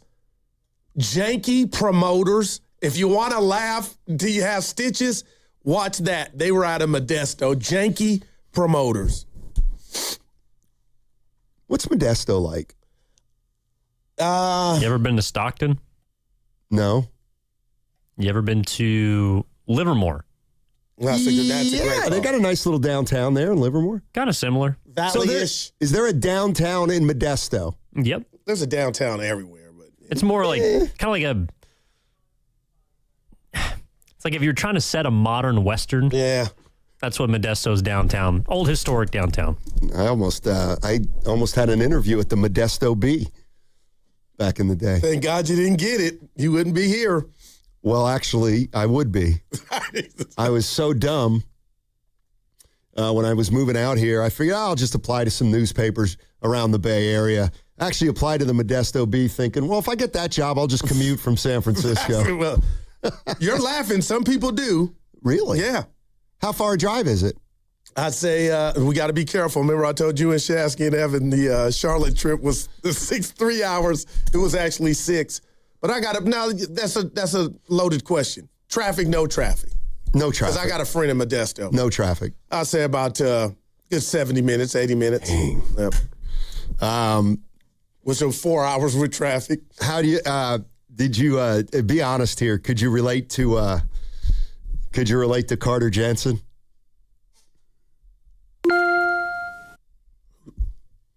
I'm unfamiliar. Royals catcher. What happened? He He missed the game because he overslept. I'm a baller, so I'm the first guy at the man. He says he overslept. He didn't wake up to his alarm. It sounds a lot like why would you traffic use that on the one? Bay Bridge to me. Oh, kid you? Why would you use that one? E? Major police activity. Man, why would you say that out loud, man? No, he did. He overslept. Yeah, he cost them. Well, they lost last night. If you had the other team. Yeah. Yeah. So Twins. So you were asking me about how I selected the college that I would go to. Oh, you've remembered. Yeah. Yeah, I applied to five schools my senior year in high school. They were 2 Division III schools and 3 D1 schools. Why not 4 D1 schools? Because they cost money. Applications cost money. Yeah, 2 parents they were jobs. Teachers. Well, are you raising your voice at me? Back in the day, teachers got. Oh yeah, you're you know right. What I mean? Mom and Dad they made it $28,000 each. No, yeah, we were raising a family. It ain't we what were it is raking now. it in Riverview Park. Oh yeah, raking it.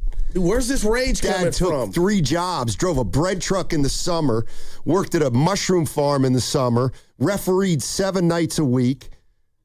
Yeah, no, we had it made. Yeah, we had it made. If you're good enough, you'd have got a full ride. I wasn't. I love how you say it. Like, look at me. Let me see your eyes. I applied to Temple. Go ahead. I had a sliver of a thought that I could play at Temple. American University in Washington, D.C. Wow. Fordham in New York City. And then University of Scranton. I got in. That is J-Mac and Franklin and Marshall College. You got into all 5. But, and then I was thinking, you know what? The scholarship offers didn't come around, from D1. And I thought, you know what? I'll just go walk on. I'm that good.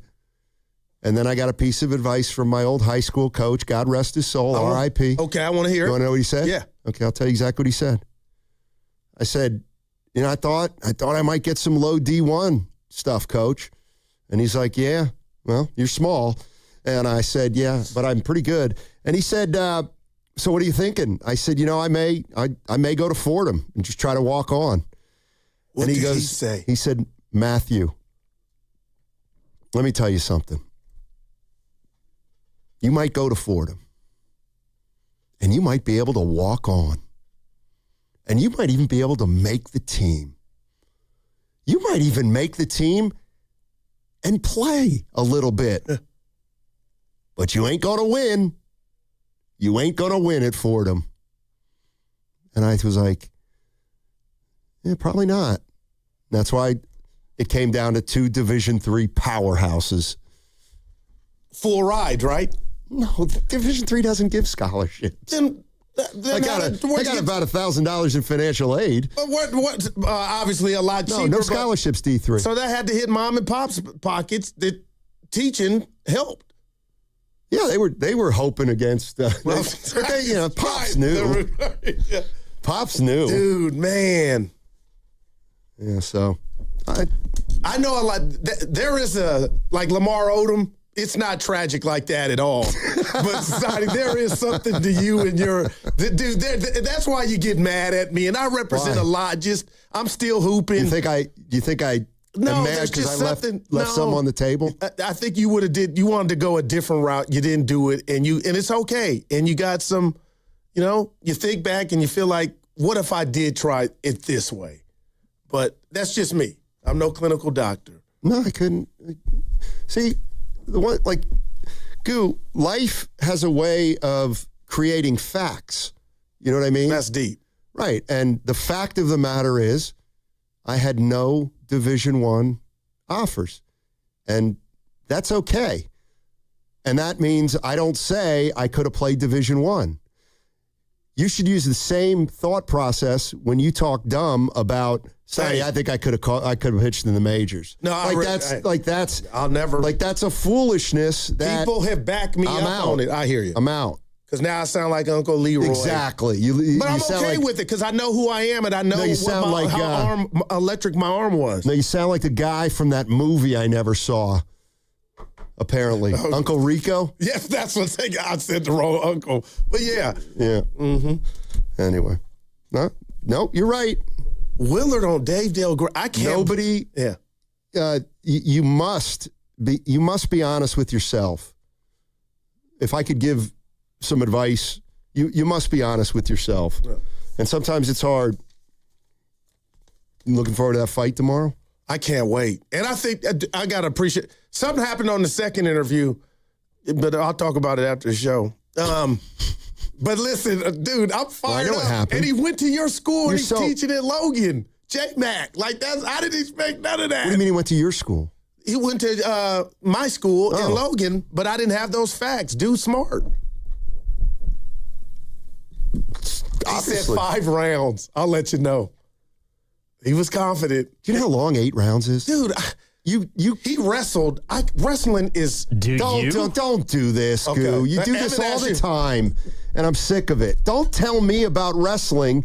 I came out of the chute at the beginning of my career 10 years ago saying wrestling's the hardest sport. I'm on record. That's my take. Lo Neal told me, and I knew it growing up.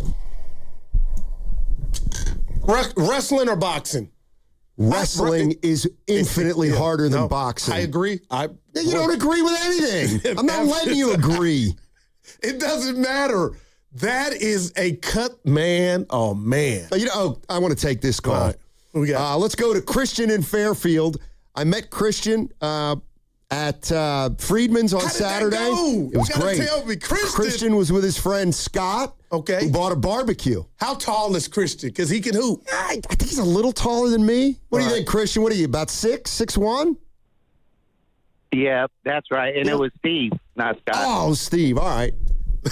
Chris, you pulled up on him, baby. I ain't mad at you. Man. Get this. Listen to this story. It was funny, right? Okay. So we go there, not because I didn't know he needed a barbecue. We go there because he thought I was mean to Steiny last time, and y'all kept saying we're not trying to do you like Christian in the show, and y'all wouldn't answer. I'm like, Steiny's not sensitive like that.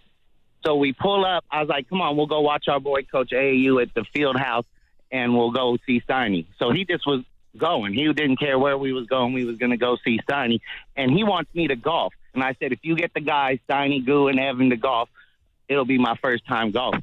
So we get there. We talked to Steiny a few times. Right. And so then, I didn't know Steiny was funny.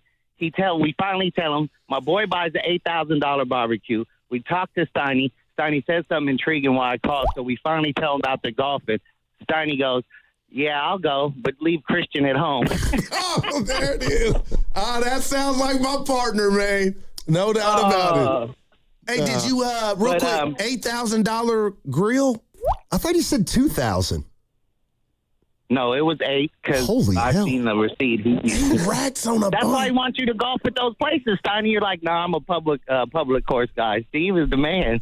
Yeah, you know I don't what? want to hate on food. And I ain't getting his name wrong from this point on. I'll tell you that. Does Stevie! the food taste better It's on great. a more expensive grill? That's all I want to know. Ask Christian. Christian, I'll let find me out, know. Boo, and Okay. I'll let you All know. right, there How you go. about that? There you go, 'Cause baby. I ain't got one either. 8 racks. Christian, But, man. Goo. Yeah, go ahead. Goo. What you got, baby? Real quick.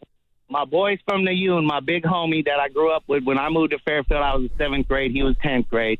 I be posting our YouTube stuff.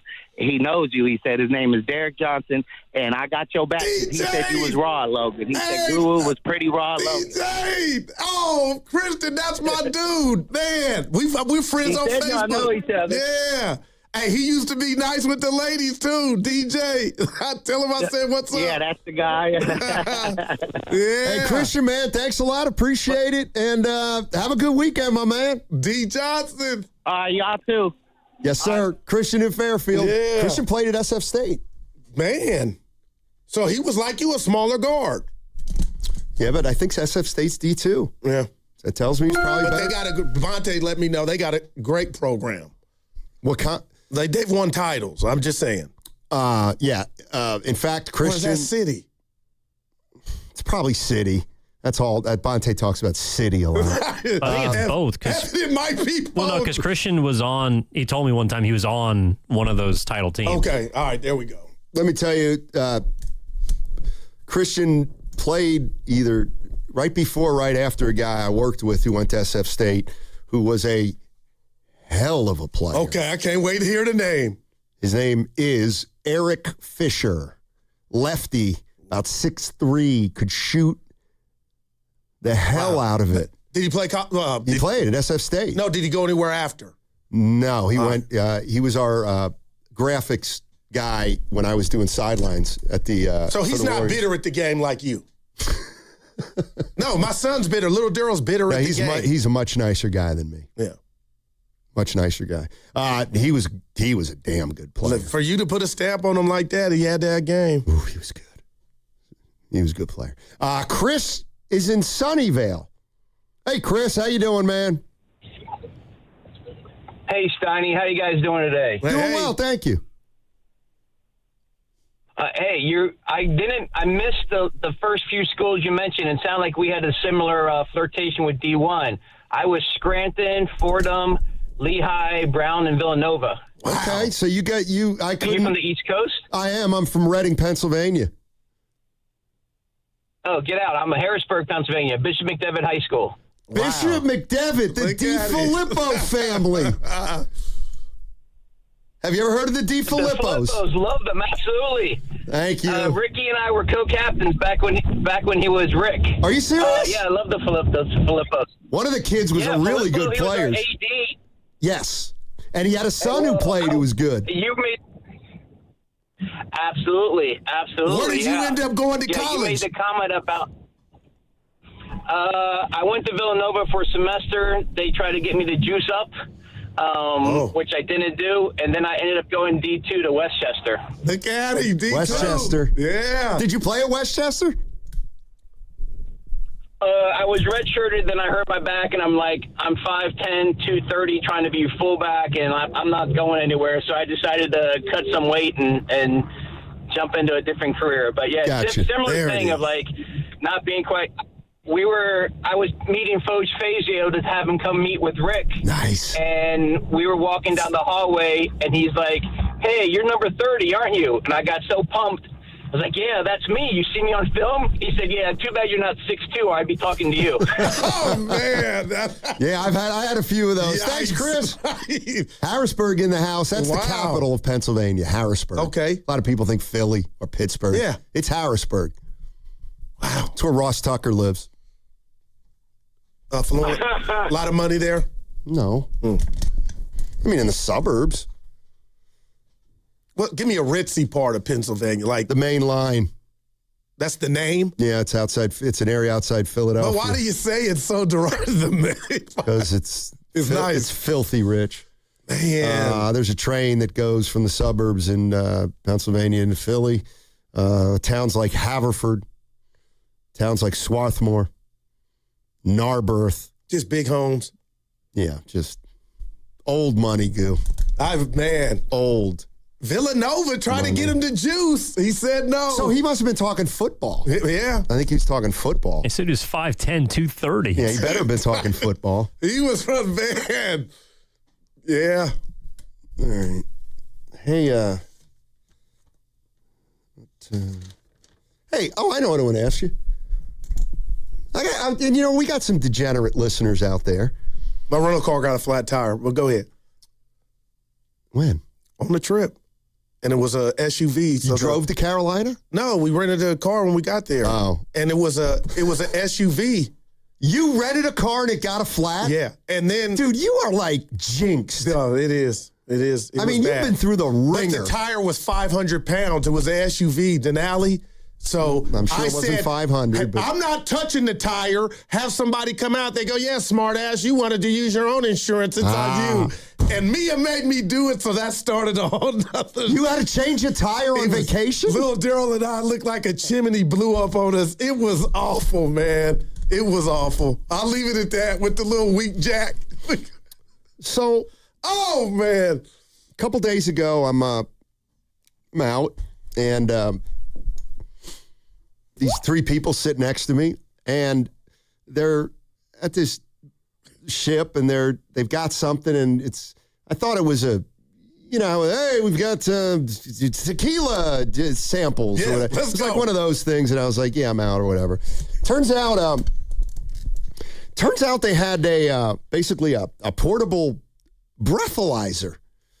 So what? It's like a breathalyzer you carry. You better be careful. And so I would love one. When you're at a bar, yes, you can blow, and then you'll know if you're okay to drive or not. I didn't even know they had those available. I didn't either. And so the woman, it was two women and a man, and they were like, Tanya, her name was. Yeah. And she said, you want to try it? And I said, no, not at all. And then I eventually did, and it worked. So you blew in? I blew. In a random person's, like how long they have them, like they come with mouth guards, so you can blow, then you pull that off and put another one on. Well, but, dude, why am I, I didn't know you could. So they got this company, and I'm like, oh, well, that's actually a great idea. Do you need... Yeah, I guess. You need somebody to get the word out. I love it. What happened? And they didn't say no. And I was like, all right. So I gave her my information. I said, I work for 95.7 The Game. We got a lot of drunks. I mean, we've got guys with drug problems, alcohol problems. Yeah. They need this. So I'm going to see if I can't get something going. What about today? Today what? I don't know if she'll be there. No, do you have one? Like, I would love to. Man, history would be different for so many different people if they had it. You know what? I can't drive. For practice purposes only, of course. Yeah. Well, it didn't matter. I was walking anyway. I wasn't driving the day I took it. So you got a number, though? Oh, I got a number. Were you shocked or about what you thought? Because, our minds always have a number. I mean, honestly. Your mind's oh, man. The one thing they wanted to do was get me a drink first so that. Now, that's odd. Because that way something would register. Like if I. But it would enhance what already was in the register, if you get correct, what I'm going. But it didn't. Doesn't sound like. No, I was. Can we play a little game of over-under? Let's do it, E. 0.08. Over. 0.0. Dude, who am I 40? You know what? I'm uncomfortable. There was a 0.1, which back in the day was not legally drunk. Yeah, you're right. But again, I was walking, and that was the last one. We got you. Oh, God, if Susan's listening. That's better than the Seinfeld references. The last time your Susan listened and said something to you? Yesterday.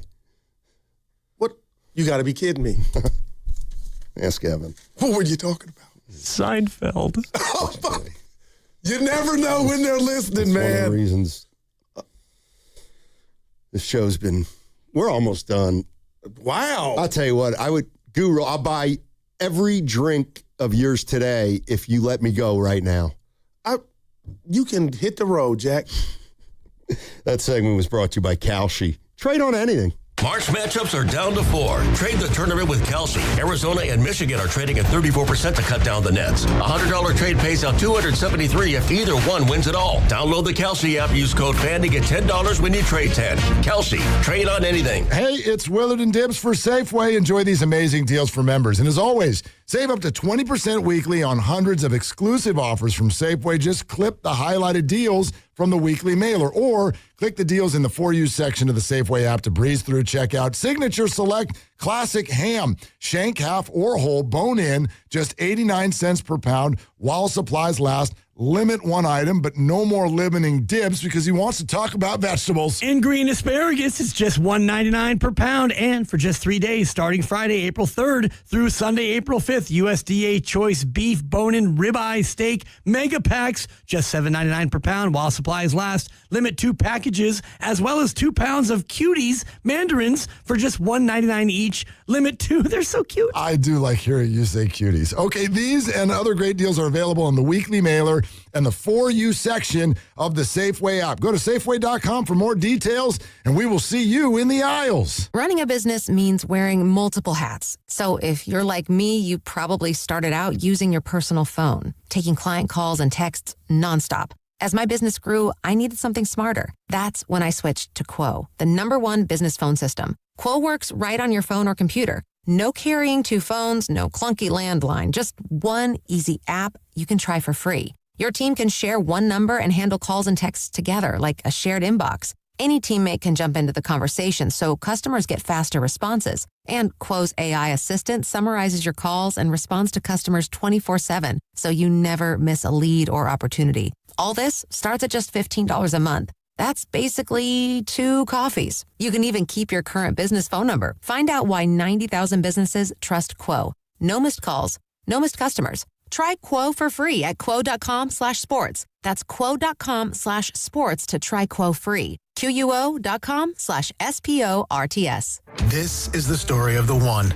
As a maintenance tech at a university, he knows ordering from multiple suppliers takes time away from keeping their arena up and running. That's why he counts on Grainger to get everything he needs, from lighting and HVAC parts to plumbing supplies, all in one place. And with fast, dependable delivery, he's stocked and ready for the next tip-off. Call 1-800-GRAINGER, click Grainger.com, or just stop by. Grainger, for the ones who get it done. The following is an attorney advertisement. If you get sidelined by your workplace injury, the workers' compensation attorneys at Boxer and Gerson can help you get back in the game. Our team of skilled attorneys will fight by your side for the treatment and compensation you deserve. We care about justice for injured workers. That's what makes us Northern California's premier workers' comp law firm. Call Boxer and Gerson at 510-835-8870 or visit boxerlaw.com for a free consultation. Boxer and Gerson, your life is worth the fight.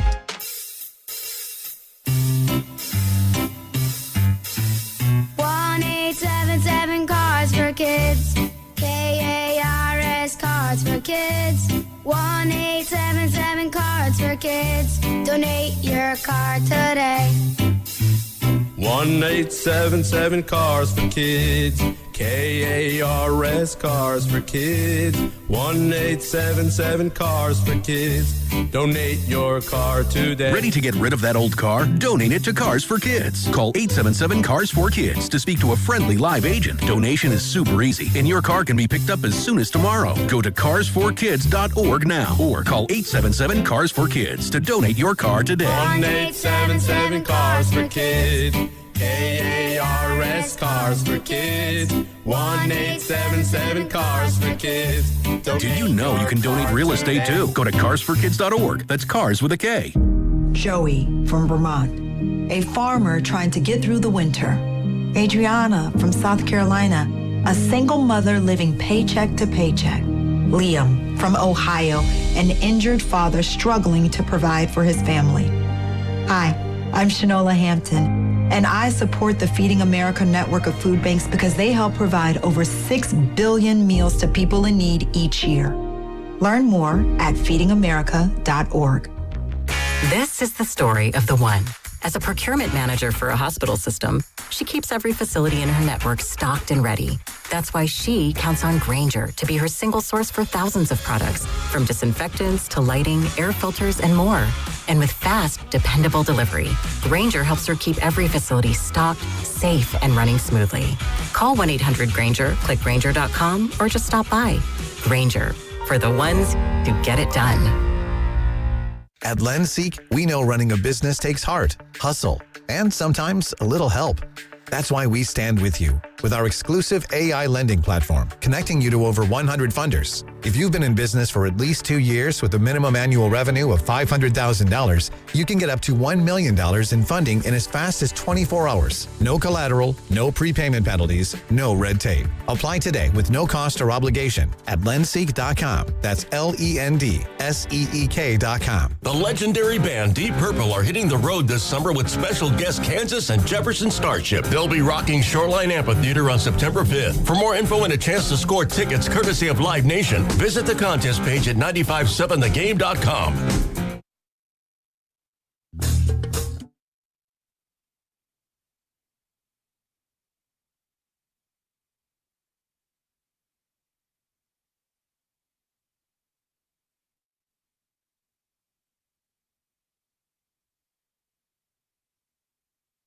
I was wrong. This guy is such a D. Now, back to Steiny and Guru on 95.7 The Game. Oh, okay.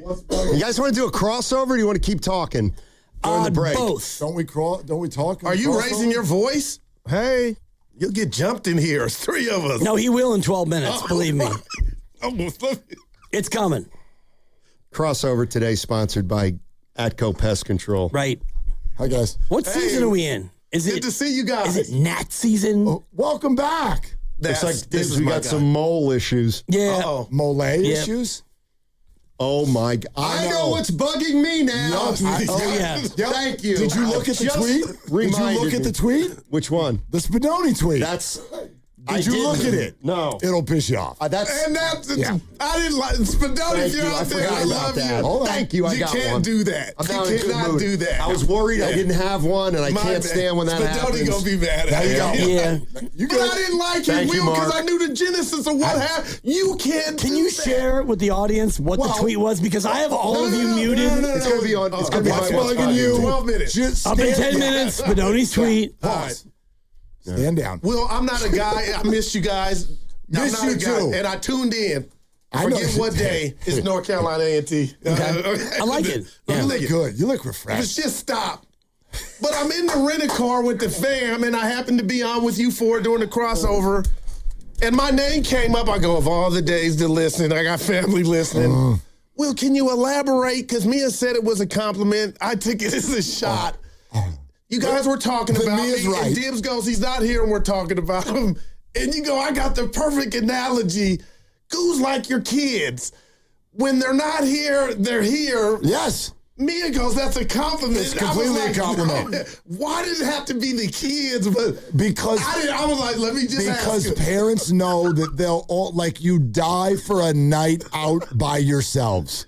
And then you get there, and the only damn thing you talk about is the kids, because they are that big of a part of your life, right? And so that's you. Okay, you cannot be here. You said it was a compliment. And Steiny's probably like, boy, I'm looking forward to 4 days without Goo. And then they sit down and talk about Goo. Right. That's what happens. Right, and that's why I was so proud of us when we went out to dinner and you guys paid off that bet. We gotta do it again. And Steiny and I, we've had this thing for a long time since we've been friends, like no shop talk. If we go to Dana's backyard and there might be something that comes up, and we'll talk about it briefly, but I'm big on no shop talk because like there's a lot about you and, you know, maybe Mark to some extent that I don't know. Like, I want to talk about you as a human being because whatever, I talk to Mark for 20 hours a week about sports. I don't need to go out for dinner and let's talk about the show. And Mark, we didn't talk about sports. I got to learn you. You learned me a little bit more. Boy, we didn't talk about sports at all. I was here hustling on Steiny and I was listening to y'all. Yep, that was the life category. That's right. Steps back. Yes, that's sports. Wow. Well, we're doing shocked. sports, so yeah. You're Step shocked? back. Yeah, I thought he wasn't coming back. Willard, especially since Steiny's mad at him now, he didn't pull up on us. Well, he pulled up. He didn't park. Well, remember what, like, and it sounded like you guys agreed. When he came over and he said hello. That was. But he was like, but I'm not going to sit down. That was it for me, man. I didn't think that meant that he was definitely not going to play. I thought it meant that he wasn't sure. Which is doubt. Yeah, Okay, right. I don't think that they were sure that he was going to play. 4 years ago when he sat down with you, they were sure he was going to play. All right. But he's going to play. And I'm not going to take anything for granted. If they don't go to the play, if they lose, he's back. We get to see him with Porzingis and life without Steph. If I'm true to my word, it just got tiring those guys were busting their ass. But Steph is the Michael. Like, I can't wait to watch him Sunday. On Easter, on Peacock. Right. Lone game of the night. I hope it goes well for a week. And because I look forward to seeing what that man can do either at Portland or LA. That's it. In the playing game and see if he can buy another game. And then after that, see if he can buy at least 4 more. It's going to be a Herculean. Or 7 more. Or 25, Drew. Like, they're allowed to. I forgot that. They're allowed to. They're allowed to keep winning. So, yeah, I'm in. Bibbs? No, I'm going to wait. I'm going to lay out. Okay. Yeah. Are you out of words? Pretty much. Yeah, it's Friday. I got it. What about his text, though? You got to call him on his text for Dave Del Grande. Yeah. I was like, Dave called us out of the blue, Del Grande. Dave Del Grande? Yeah. So, it was out of the blue, in. but like, it was the weirdest pause. He went in in the history of He went in on the Warriors. It's funny because his son, I was coaching at O'Dowd boys volleyball in 2019, and they're on our schedule. And so we go to Castro Valley, and I got no idea about, anything as far as opponents. And I see Dave Del Grande in the crowd, and he's like, "That's my son." And I look over, and his kid at that point was a sophomore. He had to be 6'6". Yeah. Wow. Might have been 6'7". Wow. And I was like, oh, man, Dave, okay. All right. We shut him down. Shut it like Public Enemy. Wow. We had a great year that year. My first year. We shut him down. Turns out he's now a college volleyball player. Come on, Dibbs. Oh, yeah. I'd have to Google it. I think it's UC Merced. Is that possible? It is possible. It's possible, but... And he probably is now like 6'9" or 6'10", but and the kid's a great player. But we happen to have one of those days where like we just shut him down. We're ready. We were ready. Yeah. The next year we faced him, and COVID, so whatever, didn't even matter. They might have beaten us, but that record got expunged. But Dave Del Grande, yeah. So a guy called in and said we had a boxer on who's going to fight at Union City tomorrow, Logan. Rumble into and you. He said, he went to high school and then he went to Columbia University. And of course, I was like, Columbia, who's ever going to Columbia? He's the greatest athlete out of Columbia. And I was like, I seem to remember a guy named Alton Bird. And Del Grande calls in and says, not only Alton Bird played at Columbia, he was a Bay Area guy. I guess he played with Gene Ransom. Wow. Who went to Cal. A baller. And so Del Grande just filling in some information about this guy, Alton Bird, who's a hell of a player in high school. And then, of course, I asked him about the Warriors. This is the and now, I mean, what did he say? Mike Dunleavy caught unbelievable strays in this conversation. Strays. I'm like, what the hell? Did too. Right. I was like, wait a minute. Because sounded like I'm like, where the hell did that come from? Rabbit out of a hat. We're hanging out, we're talking about Columbia, and then all of a sudden, Del Grande's like, I might have heard the word stupid. Yeah, championships, like still kind of, championships. And then he was like, and Dunleavy, he pulled a rabbit out of the hat by getting Butler. He goes, now everything he's done before that, he was wrong. Yeah. And everything since, terribly Kuminga wrong. for free, basically. And gave away Kuminga for nothing. Wow. He called Kristaps Porzingis nothing. Yeah. And I was like, oh, Dave. Man, Dunleavy's never even had a lottery pick. We've all already, and I know, get ready to duck, but Pods is more valuable than his draft position. I'm like, where did Dunleavy's never done anything right other than Jimmy Butler? Man.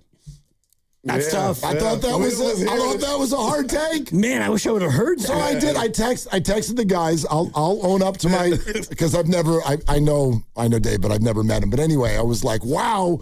I turned on Siri and I'm like, Del Grande from the top rope with some of the worst Warrior takes I've ever heard in my life. Hi, Dave. Yeah. I'm not in this one, Dave. Yeah. Spicy. I mean, yeah.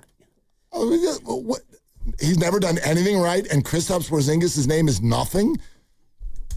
I mean, it's a take, right? It is a take, and I like take. And you guys are playing the Jim Bowden sound from our interview yesterday, and Mark was I mean, did Mark have the pods? You can go ahead and just take a play off for a second because I'll get to you with the amount of. I believe the word that Steiny used was pandering, and I thought that pandering was a little bit light.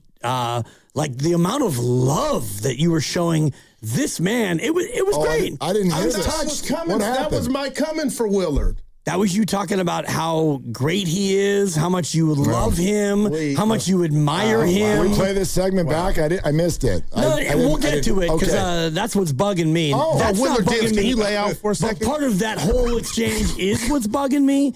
But I don't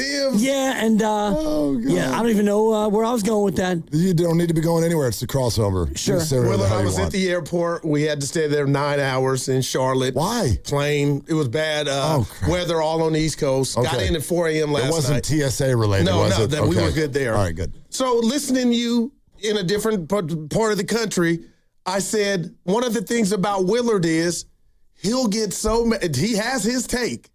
And I listen for his take, but he will get thrown off and mad at the other person for their take. Yeah. And then I was just in the airport and I said to myself, critiquing, I'm nobody. I said, I want to hear his take, but you love when the other person's take ain't up to par with your take or you disagree. And I just pointed that out. And for some reason, he goes, I thought I was calling you out, having some fun. Steiny goes, you're pandering. But what hurt is Dib saying it sounded like ultra pandering. Yeah, shout out Dr. Naraz pandering. That's a 3. I'm in favor of pandering if it's to me.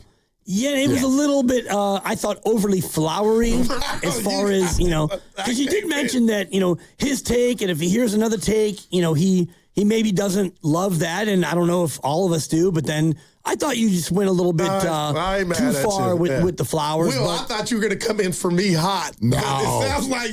Maybe I'm just a little jealous. I could never be mad at you, Goo. Just come on, man. Yeah, I mean, maybe I had a little bit of envy because, you and I go back, and I guess it all goes back to when you wrote your notes on that napkin. You tried to back ruin in Lucky Break. I did. Yeah. You were on Tierney's team.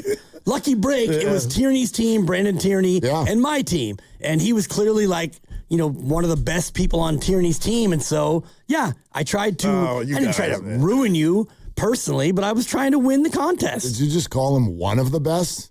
He had to have been the best. That's why he's here. Well, there were other great people. If you asked Shasky and Zachariah, I didn't even know both of them at the time. Because I was so low, Shasky had to work. He said, like, I'm trying to win the contest, so if you don't get there, you don't get there. So Shasky made it out of qualifying, but he had to work, so he couldn't actually go to the round of 16. Greatest reason ever. But I understand. That's how you become a young broadcaster. That's the way to do it. Sounds like the 2022 Warriors. Zachariah got up in front of everybody. He goes, this ain't real radio. He had like a meltdown. This ain't real radio. It's not how it's done. I'm like, you're out of here. Well, apparently it was, because he had on the radio too.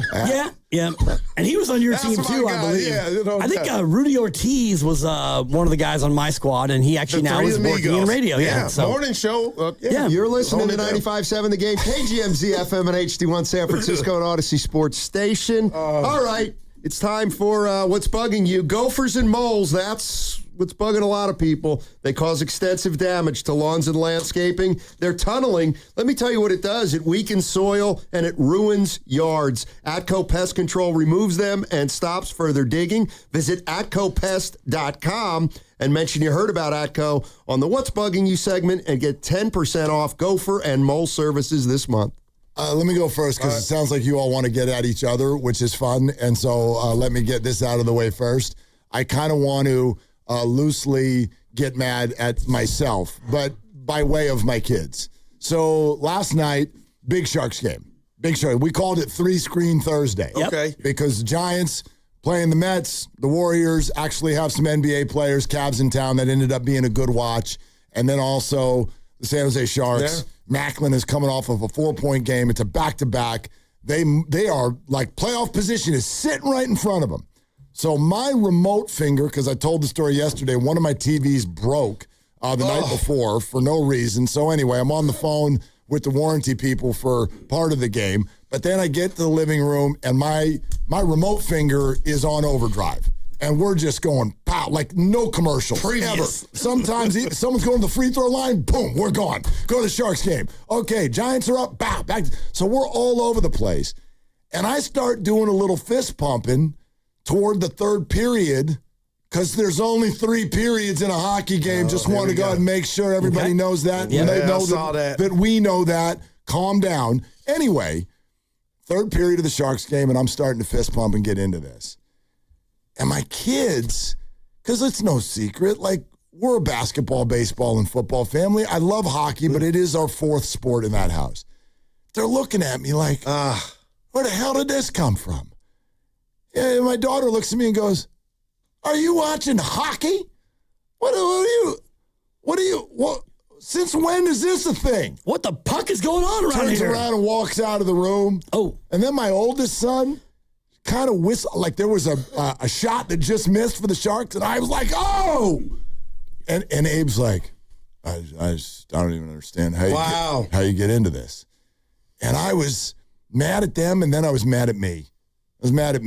I have the Sharks being not good during their childhood while all these other teams are going to the playoffs and the finals every damn year. There's a hole in our game, and it's on me. I got to fix it. Look at it. I got to get him to a game. Yeah. I got to get him to a game as quickly as possible. And That's when all you I go wanted to a say. game, like, you're hooked. Yep. And, I mean, you saw it. We no were up doubt. there. Maybe it's because we had the best suite in the house, and that game was absolutely incredibly entertaining. But, yeah, you go and you see it live, you're hooked. You're in. It's awesome. Yeah. It's fun. So, anyway, we got to get him to a game. You owned it, though. Yep. All right, I hate to do this, but no, you don't. I'm a little down, and what's bugging me is Joe Spinelli. Oh, my God. And it didn't come, I didn't realize that this was the situation that went down. So the bottom line is, now let me find it. We have a friend of the show. I don't know if you guys have met him or not. His name's Jim Mole. And he's a Giants season ticket holder.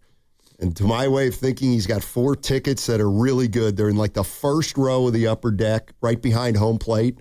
Great view. Guru, are they good or are they good? Awesome. Yes, Spadoni loved it too, but go ahead. So Mole texts me yesterday and says, hey, I got 2 for the Giants game tonight, meaning last night. Would you like to go? And I couldn't.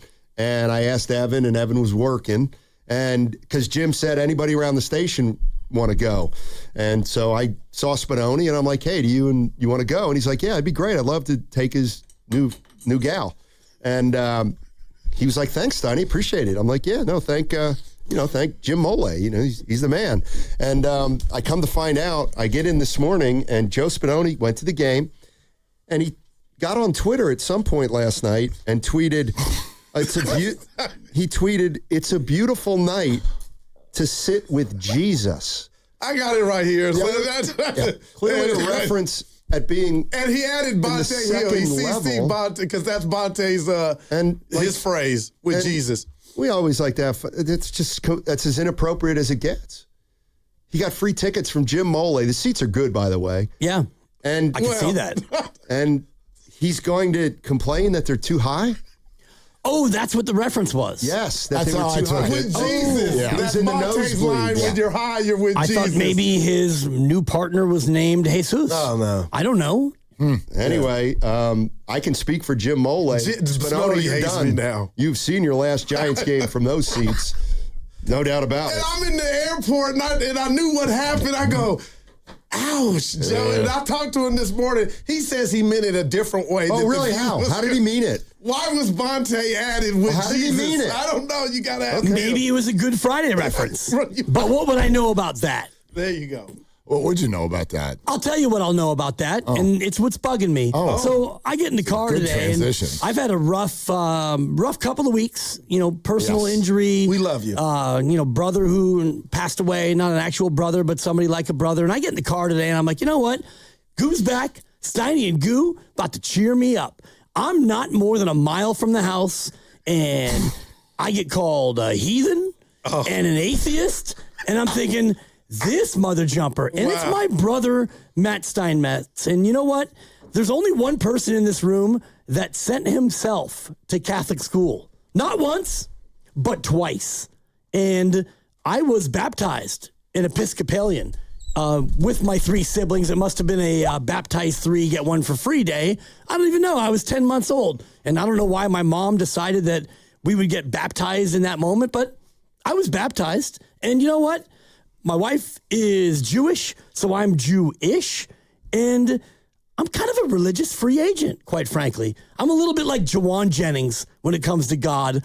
I'm looking for a big contract. I'm looking for the right deal, but right now, I don't have any spot where I feel like I can land. So thought that was a little bit harsh, being called a heathen, which I thought, that kind of tickled me. And then Guru pressed, and Steiny's like, oh no, he's an atheist.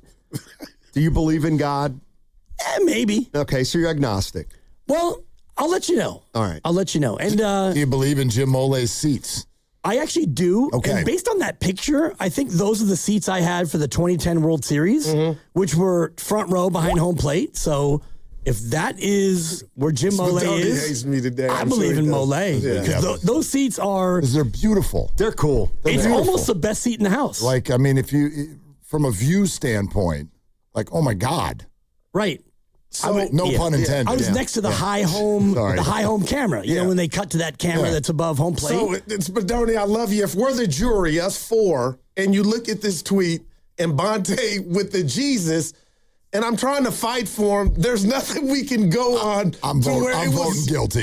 I'm voting guilty. And I was in the airport like, damn, Spadoni, those were free. But that's the thing. Like, if you walk, unreal. We've got a coworker here at KCBS. The great El Greinzig. I can't pronounce it. It's her last day today. And at KCBS, they gave her a cake. Right now, there's about 4 or 5 slices left. If I go over there, I didn't know that, and break off a slice of cake, and I think, oh, this cake is terrible. You don't go to the people and say, hey, the free cake that I was able to eat, this cake is terrible.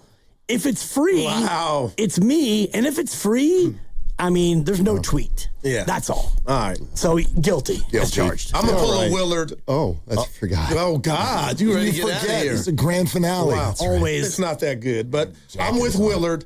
I knew I was going to Charlotte, and the Celtics were in town to play the Hornets, and I hadn't seen an NBA game in another city. I've seen baseball, football, nothing with NBA. So I hit my boy Eddie House, who works for the Celtics. That's home. Yeah. But I hit Eddie House up, and he responded. I didn't see the email. I needed 6. I was taking the in-laws and everybody. So we get off the plane, and I see the email, and I waited too late. I hit him back. He was like, man, So I said, you know what? Let's still go. My nephew Miles wanted to go. I said, I felt like my pockets had the mumps. $90 for Section 217 apiece. Let's go.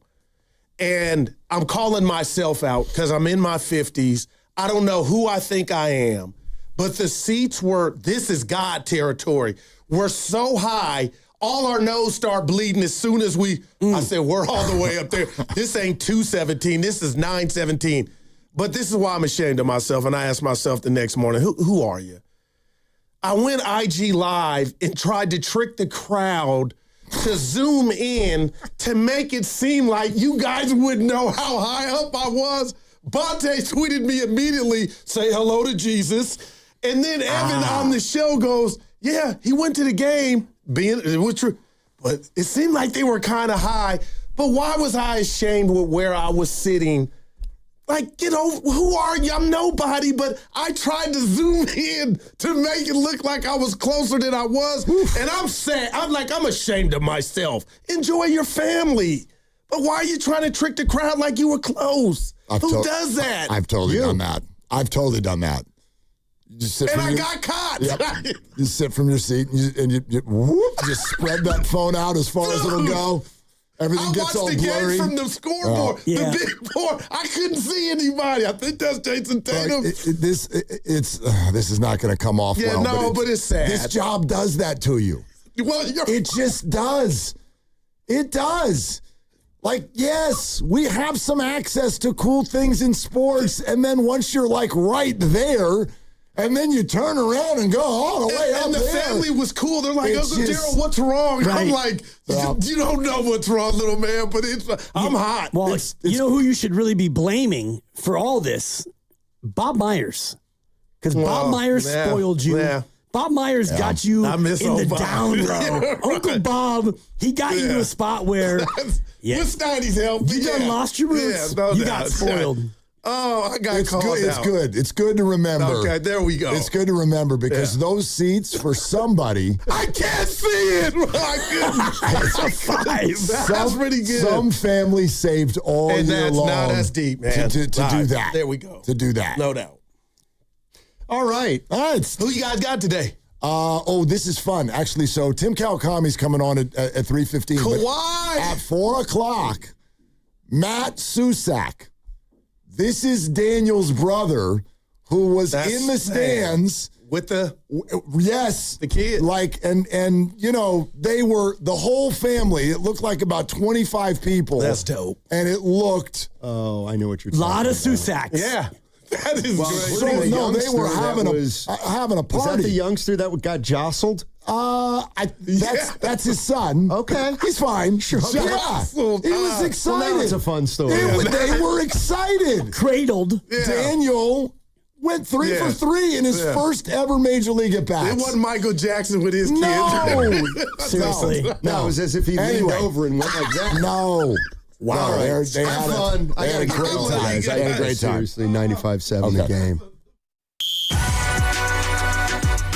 Are they the smartest show in the Bay Area? You guys are an intellectual feast for the smart sports fan in the Bay Area. Wow. You're pretty much the smartest guys on the radio. I agree. Good Lord, how big is your ego? Are they the funniest show in the Bay Area? Give it a laugh. Come on. You're a funny guy. Come on. Give me a laugh. You are funny dudes. Hit that S again. Are they the coolest show in the Bay Area? And no white boys.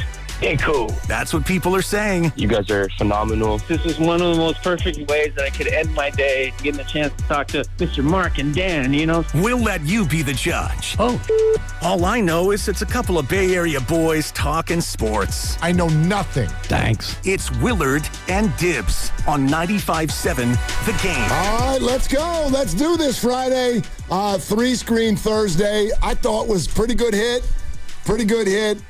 Tim Kawakami at 3:15 in an hour. And yeah, Daniel Susak's brother, who was in the middle of that absolute party that was happening in the stands at Oracle Park last night, is going to join us at 4. We've got higher or lower on a Friday. It's a Beat Grandy edition. The whole show really is going to have, like, thread throughout it. It's going to be like, come after Grandy. Yeah. This is our final show before Knockout happens on Monday morning. Right. And so we're going to knock that sucker out. That's what we're going to do. I spent the majority of my morning trying to Google Grandy's high school class and trying to figure out, like, who might have been Grandy's childhood, like, enemy or somebody who might have bullied him. So we may have a surprise caller from Windsor. I'm efforting. Now this is producing. I'm efforting. Holy crap. A Grandy rival, somebody who can, verbally smite him and maybe get him a little bit off his game. Is it Luis Arise? Is he calling the show? Arise. I do like that. It's goofy enough that I love it. And all he does is hit, no matter what. I think he's a fit. We'll get to Luis today for sure. You, Dr. Seuss. We'll get to Tony Vitello for sure. But Steph's back, so that's official. The tweets have been sent. The knees have been checked. The conversations with Macklin's dad. I'm not going to call him Rick anymore. This is kind of like when Michael Thompson used to be Michael Thompson. Then at a certain point, I'm just like, you're Clay's dad now. You're not Michael Thompson. You're Clay's dad. Same thing with Rick Celebrini. You're just Macklin's dad now, dude. We're getting there. Yeah, I think we're there. Well, as much as he is a medical marvel, like Kristaps Porzingis is calling him the GOAT. Seriously. And like, how many times has Steph Curry been hurt? And, the Mac Daddy has come in and Macklin's daddy has come in and tried to like heal people. So we might be there. Hello. You just stumbled on it. That's his name. Mac Daddy. Mac Daddy. Yeah, there it is. Yeah. He'll make you Healthy. We'll work on it. And Steph might actually jump on Sunday. A little bit. A little crow hop. Totally. But anyway, Steph's back, and I want to know what kind of chance you think that this gives them to do something. I'll just leave it at that. Nobody do a championship. How about just to play a playoff game? Like, can we make that the bar? Okay. So what you're saying is, what kind of chance does this give the Warriors to come out of the play-in tournament? Win 2 games in the play-in. I think that's less than 50-50. Wow. Okay. I mean, we're talking about 2 road elimination games. This is not going to be easy. But I gave them no chance if Steph Curry's not playing. Right. And now I give them some chance. Great chance? No. Good chance? You know what I mean? It's kind of like... like a 1-3? Yeah. I give them Rafi Devers at the dish. Okay? Maybe even Luis Suarez at the dish. Yeah. Like batting title-ish. But that's still about a 1-3. Right. That's and 3-10 or whatever, yeah. Even that is maybe a little bit optimistic. To be honest with you, you know what I mean? They've got to do the first game, and then once you do the first game, then you got, now we're going to do this again 2 nights later. 2 road elimination games is not for the faint of heart. But we're here, and outside of Jimmy Butler and Moses Moody, there is the chance that the Golden State Warriors are at, so I guess you can't call them full strength, but some sort of strength in a week and a half when they'll play the first of these basketball games. Yes, they're the 10. We can stop. The whole thing is they're the 10. Right. They're the 10. I don't know where they're going. I don't know if it's Clippers or Blazers. Those 2 are neck and neck. But the Warriors are going to be the 10, and they'll be in one of those 2 cities in about 11 days, and they're going to play a basketball game. And right now, it is on track for Steph and Kristaps, maybe Al Horford. That's maybe another question I'd love to ask. And the rest of the guys, you know, Draymond and Melton, Pods, and all of them being ready to go for that basketball game, and you give them a shot. You give them a definite shot, especially like if Al can come back and play. And the thing about Melton is kind of a head scratcher. Like, what has kind of happened with his offensive game? Because he is really struggling offensively. But the one thing about last night with the Warriors is they got to do something they haven't been able to do in a long time, which is DNP CD.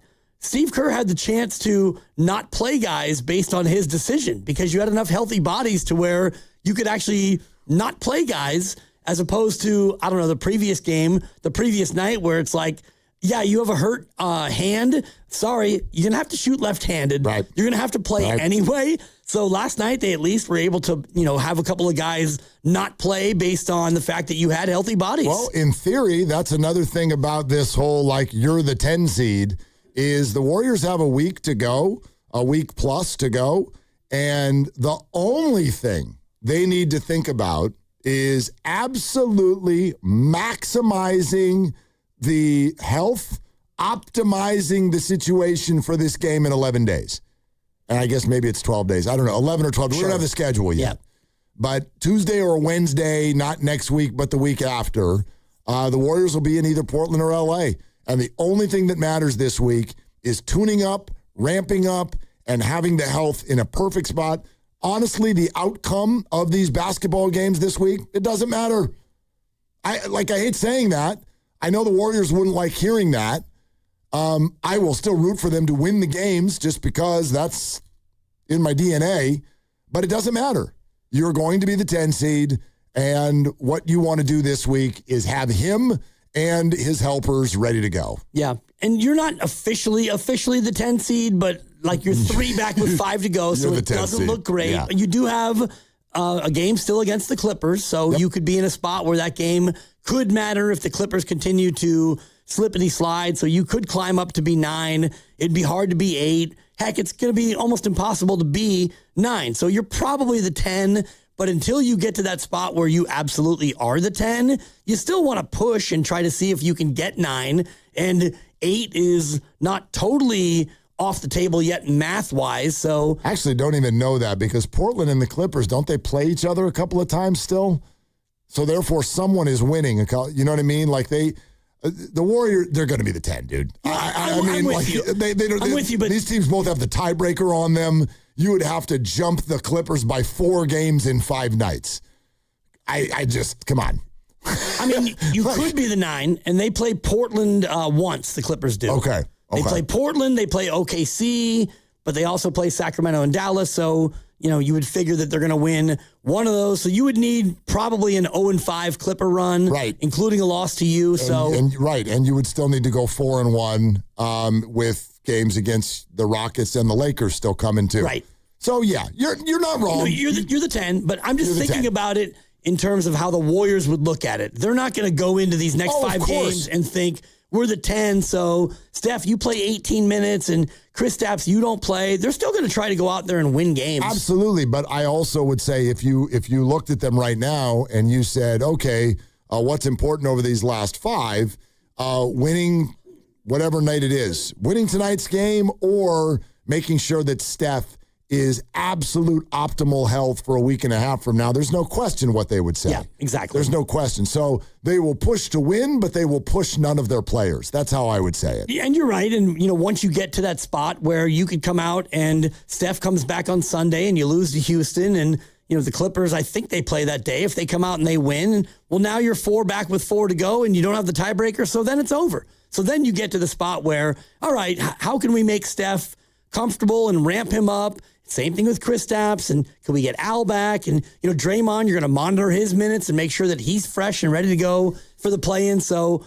I'm not saying that you're not absolutely right because you are, but you're still maybe a half a step away from really enacting that plan. What's fascinating is the dynamic that unfolds, and we always love to test and use our show sometimes to really dip our toe in the water and understand how a lot of you are thinking in this moment. So I never want to, especially early in a day or early in a show, jump to too many conclusions. But if I even look at, here's a couple texts, the last couple that have come in, Boxer and Gerson Work Injury Attorneys text line.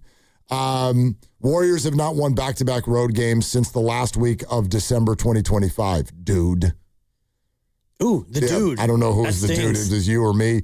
925. You shouldn't even get a chance at the playoffs if you're under 500. It's a bit pathetic. So I get it.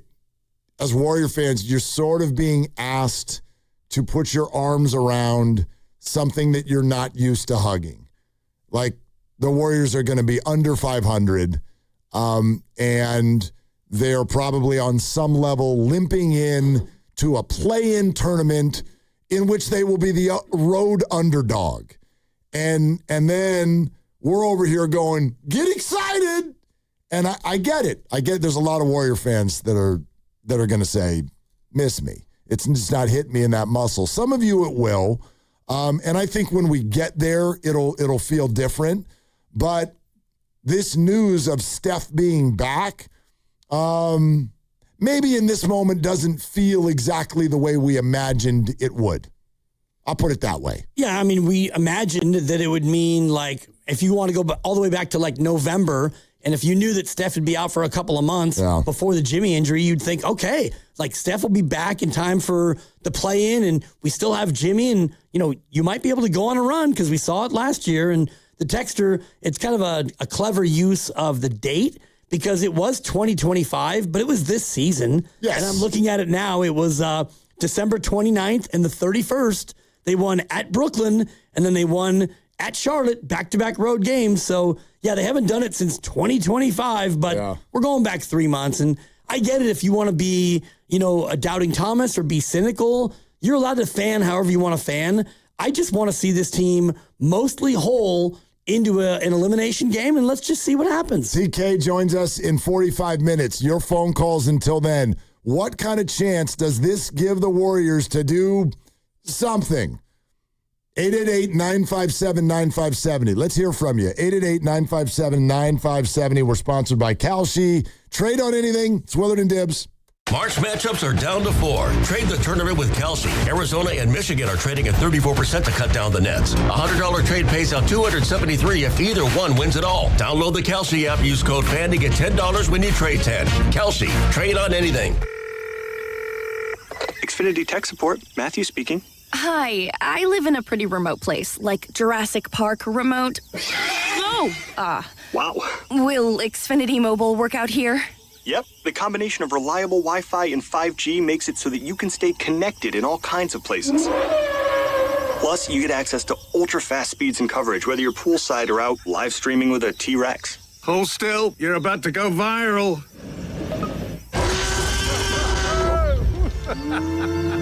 Welcome to a new era of Wi-Fi boosted mobile. Cut your mobile bill in half with 2 lines of unlimited. Learn more at xfinitymobile.com. Xfinity. Imagine that. Watch Jurassic Park with Xfinity. Restrictions apply. Xfinity Internet required. Savings comparison based on promotional rate for 2 lines of Xfinity Mobile Unlimited versus 2 lines of T-Mobile Experience More, Verizon Unlimited Plus, and AT&T Starter as of February 10th, 2026. Taxes, fees, extra. We've all been there. Sleepless nights, mind racing, wondering if your business's security service is really protecting what matters. At Bay Alarm, we can put your security insecurities to bed. Video security, burglar alarms, fire alarms, access control, 24/7 monitoring, and more. Our advanced technology and personalized support ensure you can rest easy, knowing we're here for you, your people, and your business. Visit bayalarm.com to talk to a local security expert. Bay Alarm, we got you. Elevate your kitchen at the Miele Innovation Center at Friedman's Appliance in Pleasant Hill. Out of your dreams and into your kitchen. Select the qualifying built-in kitchen appliance package that is right for you. With unrivaled technology and luxury-grade quality, when you bring home a Miele, you're bringing home true innovation. Now, for a limited time, save up to 10% with the purchase of a qualifying Miele kitchen package. Visit the Miele Innovation Center at Friedman's Appliance in Pleasant Hill or at friedmansappliance.com. A lot of Bay Area banking customers are faced with a choice. Which financial institution best fits what they're looking for? It might make sense to consider a bank's history. Take Fremont Bank. For 60 years, we've provided stability and consistency with an emphasis on relationships. We've grown one customer at a time, not through mergers or acquisitions, because that's how you can do business when you're independently owned and community focused. Fremont Bank. Here for you, here for good. Now it's time for the closer of the week. Presented by LiftMaster and RNS Doors. Turn your garage into the envy of the neighborhood. Visit rnsdoors.com. This week's closer comes from Sadie from San Mateo. Thank you to RNS for responding right away and helping us with our new motor installation. Nuya is such a great technician, very nice, and installed our new gate system. I truly appreciate all the work you guys have done for us. Recently, my garage door opener was not working. I was in need of a closer. I was put in touch with RNS Doors, and they hooked me up with a brand new garage door opener from LiftMaster. With LiftMaster's MyQ connectivity, my garage door opener can be controlled right from my smartphone. You'll know when a door or gate has been left open and can close it with a tap, no matter where I am. Be one of the first 10 callers and receive 20% off a LiftMaster garage door opener. Call 1-800-FIX-A-DOOR. That's 800-FIX-A-DOOR. Or visit rsdoors.com. R&S Doors. Look for the red truck. Staples presents That Was Easy. So I own a coffee shop, and I wanted to label everything with our logo. That's ambitious. Cups, boxes, bags. Ooh, that'll add up. Not at all, because right now, Staples prints custom labels for 30% off. 30% off?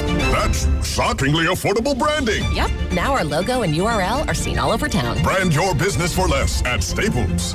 That was easy. Shop Staples in store, online, or in the app by 4/18 to unlock. Exclusions apply. Visit staples.com/print for details.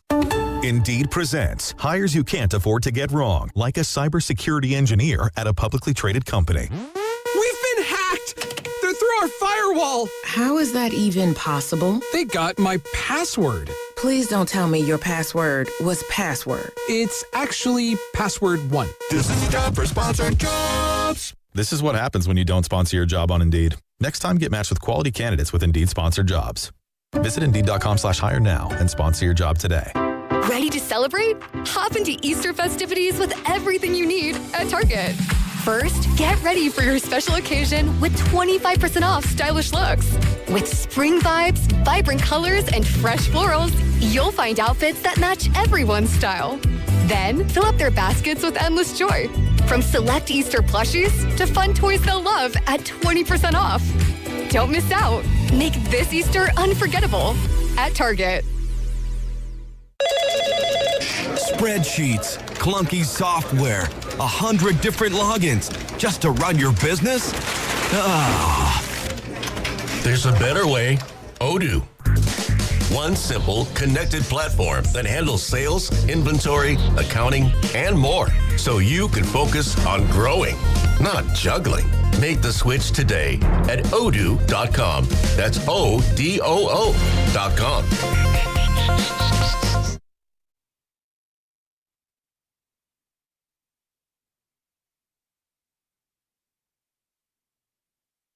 Dub Nation, it's Stephen Curry. You're listening to Willard and Dibs on 95.7 The Game. Coming to you live from the Laughing Monk Studios.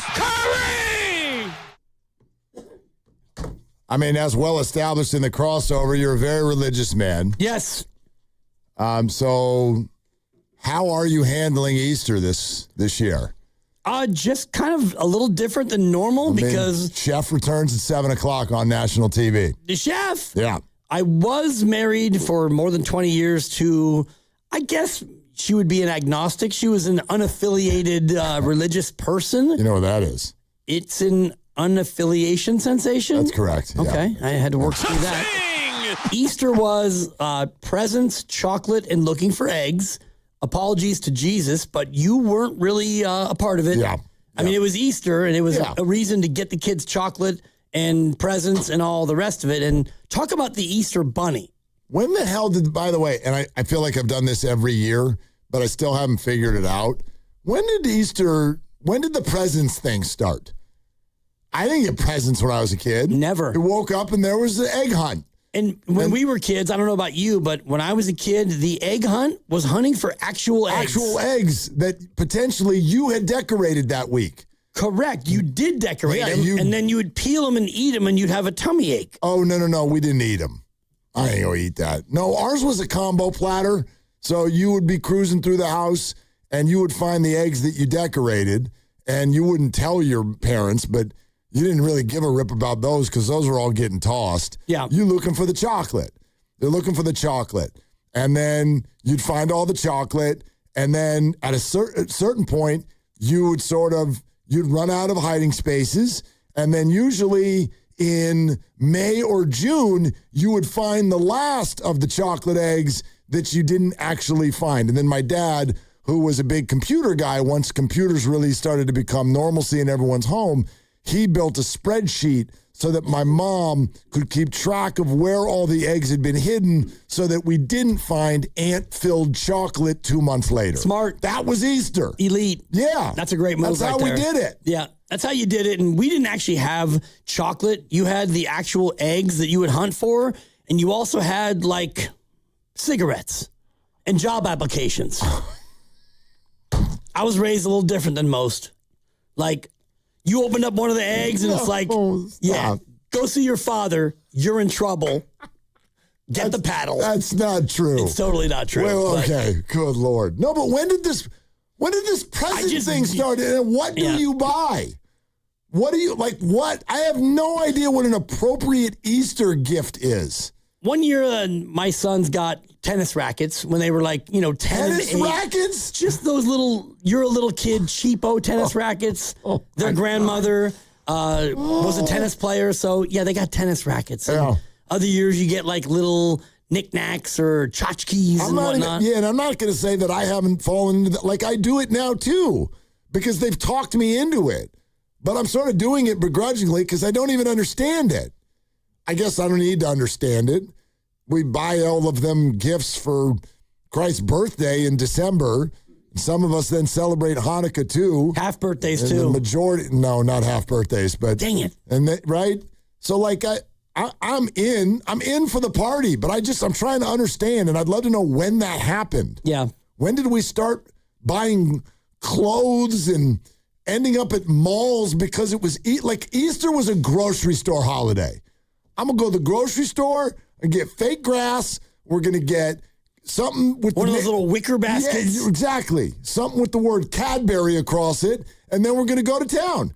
And that's it. And now people are going to malls or Amazon, for God's sakes. Right. And I don't know when this happened. It's the evolution of everything. And I just Googled, when did chocolate become part of Easter? And it was the 19th century. like the mid 1800s. Yeah. And I hate to blame the French, but my research is telling me that it was the French who decided that chocolat should be a part of Easter. That's great. That's when chocolate became part of Easter. When did Sephora become part of Easter? I get That's it. what I'm trying to figure out. And if you go back to like the true meaning of Easter, it's Jesus' resurrection. So he has risen. Correct. Right. So when he comes back, That's why Steph is playing Sunday night. it might be He has the risen. greatest comeback in history. Apologies to Frank Reich and the Buffalo Bills, but That was a good one. when he comes back, Jesus doesn't like immediately go to C's Candies. He doesn't get a Twix But bar. that's how we celebrate in America. We get chocolate. We get fat. Yeah. Like think of how many holidays you get in chocolate. Well, you get Hanukkah, Gelb. Go through the calendar. I'm gonna eat it. Valentine's Day. Valentine's Day for sure. Chocolate. Easter, Just chocolate. chocolate. We don't do St. Patrick's Day. We just get drunk. Right. Easter, chocolate. Great. Let's drink. Mother's Day, Father's Day. Yeah, I'm going to say yes. Well, Yes. for sure, Mother's Day. Yeah, people are buying chocolate. C's Candy, big line for sure. 4th of July, there'll be dessert. That's a hot. Yeah, You're going to barbecue. There's That's a going to be hot dessert. dog. That's more of a hot Sure, dog. okay. And then where do we go from there? Flag Day, chocolate. Labor Day. I mean, Monday, chocolate. Tuesday, and Wednesday, chocolate every week. Right. So Halloween, are you kidding me? Halloween, thank you. Thanksgiving, Halloween. you want pie or more pie? Yeah, they try to be like pumpkin pie or pecan pie. Sure. And then someone over here is on the top rope like, pow, chocolate cake. And I'm like, forget the pumpkin pie. Why am I eating pumpkin pie? Someone's got chocolate cake over there. And whipped cream out the wazoo. Yeah. And then you get to December and it's just chocolate. It's everywhere. It doesn't matter what you celebrate. You can't go to any office in America where it's just chocolate. It's been here this week. Hanukkah, Chocolate. Christmas, Yeah. like they're all doing it. Okay. Spin the dreidel, and what do you win? Chocolate. Gelt, I guess, but Which I'm going is to eat it. Chocolate. yeah. Anyway, presents, Yeah. What Easter, Like, am I supposed to shop? I gotta go shopping now? I guess. Well, you're Jewish, so like, I'm not any. You know this about me. I'm not anything. I don't identify as Jewish, even though my mom's last name was Schneiderman. yeah, We celebrate Hanukkah. Dude, we never did Passover. I never did a bar mitzvah. I don't know what I'm doing. I'm just out here lighting candles. Sure. That's it. So we celebrate everything. Or I guess nothing. Like we don't do anything in the correct way. We're just out here hucking chocolate and presents at everybody. That's right. Woo! Easter. What do we celebrate? It's just like St. Patrick's Day at a bar. Go in there and be the guy that's like, so what are we doing here tonight? And people will just be like, whoa! Right. And that's it. That's what we're doing here. We're wearing green and we're getting drunk. It's funny because Exactly. I've been in Ireland for 2 St. Patrick's Days. The Have last you time really? one was man. on my 70-day European trip, and I just happened to be there. The other time, I was, an adult, and you go there, and the morning is like everyone's in church, and it's religious, and it's very much reverential, and then church lets out, and my God, the amount of 12 and 13-year-olds roving in packs, hammered, smashing bottles. Oh, that thing gets crazy. Well, what'd you just say to me? 12 and 13-year-olds? I might have seen a 9-year-old with a Guinness. Come on. I'm telling you, lawlessness. The morning is about church and the reverence, and then church lets out, and oh boy, batten down the hatches. It's on. Kind of into it. It's I scary. know. I know drinking age in Europe. But when you see like Different. 7, 12, or 13-year-olds rolling up with brown bags, like, If I see 7 12-year-olds rolling up sober, I'm like, oh, crap, we better get out of here. I don't want any part of this at all. Yeah. All right. 888-957-9570. Steph's back. Happy Easter, everybody. So that's what we're doing. Yeah. We got the game at night. Giants play on a beautiful Sunday in the afternoon. Yep. I'm gonna go check that one out. I'm gonna bring the lovely out there. Okay. Yeah. Just you two, not the full brood? Well, the rest of them are going to see family up in Sacramento. Gotcha. Well, Easter. Yeah, it's exactly right. That's an elite move by you to outsource the kids for Easter and capitalize with the lovely at a ball game. Right, but these jabronis are expecting another egg hunt when they get home. We're going to do a nighttime egg hunt after my Fox show. What are we doing? Right. Same question. Am I supposed to get gifts for this occasion? What are we doing? We're going to a Giants game, then I'm working.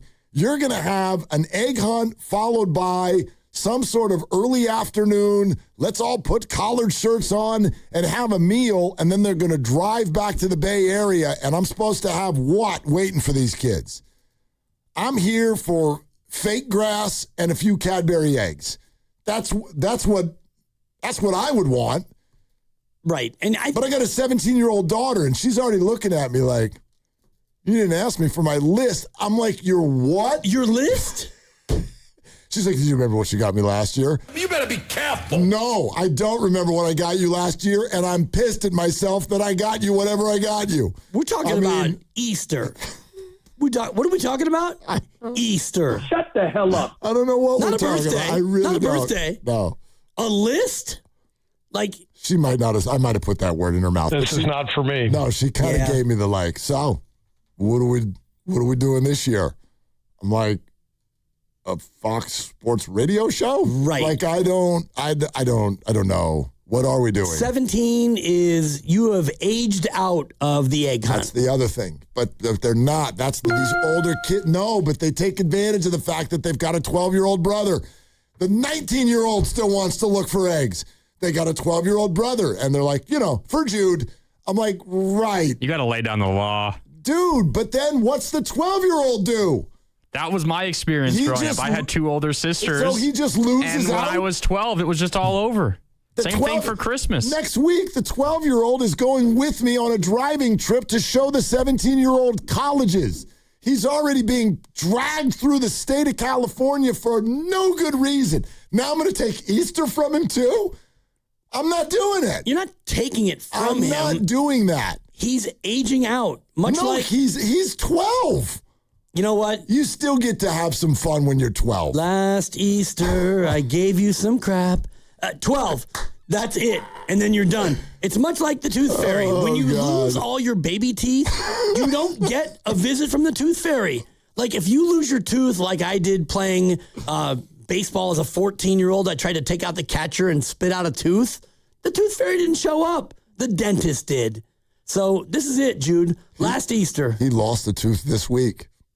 A baby tooth. Yeah, he still has a couple baby teeth. Yeah, so he lost a tooth. He gets $5. But he's looking at me, and he gives me the tooth.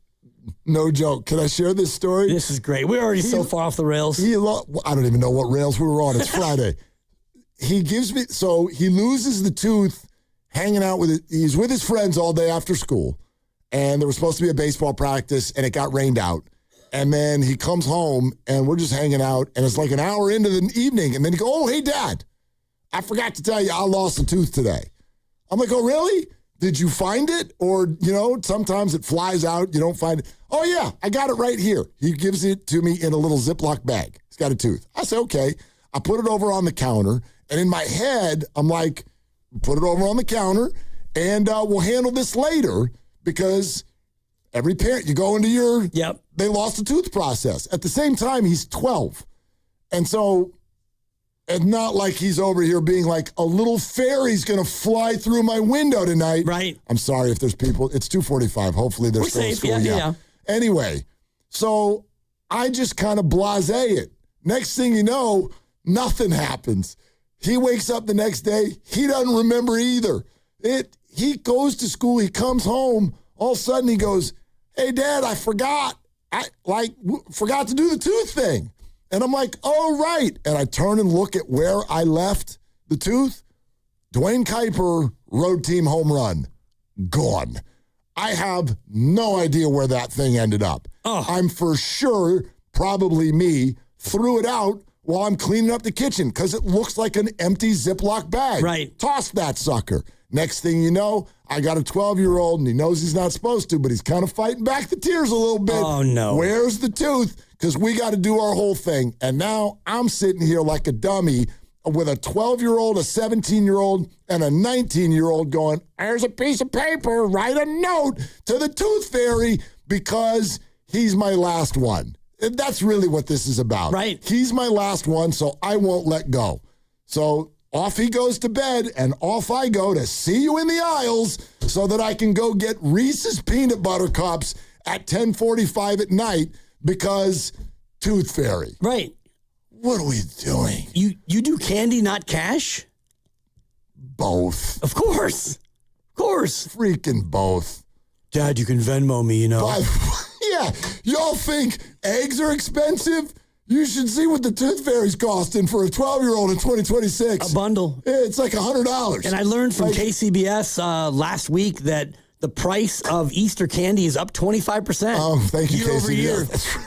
So Easter baskets are smaller because candy's costing more. Well, I'll tell you what, that's where I'm going to...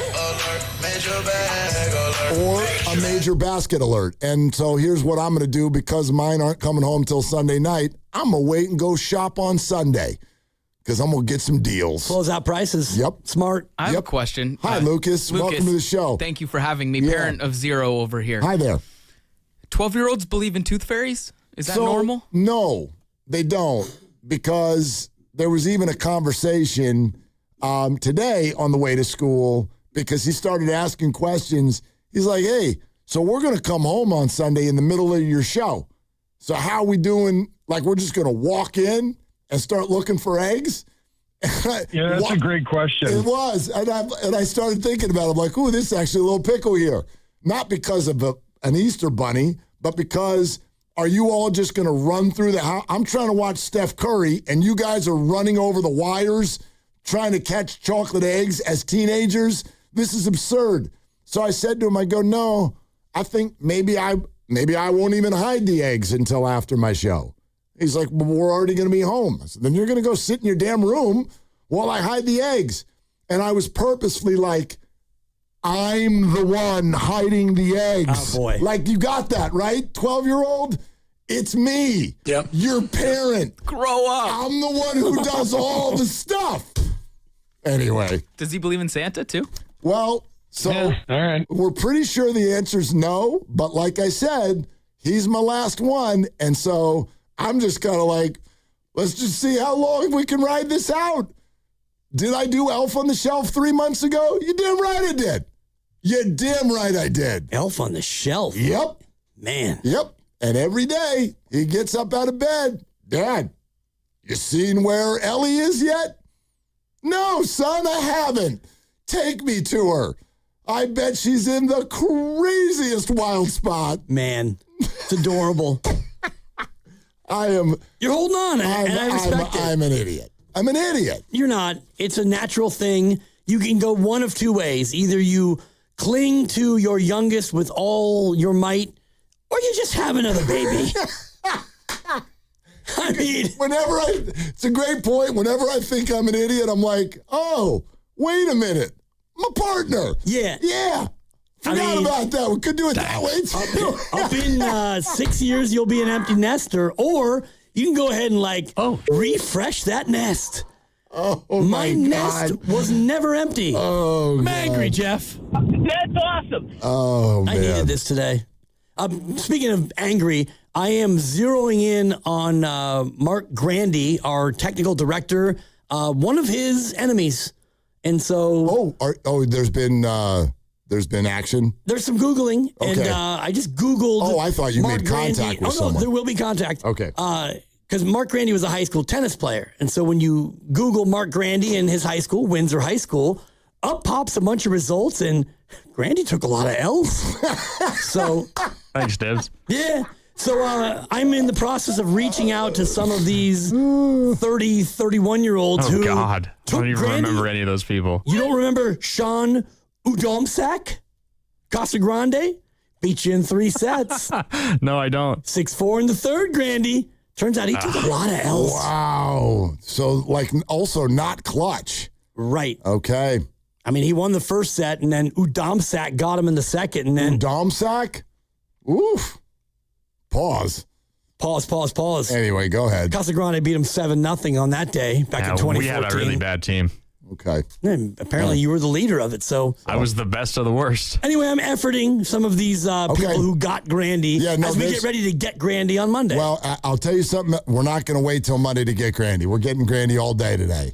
So you have a special higher or lower that's built to defeat Mark Grandy. Correct. I am efforting something, and I have just received it. I haven't read it yet, but I am reaching out to because I used to work in San Diego. I've got a lot of friends down there who are Padre people, Padre fans, Padre coverers, all of that stuff. And I am reaching out for them to tell us what the Padre fan base thinks of Luis Arraez. Because the perception is certainly out there that they will tell you that Luis, like Grandy has for 3 weeks, is a bunch of empty calories. And I have decided, especially as of last night, we're 7 games in. I thought this has been driven home now. Luis is awesome for this team. He's awesome for this team.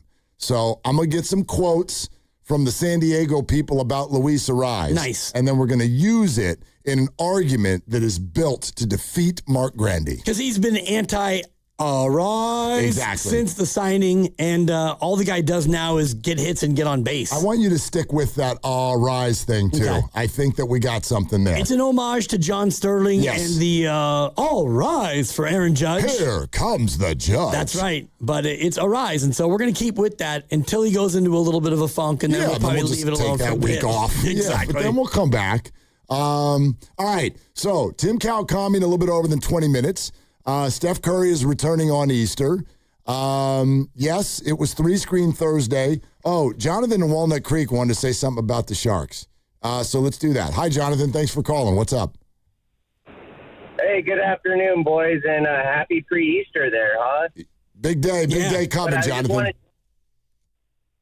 But I just wanted to let you know, Willard, is you were on the right track, brother, and you have the right connections right now. You can talk to Rick and, get a little Macklin interview there for, obviously for business, but bring your kid along. Imagine your son goes back to school saying, yeah, I got to see Macklin Celebrini do warm-ups.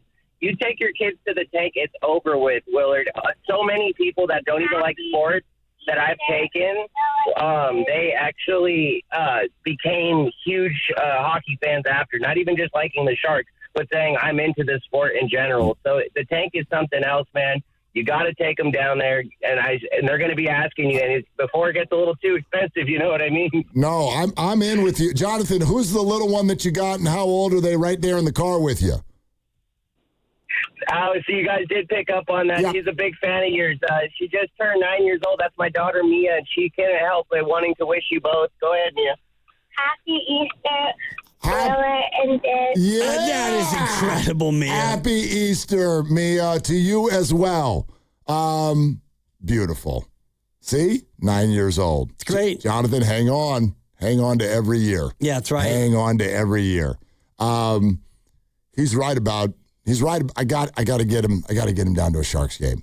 The problem is some of this is just logistics. We are here in this building till 6:00 every weeknight. Right. I work Sunday nights. This has to be a Saturday night game or something. That's all I got. That's all I got. You can thread the needle.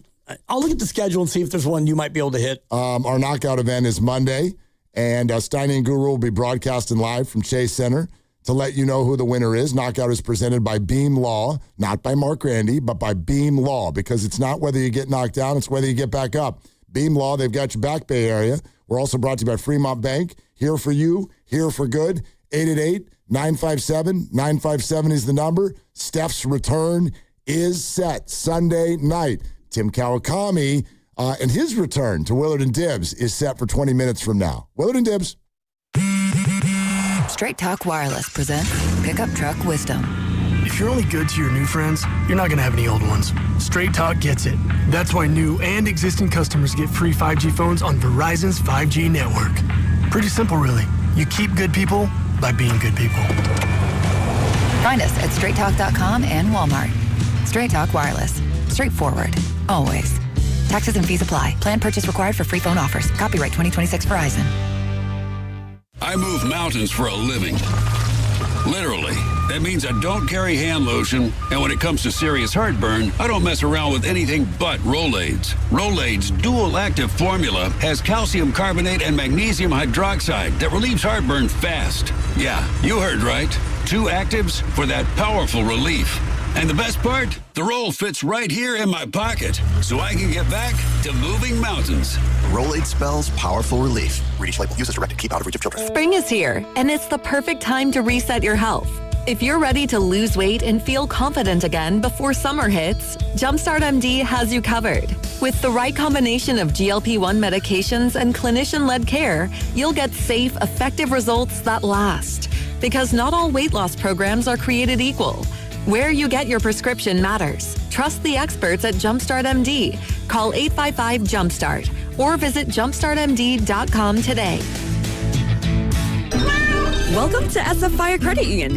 Why do you have all those cats? I've been saving them from trees, just like a firefighter. So, can I join SF Fire? You know, we're not just for firefighters. Anyone can join and get lower fees than banks, ATM access worldwide, and the top-rated mobile banking app. Wow. Say, do you want a cat? SF Fire Credit Union. Banking for heroes and anyone who wants to be treated like one. This institution is not federally insured. The credit union is not insured by any state government. Privately insured by ASI. Bay FC's Hello Kitty match is backed by popular demand, Bay Area. Bay FC takes on the Washington Spirit on Sunday, April 5th at 2 p.m. at PayPal Park. Don't miss exclusive Hello Kitty-themed merch activities and more on Easter Sunday. Grab your tickets now at bayfc.com. I'm Richard Estrada with Atco Pest Control. What's bugging you at home? You can grab a spray or set a trap, but real pest control starts with identifying the source of the problem and keeping them out of your home. Atco has been servicing Bay Area homes since 1985. We take the guesswork out of it so you can move on. Go to atcopest.com.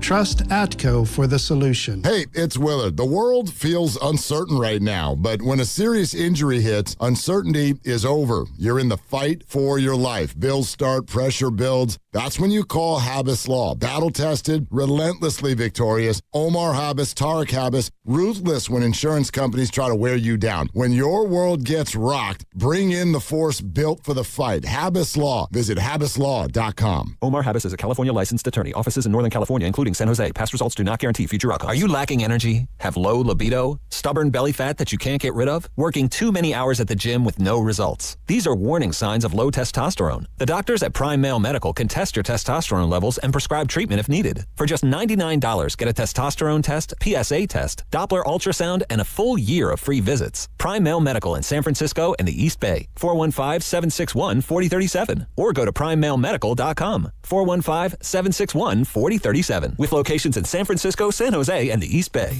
The deadline for filing taxes is now. Don't miss this chance to donate your car to Cars for Kids for a 2026 tax deduction. Go to carsforkids.org today. That's cars with a K. Don't wait. Donate now and have your car picked up by tomorrow. There's a difference between liking a house and actually getting it. Redfin is built to make up that difference and close the gap between finding and owning the home for you. Redfin agents close twice as many deals as other agents, so when you find a home you love, you're not a step behind when it's time to make an offer. That means less watching great homes disappear and more focus on the ones you'll actually move into and call home. Redfin helps turn saved listings into real addresses. Get started at redfin.com.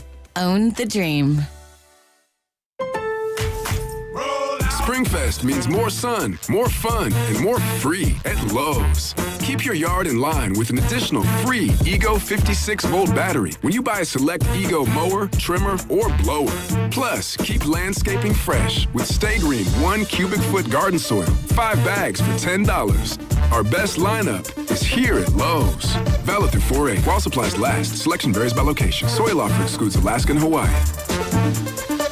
Veterans and active duty service members, when your call to service ends, your mission doesn't have to. Go from GI to IT in just a few months at My Computer Career. Prepare for a high-demand career in cybersecurity, protecting people, systems, and institutions from real cyber threats. Cyber warriors are needed now. Will you answer the call? Go to mycomputercareer.edu/CWP to learn more. That's mycomputercareer.edu/CWP, an elite CompTIA certification partner. VA education benefits are available to those who qualify. apply. My name is Christine, and I'm a widow. My husband, Ryan, was a healthy 34-year-old, and 3 months later, he was gone. Thankfully, he had life insurance. Ethos made it so easy. You can get a quote in seconds, apply in minutes, and get same-day coverage. 100% online, no medical exam. Life insurance didn't take away the loss, but it did give us the space to just grieve. Get your free quote at ethos.com/music. ethos.com/music. Paid spokesperson. Time spent on application may vary. Online health questions required.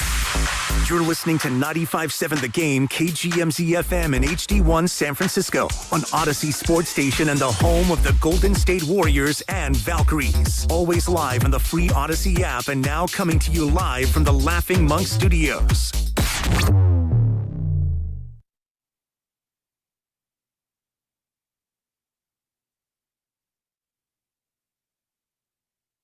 Dub Nation, this is Brandon Pajemski. You're listening to Willer and Dibs on 95.7 The Game, coming to you live from the Laughing Monk Studios.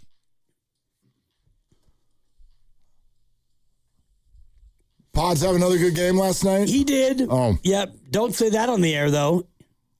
Oh, are we on? We might be. He had another. He scored 25? Good game. Yeah. He scored 25? Yep. Oh, he went 9 for 15 from the field? Oh, he missed 6 shots, Mark. He did. Why don't you point that out? He had multiple threes. Mm-hmm. He only had 1 turnover. Right. It was a bad one, though. I'm just reading. Like, no, I know. I'm not trying to be sarcastic. I literally, because I was actually, I wasn't locked in on the box score, and we had 3-screen Thursday and all kinds of things going on. I knew he had a good game. I didn't know exactly where it ended up. All right, 25, 4 and 4. Oh, and a couple steals. 1 turnover. Draymond authored a classic Draymondian triple single, and this is not to disparage him because when you have 8, 9, and 9, that's a good game. That is a good game. He played well. Yeah, they played well. They did play pretty well. Yeah. They hung in there. They could have shot the ball better. 27% from 3. Yeah. That'll get you, especially when the other team shoots 44%. Right. But, yeah, they lost to a good team by 7. They were right there at the end. And, they're not a great team right now, but Steph Curry's about to return. But it's a good game effort. And it's not a team where you look at it and you go, well, you're going to be the 10. You don't have Steph or Jimmy or Moses and Al. Just go out there and mail it in. And it doesn't matter if you lose by 20 or 25. They went out there and fought and competed, and they hung with a good team. Yeah, they absolutely did. Yeah, it was a good watch last night, for sure. And now, of course, the effort starts to see who they can become in a week and a half. But there's another playoff team that's going to become a little something less. We got a little breaking news. 95.7 The Game, breaking news. Lakers star Luka Doncic is out indefinitely due to the left hamstring injury that he suffered last night. He will miss the remainder of the regular season, and his status for the start of the playoffs is uncertain. So Luka Doncic, who suffered this injury in the middle of a massive blowout, is going to be out somewhat long-term, right? At least a couple weeks, More than that, and I'm looking at ESPN, and Shams Charania, who had the news, was just on the screen, and the graphic said it's a grade 2. It's not a grade 1, which is the most mild. It's a grade 2, and just doing my radio doctor work like I enjoy doing, generally in the NBA, it's 3 to 5 weeks for NBA players.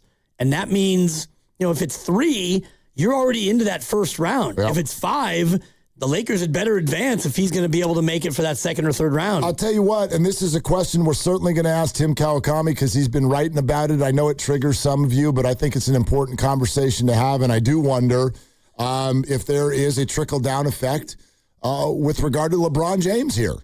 If the Lakers don't have Luka and now become a lesser entity and are, let's say, knocked out in the first round of the playoffs because they don't have their best player, what kind of taste does that leave in the mouth of LeBron James?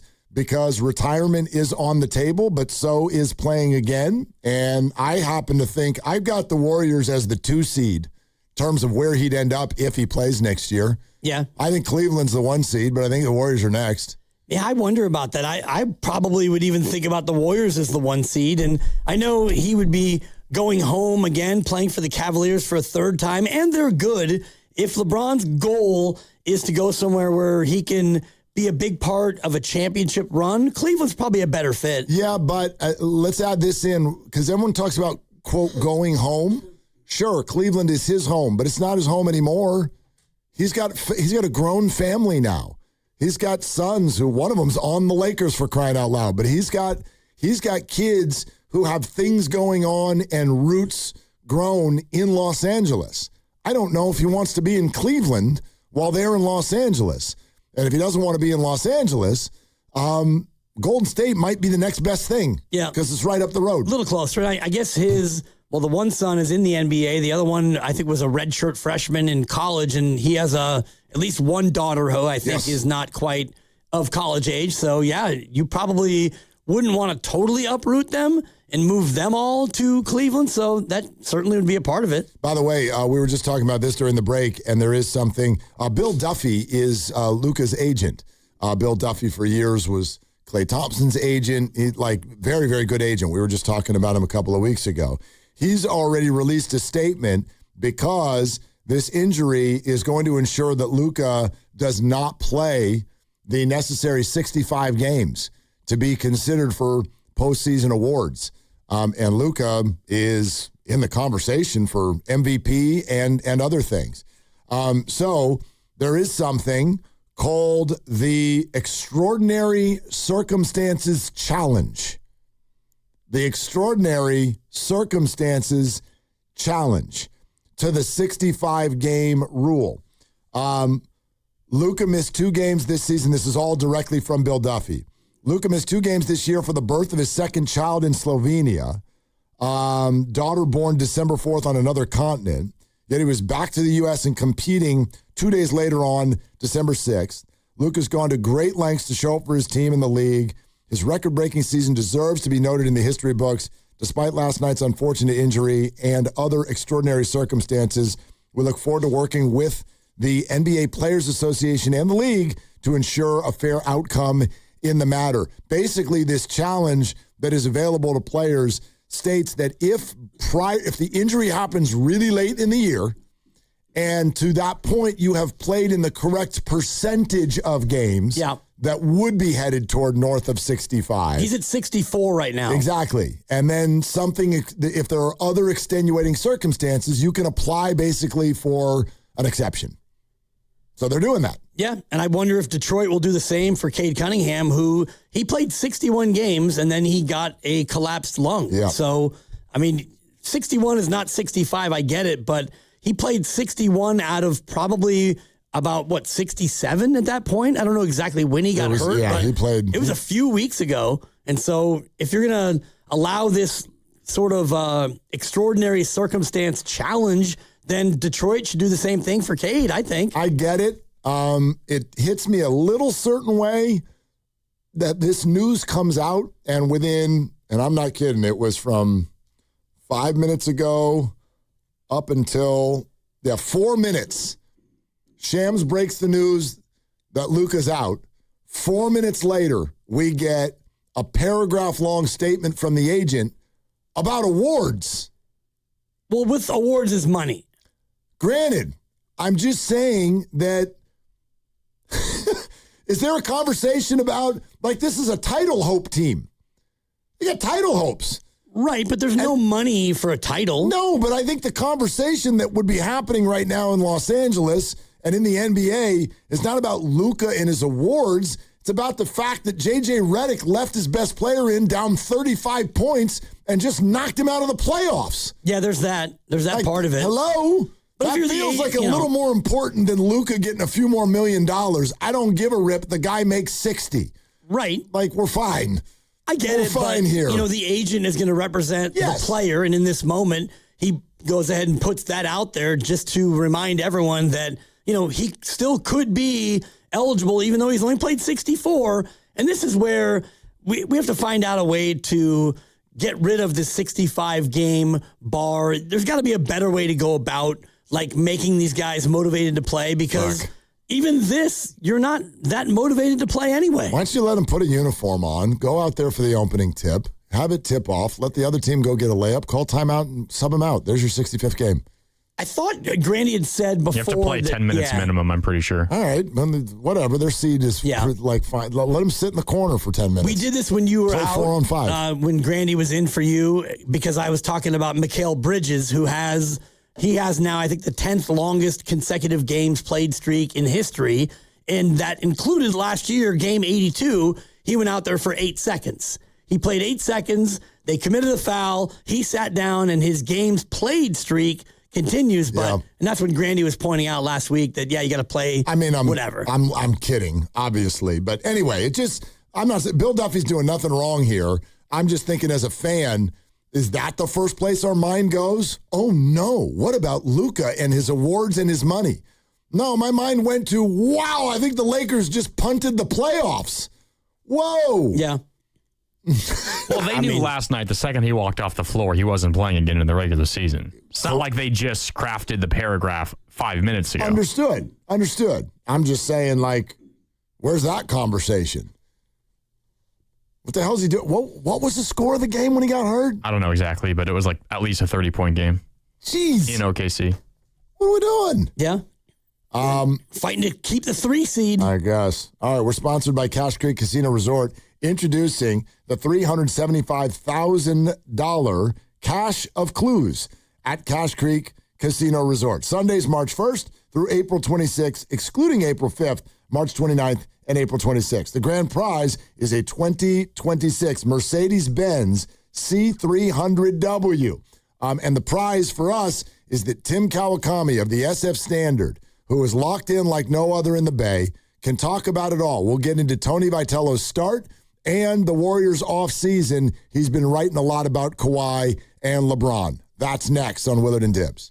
Hey, it's Willard and Dibs for Safeway. Enjoy these amazing deals for members. And as always, save up to 20% weekly on hundreds of exclusive offers from Safeway. Just clip the highlighted deals from the weekly mailer or click the deals in the For You section of the Safeway app to breeze through checkout. Signature Select Classic Ham, shank, half, or whole, bone in, just 89 cents per pound while supplies last. Limit one item, but no more limiting Dibs because he wants to talk about vegetables. And green asparagus is just $1.99 per pound. And for just 3 days, starting Friday, April 3rd through Sunday, April 5th, USDA Choice Beef Bone-in Ribeye Steak Mega Packs, just $7.99 per pound while supplies last. Limit 2 packages, as well as 2 pounds of Cuties mandarins for just $1.99 each. Limit 2. They're so cute. I do like hearing you say Cuties. Okay, these and other great deals are available on the weekly mailer and the For You section of the Safeway app. Go to Safeway.com for more details, and we will see you in the aisles. Powerful doesn't just happen.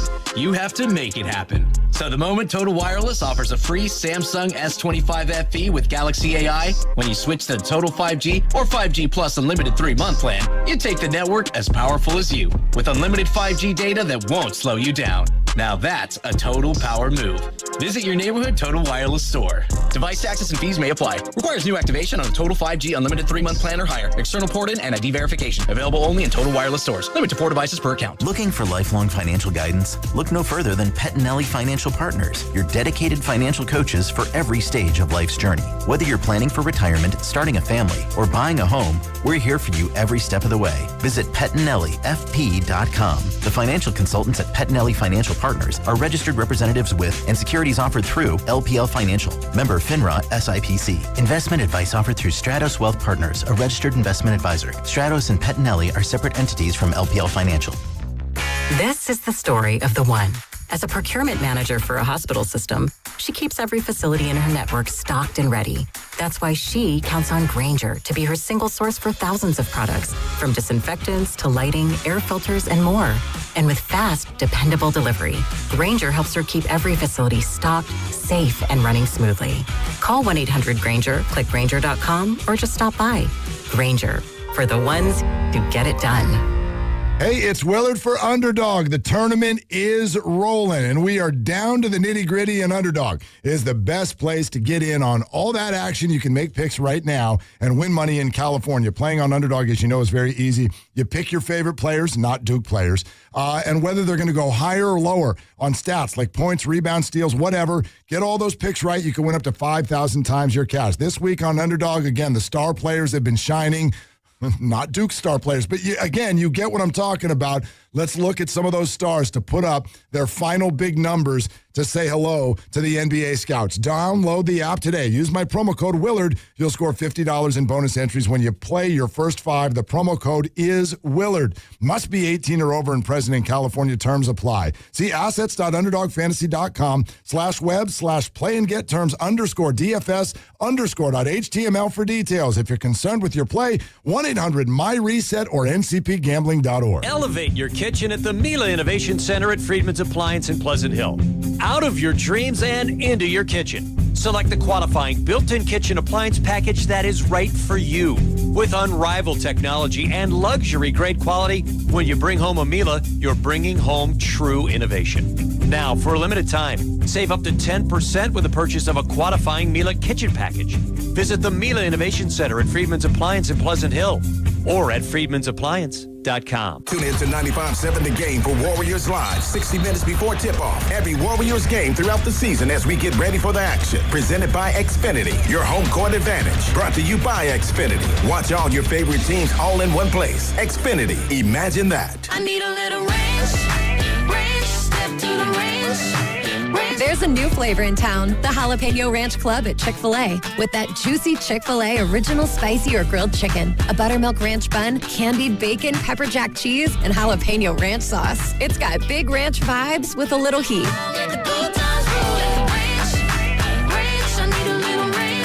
Chick-fil-A's new Jalapeno Ranch Club, available for a limited time only. Order ahead on the Chick-fil-A app. Thy ticket, Lady Jennifer of Coolidge. Well, many thanks, good sir. Here'th my Discover card. They accept Discover at Renaissance fairs? Yeah, they do here. Discover is accepted at the places I love to shop. Getteth with the times. With the times? You're playing the lute. Yeah, and it sounds pretty good, right? Discover is accepted at 99% of places that take credit cards nationwide. Based on the February 2025 Nielsen report. No one likes having to choose. That's why with America's best lineup of hybrids from Hyundai, you get the best of both worlds. Like the reliable and efficient Tucson Hybrid with America's best warranty. Or the stylish yet capable Santa Fe Hybrid with power to navigate the toughest terrain. It's like having your cake and eating it too. You know, if you could drive a cake. Hybrids from Hyundai. It's the best of both worlds. Visit HyundaiUSA.com or call 562-314-4603 for more details.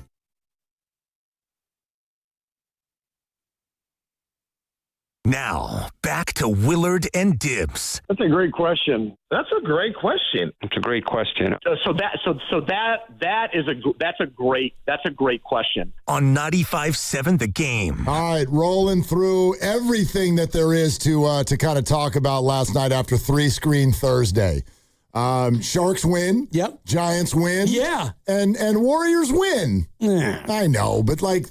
Don't do it. No, they were... It's campy now. We go, hey, they tried hard, and we get the news. It's a moral victory. And Steph is back.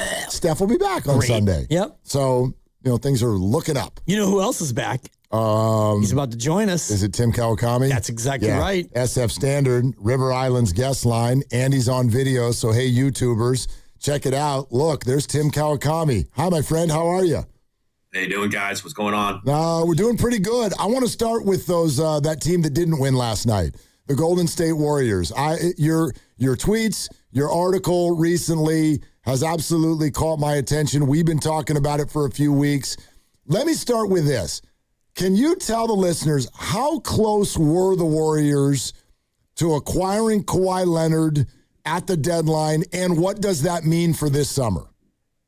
Yeah, I mean, obviously it depends on interpretations. I have heard for a couple weeks now, couldn't confirm it until recently, that at least the Warriors thought they were really close. And people around the league were kind of whispering about like, hey, Kawhi almost was a Warrior. Like, I didn't hear it at the time, but kind of trickling out in the days afterwards that the Warriors and Clippers had some really serious talks, to the point, as I reported a couple of days ago, that generally the terms were met. I mean, they agreed to, let's just put it that way, until the Clippers did pull out. Now, listen, the Clippers could have said, we're okay, and then we decided whether it wasn't close. I don't know. That part of it, what the names were involved, that I don't know, and I didn't say. I just know that there was definitely conversations, and definitely the Warriors, from the Warriors side, I think at least for sure, they thought they had something going. The Clippers for a while had something going in their minds, and then they pulled out. And what does it mean for the summer? This is just the same general thing, but very specific names involved. The Warriors are, once again, going big game hunting. There's definitely an intention to add one more player to this. Now, Porzingis is out there too, so you can't quite say Porzingis and this other player, but I think there's some amount of feeling that they're going to have a real shot at bringing Porzingis back at less than $30 million a year, which is kind of the only way this all works. Maybe get Draymond to an extension under the $27 million player option he has for next year. Give him more years, more money, but less average annual value, and that kind of puts it all in play. They're going to go for Kawhi Leonard if his contract is void. And I know Clippers fans are mad that I'm just saying it. I'm not the only one who's saying that this seems like a very live possibility as a result of this investigation against cap circumvention. Not the only thing that happens, but one of the things theoretically that could happen. Automatically would pop up on the Warriors' radar. LeBron James is the other name. It's kind of why I wrote the column like a week ago. So Kawhi Leonard and LeBron James could be their two guys.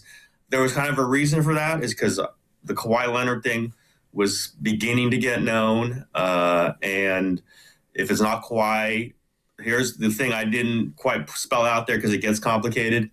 The one team that I've heard that people around the league think other than the Warriors for Kawhi, if this all happens down this way, is if LeBron leaves the Lakers, they would have a lot of cap space. And Kawhi likes LA. So that would make LeBron available under that scenario. And guess who would be interested in LeBron James? So this all ties together. The Warriors are going to be aggressive. They really, there might be a last dance field. We've been talking about this for 3-4 years now. Yeah. Yep. It really might be that. Again, it doesn't mean it's over after a year, but they might really want to maximize next year. Steph Curry, Draymond Green, Jimmy Butler back whenever he's healthy. Add a player, try to keep Porzingis. Is this a championship team? It's not far, I'll put it that way. Again, there will be questions about health, there'll be questions about age.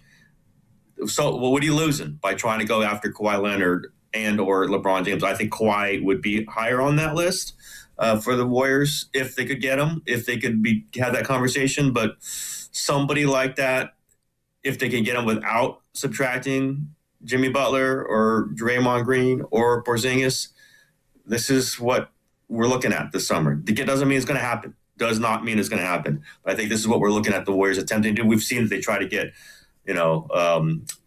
Paul George and blanking out Lauri Markkanen. Yep. 2 years ago, they got Butler last year. Warriors fans can get frustrated, I understand, but they have not only shown the willingness to do this, they've shown that they can do it occasionally. Jimmy Butler was a massive move. It's kind of forgotten because he's not playing. They're going to try to do something like that to really, really put a line under next season. And you can understand why. How many more years where Steph's playing like this are you going to get? I mean, this is all precious. They'll never have this again. And so I think whether they're successful or not getting a player like this, they're probably going to get somebody, whoever it is. But at the highest level, they're going to try to do it. Absolutely going to try to do it. And if you put this into the last dance kind of prism, wouldn't LeBron James be a better fit with a one-year deal as opposed to having to pay Kawhi over the long term? I guess so, but you don't have to exactly fit it's all over after 1 year. Right. LeBron's 41, going to be 42. I think, he fit positionally, he would be an interesting fit. Locker room, I don't know. Kawhi, you could say the same thing. Kawhi is the perfect positional fit. What do they need? They need someone who can go guard the best wing player on the other side. They don't really. It's been Draymond a lot this year, and that's not quite the best use of Draymond. And they need someone to go get a bucket, against tough defense. And they don't have that other than Steph. We've seen it. We were saying it when Steph was healthy. We clearly can see it now. And I don't know and they couldn't pay Kawhi $200 million. They couldn't. They just wouldn't have the cap space to do it. They would have the $15 million. Would Kawhi take $15 million? These are all questions. I'm not sure. But I think Kawhi would be the more valuable player. He's younger, obviously could get hurt again. We know that. But LeBron's 41. How much longer is that going to go? It's a question. I would imagine they would take either player, but Kawhi is the one who answers what really, really could fit if all the other things being sustained, basically counting, saying Porzingis and Jimmy coming back healthy. Kawhi Leonard that is a fit. Personality fit, I don't know. Culture fit, I don't know. Health fit, I don't know.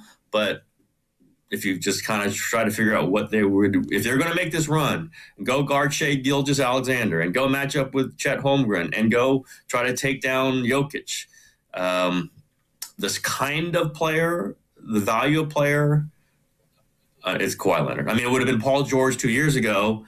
Kawhi Leonard is that version of that, I think, right now. Tim Kawakami, SF Standard with us, Willard and Dibs, 95.7 The Game. Okay, let's say, Tim, they get knocked out at some point of the play-in tournament. They are in this very sought-after lottery. So now next year's first-round draft pick actually has a number next to it. Are they also rebooting the conversation with Giannis, with first-round draft picks, and maybe Draymond's contract again? Yeah, I mean, I should have said that. Yeah, Giannis is always always out there. I don't know if they can get him. Giannis, the trade market will always be hot for Giannis. Might be a little cooler. We'll see. I don't know. No question. That pick, I was going to say, unless they get number one, but even then, maybe number one would be in the conversation and would really start the conversation if that's what is going to happen with Giannis in the offseason. I thought Giannis was going to be traded for the last two cycles, probably should have been traded in the last two cycles. Milwaukee held on to him, so I'm always going to, since then, I'm going to be a little hesitant saying they're going to trade him. They should. They have walked up to this line in two success, and probably more than two, but really in the last two, and haven't traded him. I don't know what it's going to take to get him. Sometimes you have teams flame out in the playoffs that you don't think would. So all of a sudden, maybe they're more interested in giving up an extra pick and two extra picks, whatever. But yeah, I think that's the first call is Giannis, a better player, whatever, all these other things, a perfect fit for what they got. That might knock out Porzingis, or maybe Porzingis would have to go, whatever. But yeah, I think Giannis would be the first call. I just don't know that they've got enough. They didn't have enough at the deadline, and now some other teams are going to have even more picks to trade than they had, maybe even more than the Warriors had to trade. Yep. It's going to be discussed, obviously, but I think that one, they might have had their best shot in February when some other teams had limited number of picks. That's going to change as the NBA calendar flips. And Kuminga was a part of that, right? Is Milwaukee going to be interested in that kind of player? Didn't work out at that point. The Warriors don't have a Kuminga to put in a trade now. They don't. They might have a pick. And that NBA people are now starting to kind of like, wait a minute here. The Mavericks came up from 11, got 1 last year. What's going to happen with the Warriors if they're sitting at 11? Like there's some, it's like 8%, 8.5, whatever percent it is to get one of the top 4 picks, 2% chance to get number 1. The odds are they will sit at 11 if that's where they are. But there's some gossip around the league. Hey, what would happen if the NBA somehow got that pick to Steph Curry, one of Steph Curry's prime years? I do not believe in the NBA having an influence in these picks, but I'll just say I've heard it now a couple times. Wouldn't that be interesting if the Warriors got one of those picks? And if they got one of those picks, they might just want to use. These are good players. Like this is a great draft. You might just want to go. Let's just go. One of these players could produce immediately. That's certainly part of it. And I think the 11th pick could produce immediately. Yep. That's how good this draft is. So that's all part of this, evolving conversation. But the Warriors have as always, the Warriors have some things going. They have some plans. And the Kawhi thing surprised me when I first initially heard it at the deadline, since I heard it after. Again, I didn't hear it during, I heard it after. But again, an indication, a symbol of this team is relentless. It's restless. And they do have a finite amount. I mean, it really is obvious to everybody with Steph missing as many games as he did. And yet, as being as good as he's been when he has been healthy, this has got a ticking clock of all ticking clocks. Are you going to take advantage of it, or are you not? Now, I sometimes roll my eyes at the Warriors fans screaming about they're not maximizing Steph's prime. They're not maximizing. Right. Like, they've tried. Like, you can't win a championship every year. Guys get hurt. It's tough. They blew 2 lottery picks. There's no question about that. But they also won 4 championships.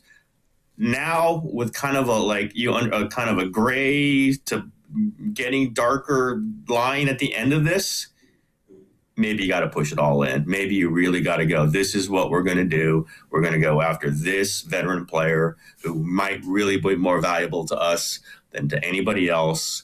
And let's see if they can get him. And all that being said, and I think that you're spot on with the approach, can you imagine Steve Kerr walking away from this team and this scenario where they are going to probably try to go all in on adding next year?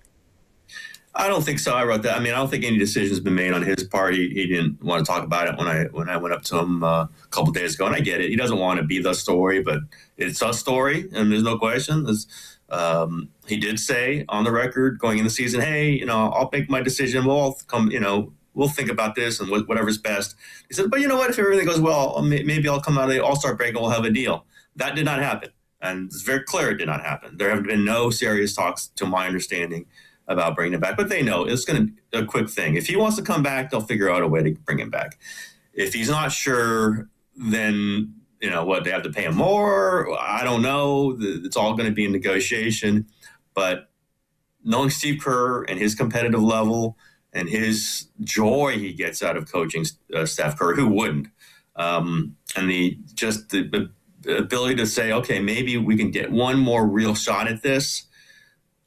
I think the bet is that Steve Kerr will be back. Now, maybe it's his last year. Maybe he signs a 2-year deal with the understanding it might only be 1. But around the Warriors, at least, the sense is that he will likely be back. Now, Steve, again, is giving no obvious hints. And I think he's preparing himself if he wants to make the decision to walk in. Not that he has, but if he wants to, he's getting that kind of figured out in his head. He doesn't want to go down the road and go, you know what, I kind of really want to get out of here, but like I emotionally I'm not ready. Like, these are some things that I think he's got to sort out. And I've been wrong before. I did say I don't think Bob Myers is going to leave Steph Curry, and he did, and that was 3 years ago. But I don't think Steve Kerr is going to leave Steph Curry and Draymond Green in a locker room that he loves. If he gets tired and he worn down, maybe that's possible. I think that's the way it would happen, but I could say I could do another year, and this could be a really fascinating. Now, if he doesn't want to coach LeBron James or Kawhi Leonard, that would be different, but I don't think that would be something that would get in his way. I think he'd understand that this locker room's had a lot of big personalities come through here. Jimmy Butler, Kevin Durant, Chris Paul, right? We've seen a lot of these guys, and nothing's broken apart. It's been some interesting stuff, but nothing's been terrible. And I think he'd like the chance to go win it. He'd like to chance to go play Oklahoma City or San Antonio with a loaded roster if they could do this.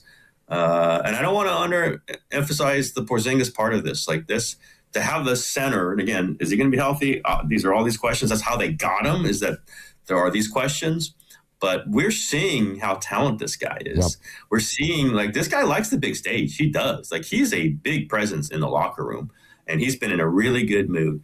Doesn't mean he's coming back to the Warriors. Doesn't mean they can get him at a number that would make sense for them. Doesn't mean that he'll be healthy if he resigns from them. But I think that there are ways this could happen, and Porzingis is a really interesting part of it. TK, what do you think of the first week with actual games for Tony Vitello? I've been really interested that he has not changed his lineup. Yep. That's okay. I get it. You can understand why. Play it back to your head. He's a guy with no major league experience. What's he going to want to do? He's going to want the guys know that he's not going to be a tinkerer. He's not going to be Mr. Platoon. He's not going to screw around with their routines. But like this, it wasn't like they were great enough that, hey, let's make sure Patrick Bailey's getting all these at-bats. Now, Susac played last night. We saw what happened. The Casey Schmidt at first base experience has been interesting, but I get it. I just did not expect it. I thought Encarnacion would have gotten a start or two at first base already. I would have thought there would have been some kind of moving around a little bit. There hasn't been. I get it, and I understand it. I think he is going to have like ideas. You're going to see his ideas, is what I'll say. Like, you can see, okay, he just did this for 5 games. I get it. I can understand. Like there's like a, I don't know. I mean, like a Tony La Russa to him. Like you can see, like with Shanahan, you see what he's trying to do, right? You don't even have to really ask him. It's great that you can, and he will usually explain it. I think with Vitello, we're going to see these things. Like sometimes with Kapler, you weren't always sure. Was he doing something to trick something else? And what was exactly the logic there? Was he overdoing it? Was he getting, the direction from Farhan Zaidi? I don't think that's going to be with Vitello. I think we're going to see this. He keeps going back to talking about the SEC, and I know it bothers fans sometimes, and I think he understands that. He tries not to talk about it as much, but I feel like he's an SEC football coach. Like there's messages he's sending just by the things that he does. And man, he's committed to Arias playing second base. He's committed. If Devers can't play first, he's going to play Casey Schmidt at first. He's committed to these things. And this is normally the way you get the best things out of your players. Now, if they're not good enough, then you have to change at some point. But I understand. So he sticks with Logan Webb. Now, it wasn't the most dramatic move. He's Logan Webb. He's in trouble in the 3rd inning. He's good enough that he's got a track record that he's probably going to get you to the 5th. But it was important that Vitello did that, and Webb pitches through the 6th in a game they lose. But I'm sorry, a game they win. That was the one they win. I just think that we're seeing some larger themes where Vitello doesn't have to do the hit and run in the 5th inning. The look at me, I'm making this game. Go look at me, control the game. And I think I respect that. We'll see if it means anything. Managers, what do they really, cause in the win-loss record? I don't know. But I think we're seeing those things, and I kind of appreciate that I can kind of think along with him in the bigger picture instead of going, man, he's just trying to show off. He's just trying to do stuff. And I think that in the long run, if they have the right talent, we'll see, is the way to play this with this. This is basically a lineup full of veterans. They got to play. They got to be good. But I get that larger theme from Tony Vitello. And to your point, it's Bailey back in today, catching and hitting 8th, and Susac after a 3-for-3 night back to the bench. And it just makes me wonder, Tim, do they have enough talent for any of this to matter? Is this team going to be good enough talent-wise to even make the wild card? I've thought that for a few years, and they haven't been way off. They've been mediocre, but my sort of running theme is they just got to be better than the Diamondbacks and the Padres, because you're better if you finish second. And no Giants fan wants to give away the division to the Dodgers, but I'll go ahead and give it away. I don't think that's a major reach to say that. If you finish ahead of the Diamondbacks, Padres, you're going to be a wild card. And if they had just done that in the last 4 years, they would have been a wild card. You go look back and look at it. That takes 5 more wins, 4 more wins. If you go crazy, 8 more wins, get to 89. I think they got enough talent for that. We've seen it. They were horrendous for that one stretch last year, like late July into August. You take that out. I know you can't take it out because this is what your record is, but they were a pretty good team, except for that terrible stretch, like a 5-week stretch. They can avoid that. And I think they can. I think they have the talent to avoid that. Now, it doesn't mean they're anywhere near the Dodgers or the Phillies or the Cubs maybe or the Brewers. And no Giants fan wants to hear that. But small steps, right? Small steps. If Vitello holds that clubhouse together, which I think there's a shot at, a good shot at it. If they get anything normal out of Devers, Adames, Chapman, Bader, Ramos, like we know the names, I think they should be an 85-win team. If you're an 85-win team, it's about half the time you're going to make the wild card. And if you're 86, it's going to be about 60% of the time. And go up and down to 87, they're probably going to make it 90% of the time.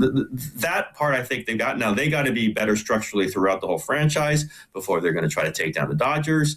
I think that's what we're seeing in the farm system. I really like what Posey's been doing with the farm system, adding these high-priced international players, just putting talent in there, talent which you can either play when they're ready in 2 or 3 years, or you can use to trade. And I think they can definitely trade some of these guys right now. Gonzalez, Josue Gonzalez, I think is like, I probably wouldn't trade him because he's just one of these top talent guys that they have not really had in the system, other than we know Bryce Eldridge.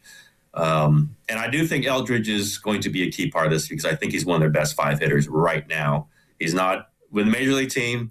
They probably need one more dynamic bat. The problem is he's a left-handed first baseman DH, and they've got 3 of them probably if you count Arias, which I kind of do. And it's also why they couldn't keep Dom Smith, which fans point out. He's a really good player. They just couldn't keep him when you've all these other left-handed first base DHs. But I think they got to figure out how to get Eldridge up there, add a dynamic bat. I think then we'll say, okay, they got some things. They're not as good as Dodgers. No way. They're not close. Just get to the wild card, see if they can get in there and win a round or 2 and see what happens. And then you have these younger players to use as ammunition for trades when you really need to make a big trade, or to really stock your roster in 2 to 3 years if they move up and are capable of filling these spots. This is what they needed. This is what Zaidi failed at. No question. He failed at that. And I'm beginning to see it really materialize in the Posey era. And that's what you have to do in order to go up against the Cubs and the Dodgers and the Phillies, who are just frankly better than you and have been better than you for 5 years. TK, great stuff. We love it. Thank you so much, my friend. You got it, guys. Thanks. Okay, Tim Kawakami, SF Standard. We will react to that. Daniel Susak's brother is going to join us in 18 minutes. He was in that party in the stands last night. Plus, I have texts from San Diego about Luis Arraez. Nice. And we have a caller on hold who wants to come down Grandy Avenue. It is officially Crush Grandy hour on 95.7 The Game. So we're brought to you by Fremont Bank. Here for you, here for good. It's Willard and Dibs. Also, it's Willard for Habas Law. The world feels uncertain right now, but when a serious injury hits, uncertainty is over. You are in the fight for your life. Bills start, pressure builds. That's when you call Habas Law. Battle-tested, relentlessly victorious. Omar Habas, Tarek Habas, ruthless when insurance companies try to wear you down. For 40 years, Habas Law has built the legal muscle that wins again and again, delivering justice where it belongs, with you. When your world gets rocked, bring in the force built for the fight. Habas Law. Visit habaslaw.com. Omar Habas is a California licensed attorney. Offices in Northern California, including San Jose. Past results do not guarantee future outcomes. Straight Talk Wireless presents Pickup Truck Wisdom. The smartest way to spend your money is not to. Straight Talk offers free 5G phones for new and existing customers on Verizon's 5G network. So the refund money I don't spend on that free phone is the refund money I get to keep for my family. Smart. Find us at straighttalk.com and Walmart. Straight Talk Wireless. Straightforward. Always. Taxes and fees apply. Plan purchase required for free phone offers. Copyright 2026 Verizon. There's a difference between liking a house and actually getting it. Redfin is built to make up that difference and close the gap between finding and owning the home for you. Redfin agents close twice as many deals as other agents, so when you find a home you love, you're not a step behind when it's time to make an offer. That means less watching great homes disappear and more focus on the ones you'll actually move into and call home. Redfin helps turn saved listings into real addresses. Get started at redfin.com. Own the dream. Now it's time for the closer of the week. Presented by LiftMaster and RNS Doors. Turn your garage into the envy of the neighborhood. Visit rnsdoors.com.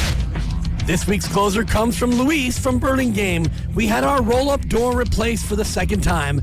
Ask for Axel and Sean for your door replacement. They are great technicians. Thank you, RNS.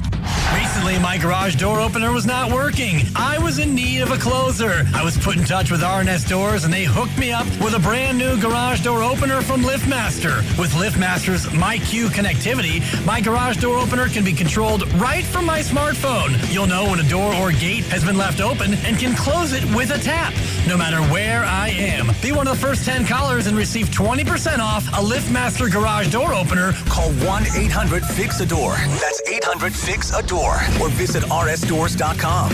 R&S Doors. Look for the red truck. Xfinity Tech Support, Matthew speaking.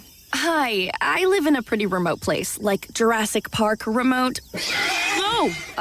Wow. Will Xfinity Mobile work out here? Yep, the combination of reliable Wi-Fi and 5G makes it so that you can stay connected in all kinds of places. Plus, you get access to ultra-fast speeds and coverage, whether you're poolside or out live streaming with a T-Rex. Hold still, you're about to go viral.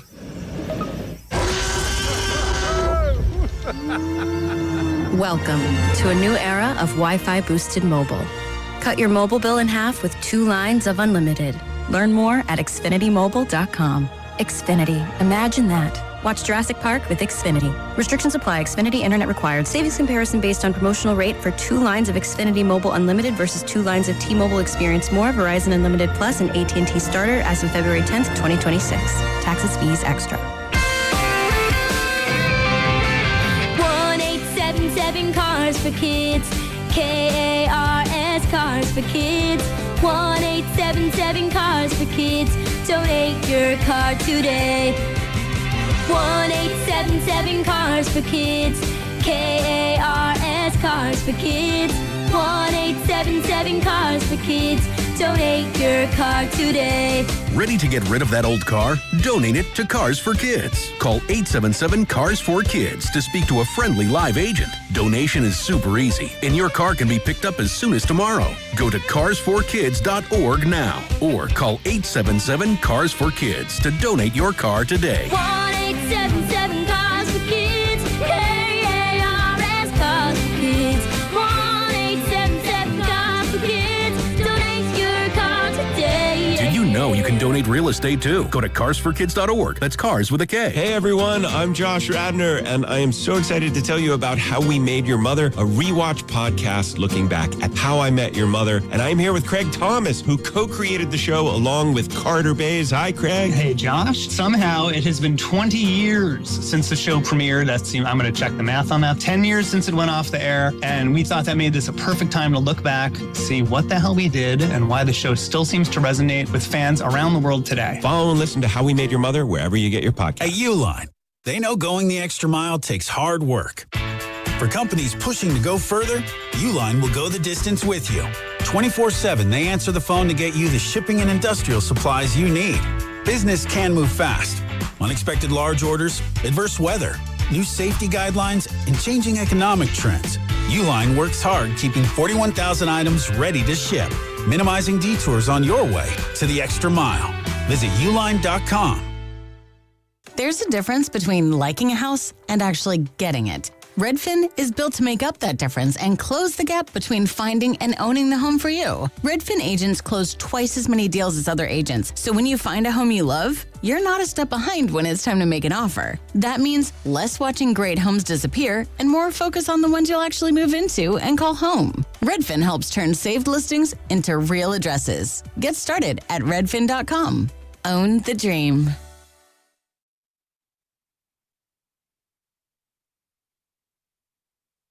Now, back to Willard and Dibs. I love this show, man. 95.7, man. I'm a gamer. On 95.7 The Game.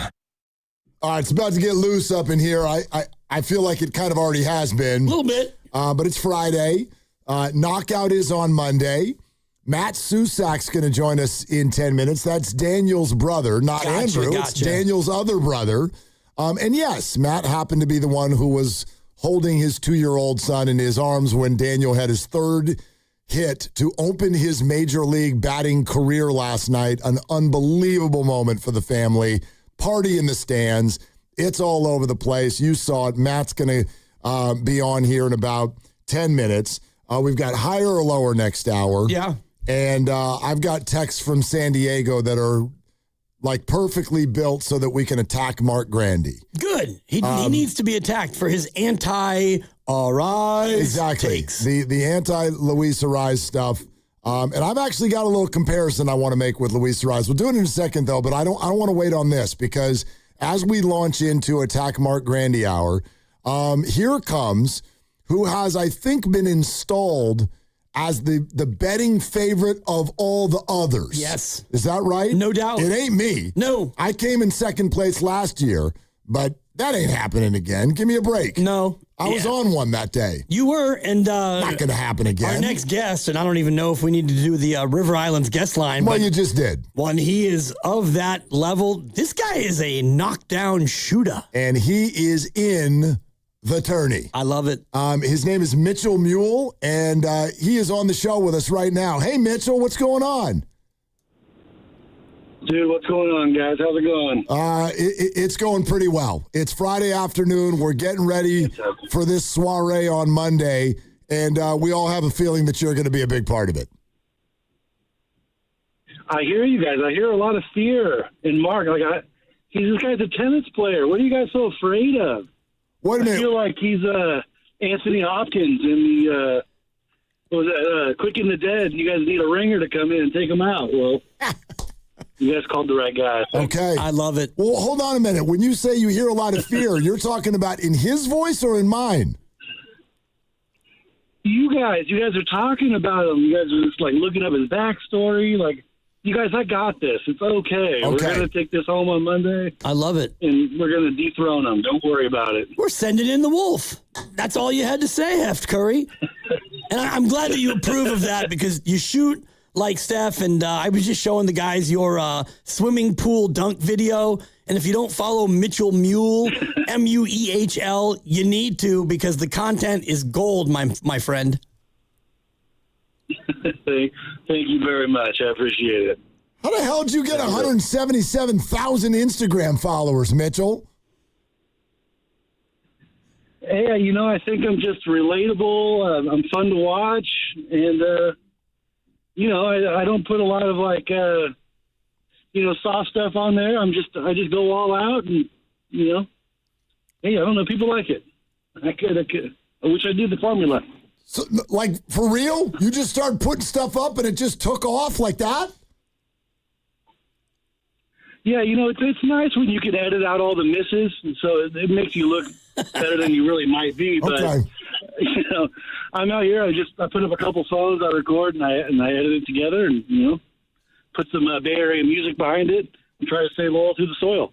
I love it. What, just briefly, your basketball background, and then we'll give you a chance to address the two-time champ directly. Where'd you go to high school and how high did you play? What level? I only made it to my freshman year in high school. I never was able to get grades, so that always kind of held me back. But, I live in Rohnert Park, California, and we have a great community here. No matter where you are in town, there's a 15-minute walk to a basketball court with lights. So I grew up on the basketball courts. It kept me out of trouble. And, that's my basketball story, really. Mitchell, what would you say your free throw percentage is? I've been practicing a little bit, getting ready for this. I made 27 in a row yesterday. So, I don't have a percentage down, but, I'm between 80 and Steph. Okay, between 80 and Steph. And then, but then here's the other thing, Mitchell, now, because I want to know what kind of ability do you have to get after it if you do miss one, because speed matters. Hey, don't let my weight fool you. I'm still pretty quick, and, I'm like Dennis Rodman. Once that ball goes up, if it's going to miss, I know exactly where to go get it. Okay. So I'm not worried about that. I'm going to make a nice crisp pass back to the next guy who's shooting, put it right in his pocket so they can put it in. But, hey, man, we do knockout. I coached my middle school girls basketball team this year, and we ended every practice playing knockout. So I'm very familiar with this game. I love it. So Grandy's he's listening right now. He's about to chime in. Right here, Mitchell. You got about 15 or 20 seconds, Mitchell, to just straight up put him in his place with a little bit of a preview. What's coming his way on Monday, Double M's? Well, he needs to just make sure he's not in front of me in this knockout line. Try to get behind me to stay in the tournament as long as he can. He doesn't want to get in front of me and go out too soon. And, once this is all said and done, maybe I'll see him on the tennis court. No, I love that. I'll take that challenge. I'll take both challenge, Mitch. And I want you to know that I'm not shying away from anything. I want you right behind me. Fine by me. Oh, it's coming. I'm working on it. Usually you have that 61-degree shooting arc. I got it down to 58 so I can get it in a little quicker. Oh, wow. Hey, we're ready for you, Mark. It's coming. Let me ask you this, Mitchell. Have you ever shot on the Chase Center floor before?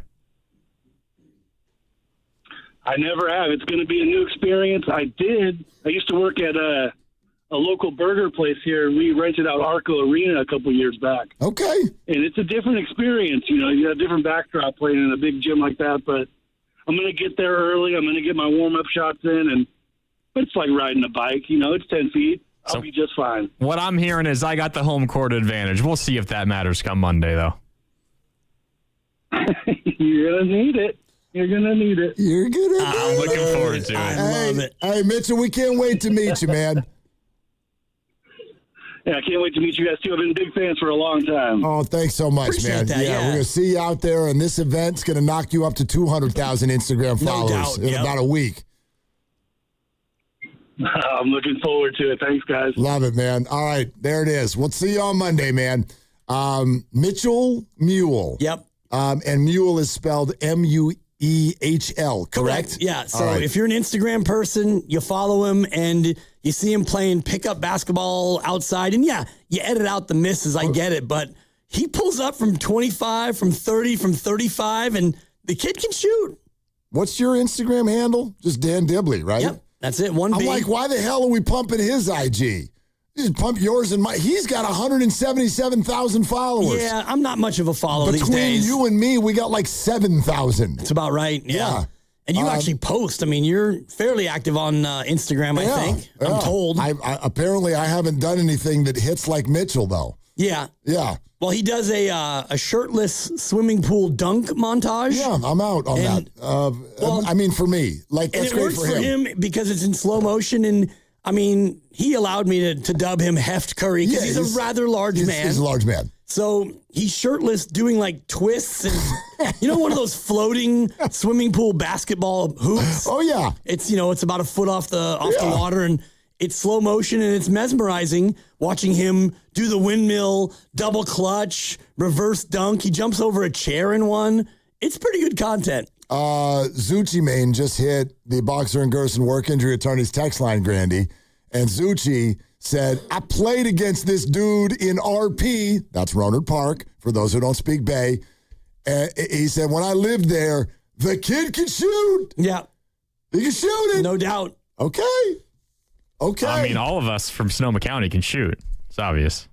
I mean, that's not true. Nah, that's not true at all. And I do. It's not true at all. I did enjoy Sonoma County. That's where all we the got talent. some ringers in Sonoma now. That's where all the talent comes from. Sonoma County. And Mitchell saying, basketball kept me off them streets. The mean streets of Rohnert Park. Mean streets. Did get on the wrong side of the expressway? Did he just say that he's been working on changing his arc just for this event? Right, to get the ball to the hoop quicker. That's kind of next level. Instead of a 60-degree arc, a parabola, he's looking from at 57. 61 to 58 or something like that. It's about right.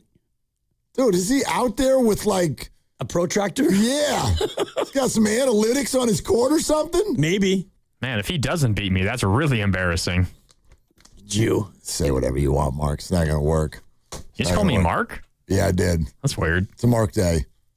And that Sonoma County trash talk they engaged in, oh boy, spicy. Am I right? It was almost like Eminem was on the phone. Seriously. Man. He is right, though. You guys do sound scared. We have what are you talking about, dude? We don't even care. I have one concern in the whole event, and that is you losing. And I like the odds. There's going to be 40 or 50 people. There's tons of people. And then there's you. Yeah.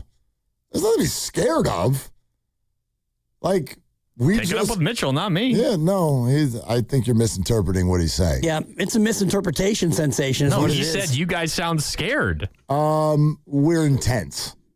We have a very vested interest in you going down. Oh, okay. That's all. There's no fear. What the hell bad can happen? Right. There's I no can fear. win. Yeah, you can win. Great. And then you become even more nauseating than you already are about this event.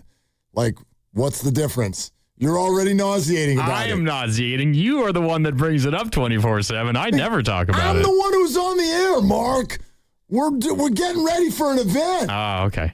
Got it. You're the one who won a trophy and refuses to take it home, and it's sitting here glaring at me day after day. And you want to know why I didn't bring it home? Because they're reusing it this year. You could have had it for 364 days at home, and there's a framed picture of you on the Chase Center floor in victory formation, and you wouldn't take that either. It's just because you're rubbing our nose in it. That's what it is. Hey, are we good? Luke, are we good? Okay. What happened? Because Matt is here on the River Islands guest line. Oh. Yeah, Matt Susak. All right. Yeah, Matt Susak. I just saw the line one Dunleavy hate. No. And I was wondering, get to that. I was wondering if we were okay to take that. No, this is awesome. I've been looking forward to this all day. And so let me explain this. Because already multiple times today, I'm like, yeah, Matt Susak is coming on the show. And someone's like, wait a minute, what? Matt Susak, and then immediately as we start telling the story, they're like, oh my gosh, the people from the stands? And then everybody has seen it. So we're going to get to know Daniel Susak's brother, Matt Susak, here in just a sec. You're listening to 95.7 The Game, KGMZ FM and HD1 San Francisco on Odyssey Sports Station and the home of the Golden State Warriors and Valkyries, always live on the free Odyssey app, coming to you live from the Laughing Monk Studios. I know a party when I see a party, and that was a party last night. Matt Susak joins us here on Willard and Dibs on 95.7 The Game. How you doing today, Matt? Oh, I'm doing awesome, man. How about you guys? We're doing fantastic, but not as good as you. Can you bring us inside the group last night and what this experience was like? It looked like about 25 of you, and your brother goes 3 for 3 with a walk. They've never gotten him out in his whole career, Matt. Yeah, it was a pretty exciting time. I think there was about 20 of us all gathered there. Obviously, we're all from Northern California, so just soaking it up and watching that kid get his first hit.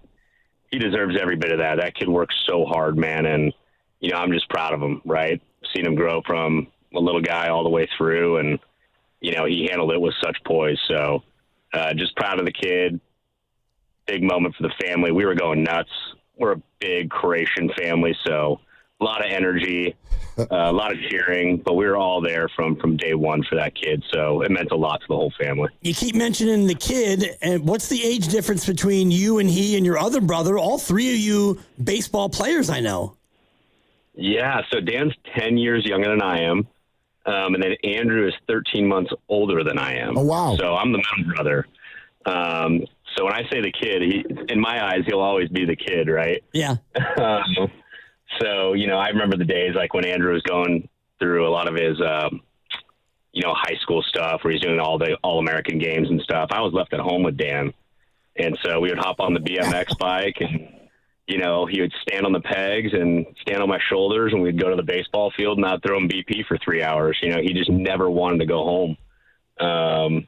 So now seeing that and remembering those moments to what happened last night was just awesome. It's a dream come true for the whole family. It's a beautiful thing, man. So Andrew Susak, who of course was a Giant once upon a time, and now the Giants trade for your younger brother, and it all leads to this moment. That would have meant the world, I'm sure, if it was in any ballpark in the United States. But the fact that this happened here and he's playing for the Giants, what does that mean to y'all?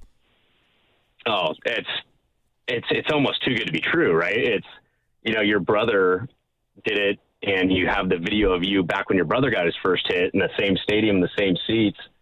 And now your little brother's there doing it. It's just, he was running around in those halls at 12 years old, right? So he's known that stadium for forever. And we've been Giants fans our whole lives. So it's really special. It's a really chaotic off season. Obviously we didn't anticipate the whole Rule 5 thing. And, I could speak for Dan, but he didn't anticipate it either. And this is kind of the best outcome, right? He got met with a lot of pressure, stepped up to the moment, and, he deserves it. So, it's just one game, right? It's a long season. So I'm just happy that he's enjoying the moment and looking forward for things to come. So how does that work yesterday when you've got Susaks as far as the eye can see? At what point do you realize that he's going to get the start and that all of you various Susaks need to get your butts to San Francisco and get 20 seats together? It was so brutal. I feel so bad for the player ops guy, man. A bunch of us traveled down to San Diego too, and this is the worst part. Is I wasn't going to miss this for the world. You know, he could have been playing in Japan. I would have been there. And so I flew down to San Diego with my wife and Chuck, and my parents went. Daniel's wife went. We had a lot of family members down there, and we thought he was going to play on Wednesday, the day game, and then we got notified that he wasn't playing, so we all switched our flights on Wednesday and came home early. We are landing, and we're finding out Daniel's going to the game. He's getting in. We immediately had regret. We're like, why did we do that, man? It was like number one rule of baseball. But I was happy he didn't get in that bat. So then we kind of figured, okay, you might get the start. You got a lefty going in San Francisco. A lot of the family could be there. And his wife handles it so well. She just sends out a group chat and says, okay, who needs tickets? And so they got us all up there. It's a little tough with a 2-year-old, I'll tell you that much. Especially being a night game. His bedtime's 7 o'clock, so he was not a happy camper. I think everybody saw that. So we kind of learned our lesson there. But, yeah, man, it was just dream come true. Dream come true. And I thought he handled himself behind the plate. Probably the best I've ever seen him. So it's awesome. He was incredible. Absolutely. So Matt Susak is our guest here on Willard and Dibs. His brother Daniel is the Giants' backup catcher behind Bailey, goes 3 for 3 with a walk. He even got a challenge in there last night and nailed it. You're absolutely right. Just a perfect night. Matt, I'm glad you brought this up. I know you know that there are people listening who are probably like, I thought the whole thing was as relatable as all get out. I've got 3 kids. I've been there when you've got them out at night and you're like, whoop, this got a little cranky, a little fast, and it's a tough moment. Can you share with people the experience of holding your son when Daniel gets his 3rd hit? Yeah, online's been pretty brutal, but I think context is important. Yeah, but, don't worry about those people. Yeah. Exactly, right. No, I mean, he goes to bed at 7 o'clock, right? 7:30 max, and my dad had been feeding him Dippin' Dots all day, man. So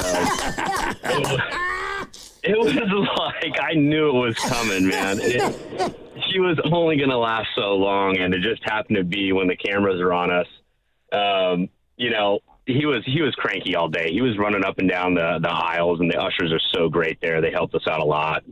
But, it got loud. He's 2, just wants to go down underneath the tunnel to go get gummy bears, man. I'm just trying to contain him. And, the best way to do that is just to pick him up. And he decided he didn't like that very much, so... And that's the way it goes. And that's that. And I have a 3.5-year-old whose bedtime is at 8, and you catch her at 8:05, and God help you, because these strict bedtimes, if you don't adhere to them, all bets are off. All bets are off, man. All bets are off, and we were just playing defense at that point, man. It was a ton of fun. So he was fine. I mean, we went down under the tunnel and he got his gummy bears, and he was pointing at Dan on the TV when he was doing his interview. So as soon as he got in that car seat, I'll tell you what, he was out within 3 seconds. I bet. So Matt, I'm sorry, how old is he? He's 2. What's his name? His name's Chuck. That's Chuck. Okay, Chuck Susak. Chuck Susak. Chuck or Charles. I like Chuck after Chuck Yeager, if you guys know who that is. Yeah, of course. My wife likes Charles Leclerc, so we kind of go back and forth with Charles or Chuck, but my whole family calls him Chuck. Chuck Susak, I've got him for, let's see, probably a Giants debut in like 2047. We'll see about that, man. I hope I didn't kill his passion for baseball last night. We'll see. I mean, as long as there's Dippin' Dots wherever he wants to play, I'm sure he'll be in. Oh, my gosh. So, exactly. Matt, how'd you all celebrate after the game? Oh, we took it all in. We all went down to the field, take photos with Dan. Heard about some stories in the clubhouse. But the reality is it was 12:30, man. We had to go back home to Sacramento. I had to work today, right? So I had taken a lot of time off to go follow Dan, so I had to get some meetings in today. So we took off, got home around 1, and we're going to head back to the Bay tomorrow morning. So we won't be there tonight, but next 2 games we'll catch. Okay, yeah, Matt, you've earned a nap, so go get a little shut-eye because we got another ball game tonight. You can at least watch it from there. You bet. That sounds like a plan. Hey, man, thank you so much. Thank you so much for coming on. It means the world. You bet. Anytime. Appreciate you guys. Okay, all right. Congrats to the whole fam. Matt Susak, that's Daniel's older brother, but slightly Andrew's younger brother. And yes, the one who's holding 2-year-old Chuck as the third hit last night flies into left field and the whole family goes crazy well after bedtime. Right, well after 9, 2 hours after bedtime, and you drove all the way from Sacramento after flying home from San Diego. Oh, my God. I mean, even in a normal setting, that's late for young Chuck, but the kid was on a plane and then on a plane back and then in the car, and now you got to... Where's my Dippin' Dots? And brother, I want to throw a tantrum just listening to that. Seriously. Oh, my gosh. But how much fun for that family. That's ridiculous. Yeah. Oh, my gosh. And so many Susaks. Like, there's a lot of Susaks. You mentioned, like, what a party. And then you look at the crowd's going wild and they're all, like, wearing Susak jerseys. Like, how did the Giants have 400 tickets available for this family? That's right. That was incredible. Anyway, that was awesome. Fun. That was a lot of fun. Okay, 888-957-9570. We'll continue to attack Grandy about Luis Arise, but also in about 10 minutes, we've got a very special Attack Grandy higher or lower that Dibs has put together. We're sponsored by Kalshi. Trade on anything. It's Willard and Dibs.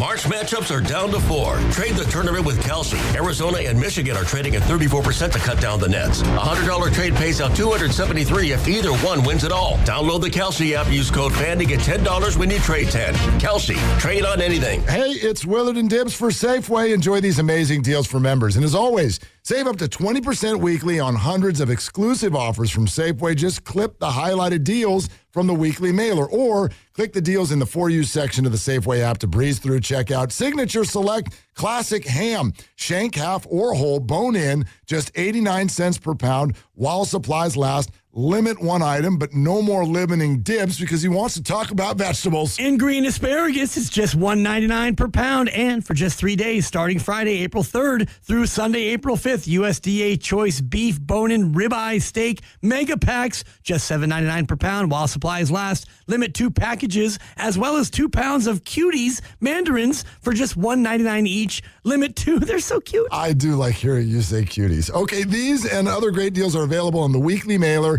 and the For You section of the Safeway app. Go to Safeway.com for more details, and we will see you in the aisles. The 2026 Mountain Winery Concert Series is here with Jeff Foxworthy July 19th, John Mulaney October 18th, and many more. For the complete 2026 schedule, tickets, and more, go to mountainwinery.com. Tickets on sale April 10th.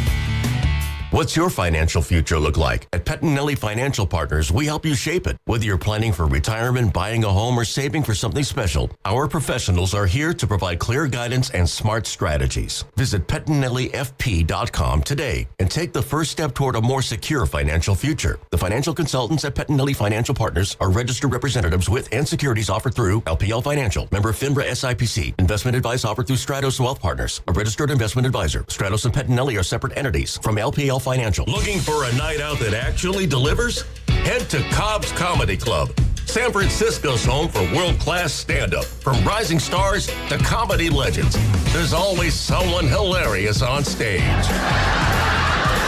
Grab your friends, grab a drink, and get ready to laugh out loud. Check the full lineup and get your tickets now at CobbsComedyClub.com and follow at Cobb's Comedy for show announcement.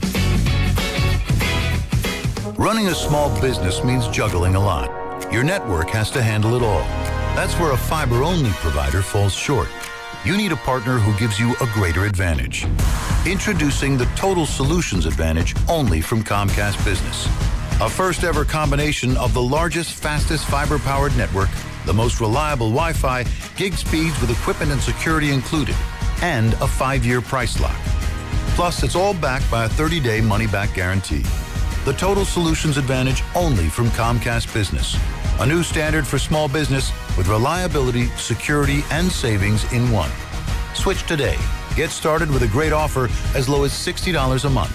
When you add it all up, no one does business like Comcast Business. Offer ends 6/1/26. New customers only. Requires 300 megabits per second internet and security edge. 1-year agreement, eco-bill, and autopay required. Equipment, taxes, and fees extra. Most reliable Wi-Fi based on Open Signal Awards USA Fixed Broadband Experience Report, May 2025. Elevate your kitchen at the Miele Innovation Center at Friedman's Appliance in Pleasant Hill.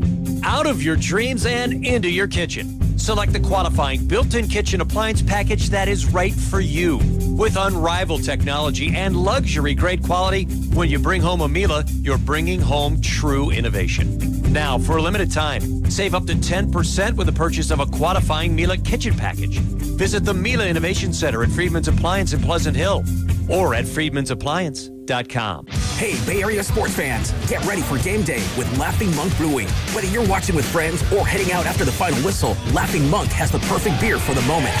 With locations in Sunnyvale, Scotts Valley, and Bayview in San Francisco, there's always a Monk nearby. And now, check out their newest San Francisco location in Nopa. From crisp lagers to bold IPAs, every beer is righteously brewed in San Francisco. Grab a pint, grab your crew, and make game day better at Laughing Monk Brewing. Righteously brewed in San Francisco.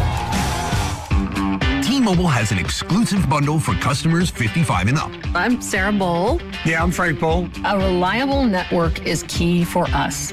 And with T-Mobile, it's been wonderful. And going to the 55 plus plan saved us so much money. A lot. And that's important. Trying to keep costs down. The home internet's been perfect. It's fast, it's quick. The setup was so easy, it took less than 15 minutes. It was like, If you want simplicity, coverage, reliability, you want the whole package, T-Mobile has it. Right now, T-Mobile customers 55 and up can get 2 phone lines on America's best network, plus America's fastest 5G home internet for just $30 each. $30 per month each line with autopay plus taxes and fees. Minimum age 55. Pricing for home internet rely on 2 lines of Essentials Choice 55. $35 connection charge per line required. Best mobile network and fastest 5G home internet based on analysis by Ookla of Speed Test Intelligence data 2H 2025. All rights reserved. San Francisco will be clear and breezy tonight with a low of 49. Weather brought to you by Staples. From posters and presentations to labels and loyalty cards, Staples has all the print to boost your brand. Shop now in-store and online. Staples. That was easy. The legendary band Deep Purple are hitting the road this summer with special guests Kansas and Jefferson Starship. They'll be rocking Shoreline Amphitheater on September 5th. For more info and a chance to score tickets courtesy of Live Nation, visit the contest page at 957thegame.com.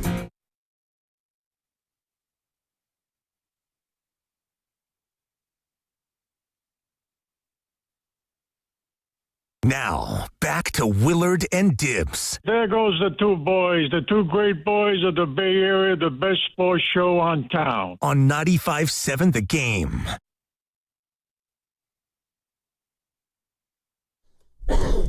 So that's what that was all about. Wow. Okay. Matt Susak.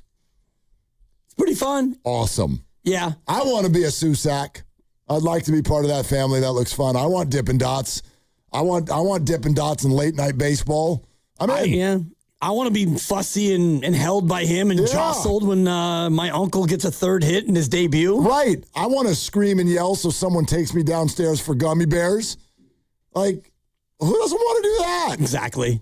I'm going to give that a whirl at the game this weekend. And he even mentioned, like, online. I'm kind of taking it online. It's like, for all of you out there looking to be critical of somebody in a moment of just, I don't know, pure humanity, just knock it off. Dial it back. Good on you, dude. Dial it back. Like, this is not somebody, like, grabbing a child in the grocery store, or God forbid you see somebody spank their child or whatever. This is a guy celebrating his brother's 3rd hit of the game, and he's holding a fussy 2-year-old who would have been fussy had he been standing next to him. Already was fussy. The jostling, the jiggling, the Susaka potatoes, as you called it during the break. Susaka potatoes. I don't want to steal it because it's genius. I think we should, I text him later and let him know, like, if you're cool with it, I think we've got a nickname for what you did. And so anybody who's holding their fussy kid at a Giants game the rest of the year, that's the Susaka potatoes. Right. And that was, the hold. It was just a one-arm hold, and he's jumping up and down. And dude, it's unbridled joy. Right. Like, this kind of, you know what I liken it to? You people out there with the whole, like, hey, when you score a touchdown, why don't you act like you've been there? You have no idea what that feels like. You have no idea what it's like to make the National Football League put your body on the line at that level on a daily, have 60,000 screaming fans all pointing toward you, millions more online, half of them with you on their fantasy team. You score, and some of you have the gall to tell that person, hey, chill out. You're a little too happy right now. Wow. Yeah. Act like you've been there before. Kick rocks. Well, and for real. For Matt Susak, he actually has been there before with a brother of his getting their first ever hit. So maybe he should know how to act. But that's why I wanted to ask him about the age difference, because I thought it was pretty profound. 10 years. So when he was, 12 playing Little League, he's got a 2-year-old brother. And when he's in high school, he's 16. He's got the little Dan is only 6 years old. Well, did you hear the story he tells? So if you're Matt, his very close older brother, Andrew, is off in the bigs, and the family is kind of doing whatever they're doing for him. And so you look at Matt, who's a little over a year younger than Andrew, and they're like, hey, you take care of the little guy. So, for instance, when Matt is 22 and Andrew is 23 or 24, they're like, our 12-year-old son at home, will you just take him over to the park while we're all doing stuff? So he's like, and I went over there and pitched to him for hours and hours and hours. So in many ways, and I don't know this, but I bet Matt feels a certain type of way about Daniel's game. Like, he probably feels like he was, in some ways, one of his first coaches and maybe who worked with him the most as a kid. And then you get there, you're a lifelong Giants fan, and you're sitting there at Oracle Park, game number 7 of the year. The guy starts, he hits one to right field, one to center field, and one to left field. Dude, I don't know how the hell the guy wasn't doubled over in tears, to be honest with you. I would have been. Pretty happy moment and excited to do it. And the way you laid that out, you're absolutely right, where he takes almost, I'm sure, a certain amount of parental baseball pride around his little brother. And, he's the middle kid. And I was just looking at the internet, and Matt himself played college baseball. I don't think that he ever played in the pros, but you got your older brother who makes it to the show as a Giant, and then the little brother finally gets there and does what he did last night. Very emotional for the Susaks. No doubt. And I want to shout out 707. I wonder, I doubt it, but if by chance Matt is still listening to the radio show, 707, Boxer and Gerson Work Injury Attorneys text line just texted in and said the interview with the older brother was one of the best all week long. Great job, guys. Nice. So I want him to hear that because, I think that as is often the case with the internet, I think there is a much, much more silent majority that's out there in the real world. Right, because you're not going to look at that scene and say, oh, great job, Susaks. Way to jump up and down with your toddler. That was really cool. But if you thought that was abusive, then you're going to jump right on there and say, oh, you're a monster. I thought the whole thing just looked like a party. The whole thing looked like, and you can't relate to that, a family having a moment like that. Come on, man. That's the good stuff. Yep. That is the good stuff. And sometimes they stay up too late, and it's okay. You give them a Dippin' Dot and a gummy bear, shove them in a car seat, and drive until they pass out, and they'll be okay tomorrow. And even after the game, you wait it out, and the locker room celebration in the clubhouse, and then you come on the field and you're taking pictures, and you don't leave till 12:30. Like, if you want to be appalled at the parenting, that is the appalling part. I love that he said, boy, we got in the car and he fell asleep in 2 minutes. I'm like, yeah. It was midnight, bro. I would have fell asleep in 2 minutes. Seriously. Oh, it's great. Okay, so there's plenty still to do, but we have reserved this time for clearly an important moment for all of us, especially for you. I can tell you put a lot of work into this. Oh, yeah. This isn't, we often, almost always do higher or lower on Fridays at this time, but this is very special. This is almost an after-school special version of higher or lower. So, Mr. Dibley, take it away. Let's do this because it is time for higher or lower. Hi, I'm Dan Dibley. I'll be your host today, and it is a special Beat Grandy edition of higher or lower. He's the 2-time champ of Knockout, which is coming up Monday. And here at higher or lower, he's won 4 of the last 6, including 2 in a row. So reluctantly, I introduced the contestants, including the aforementioned Mark Grandy. What do you want? Wow. I was going to say it's great to be here, but maybe it's not. Screw you, Dibs. Whoa! Wow. I'm extra glad that I scripted it the way I did today because it is a Beat Grandy edition. And up next is a guy who's won 8 times here at higher or lower, but the last 2, he's lost to Grandy. It's my partner and my favorite Mark by far, Mark Willard. Yeah, screw you, Dibs. I think that should be what we say now when we start this. Wow. No, love you, but screw you, Dibs. I'm afraid to introduce our 3rd contestant, and I have to do it contractually, and he has lost 7 in a row, and his name is Lucas Alexander. Hey, Lucas, how you doing, buddy? Yeah, Dan, thanks for having me, but who's really counting? I do feel bad for Grandy a little bit. He's really taken these last couple days on the chin. Still would like to kick his ass. Also, I am a little bit worried about what you've uncovered about Willard and I's past, specifically my past.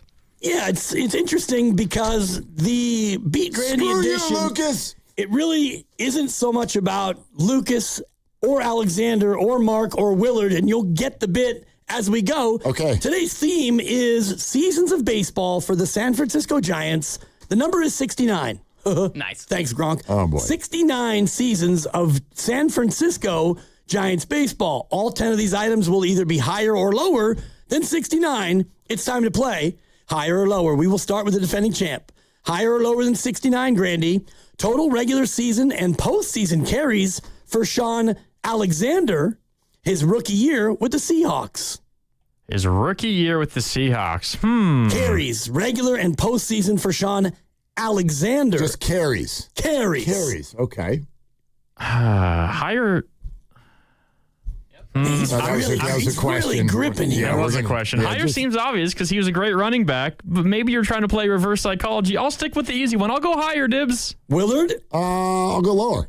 Alexander? Higher. It is lower. Yes. 64 carries for Sean Alexander. Willard in the lead. I think I get where this is going, Dibs. Willard's in the lead. He'll go first. Higher or lower than 69? Total number of Warriors games officiated by Mark Willard's cousin Greg in his 24-year career in the association. Home or road? Total number of Warriors games. I will go higher. And Grandy? I got to trust Willard to know his own cousin, so I'll go higher. I was a little kid. Lucas? I do not. That's a lot of games per year. I'm going lower. It is higher. Yes, sir. Greg Willard. Rest in peace. He didn't say per year. He said total. That's like 3 a year in his 24 years. It actually turns out to be more than 3 a year because it was 76. Yeah. 76 Warrior games officiated by Greg Willard. Mark Willard 2, Grandy 1. Lucas is actually at work today. I can't believe you looked that up. Okay, go ahead. You can believe it. I can. You know how I work. That's true. This is higher or lower than 69, which is the total number of seasons of baseball for the San Francisco Giants. Item number 3, we start with Willard. He's in the lead.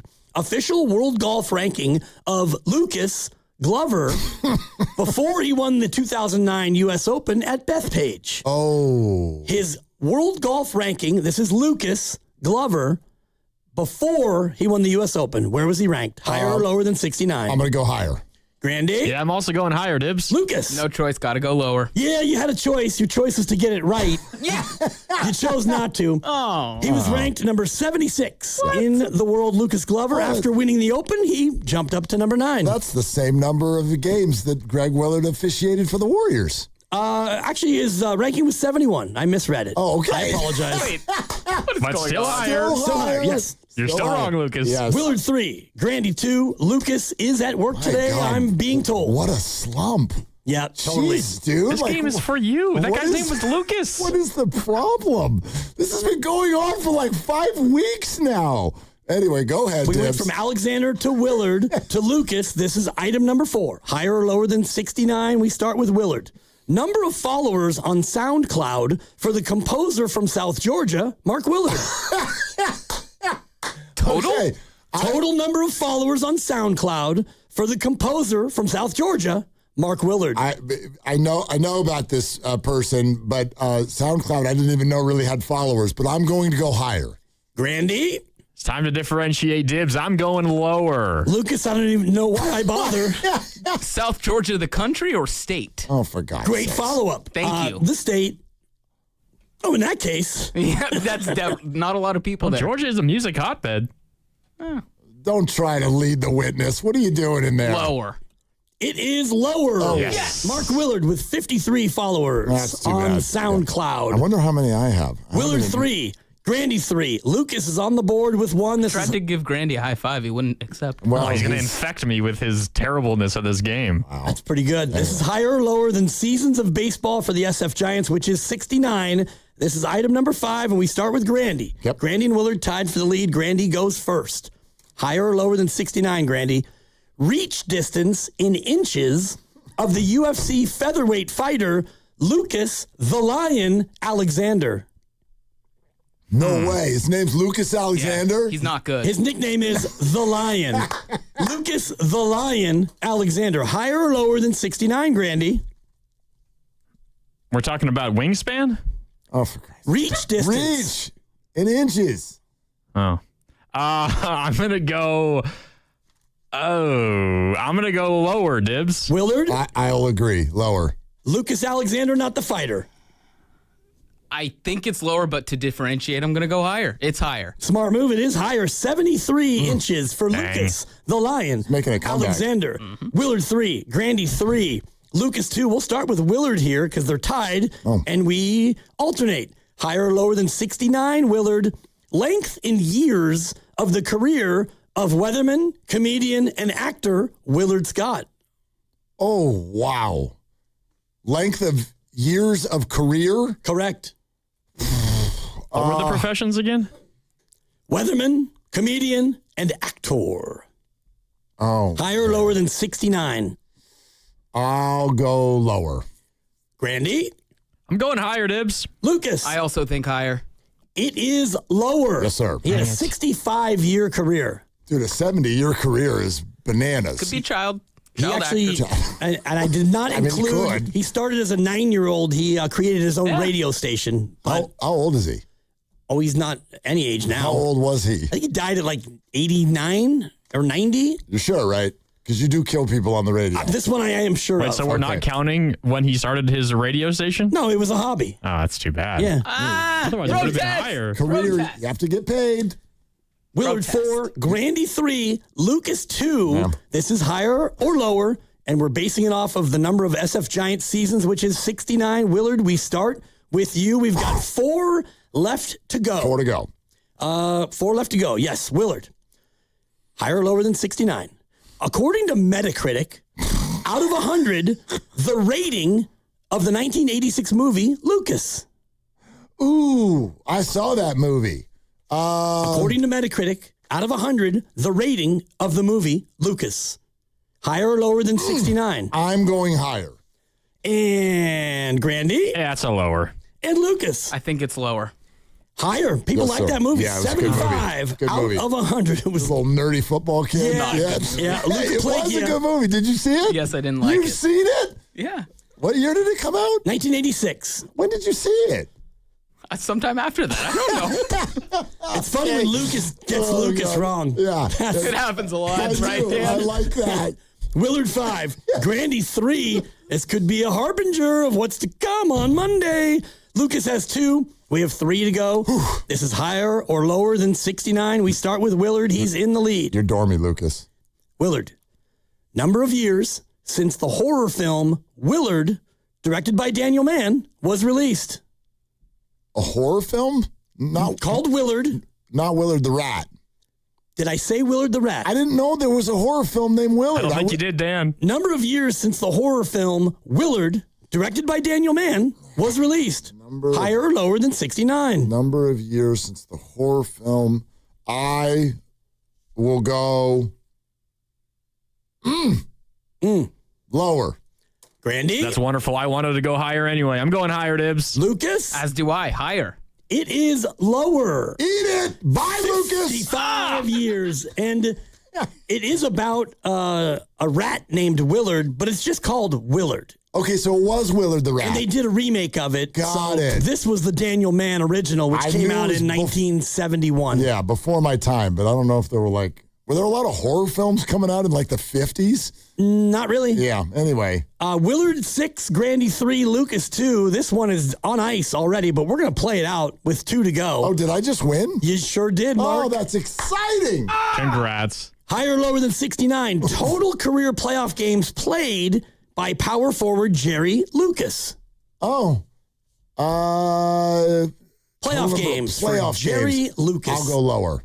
Grandy. I was also going to go lower, but I got to go higher, Dibs. And Lucas. I like Jerry Lucas. Over. Higher. Yeah, it's higher. 72. Yeah. 72 is the More answer. than. We should still give Lucas the L for that one. I know, kind of. I love over. Lucas is That's fighting fun. for the silver. Last one, we start with Willard. Okay. Higher or lower than 69. Total regular season career passing yards for running back Willard Harrell. Oh, I thought you were going to say Ken Willard. He was a running back too, wasn't he? Willard Harrell is who we went with. Okay. Total passing yards for running back Willard Harrell. I'll go higher. Grandy. Yeah, it feels like a trick. I'm also going to go higher. And Lucas. You're going down, Grandy. Lower. Higher. 144 passing yards for Willard Harrell. And just for Casey Schmitz and Giggles, the tiebreaker. Let's go. This is like classic Dibley research. Total points scored when Willard High School's boys basketball team ended Lucas High's 33-game win streak in Ohio in 2022. So total number of points by a high school team in one game. Willard High ended Lucas High's 33-game home winning streak. What was the total points scored? Wait, sorry. Total points in the entire game or by the winning team? In the game, in the entire game. Oh, in the entire game. In the entire game. I should have waited for Willard to answer. Well, that would be total points scored. Okay, well, we're supposed to write this one down, aren't we? Just say it because it's over. Okay, but 116. I was going to go with 96. And Lucas? I'll go 69. That's so perfect. Willard would have won the tiebreaker. It's 109. And congratulations, Mark Willard, for winning this special Lucas Alexander Mark Willard Beat Grandy edition of Higher or Lower. Congrats, Mark. Thank you. With a K. Thank you. That's big. I mean, like you said, Harbinger, I hope so. Good vibes, heading into the weekend, feeling confident. Grandy going down. Yeah. Yeah. And it was designed for him to lose, but I didn't want to make it like too unfair where it's like 5 things like literally about you and about Lucas. So. I mean, yeah, if you started asking questions about Foster City or something, but you're asking things about Willard Scott and movies. And Lucas the Lion Alexander. And Lucas Alexander is right about Lucas Alexander. He doesn't have a very good record. Yeah. And he's Brazilian. He should have been better. Yeah.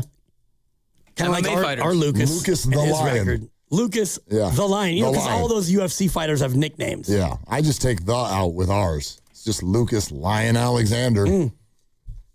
What, Lucas? You're actually a pretty honest guy. Thanks. Yeah. Good job, Willard. Hey, thanks, nice man. Quality win. So, Grandy still leads all time, but just now by 1. Do I have that right? Yes, it's 10-9, and Lucas he's played a lot of games. Yeah, but not won a lot. He's won 6. Yeah. Slump, though. It's been a while. You need a slump buster. Yeah. Bum, bum, bada, bum, bum, bum. Yeah. All right. Bum, bada, bum, bum, bum, bum. Hey, do you want to know what my friend in San Diego who does Padres radio stuff said about Luis Arraez? Yeah. Okay. So I texted him earlier and I said, hey, just give me a quote on what Padres fans think of Luis Arraez. What do you all think? Just in general, obviously I don't need you to like name the quote, but in general, what do you think Padres fans think of Luis Arraez? Probably think he's a good, solid, sturdy hitter. Kind of a slappy, but, somebody who didn't annoy him. Well, I heard Craig Elston, who does radio down there as well, come on the morning show this week, and he made some comment with regard to, like, you guys are going to learn that when the count is 3-1 and someone throws a fastball a foot outside, Luis will swing at it. because he can hit it, as opposed to whether or not he should hit it. And he'll roll over a ground ball to second base, and he's going to drive you nuts. And I think that's part of what Grandy's point has been. For those of you who don't know, Mark Grandy, upon the signing of Luis Arraez, was very anti-Luis Arraez. Am I right, Mark? Just empty calories, right? Is what you've kind of thought about his batting titles and his consistent over 300 hitting. I don't think I ever said that he's a bad player. Right. But just that because he was a batting champion doesn't automatically mean that he's a great baseball player. Okay. There's a lot more to baseball than just batting average. But you were down on the signing. I didn't think it was a very good signing. Okay. No. Okay. And I'd like to say, as of today, I feel like I know it's only been 7 baseball games, but I'm talking also about vibe and presence and just their lineup. I now love the signing of Luis Arraez, who had a couple more hits last night, including in what needed to be a shutdown inning for the Mets. He got things going with a big extra base hit to right field. My friend responded by saying, I'd say most Padres fans would say he's not a good defender, has terrible plate discipline, and is a singles merchant. 2 years ago, it worked because he hit for a high average. Last year, it didn't because his batting average dipped. And I'd like to say that I think that Luis Arraez is going to be the Buddy Hield of the San Francisco Giants. Just beloved, fan favorite? Well, they hate Buddy Hield in Sacramento. Right. We loved him. He will drive you nuts some nights. But in the end, we loved him, right? We loved Buddy Hield. Yeah. And I'd like to talk a little bit more about that because I think that that's a similar dynamic that's going to unfold with Luis Arraez, and we are going to have a different relationship than San Diego. There's an interesting stat. That's a stat that will back up your comparison between Arraez and Buddy Hield. I just discovered it, and when you said that about Buddy, I realized that there's a parallel. Okay, let's talk about it. We're brought to you by Fremont Bank. Here for you, here for good. 888-957-9570. We got some Tony Vitello stuff to get to as well, but we're wide open the rest of the way on a Friday. Give us a call if you want. 888-957-9570. How you feeling about the Luis Arraez signing now that we've watched 7 games? This is Willard and Dibs. And it's Dan Dibley over here to talk about Fremont Bank, proudly celebrating 60-plus years in business. They set out to build not only a bank, but a local ecosystem that's built on relationships that benefit the Bay Area communities. And I love the fact that it was built on relationships because I have a great relationship with the management and the tellers and all the people over at the Oakland branch, which is where I go most of the time. I've been to Walnut Creek, similar thing. They have one here in San Francisco. Great people at Fremont Bank. And when you go into one of the branches, they see you as that, a person, a customer, someone that matters to them, not just an account balance or an account number or a 9-digit routing number. They actually care about you and your financial goals. And I've been banking with them for more than 5 years, and I'm so glad that I made the switch. And it's because of that customer service. You get the personal touches whenever you go into one of the branches because you matter to them, and customer service also matters. They take the time to evaluate exactly what I need, and they provide solutions and other things to fix whatever my banking issues are. They don't just try to check boxes. They care about me as a person. You should go in to one of the 21 branches throughout the greater Bay Area and see exactly for yourself what community banking looks like. It's Fremont Bank, putting the community in community banking. Xfinity Tech Support, Matthew speaking. Hi, I live in a pretty remote place, like Jurassic Park remote. Oh! Wow. Will Xfinity Mobile work out here? Yep, the combination of reliable Wi-Fi and 5G makes it so that you can stay connected in all kinds of places. Plus, you get access to ultra-fast speeds and coverage, whether you're poolside or out live streaming with a T-Rex. Hold still, you're about to go viral.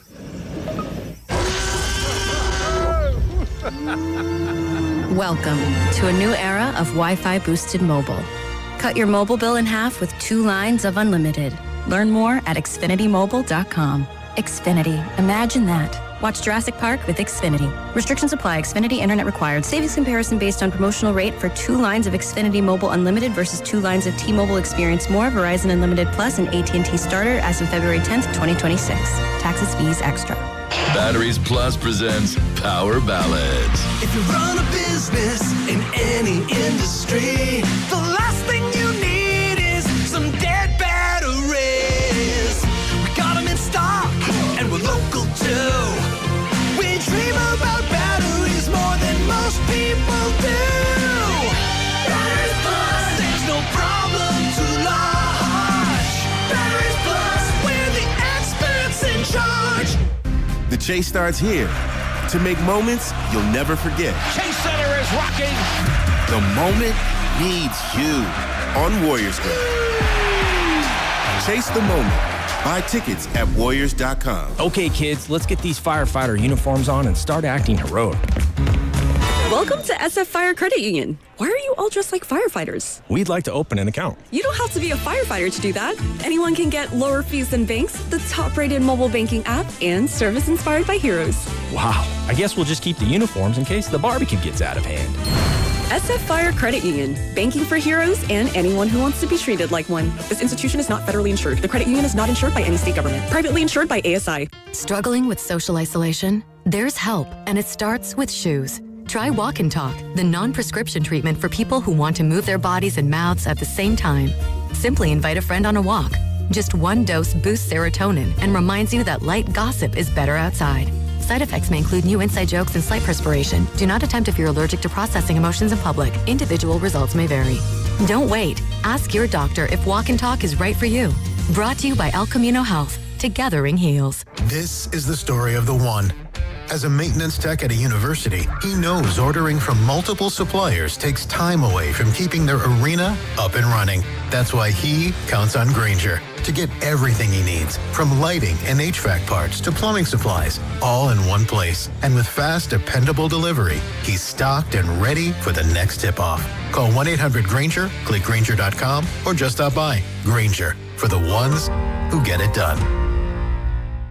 No one likes having to choose. That's why with America's best lineup of hybrids from Hyundai, you get the best of both worlds. Like the reliable and efficient Tucson Hybrid with America's best warranty. Or the stylish yet capable Santa Fe Hybrid with power to navigate the toughest terrain. It's like having your cake and eating it too.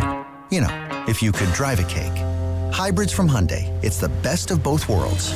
Visit HyundaiUSA.com or call 562-314-4603 for more details. There's a difference between liking a house and actually getting it. Redfin is built to make up that difference and close the gap between finding and owning the home for you. Redfin agents close twice as many deals as other agents, so when you find a home you love, you're not a step behind when it's time to make an offer. That means less watching great homes disappear and more focus on the ones you'll actually move into and call home. Redfin helps turn saved listings into real addresses. Get started at redfin.com.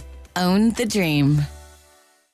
If you own a small business, the pressure never lets up. Something's always coming at you. That's why business owners turn to LendSeek for funding. I don't need promises. I need options. LendSeek's AI platform showed me real funding choices. Now I can cover payroll, handle taxes, and go after growth opportunities without the daily stress. Up to $5 million with funding in as fast as 24 hours. No upfront costs. No prepayment penalties. Start ready, stay ready. LendSeek.com. LENDSEEK.com.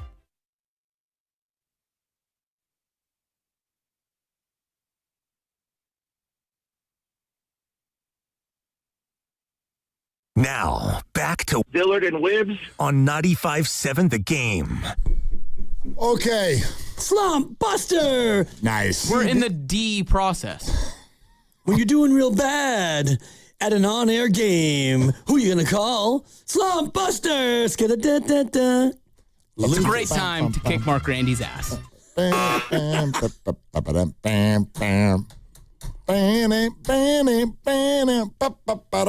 I ain't getting none right. I ain't afraid of no Grandy. Ooh, yeah. Fade. He went down. Loses today. Maybe he loses I ain't Monday. afraid of no Grandy. Nope. Yeah. Stacking losses, just like his high school tennis career at Windsor. Fade Grandy. Yeah. Mm-hmm. I am gonna lose on. Well, I'm not gonna win on Monday. I'm not participating. I'm running the thing. Why aren't you? I got a whistle and everything. Why? What? I gotta make sure the competition's legit. I gotta run it smoothly. I'm a great player. Wow, your words, not mine. Yeah. Good luck to your Twitter. Mark Grandy says Pod's a great player. Anyway, so Lucas, you're not no participation? It hurts a little bit, but I'm more passionate about the event running smoothly than I am. And you're kind of going to be the ref. Yeah. Okay. I'm not wearing stripes, don't ask, but I do have a whistle. Okay, but make sure, like, this is always the number one thing about knockout. I don't know who you heathens are that played this game on the playgrounds when you were a kid, where you get to do what they call knockies. Yeah, we're not doing that. That is the stupidest thing that has ever happened in any sport, play, fun event at all. I don't know who you are or why you do that. That's just annoying. It works with 10-year-olds, but we're all adults here. It doesn't work with 10-year-olds. There's no school in America that doesn't have some sort of a blacktop where when you do knockies, all it means is somebody's got to walk a half mile to go get the ball. And they usually won't, which is why there's always a ball just sitting in the bushes a half mile away from the courts because somebody decided to do a knocky. You all know what a knocky is, right? It's when you take your ball and you knock the other person's ball or you punt it into oblivion. So you shoot and you miss, and then you get your rebound, and then the next person shoots and they miss. And instead of you trying to put your ball in, you turn around, and as the other person's ball is coming off the rim, you just go grab your ball and go whack and whack the other person's ball as far as you can from the court. And then you laugh and you think that you won, and it's stupid. So don't do that on Monday if you're coming. No, you'll be banned. It'll be a straight red card. There'll be no yellow card caution. And on the old playground, when I was a PE aide, PE teacher, it's basically bullying. You would do that to a kid who you could get away with doing that too. And so we're not doing knockies at Chase. Knockies. We're not going to the finest arena in the country to shoot hoops and have, Jim from Brisbane knocking the ball away from somebody just because it's a knocky. Can you imagine? I want to see what your boy Mitchell Mule will do if somebody tries to give him a knocky. Might knock back. Knockies. I hate it. Gnocchi, we're here That's for. That's different. We just had some gnocchi last weekend. Delicious. Yeah. Absolutely delicious. The lovely Christy loves gnocchi. But not gnocchis. But not a gnocchi. Right. No. We're not doing that.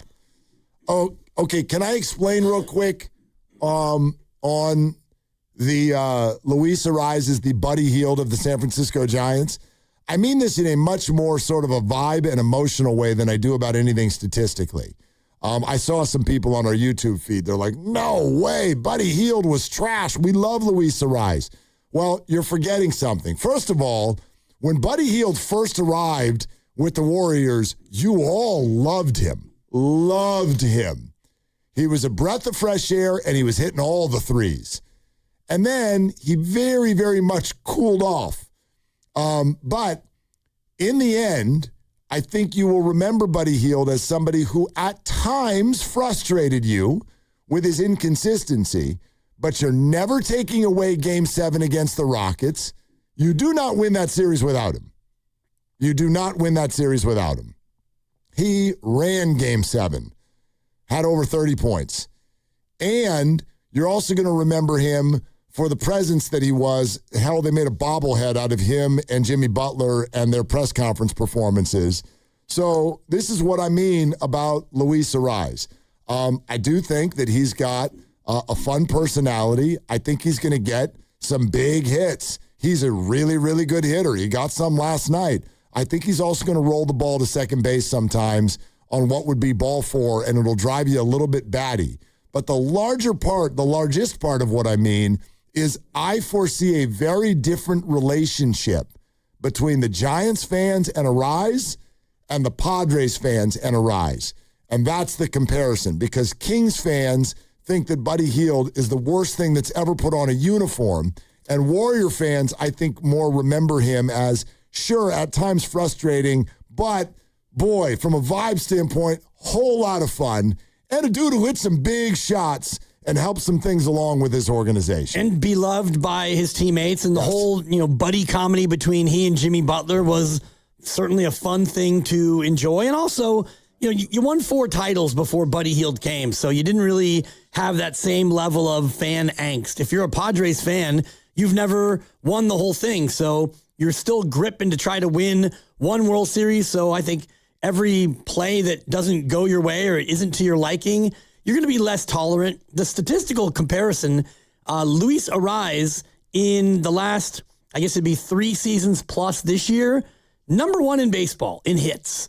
He has more hits since 2023, more hits than Bobby Witt Jr., Vlad Jr., Freddie Freeman, Shohei Ohtani, every other player who's played Major League Baseball. He's number 1 in hits. Now, singles merchant, yeah, I get that. Of his 593 hits, I think about 450 of them are singles. Are singles, yeah. And the comp is Buddy Hield is number 2 since 2020 in 3-pointers made. Yep. So he only behind Steph, but it's a specialty player asked to do specialty things. You're not looking for Arraez to hit 30 home runs and drive in 100. That's not his role, and Buddy's role was never going to be go out there and get us 20 a night. Well, I also think, so that's actually, I love that. That's pushing the comparison even further. Yeah, specialty guys who can be beloved. But I also think, like, there are differences in what San Diego was doing with Arraez versus what the Giants are doing with Arraez. San Diego, they would call it Slam Diego. Like, they have and have had some sex appeal up and down the lineup. They've got 2, 3, really, I mean, they spent a lot. I mean, it starts with Tatis and Machado, I get it, but you start adding in the players, Merrill and Cronenworth. I know Bogarts has been super disappointing, but that was a big name and a big contract. They've had some sex appeal up and down that lineup.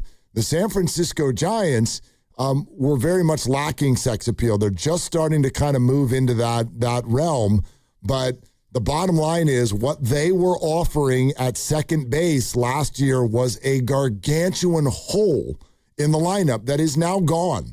And in fact, you've not just replaced it with someone who can hit, but right now you've replaced it with someone who you are putting at different spots in the top 4 in your order and has been already producing.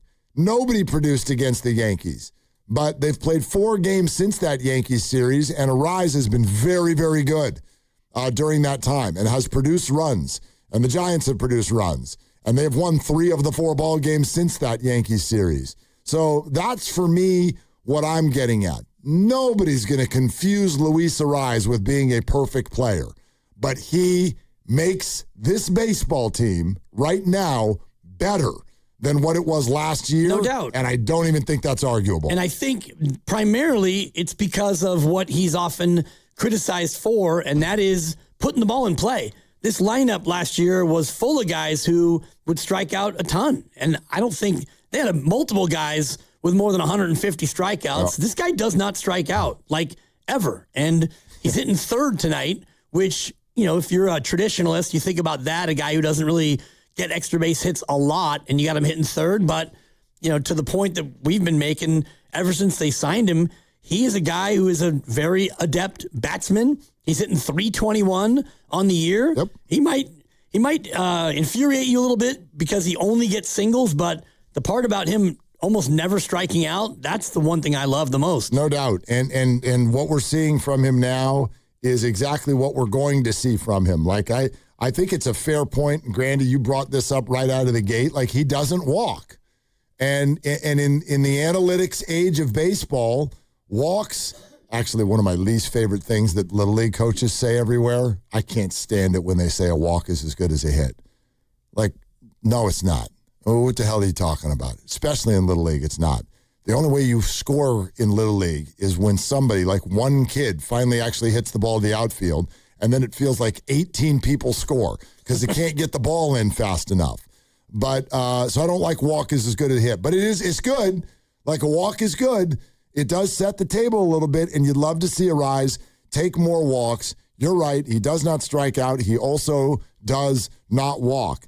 But what you're looking at, a .321 hitter with an OPS that's barely over 750, that's exactly what you're going to get from Arraez, and that is not like Hall of Fame worthy and overwhelming or any of that, but it is good. It is good. It is better than what they have been offering. And then the defensive side, I think, is a fair point historically. It has not bitten the Giants yet. It doesn't mean that it won't, but he has played a very professional second base so far this year, and has the versatility to move around the diamond a little bit if need. And you've got defensive replacements if you need him for late in the game. You got Christian Koss, and once Casey Schmidt no longer mans first base, he's a guy you can pop in for the late innings if you so desire. So I don't know. You can't really be too worried about the defense, especially this early when he's hitting that well. Yeah. He is hitting .321, and the next closest Giant is hitting .273, unless you want to count Daniel Susac, who is batting 1,000. Clean thou. Yeah. Tough to be better than that. OPS 2,000 for Which Daniel is nice. Susac. Interestingly enough, I'm looking at last year's Giants stats, and Willie Adames had an OPS of 740. Even though he had 30 home runs, Right. he didn't really... Strikes out a lot. 179 times. Yep. That might be 6 years for Luis Arraez. 179 strikeouts? It is, yeah. Seriously. Fun game as I have this pulled up here. I want to throw something at you here in just a second. You're listening to 95.7 The Game, KGMZ FM and HD1 San Francisco and Odyssey Sports Station in the home of the Golden State Warriors and Valkyries. Always live on the free Odyssey app and coming to you live from the Laughing Monk Studios. I'll give you one guess who leads the Giants offensively in WAR. This year, through This 7 year, games? Through 7 games, which offensive player leads the San Francisco Giants in wins above replacement? I mean, it'd be too obvious to say Arraez, I think. Might be Casey Schmidt. I'll go with Casey Schmidt coming off a 3-hit game. Casey Schmidt is at an even 0.0. Wow. No wins above replacement, no losses below replacement either. 0.0, that is incorrect. Strike one. Oh, you said you were going to give me one guess. Well, and I used that one guess. It's one player, but I'm gonna grant you some more guesses. I'll play 3 strikes and you're out. It's baseball. I'll go with Arraez then. Okay, Luis Arraez is at 0.1. That is not correct. Good try, though. Would it be Chappie? Matt Chapman? Matt Chapman, a very good guess. He is actually second in wins above replacement at 0.2. You want to know who it is? I mean, yeah, we've come this far. It's the younger brother of the guy who just came on the show. Can you believe this? This guy's played 1 game, and he has been to the plate 4 times, and their leader in WAR is Daniel Susac. Wow. One game. Incredible. It's impressive. And 0.3. He leads in WAR right now. 3 for 3 with a walk. Yep. Congratulations. Now go sit down. Yep. We're going back to Bailey. Of course. I guess. They're going back to Bailey. Yeah. I mean, he's our catcher. That's right. But, you get a hot bat, and it's 1 game, but. I like him. I like that Daniel Susac character. Bailey is 2 for 18 on the year. He's got 2 hits. So Susac goes in there for 1 game, and he's already got 1 more hit than Bailey. Right. All right. Yeah, there are, count them up, there are 2 Giants. 2 Giants right now with a negative WAR. I won't make you play another game. They are Patrick Bailey and Elliot Ramos. Oh, wow. 2 Giants right now that have a negative WAR. There you have it. There you have it. All right. 888-957-9570. So you said this earlier, and I don't know if you knew this. Did you know that our own Ken Luttrell, who I hate this week. He's a Mets fan. He's a Mets fan. Mets, Dolphins, and some other random. Is he a Knicks fan? Just a whack job. Yes. Okay. Yeah, you can't, listen, do you? Right. And yes. I know a guy who is Warriors, Cowboys, Pirates. I always wonder, and I actually. Playoff. My best friend is one of these guys. I always wonder, but sometimes you understand the reasoning behind it. I always think it's weird when you're a super fan of a team or 2 from one city and you have roots there, but then you rant. It's like, where the hell did the Dolphins thing come from? He's also a University of Tennessee fan. Well, but did he go there? No. Has he ever been to Tennessee? Probably. I think that was a family thing. I don't know exactly the origin. Maybe that's why he was able to ask Tony V a question. Knicks, Mets, Dolphins, Tennessee. Does he just love orange? I don't think so. It's a good theory, though. Boston Bruins also in the mix. Not orange. Wait, he's a Boston Bruins fan? Yep. Wait, so you're a New York fan for some sports and okay, I don't get that. I need that story. And I think he's told me the story and it's gone in one ear and out the other. I think the Dolphins fan was his dad's side of the family is from Miami and grew up a big Dolphins fan, so he kind of got that passed down from his dad. But they didn't like other sports? I don't know. Miami's got basketball. Miami's got baseball. What are we doing? And hockey. What are we doing? I don't understand. Well, Brock Purdy was probably a Dolphins fan, right? Because Dan Marino is his favorite player, or his dad's favorite player. I don't know if he'd call himself a Dolphins fan. I mean, the guy, my best friend, John Bloom, actually, who is the voice of the Suns, grew up a Suns fan. It's very, very odd. That's crazy. Diehard Giants, diehard 49ers. But he's a Suns fan, at least by the time he got to middle school and high school. And the reasoning is his parents went to Cal. And they were huge, huge supporters of Cal. Therefore, John fell in love with Kevin Johnson and Jason Kidd, and they both played for the Suns. And so he became, and mainly KJ. KJ was his guy. So wherever KJ went, John was going to be a fan of that team. So he became a fan of the Phoenix Suns, and now is their voice. It's a wild story. Yeah. But anyway, I get that there's stories here, but I don't know how you would, if you've got a city and those are your teams, I would want to go to the games of the teams I support. I think it's just, that would feel frustrating. I'm in New York, go Mets, go Knicks. I'm a Dolphins fan? Just depends on your reasoning. Like Guru from Steiny and Goo middays, he's a Cowboys fan because he's got family from Texas. And so his dad, I think, is from Texas. And so that's the way he was raised, Cowboys. And I'm not sure where the Pirates fandom came from.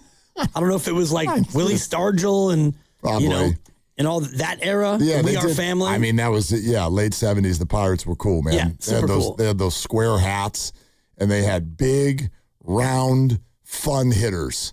Oh, yeah, Dave Parker. Stargell, Parker, Madlock over there at third. They just... And the skinniest pitcher that you ever have seen. Tekulve? The center field foul pole, they called him. Yeah. Sidewinder, right? Yes. Kent Tekulve. Submariner, yeah. Yeah. And John Candelaria, the starting pitcher. Oh, he had some hair now. No doubt. Yeah. All right. So, the reason I bring that up, though, is Ken Luttrell was in the ballpark last night, and he was the one who asked Tony Vitello the question that led to the Tiger Woods crack. Yeah. I didn't like it. You didn't like it? Didn't like it at all. All right, let's play this. The question was about the energy in the dugout after the Devers home run. Okay? It's Devers' first homer of the year. He goes somewhat oppo taco, lefty on lefty, and goes to left center. That's a big boy home run. So Luttrell asks him about it, and here's where that conversation goes. Yeah, I didn't know what was going on behind me. I'm not privy to any of those conversations, and it was very loose in that moment. But I think just when he's up to bat, you got a guy that everybody loves cheering for, and he's one of many in the lineup. But I think it's consistently loose when he's hitting, regardless how the at-bat goes. And then Rafi, I mentioned golf, Tiger. Oh, I guess bad timing. I don't want... All right, let's just say this. Ralphie's pretty good about getting, like other athletes in the past when things were going good, Ralphie's pretty good about getting fired up at himself and then calming things down pretty quick. So say from the first 7-8 seconds after a bad at-bat, Ralphie's always a guy that kind of keeps things lighthearted and keeps the other guys involved and cheering for him. But he took it to the max there as far as tonight goes. Okay, so what's the problem? Well, a couple things. I have questions before I really explain what kind of bothered me. What does golf have to do with any of this? I think the point that he was about to make was he feels like the characteristic he's talking about in Rafi Devers, he also sees in Tiger Woods, where he will get very mad at himself, but then he is able to quickly get himself emotionally back to center and focus on what needs to happen next. I took that as what he was about to say. Okay. But then decided, I probably shouldn't talk about Tiger Woods right now. Right. I thought that's how I took it. Okay, I didn't know what the golf analogy was about, and he explained how Rafi gets mad, and then after 8 or 9 seconds, he brings it back in. It just felt to me like he is trying too hard to run material, and you're going to mention Tiger, and I probably shouldn't do that right now. Like, I don't know, what are we doing here? Are we running material? Did you really not think about the fact that? Tiger maybe not the best analogy right now. Did you just let it fly and then catch it? I think so. I think he was about to make an analogy, and then the word Tiger came out, and then he realized, probably not the best time to invoke that. So let's move on and let me say it a different way. You call it running material. I don't know that it was. I'm aware. Would love your calls on this, by the way. 888-957-9570 on the way that Tony answers questions. And that might sound like we're nitpicking and really micromanaging this whole thing, but he's interesting. Tony is going to have to get used to this. He's going to get talked about more than most managers. And it's not just because he's making the jump from college to the pros. It's because he answers the questions in a different way than most in the pros do. Right. And I think we can have a healthy conversation over whether or not that's a good or a bad thing. Sounds to me like you're pretty hesitant on it. Yeah. I love it.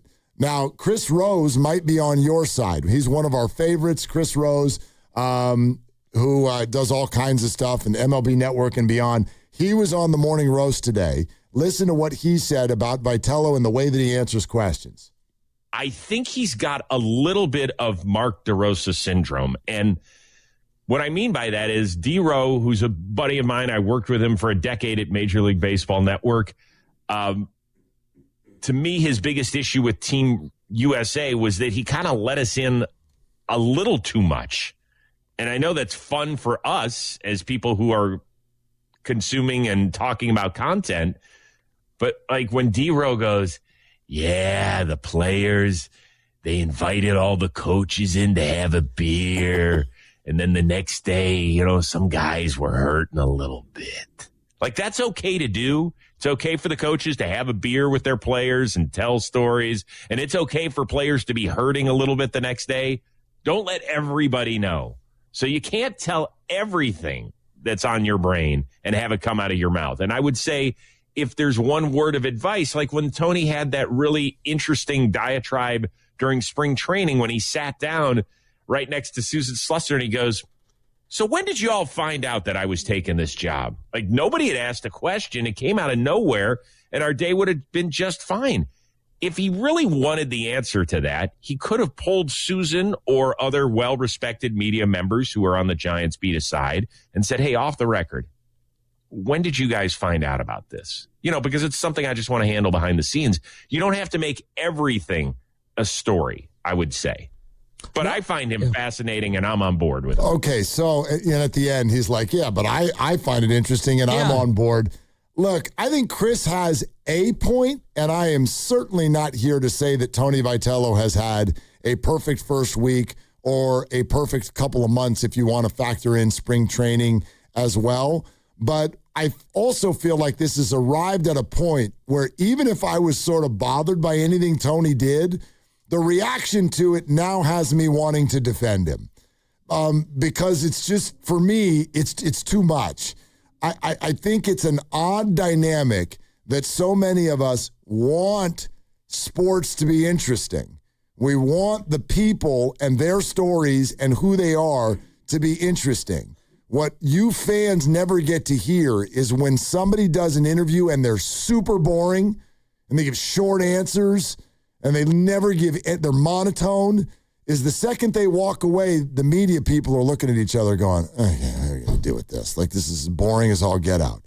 And now here comes Vitello, who, as I've told you guys, when you ask him a question, he looks you in the eye, he actually thinks about what your question is, and he tries to answer it. And he does so in a very developed and detailed way. I don't want to ask these people to be interesting, and then when they are, tell them that, you know what, you're sharing too much. I don't think that's fair. It's not about fair or unfair. I just listened to that clip, and he brings out Tiger Woods and then catches himself. And I thought, hearing it now a few times, that he was kind of doing it for effect. And he got the laughs from the press corps, and then he went on to explain in detail. And yeah, I don't want him to either be really interesting or really dull. He can be who he wants to be. I just hear, it seems like almost every day he says something that is, certainly it's different. He's a different personality. And I thought that in this moment, he was just running material. And I don't know if that necessarily is what I'm looking for from a manager. I don't want him to just like spit cliches and, Rafi had a good at bat. He takes him one pitch at a time and all the rest of it. But I just think that he's doing a little too much. Yeah. He's trying a little too hard. I hear you. I find it colorful. You know what I mean? Like, we do a 4-hour radio show, and we do what Tony is doing all the time. And you can make the point that that's our job and it's not his. I'd understand that. But at the same time, we do forget that what the Giants are, above all other things, is entertainment. And Buster Posey has been very, very big on this point. Buster Posey does not want to just go out there and functionally try to win a baseball game and be robotic. Farhan Zaidi brings in Gabe Kapler.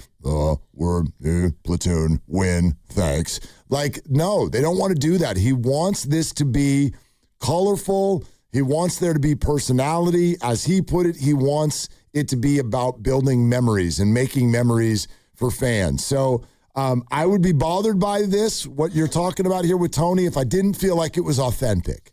But I really, really, truly do.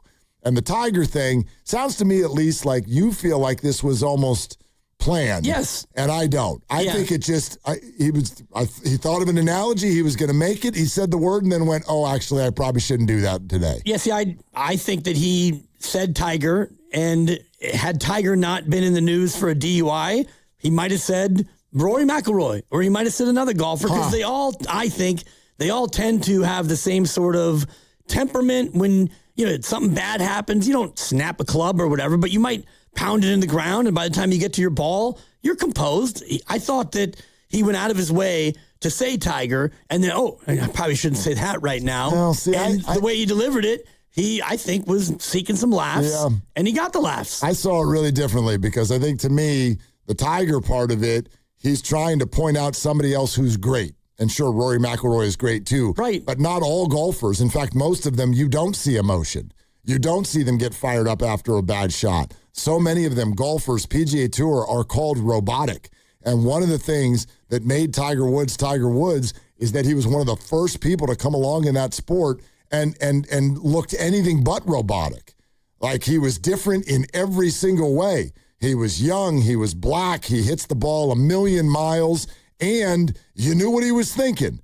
And he would yell at himself, and he had like unbelievable shaped shots, and there was just all this flair to it. Right. And so it would blow up sometimes, and then he had the unbelievable ability to get everything back into the bottle by then. And I thought that's how I took it. Yeah. I thought that was the point Tony was trying to make. And again, I'm not going to make a huge deal out of it. It just kind of struck me. I saw it last night, and I watched it a couple more times today, and you've played it. And so it just kind of made me shrug a little bit. Like, I think Tony's got a great personality, and he certainly isn't dull, and he's very forthright with his answers. All the rest of the stuff that you've said, it just feels to me like he's trying a little bit too hard. Speaking of personality, guess who? We got some people want to weigh in. Let's take some calls. We got Phil Mo Mike. Okay. Phil Mo Mike, do your thing. What's up, ma'am? Hey, what's up with it, man? It's hella funny. Willard, of all the people that's talking about running material, it's Dibs. Mr. Dibs. You always run material, Dibs. Why are you mad at Vitello? I'm not mad at Vitello, but what is my job on this radio station, Phil Mo Mike? My job is to run material. My job is to try to be entertaining and glib and funny. That's not his primary function, Mike. Ooh. Yeah. Listen, brother. I love it, man. Listen, man. I love Vitello. Honestly, I think that was like the problem with baseball, right? With Giants, they had no characters. You feel me? So I like it. And then for the record, you got a trip we out here talking about Vitello. Let me get my Allen Iverson on. Yeah. Not the players. Not Raffy or Chappie. Vitello.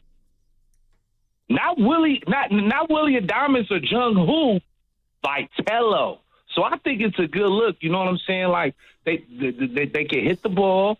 I like what I'm seeing. He's a breath of fresh air. Speak what's on your mind. I don't want to hear the status quo. I love it. Like, what the Schmidt? Let's get it cracking. Anyway, my last point is, speaking of material, if you're sick of PG&E bills, tap in with me. I'm doing solar and batteries. It's more about batteries than solar. But yeah, tap in with me at Filmo Mike on Instagram. Yee. Filmo Mike doing solar. I think he was doing cell phones before, so from cell phones to solar, he's out there hustling. Yeah, keep it going. Keep it going, Filmo Mike. And I want to be clear, I don't not love Tony Vitello. No, I don't think you're mad at him. I like Vitello. I just think that I think he's just doing a little too much, and I think he's just trying a little too hard to be this entertaining guy. I didn't see it as material. And I'll meet you halfway that this is going to be different. This is not what we're used to with managers, but I think that that's part of the fun here.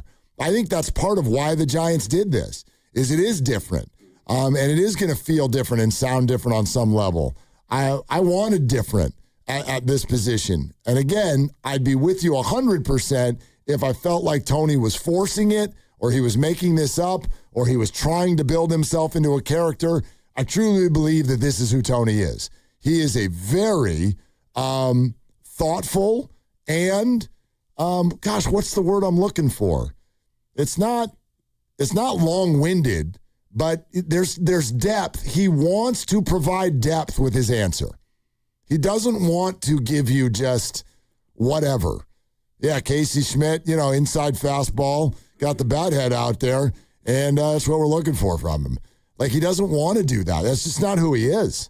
That's fair, and I just go back to what Chris Rose said this morning with the Morning Roast about, you don't have to reveal everything and, pull back the curtain so much to where you're, letting everybody outside know exactly what's going on. You don't have to, but then again, you can. You're allowed to, and sure. I like the comparison that Chris made is fascinating about Mark DeRosa saying, yeah, we all had some beers and we're all a little hurting today.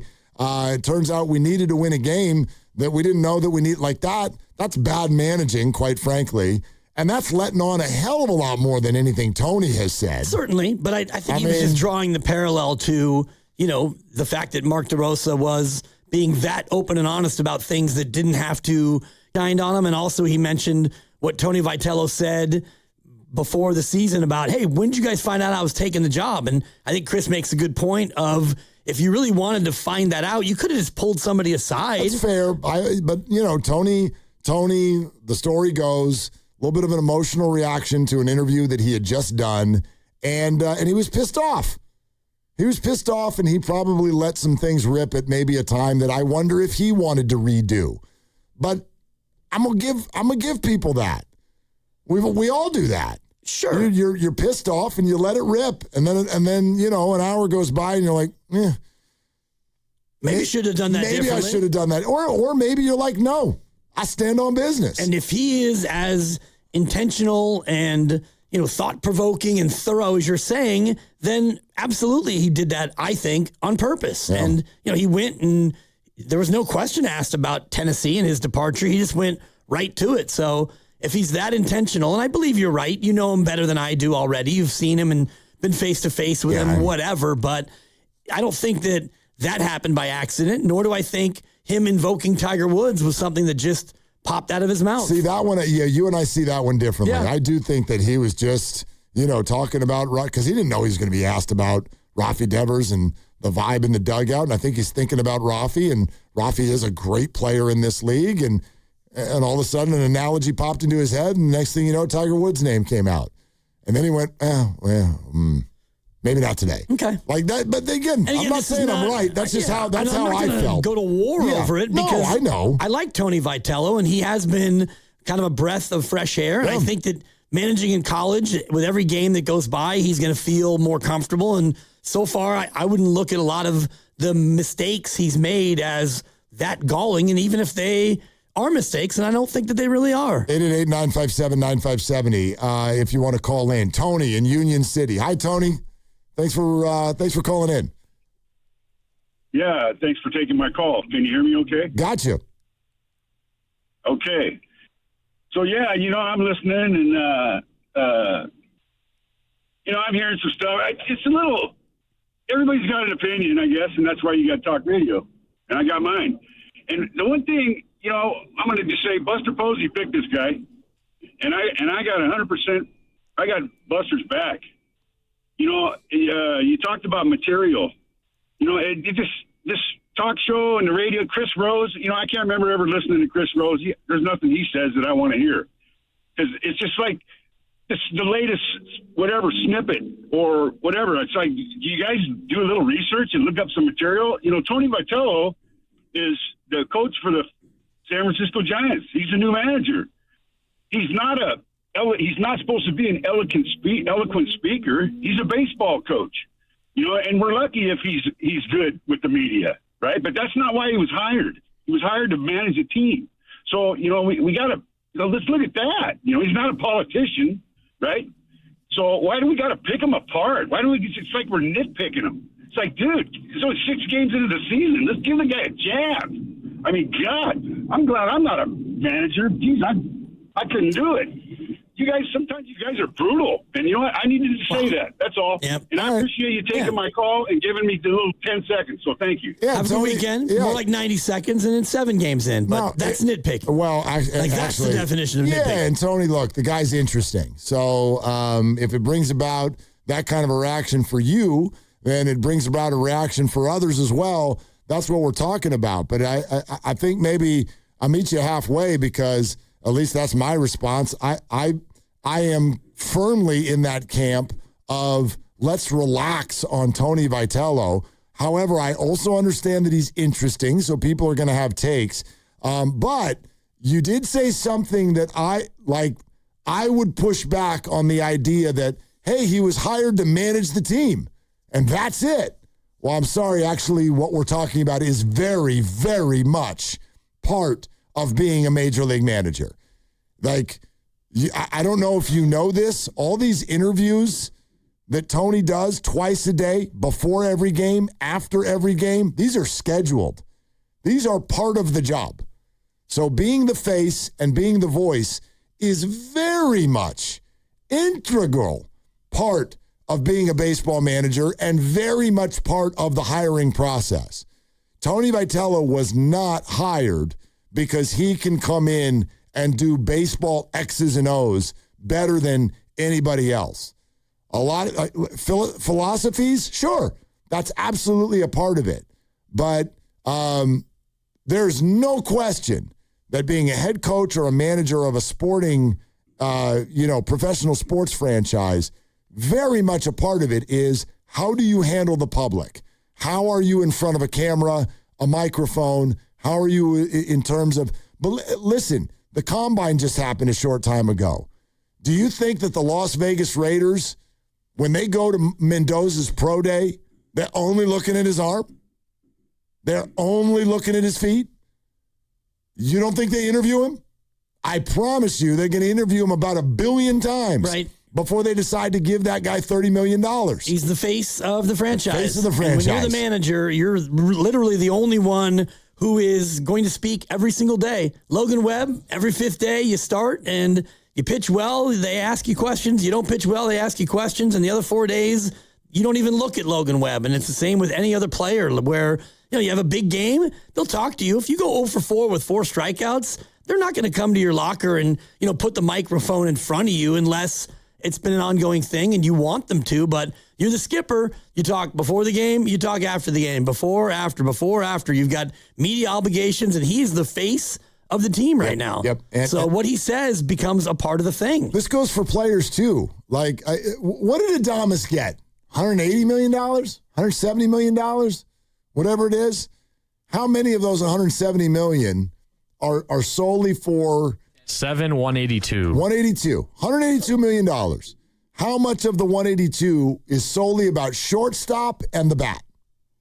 I would say the majority of it. I agree with you. Maybe 80% of it, 90% of it. But is some of it to also be a clubhouse leader and spokesman?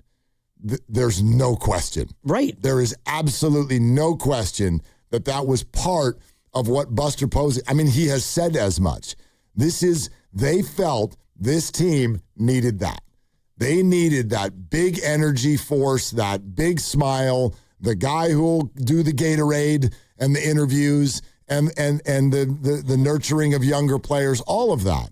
That all goes into the sauce when you're hiring someone. So that's all. I get it. If you're that kind of a fan where you're just like sports, wins, losses, okay, sure. That's a very big part of why he was hired. But I promise you, his ability to handle the media was talked about a lot in the hiring process. I'm sure. No question. Especially when you're coming out of the era from which they came out of and you want to have somebody who is, kind of one of your faces. And you bring in Jung-Hoo Lee, whose command of the English language is not super great at this point. So even though you paid him big dollars to come in and be a face and, they market the heck out of him and all the rest of it, but he's not going to have the same burden because his command of the language isn't as good. And so that becomes, I think, a part of why you bring in somebody like Willy Adames, who, great interview. We've had him on a couple of times. Absolutely. So yeah, I like the other side to this, which I think everybody agrees with. I know you do too.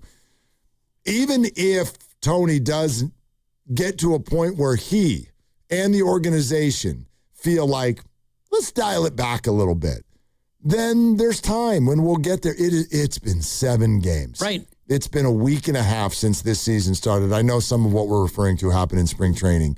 So there's that too. But I wonder to what level Giants fans thought this would be a finished product when it started. There's no way that's going to be the case. It's impossible. No, Tony is going to do things, and there's going to be some trial and error. And I mean that just even in his own mind. I think there's going to be some things that he does, and he's going to say, you know what, I'm going to do that a little bit differently going forward. And there's also some realizations that I think he has had and will continue to have about how life is different at college in Knoxville versus professional in San Francisco. And I'll give you an example. The famous thing we're talking about in spring training where he sits down and he starts asking the questions. Hey, Giants beat, when did y'all find out? When did y'all start reporting that I was leaving Tennessee to come to the Giants?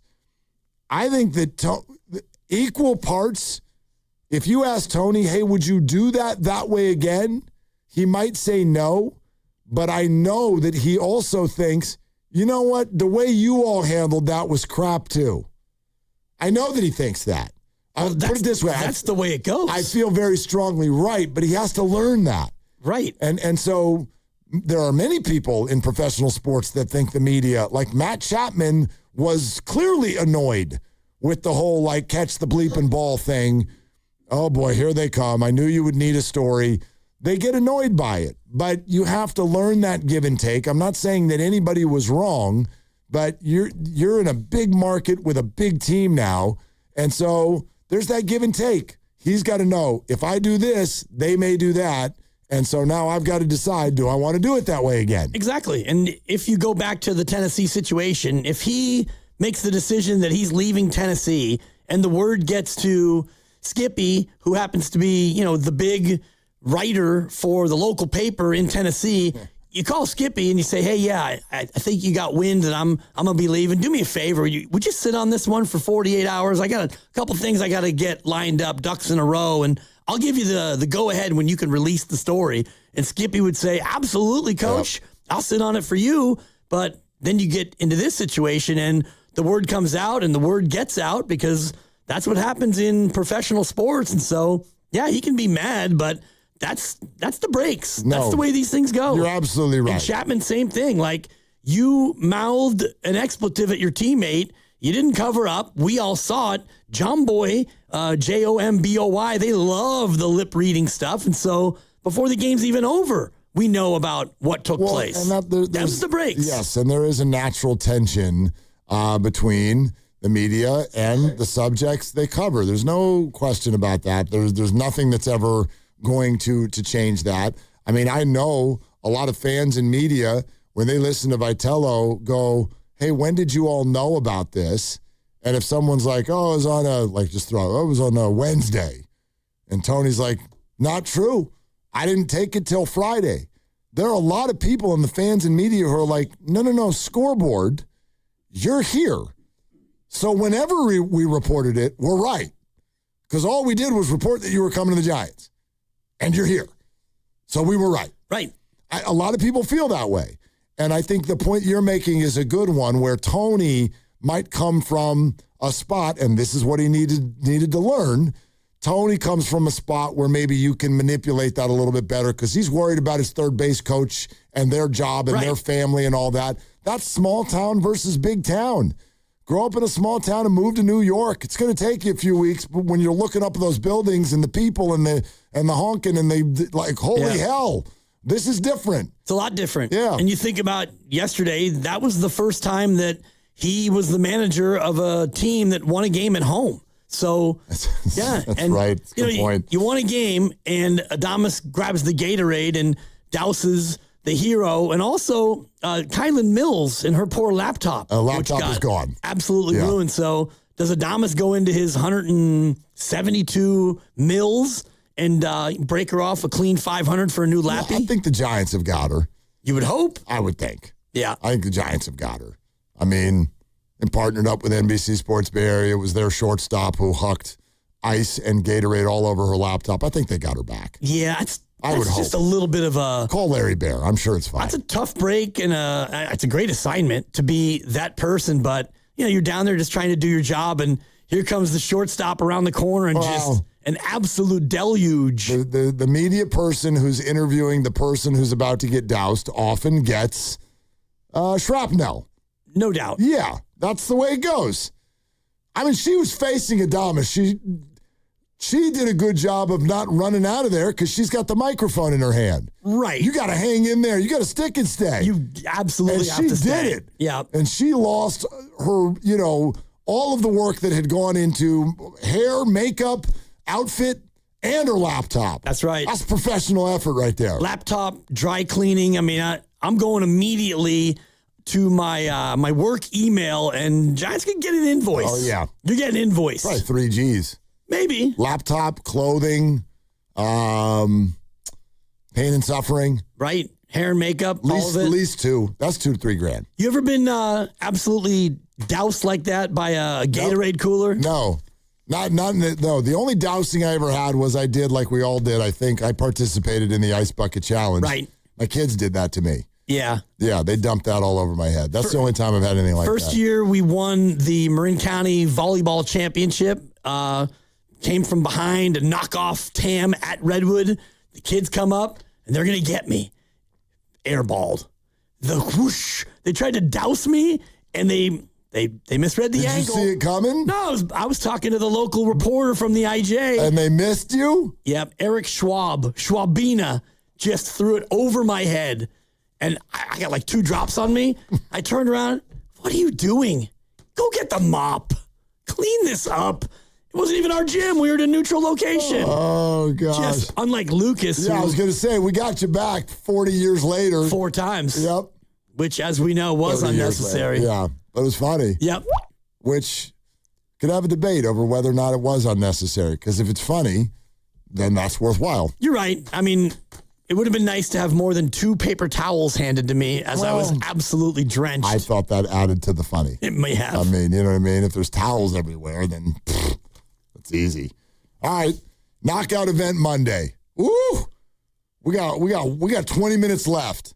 And then it's basically knockout. Yeah. Knockout Monday. Steiny and Goo broadcasting live from Chase Center to let you know who the winner is.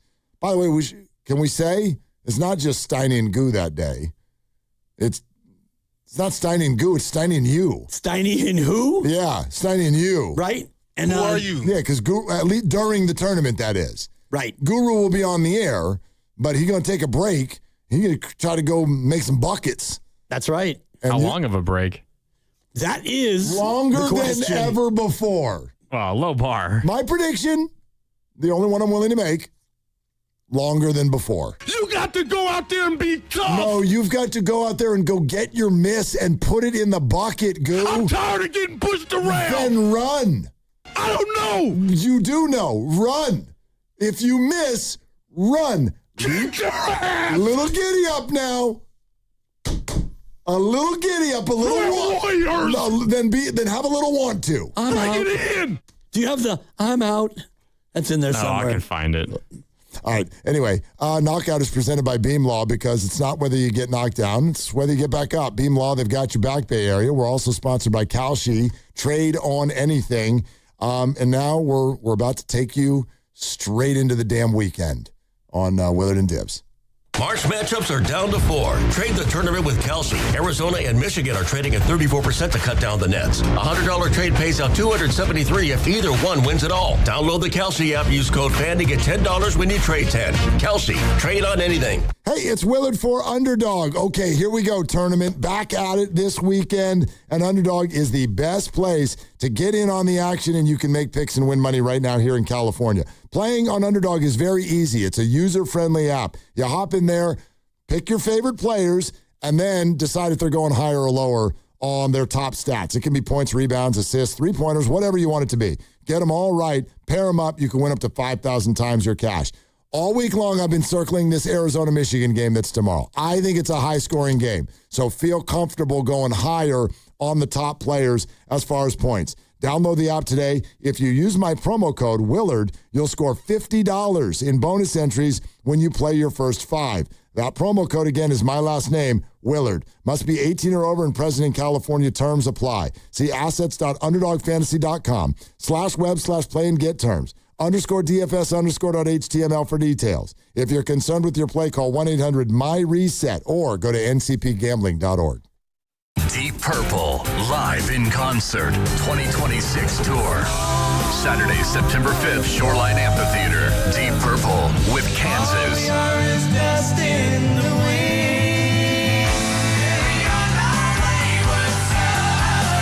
Plus, special guest Jefferson Starship.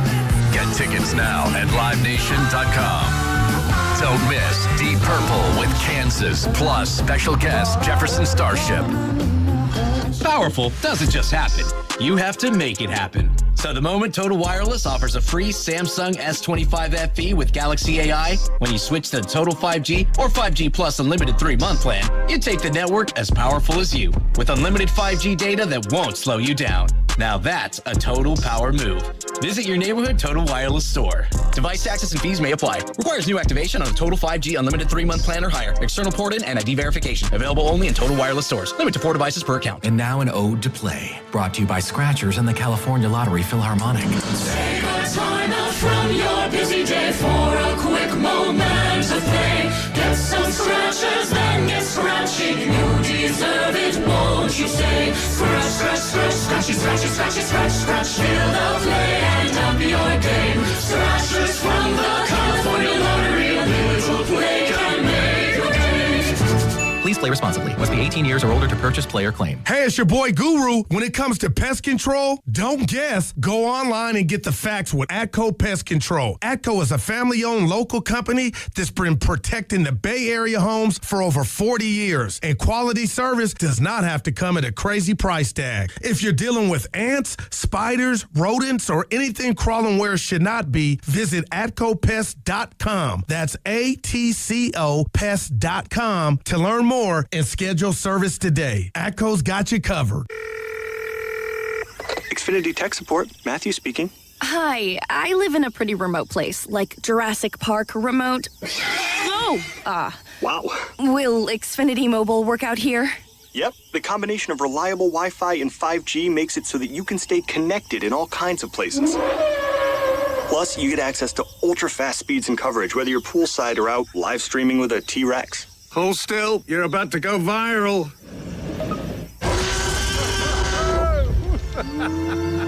Welcome to a new era of Wi-Fi boosted mobile. Cut your mobile bill in half with 2 lines of unlimited. Learn more at xfinitymobile.com. Xfinity, imagine that. Watch Jurassic Park with Xfinity. Restrictions apply. Xfinity Internet required. Savings comparison based on promotional rate for 2 lines of Xfinity Mobile Unlimited versus 2 lines of T-Mobile Experience More, Verizon Unlimited Plus, and AT&T Starter as of February 10th, 2026. Taxes, fees, extra. I'm Bob Burke, founder and chairman of Burke America Parts Group, a family of brands that includes RepairClinic.com, an appliance and HVAC parts solution company that's grown into an international brand. Before AmericanEagle.com, we partially launched a new technology platform developed by another firm.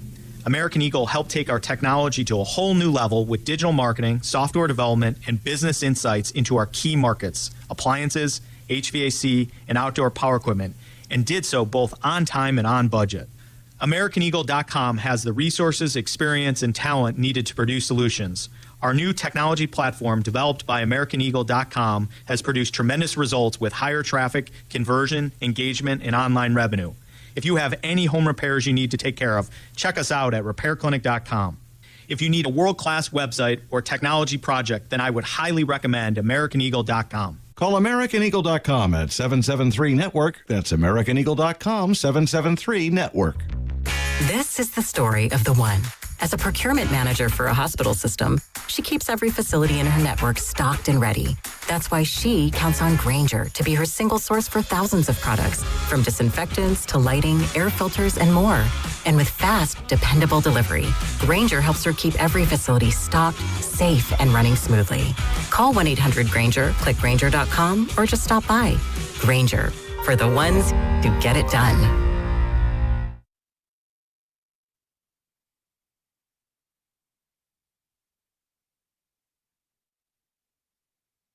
He cannot be that guy. Let me tell you something. This guy is a ball player. I think you guys should ask Draymond about that. Dub Nation, it's Steve Kerr. You're listening to Willard and Dibbs on 95.7 The Game. Coming to you live from the Laughing Monk Studios. Thanks, Coach. We'll talk to you next week. And we get to talk about something different when he comes back on. The chef. Shams Charania. I'm told Stephen Curry is expected to be cleared to make his return to the lineup on Sunday against the Houston Rockets. I had one source tell me all systems are a go for Steph Curry. He's missed over 2 months and 27 consecutive games with a persistent right knee issue. And the Warriors, team doctors, they've all supported anything Stephen Curry has wanted, even if he elected to shut it down. But he has been determined to return no matter how late in the season. This is a Warriors team that's 23-16 with him in the lineup and 13-25 without him. They feel if they get him back in the play-in tournament, they will have a legitimate chance to get to the playoffs. And I agree with him. A great shot, I wouldn't call it that. Legitimate, yes. Yes. And this is not mathematically true yet, but the way I see it, they are definitely going to be the 10 seed. We don't know yet who's the 9 and the 8, so I think 11 days from tonight, the Warriors will be either at the Clippers or in Portland. And you definitely give them a puncher's chance if the lineup that night includes Steph and Kristaps and Draymond and Al Horford and the rest of the crew. Yep. You give them a definite shot, a puncher's chance, so to speak, to win 2 road back-to-back games in the play-in. It's going to be very difficult, no doubt. And it was back in December when they won 2 back-to-back road games. One of them was against Brooklyn, so you're going to be facing hungrier, motivated opponents. And sure. Portland's a team that, even with everybody on hand, I think it's a tough matchup for Golden State. They're young, they're long, they're athletic, they play very fast, and I think it may wind up being Portland. We'll have to find out. This weekend will be some scoreboard watching. Neither the Blazers nor the Clippers play tonight, so keep an eye on tomorrow and see, which team might fall to 9. I do think if you look at their schedules, I think the Clippers, do they play the Kings on Sunday, if I remember correctly? At Sacramento. Yeah, they play the Kings on Sunday, and then they're home to Dallas, home to Oklahoma City. Then they get a game at Portland, and then they host the Warriors on the last game. Fairly friendly schedule. And then the Blazers the rest of the way. They have the weekend off. They're in Denver Monday. They're at San Antonio Wednesday. Then they've got that game against the Clippers. Then they host Sacramento on Sunday. It's interesting that you think it's going to be Portland. Yeah, I mean, Portland's got a half-game lead on them right now. I kind of think it might. And Portland does have 2 games at Denver and San Antonio. That's tough, but it may come down to just that game. It's going to come down to that game. It's going to come down to that game that's in Portland next Friday between the 2 of them. Portland, I think, they'll go 1-2 in the other 3, and the Clippers probably will go, 2-1 in their 3 before the Portland game, and then it's the head-to-head against Portland, and then it's Golden State. And honestly, if you get to that Sunday and the Warriors are the 10, I wonder how much competitiveness the Warriors will show in that game. Well, do you have a preference? Portland versus the Clippers for the Warriors? I really don't. I mean, you haven't done well against either. You're 1-3 against Portland. I know, but we're also comparing them to games they played earlier in the season when the rosters were different. The Clippers have moved from James Harden to Darius Garland. We talk about the length of Portland. Well, you didn't have Kristaps then. I know that their athleticism is still going to, potentially overwhelm Kristaps, but the Warriors are longer, in theory, than they were when they were losing games to Portland earlier in the year. Yeah, and the last time they played the Clippers, they didn't have Jimmy or Steph in action, so that's not a fair barometer because you didn't have those guys. I think you had Kristaps. I'm not sure if he played, but honestly, I don't really know which one I prefer. Probably I'd rather have you play Portland just because they're a little bit newer to the proceedings as opposed to a more veteran-laden Clipper team. I think I agree with you. I think I do. But, yeah, I give the Warriors, with Steph's strength, give them a chance against either one. Yeah, Grandy, what's up? Just talking about the way that this could play out, the Blazers, as you guys have talked about, have jumped the Clippers. And because the Blazers have the tiebreaker with the Warriors already locked up, we can forget about the Blazers. The Warriors aren't going to catch them. The Clippers, the Warriors still could theoretically get the tiebreaker with them. If they beat the Clippers, it becomes a 2-2 head-to-head this season, and then it would go to division record. The Warriors are a game behind the Clippers in division record right now, but they have 4 more division games left. The Clippers have just 2, and one of those is a head-to-head. So if you were to win your 4 final division games, it includes a win over the Clippers, you would then win the tiebreaker over them as well. So that is, I think, way more likely than Portland, but it is still, both are still very unlikely. And add in that they are now playing a Laker team next week that will be without Luka Doncic, which is a very, very different basketball team. And the energy in the building Sunday, Houston's a very good team, but the Warriors have had some success against them, and the energy in the building with Steph returning, I think, is a thing.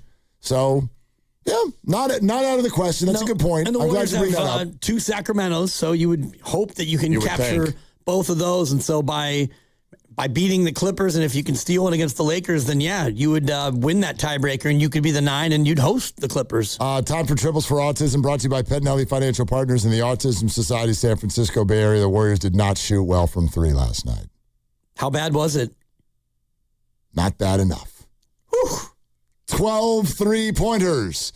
27%, but 12 3-pointers. That means another donation from Pettinelli to the Autism Society San Francisco. Hey, LJ Cryer, you were the leader last night with 3, and then Draymond and Gee and Pat Spencer and Pods all had 2 apiece. 74th donation of the season for Triples for Autism. If you'd like to donate and get involved, we would love that.